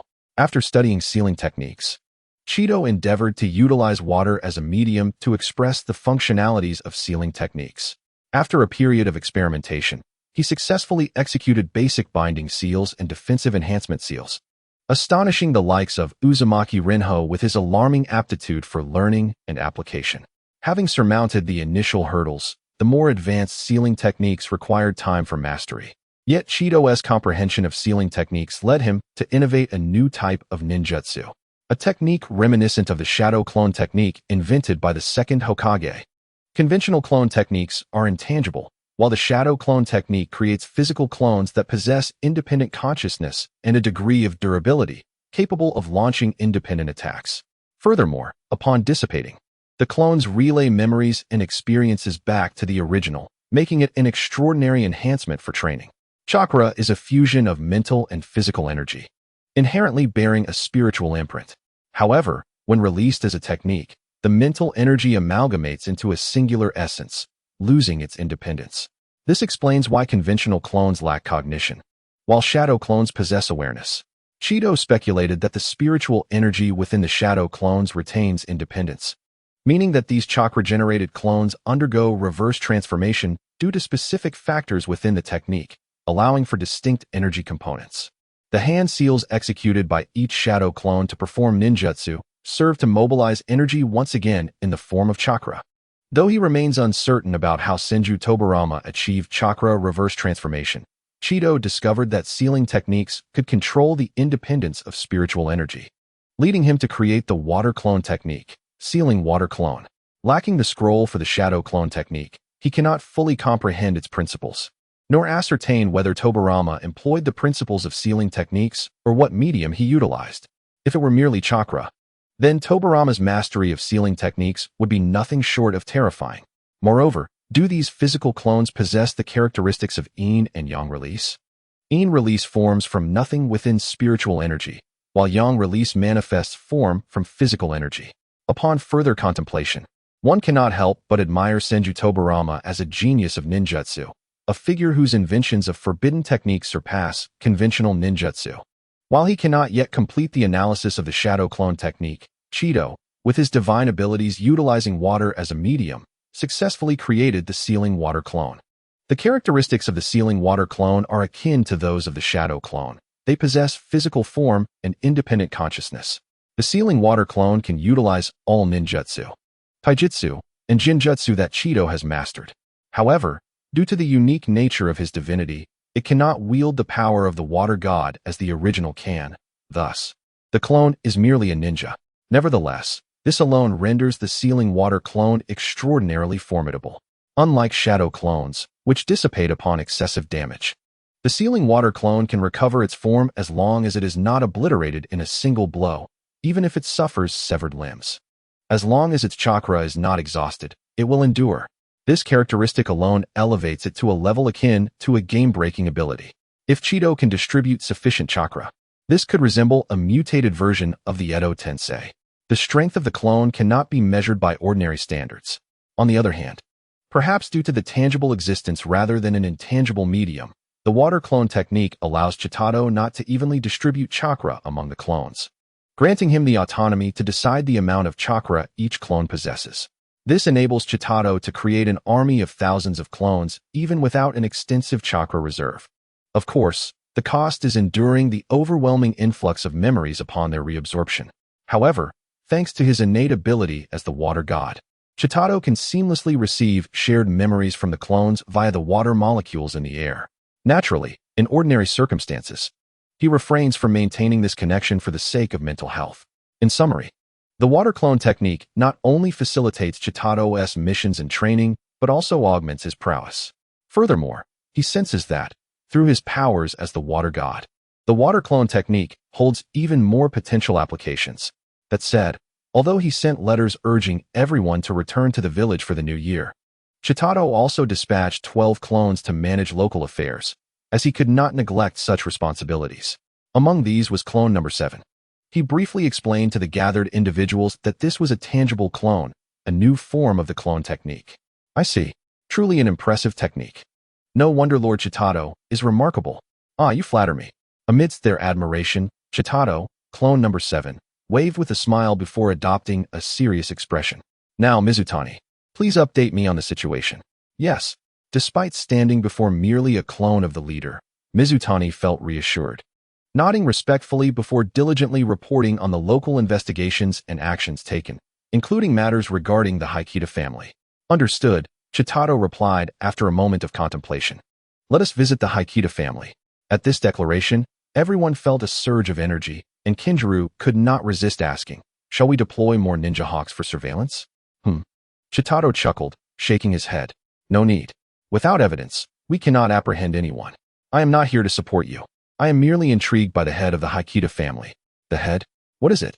After a conversation with his elder brother, Haikita Weshin felt relieved. Just as he took a sip of tea and prepared to leave, a servant approached with a message. He inquired on behalf of his brother. There is a ninja from Lingi village here to visit. Haikita Weshin was startled. Do they have evidence? Or are they here to confront us? Shocked. He glanced back at his brother. However, he found the head of the Haikita family remarkably composed, who softly reassured Weshin, do not worry. If they were here to detain someone, they would not have come to visit. Yes, bring them in. Weshin, accompany me to greet them. The last part was spoken with greater volume. Yes. The servant obeyed. Watching the servant depart, Weshin pondered, what does my brother think they seek? The Haikita family head shook his head. I do not know, but it is not impossible. Weshin appeared perplexed, then chuckled. If the ninjas from Lingi village are truly that naive, it would be a fortunate circumstance. The two brothers rose to exit. One nearing 50 yet standing tall like a pine tree, exuding an extraordinary demeanor. The other in his 40s, robust and imposing, radiating a fierce presence. As they walked a short distance, they encountered the servant leading Chitado, Mizutani, and Kinjiro. Chitado beamed at the approaching Haikita family head, saying, so, you are the head of the Haikita family? A pleasure to meet you. I am Chitado, the leader of Lingi village. On the other side, before they even met, Weshin, having seen the appearance of the newcomers, wore a puzzled expression, while the Haikita family head halted, narrowing his eyes. Once Chitado finished speaking, Weshin's eyes widened, and his bear-like physique seemed to shrink slightly, while the Haikita family head's expression hardened, his pupils constricting sharply. How could this be? A lion hunting a rabbit. Chapter 87. Cattle. Fish. It is the deep of winter, yet Halei City is not cold. Today is a calm, windless sunny day. However, under the warm sunlight and high, towering walls, the robust Haikita Weshin feels an inexplicable chill coursing through his body. His well-trained muscles and abundant vitality fail to provide any defense as the cold creeps from his limbs toward his heart, causing his scalp to tighten involuntarily. The more one indulges in excessive wealth, the more unruly they become. Those accustomed to arrogance lose all sense of dignity and courage when faced with danger. Of course, it is not fair to label him as cowardly. In the face of an unexpected blade, knowing resistance is futile, one instinctively experiences a freezing reaction. Although the figure before him is merely a youth, Haikita Weshin is acutely aware of his formidable strength. The pressure he feels now is beyond that which he experienced when the investigation team from Lingi village arrived. When confronted by the investigation team, he still entertained thoughts of resistance. Facing this boy, he feels an overwhelming sense of helplessness. In this world of ninjas, the power of a jonin is well understood among the noble families permitted to interact with ninjas. Over the past year, he has learned that the youthful leader of Lingi village possesses the strength to obliterate a team of ninjas led by multiple jonin single-handedly. To the samurai, such a ninja is insurmountable. In his tension, he glanced at his elder brother beside him. Thankfully, his brother, who has consistently supported their family's rise, stood right in front of him, providing a modicum of courage. The Haikita family head furrowed his brow before relaxing it, a smile emerging on his face. This young leader appears to act with decorum. While his extraordinary wisdom may be challenging to navigate, it ensures their current safety. The Haikita family head swiftly analyzed the situation in his mind, sighing in relief while deciding to proceed with caution. He extended the courtesy of welcoming a distinguished guest. It is an honor to have the esteemed leader of Lingi village, Chitado, visit us. I apologize for not coming out to greet you. Weshin is the name of the Haikita family head. As a member of one of the noble families of the land of Jia, he need not show excessive deference to the leader of Lingyi village, yet he adopts a humble demeanor as if meeting a feudal lord. After exchanging pleasantries and introductions, he led the group into the sitting room where discussions had just taken place. Chitado and Haikito Weshin sat facing each other, while Kinjiro, Mizutani, and Haikito Weshin stood. Before speaking, he poured tea, not shying away from using the finest leaves, which was customary for a family of the Haikita-esque stature. It is indeed unexpected for the leader of Lingyi village to grace the Haikita family with his presence today. Having heard tales of Chitado as a youthful genius of exceptional grace, seeing him in person confirms the rumors to be true. Chitado took a sip of tea, displaying a composed demeanor befitting a friendly visitor. However, as he was unfamiliar with the nuances of tea quality, as a clone, savoring tea served merely to replenish bodily moisture was adequate. Being a water clone, he need not worry about the risk of poisoning. Upon reflection, the water clone not only possesses immunity to ordinary physical attacks, but is also remarkably resilient to toxins. Truly remarkable. After quenching his thirst, he stated, "I apologize for the abrupt visit, but I indeed have matters to inquire." Straight to the point, Haikito Weshin tightened his grip on the cup, slowly placing it back on the table. "Oh, what inquiries does the esteemed leader Chitado wish to make?" "I shall answer truthfully to the best of my knowledge." Chitado smiled. "The feudal lord has commissioned Lingyi village to investigate corrupt officials and nobles across the land. This matter, I am certain, is within your awareness, Haikita family head. National laws govern the state, while familial rules guide the household. Whether in public office or private life, adherence to certain codes of conduct is imperative. Yet, there exist individuals, particularly among local officials and aristocrats, who, in the absence of oversight, presume that the law is non-existent." Kaido Saito maintained a serene smile and nodded in apparent agreement with Chido's words. Chido continued, asserting that if local gentry were allowed to act with impunity, the law would become a mere facade, leaving the common people to suffer in silence, ultimately leading to national disillusionment. History has shown that a nation which loses the trust of its populace is doomed to extinction. It is this very realization that prompted the daimyo to resolve to rectify the corruption within various local administrations. When the law is disregarded, let the transgressors face its consequences, ensuring they will have no opportunity to act unlawfully again. The daimyo, benevolent yet not inept, stands firm in the belief that the law must be upheld, even to the point of execution if necessary.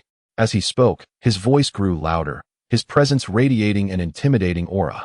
This palpable intensity caused the heart of Saiga Daiki, standing to the side, to flutter, while the two associates behind Chido trembled, emboldened by his fervor. Only Saiga Saito, seated across from Chido, remained unflinching, appearing as an earnest listener. Chido regarded him with a subtle smile. The ninjas of Lingyi village have undertaken this mission, disregarding the impending festivities, to swiftly eradicate domestic malevolence, granting the populace a glimpse of clear skies beyond the storm. Such efforts were not in vain. Investigations unveiled the shocking decay among the local gentry, with countless incriminating evidences uncovered. As he recounted this, the smile faded from Chido's face, replaced by a solemn gaze directed at Saiga Saito. For instance, in the 3 counties surrounding Hele City, perhaps due to their remoteness from the daimyo's castle, the powerful nobles and officials therein are all culpable. They are all corrupt and lawless.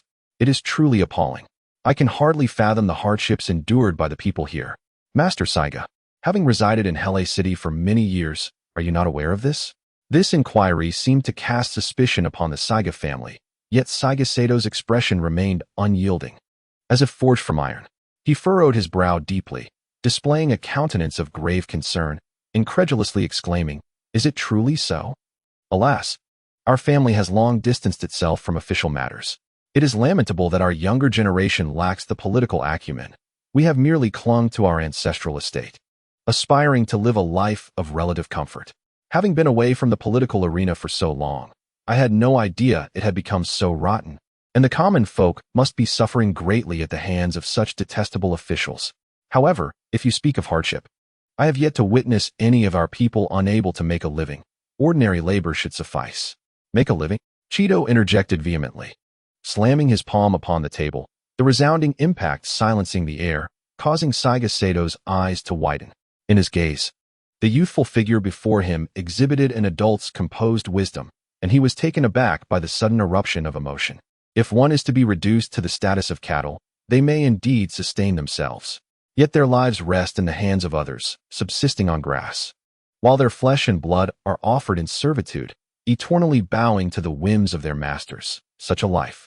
Huh, Master Saiga, is that what you desire? Saiga Saito, caught off guard by the abrupt shift in discourse, found himself momentarily at a loss for words. The facade of composure on his face seemingly shattered as he stared silently at the incensed youth. Cheeto leaned closer, his piercing eyes narrowing as he scrutinized Saiga Saito's calm, deep-set gaze. I nearly forgot. There exists one aristocrat who has evaded scrutiny. Master Saiga, unaware of the people's plight, as a mere fish. Can you tell me how much fish feed this one has filched? From where did it come? Are you willing to pay the price for this? Chapter 88. The Invitation. Saiga Saito, having inherited the headship of the Saiga clan in his teenage years, found himself burdened not with a prosperous lineage but rather with the facade of nobility, marred by debts. Gifted with keen intellect from a young age, he distinguished himself through remarkable deeds. At the age of 20, when bandits from the Shinobi realm invaded the northern territories of Hele City, Saito single-handedly vanquished over 20 marauders, driving the remainder into the sea, sustaining 4 sword wounds in the process.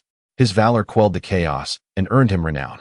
In the subsequent decade, through commerce and martial prowess, he transformed the once insignificant Saiga family into a wealthy entity, establishing trade routes for tea and founding a renowned dojo for swordsmanship. The Saiga family ascended from the depths of obscurity to become one of the wealthiest clans in the region.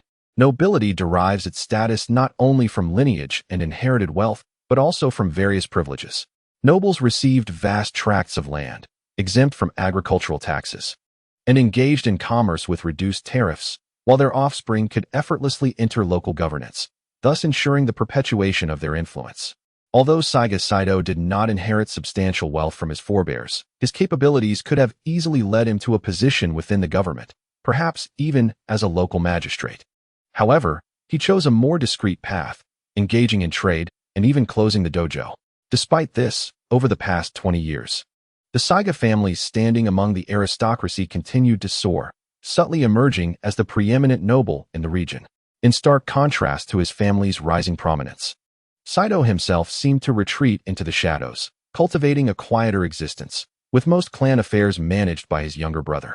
While his own reputation waned compared to that of his sibling, several years prior, escalating tensions among nations resulted in an influx of refugees into the land of Ji, including numerous rogue ninjas. Many of these individuals, driven by desperation, resorted to malevolence. A local noble, having suffered defeat in commercial rivalry against the Saiga family, harbored jealousy and sought to exploit the situation, intending to use the ninjas to undermine Saito and seize his assets. Recognizing Saito's formidable reputation, the noble was cautious not to confront Lingi village directly, instead capitalizing on the chaos wrought by the rogue ninjas. What he did not anticipate was that this carefully orchestrated scheme would not only revive the long-dormant Saiga Saito, but also lead to his own family's ruin. After a decade of concealment, Saito's sword was drawn once more, and his prowess shone brightly. Whispers spread that his ancestral techniques had reached unparalleled heights, surpassing even his predecessors. The strength of his swordsmanship, capable of dispatching several rogue ninjas, was a testament to his extraordinary skill. It became evident that sheer martial prowess could indeed counteract ninjas, provided one could attain astonishing speed, compelling them to falter in their techniques. Yet, how formidable is Saiga Saito's swordsmanship? While the answer remains elusive, proof of wrongdoing must be established before any accusations are made. Though it is certain that the Saiga family harbors transgressions, the magnitude of these offenses must be substantiated through evidence. Arbitrary actions could unjustly condemn the innocent. Cheeto scrutinized Saiga Saito, the weight of information swirling in his mind. His expression grave. Saiga Saito met the youth's piercing gaze without flinching, furrowing his brow in apparent confusion. What does Cheeto leader imply? Do you suspect the Saiga family of involvement in these crimes? Are you suggesting that we are a fish that has slipped through the net? As he spoke, realization dawned upon him, his eyebrows shooting up as indignation colored his tone, embodying the expression of someone unjustly accused. His acting skills were commendable. Chientu chuckled lightly, his expression resembling that of an uninformed child, as he earnestly remarked, "Indeed. Is the Kaida family not implicated?" Upon finishing his statement, he straightened up to gaze at Kaida Weifeng, then glanced at Kaida Weishin, his eyes devoid of any goodwill. Kaida Weifeng replied, "If Chief Qiantu possesses evidence of the Kaida family's wrongdoing, then, of course, we shall surrender and confess, but in the absence of such evidence, it is prudent to refrain from making unfounded accusations. Although Chief Qiantu holds a high status and considerable strength, it would be unwise to indiscriminately tarnish the reputation of noble families. Otherwise, I would be compelled to lodge a complaint with the daimyo." Qiantu laughed. "Once a crime exists, evidence will inevitably surface. My visit to the Kaida family is merely to offer you an opportunity. The law stipulates that a voluntary confession can result in a reduced sentence, and for nobles, the leniency could be even greater. Shouldn't the head of the Kaida family seize this chance? You must understand, now that the investigation team has arrived, there is little hope for evasion. Indeed, I appreciate Chief Qiantu's good intentions, but the Kaida family has never engaged in any unlawful activities and thus has no need for such an opportunity." Kaida Weifeng remained steadfast. Qiantu paid little heed to his defiance, instead nodding in acknowledgement. It seems the crime is not insignificant. He did not direct his gaze at Kaida Weifeng while uttering this. Yet his voice was far from a whisper. If one is unwilling to seize a chance for leniency, does it not imply that their guilt is so profound that even a reduced sentence would bear little significance? Kaida Weifeng's eyes flickered at the words. Chief Qiantu appeared not to be a mere visitor. The questions he sought had been answered, and it was likely he did not wish to linger in this murky domain in your eyes. He hoped that in the future, Chief Qiantu would vindicate the Kaida family's innocence, and upon his next visit, they could enjoy a proper cup of tea together. He no longer felt the need to entertain, as the tea had lost its flavor, and with an expression of indifference, he issued an invitation to depart. "Since the head of the Kaida family is unwilling to heed my counsel, it is indeed best that we take our leave." As Qiantu rose, he was about to turn away when a thought struck him, prompting him to halt and declare, "By the way, I have heard that the head of the Kaida family is a master of the sword, possessing extraordinary skill. I have long been aware of your reputation.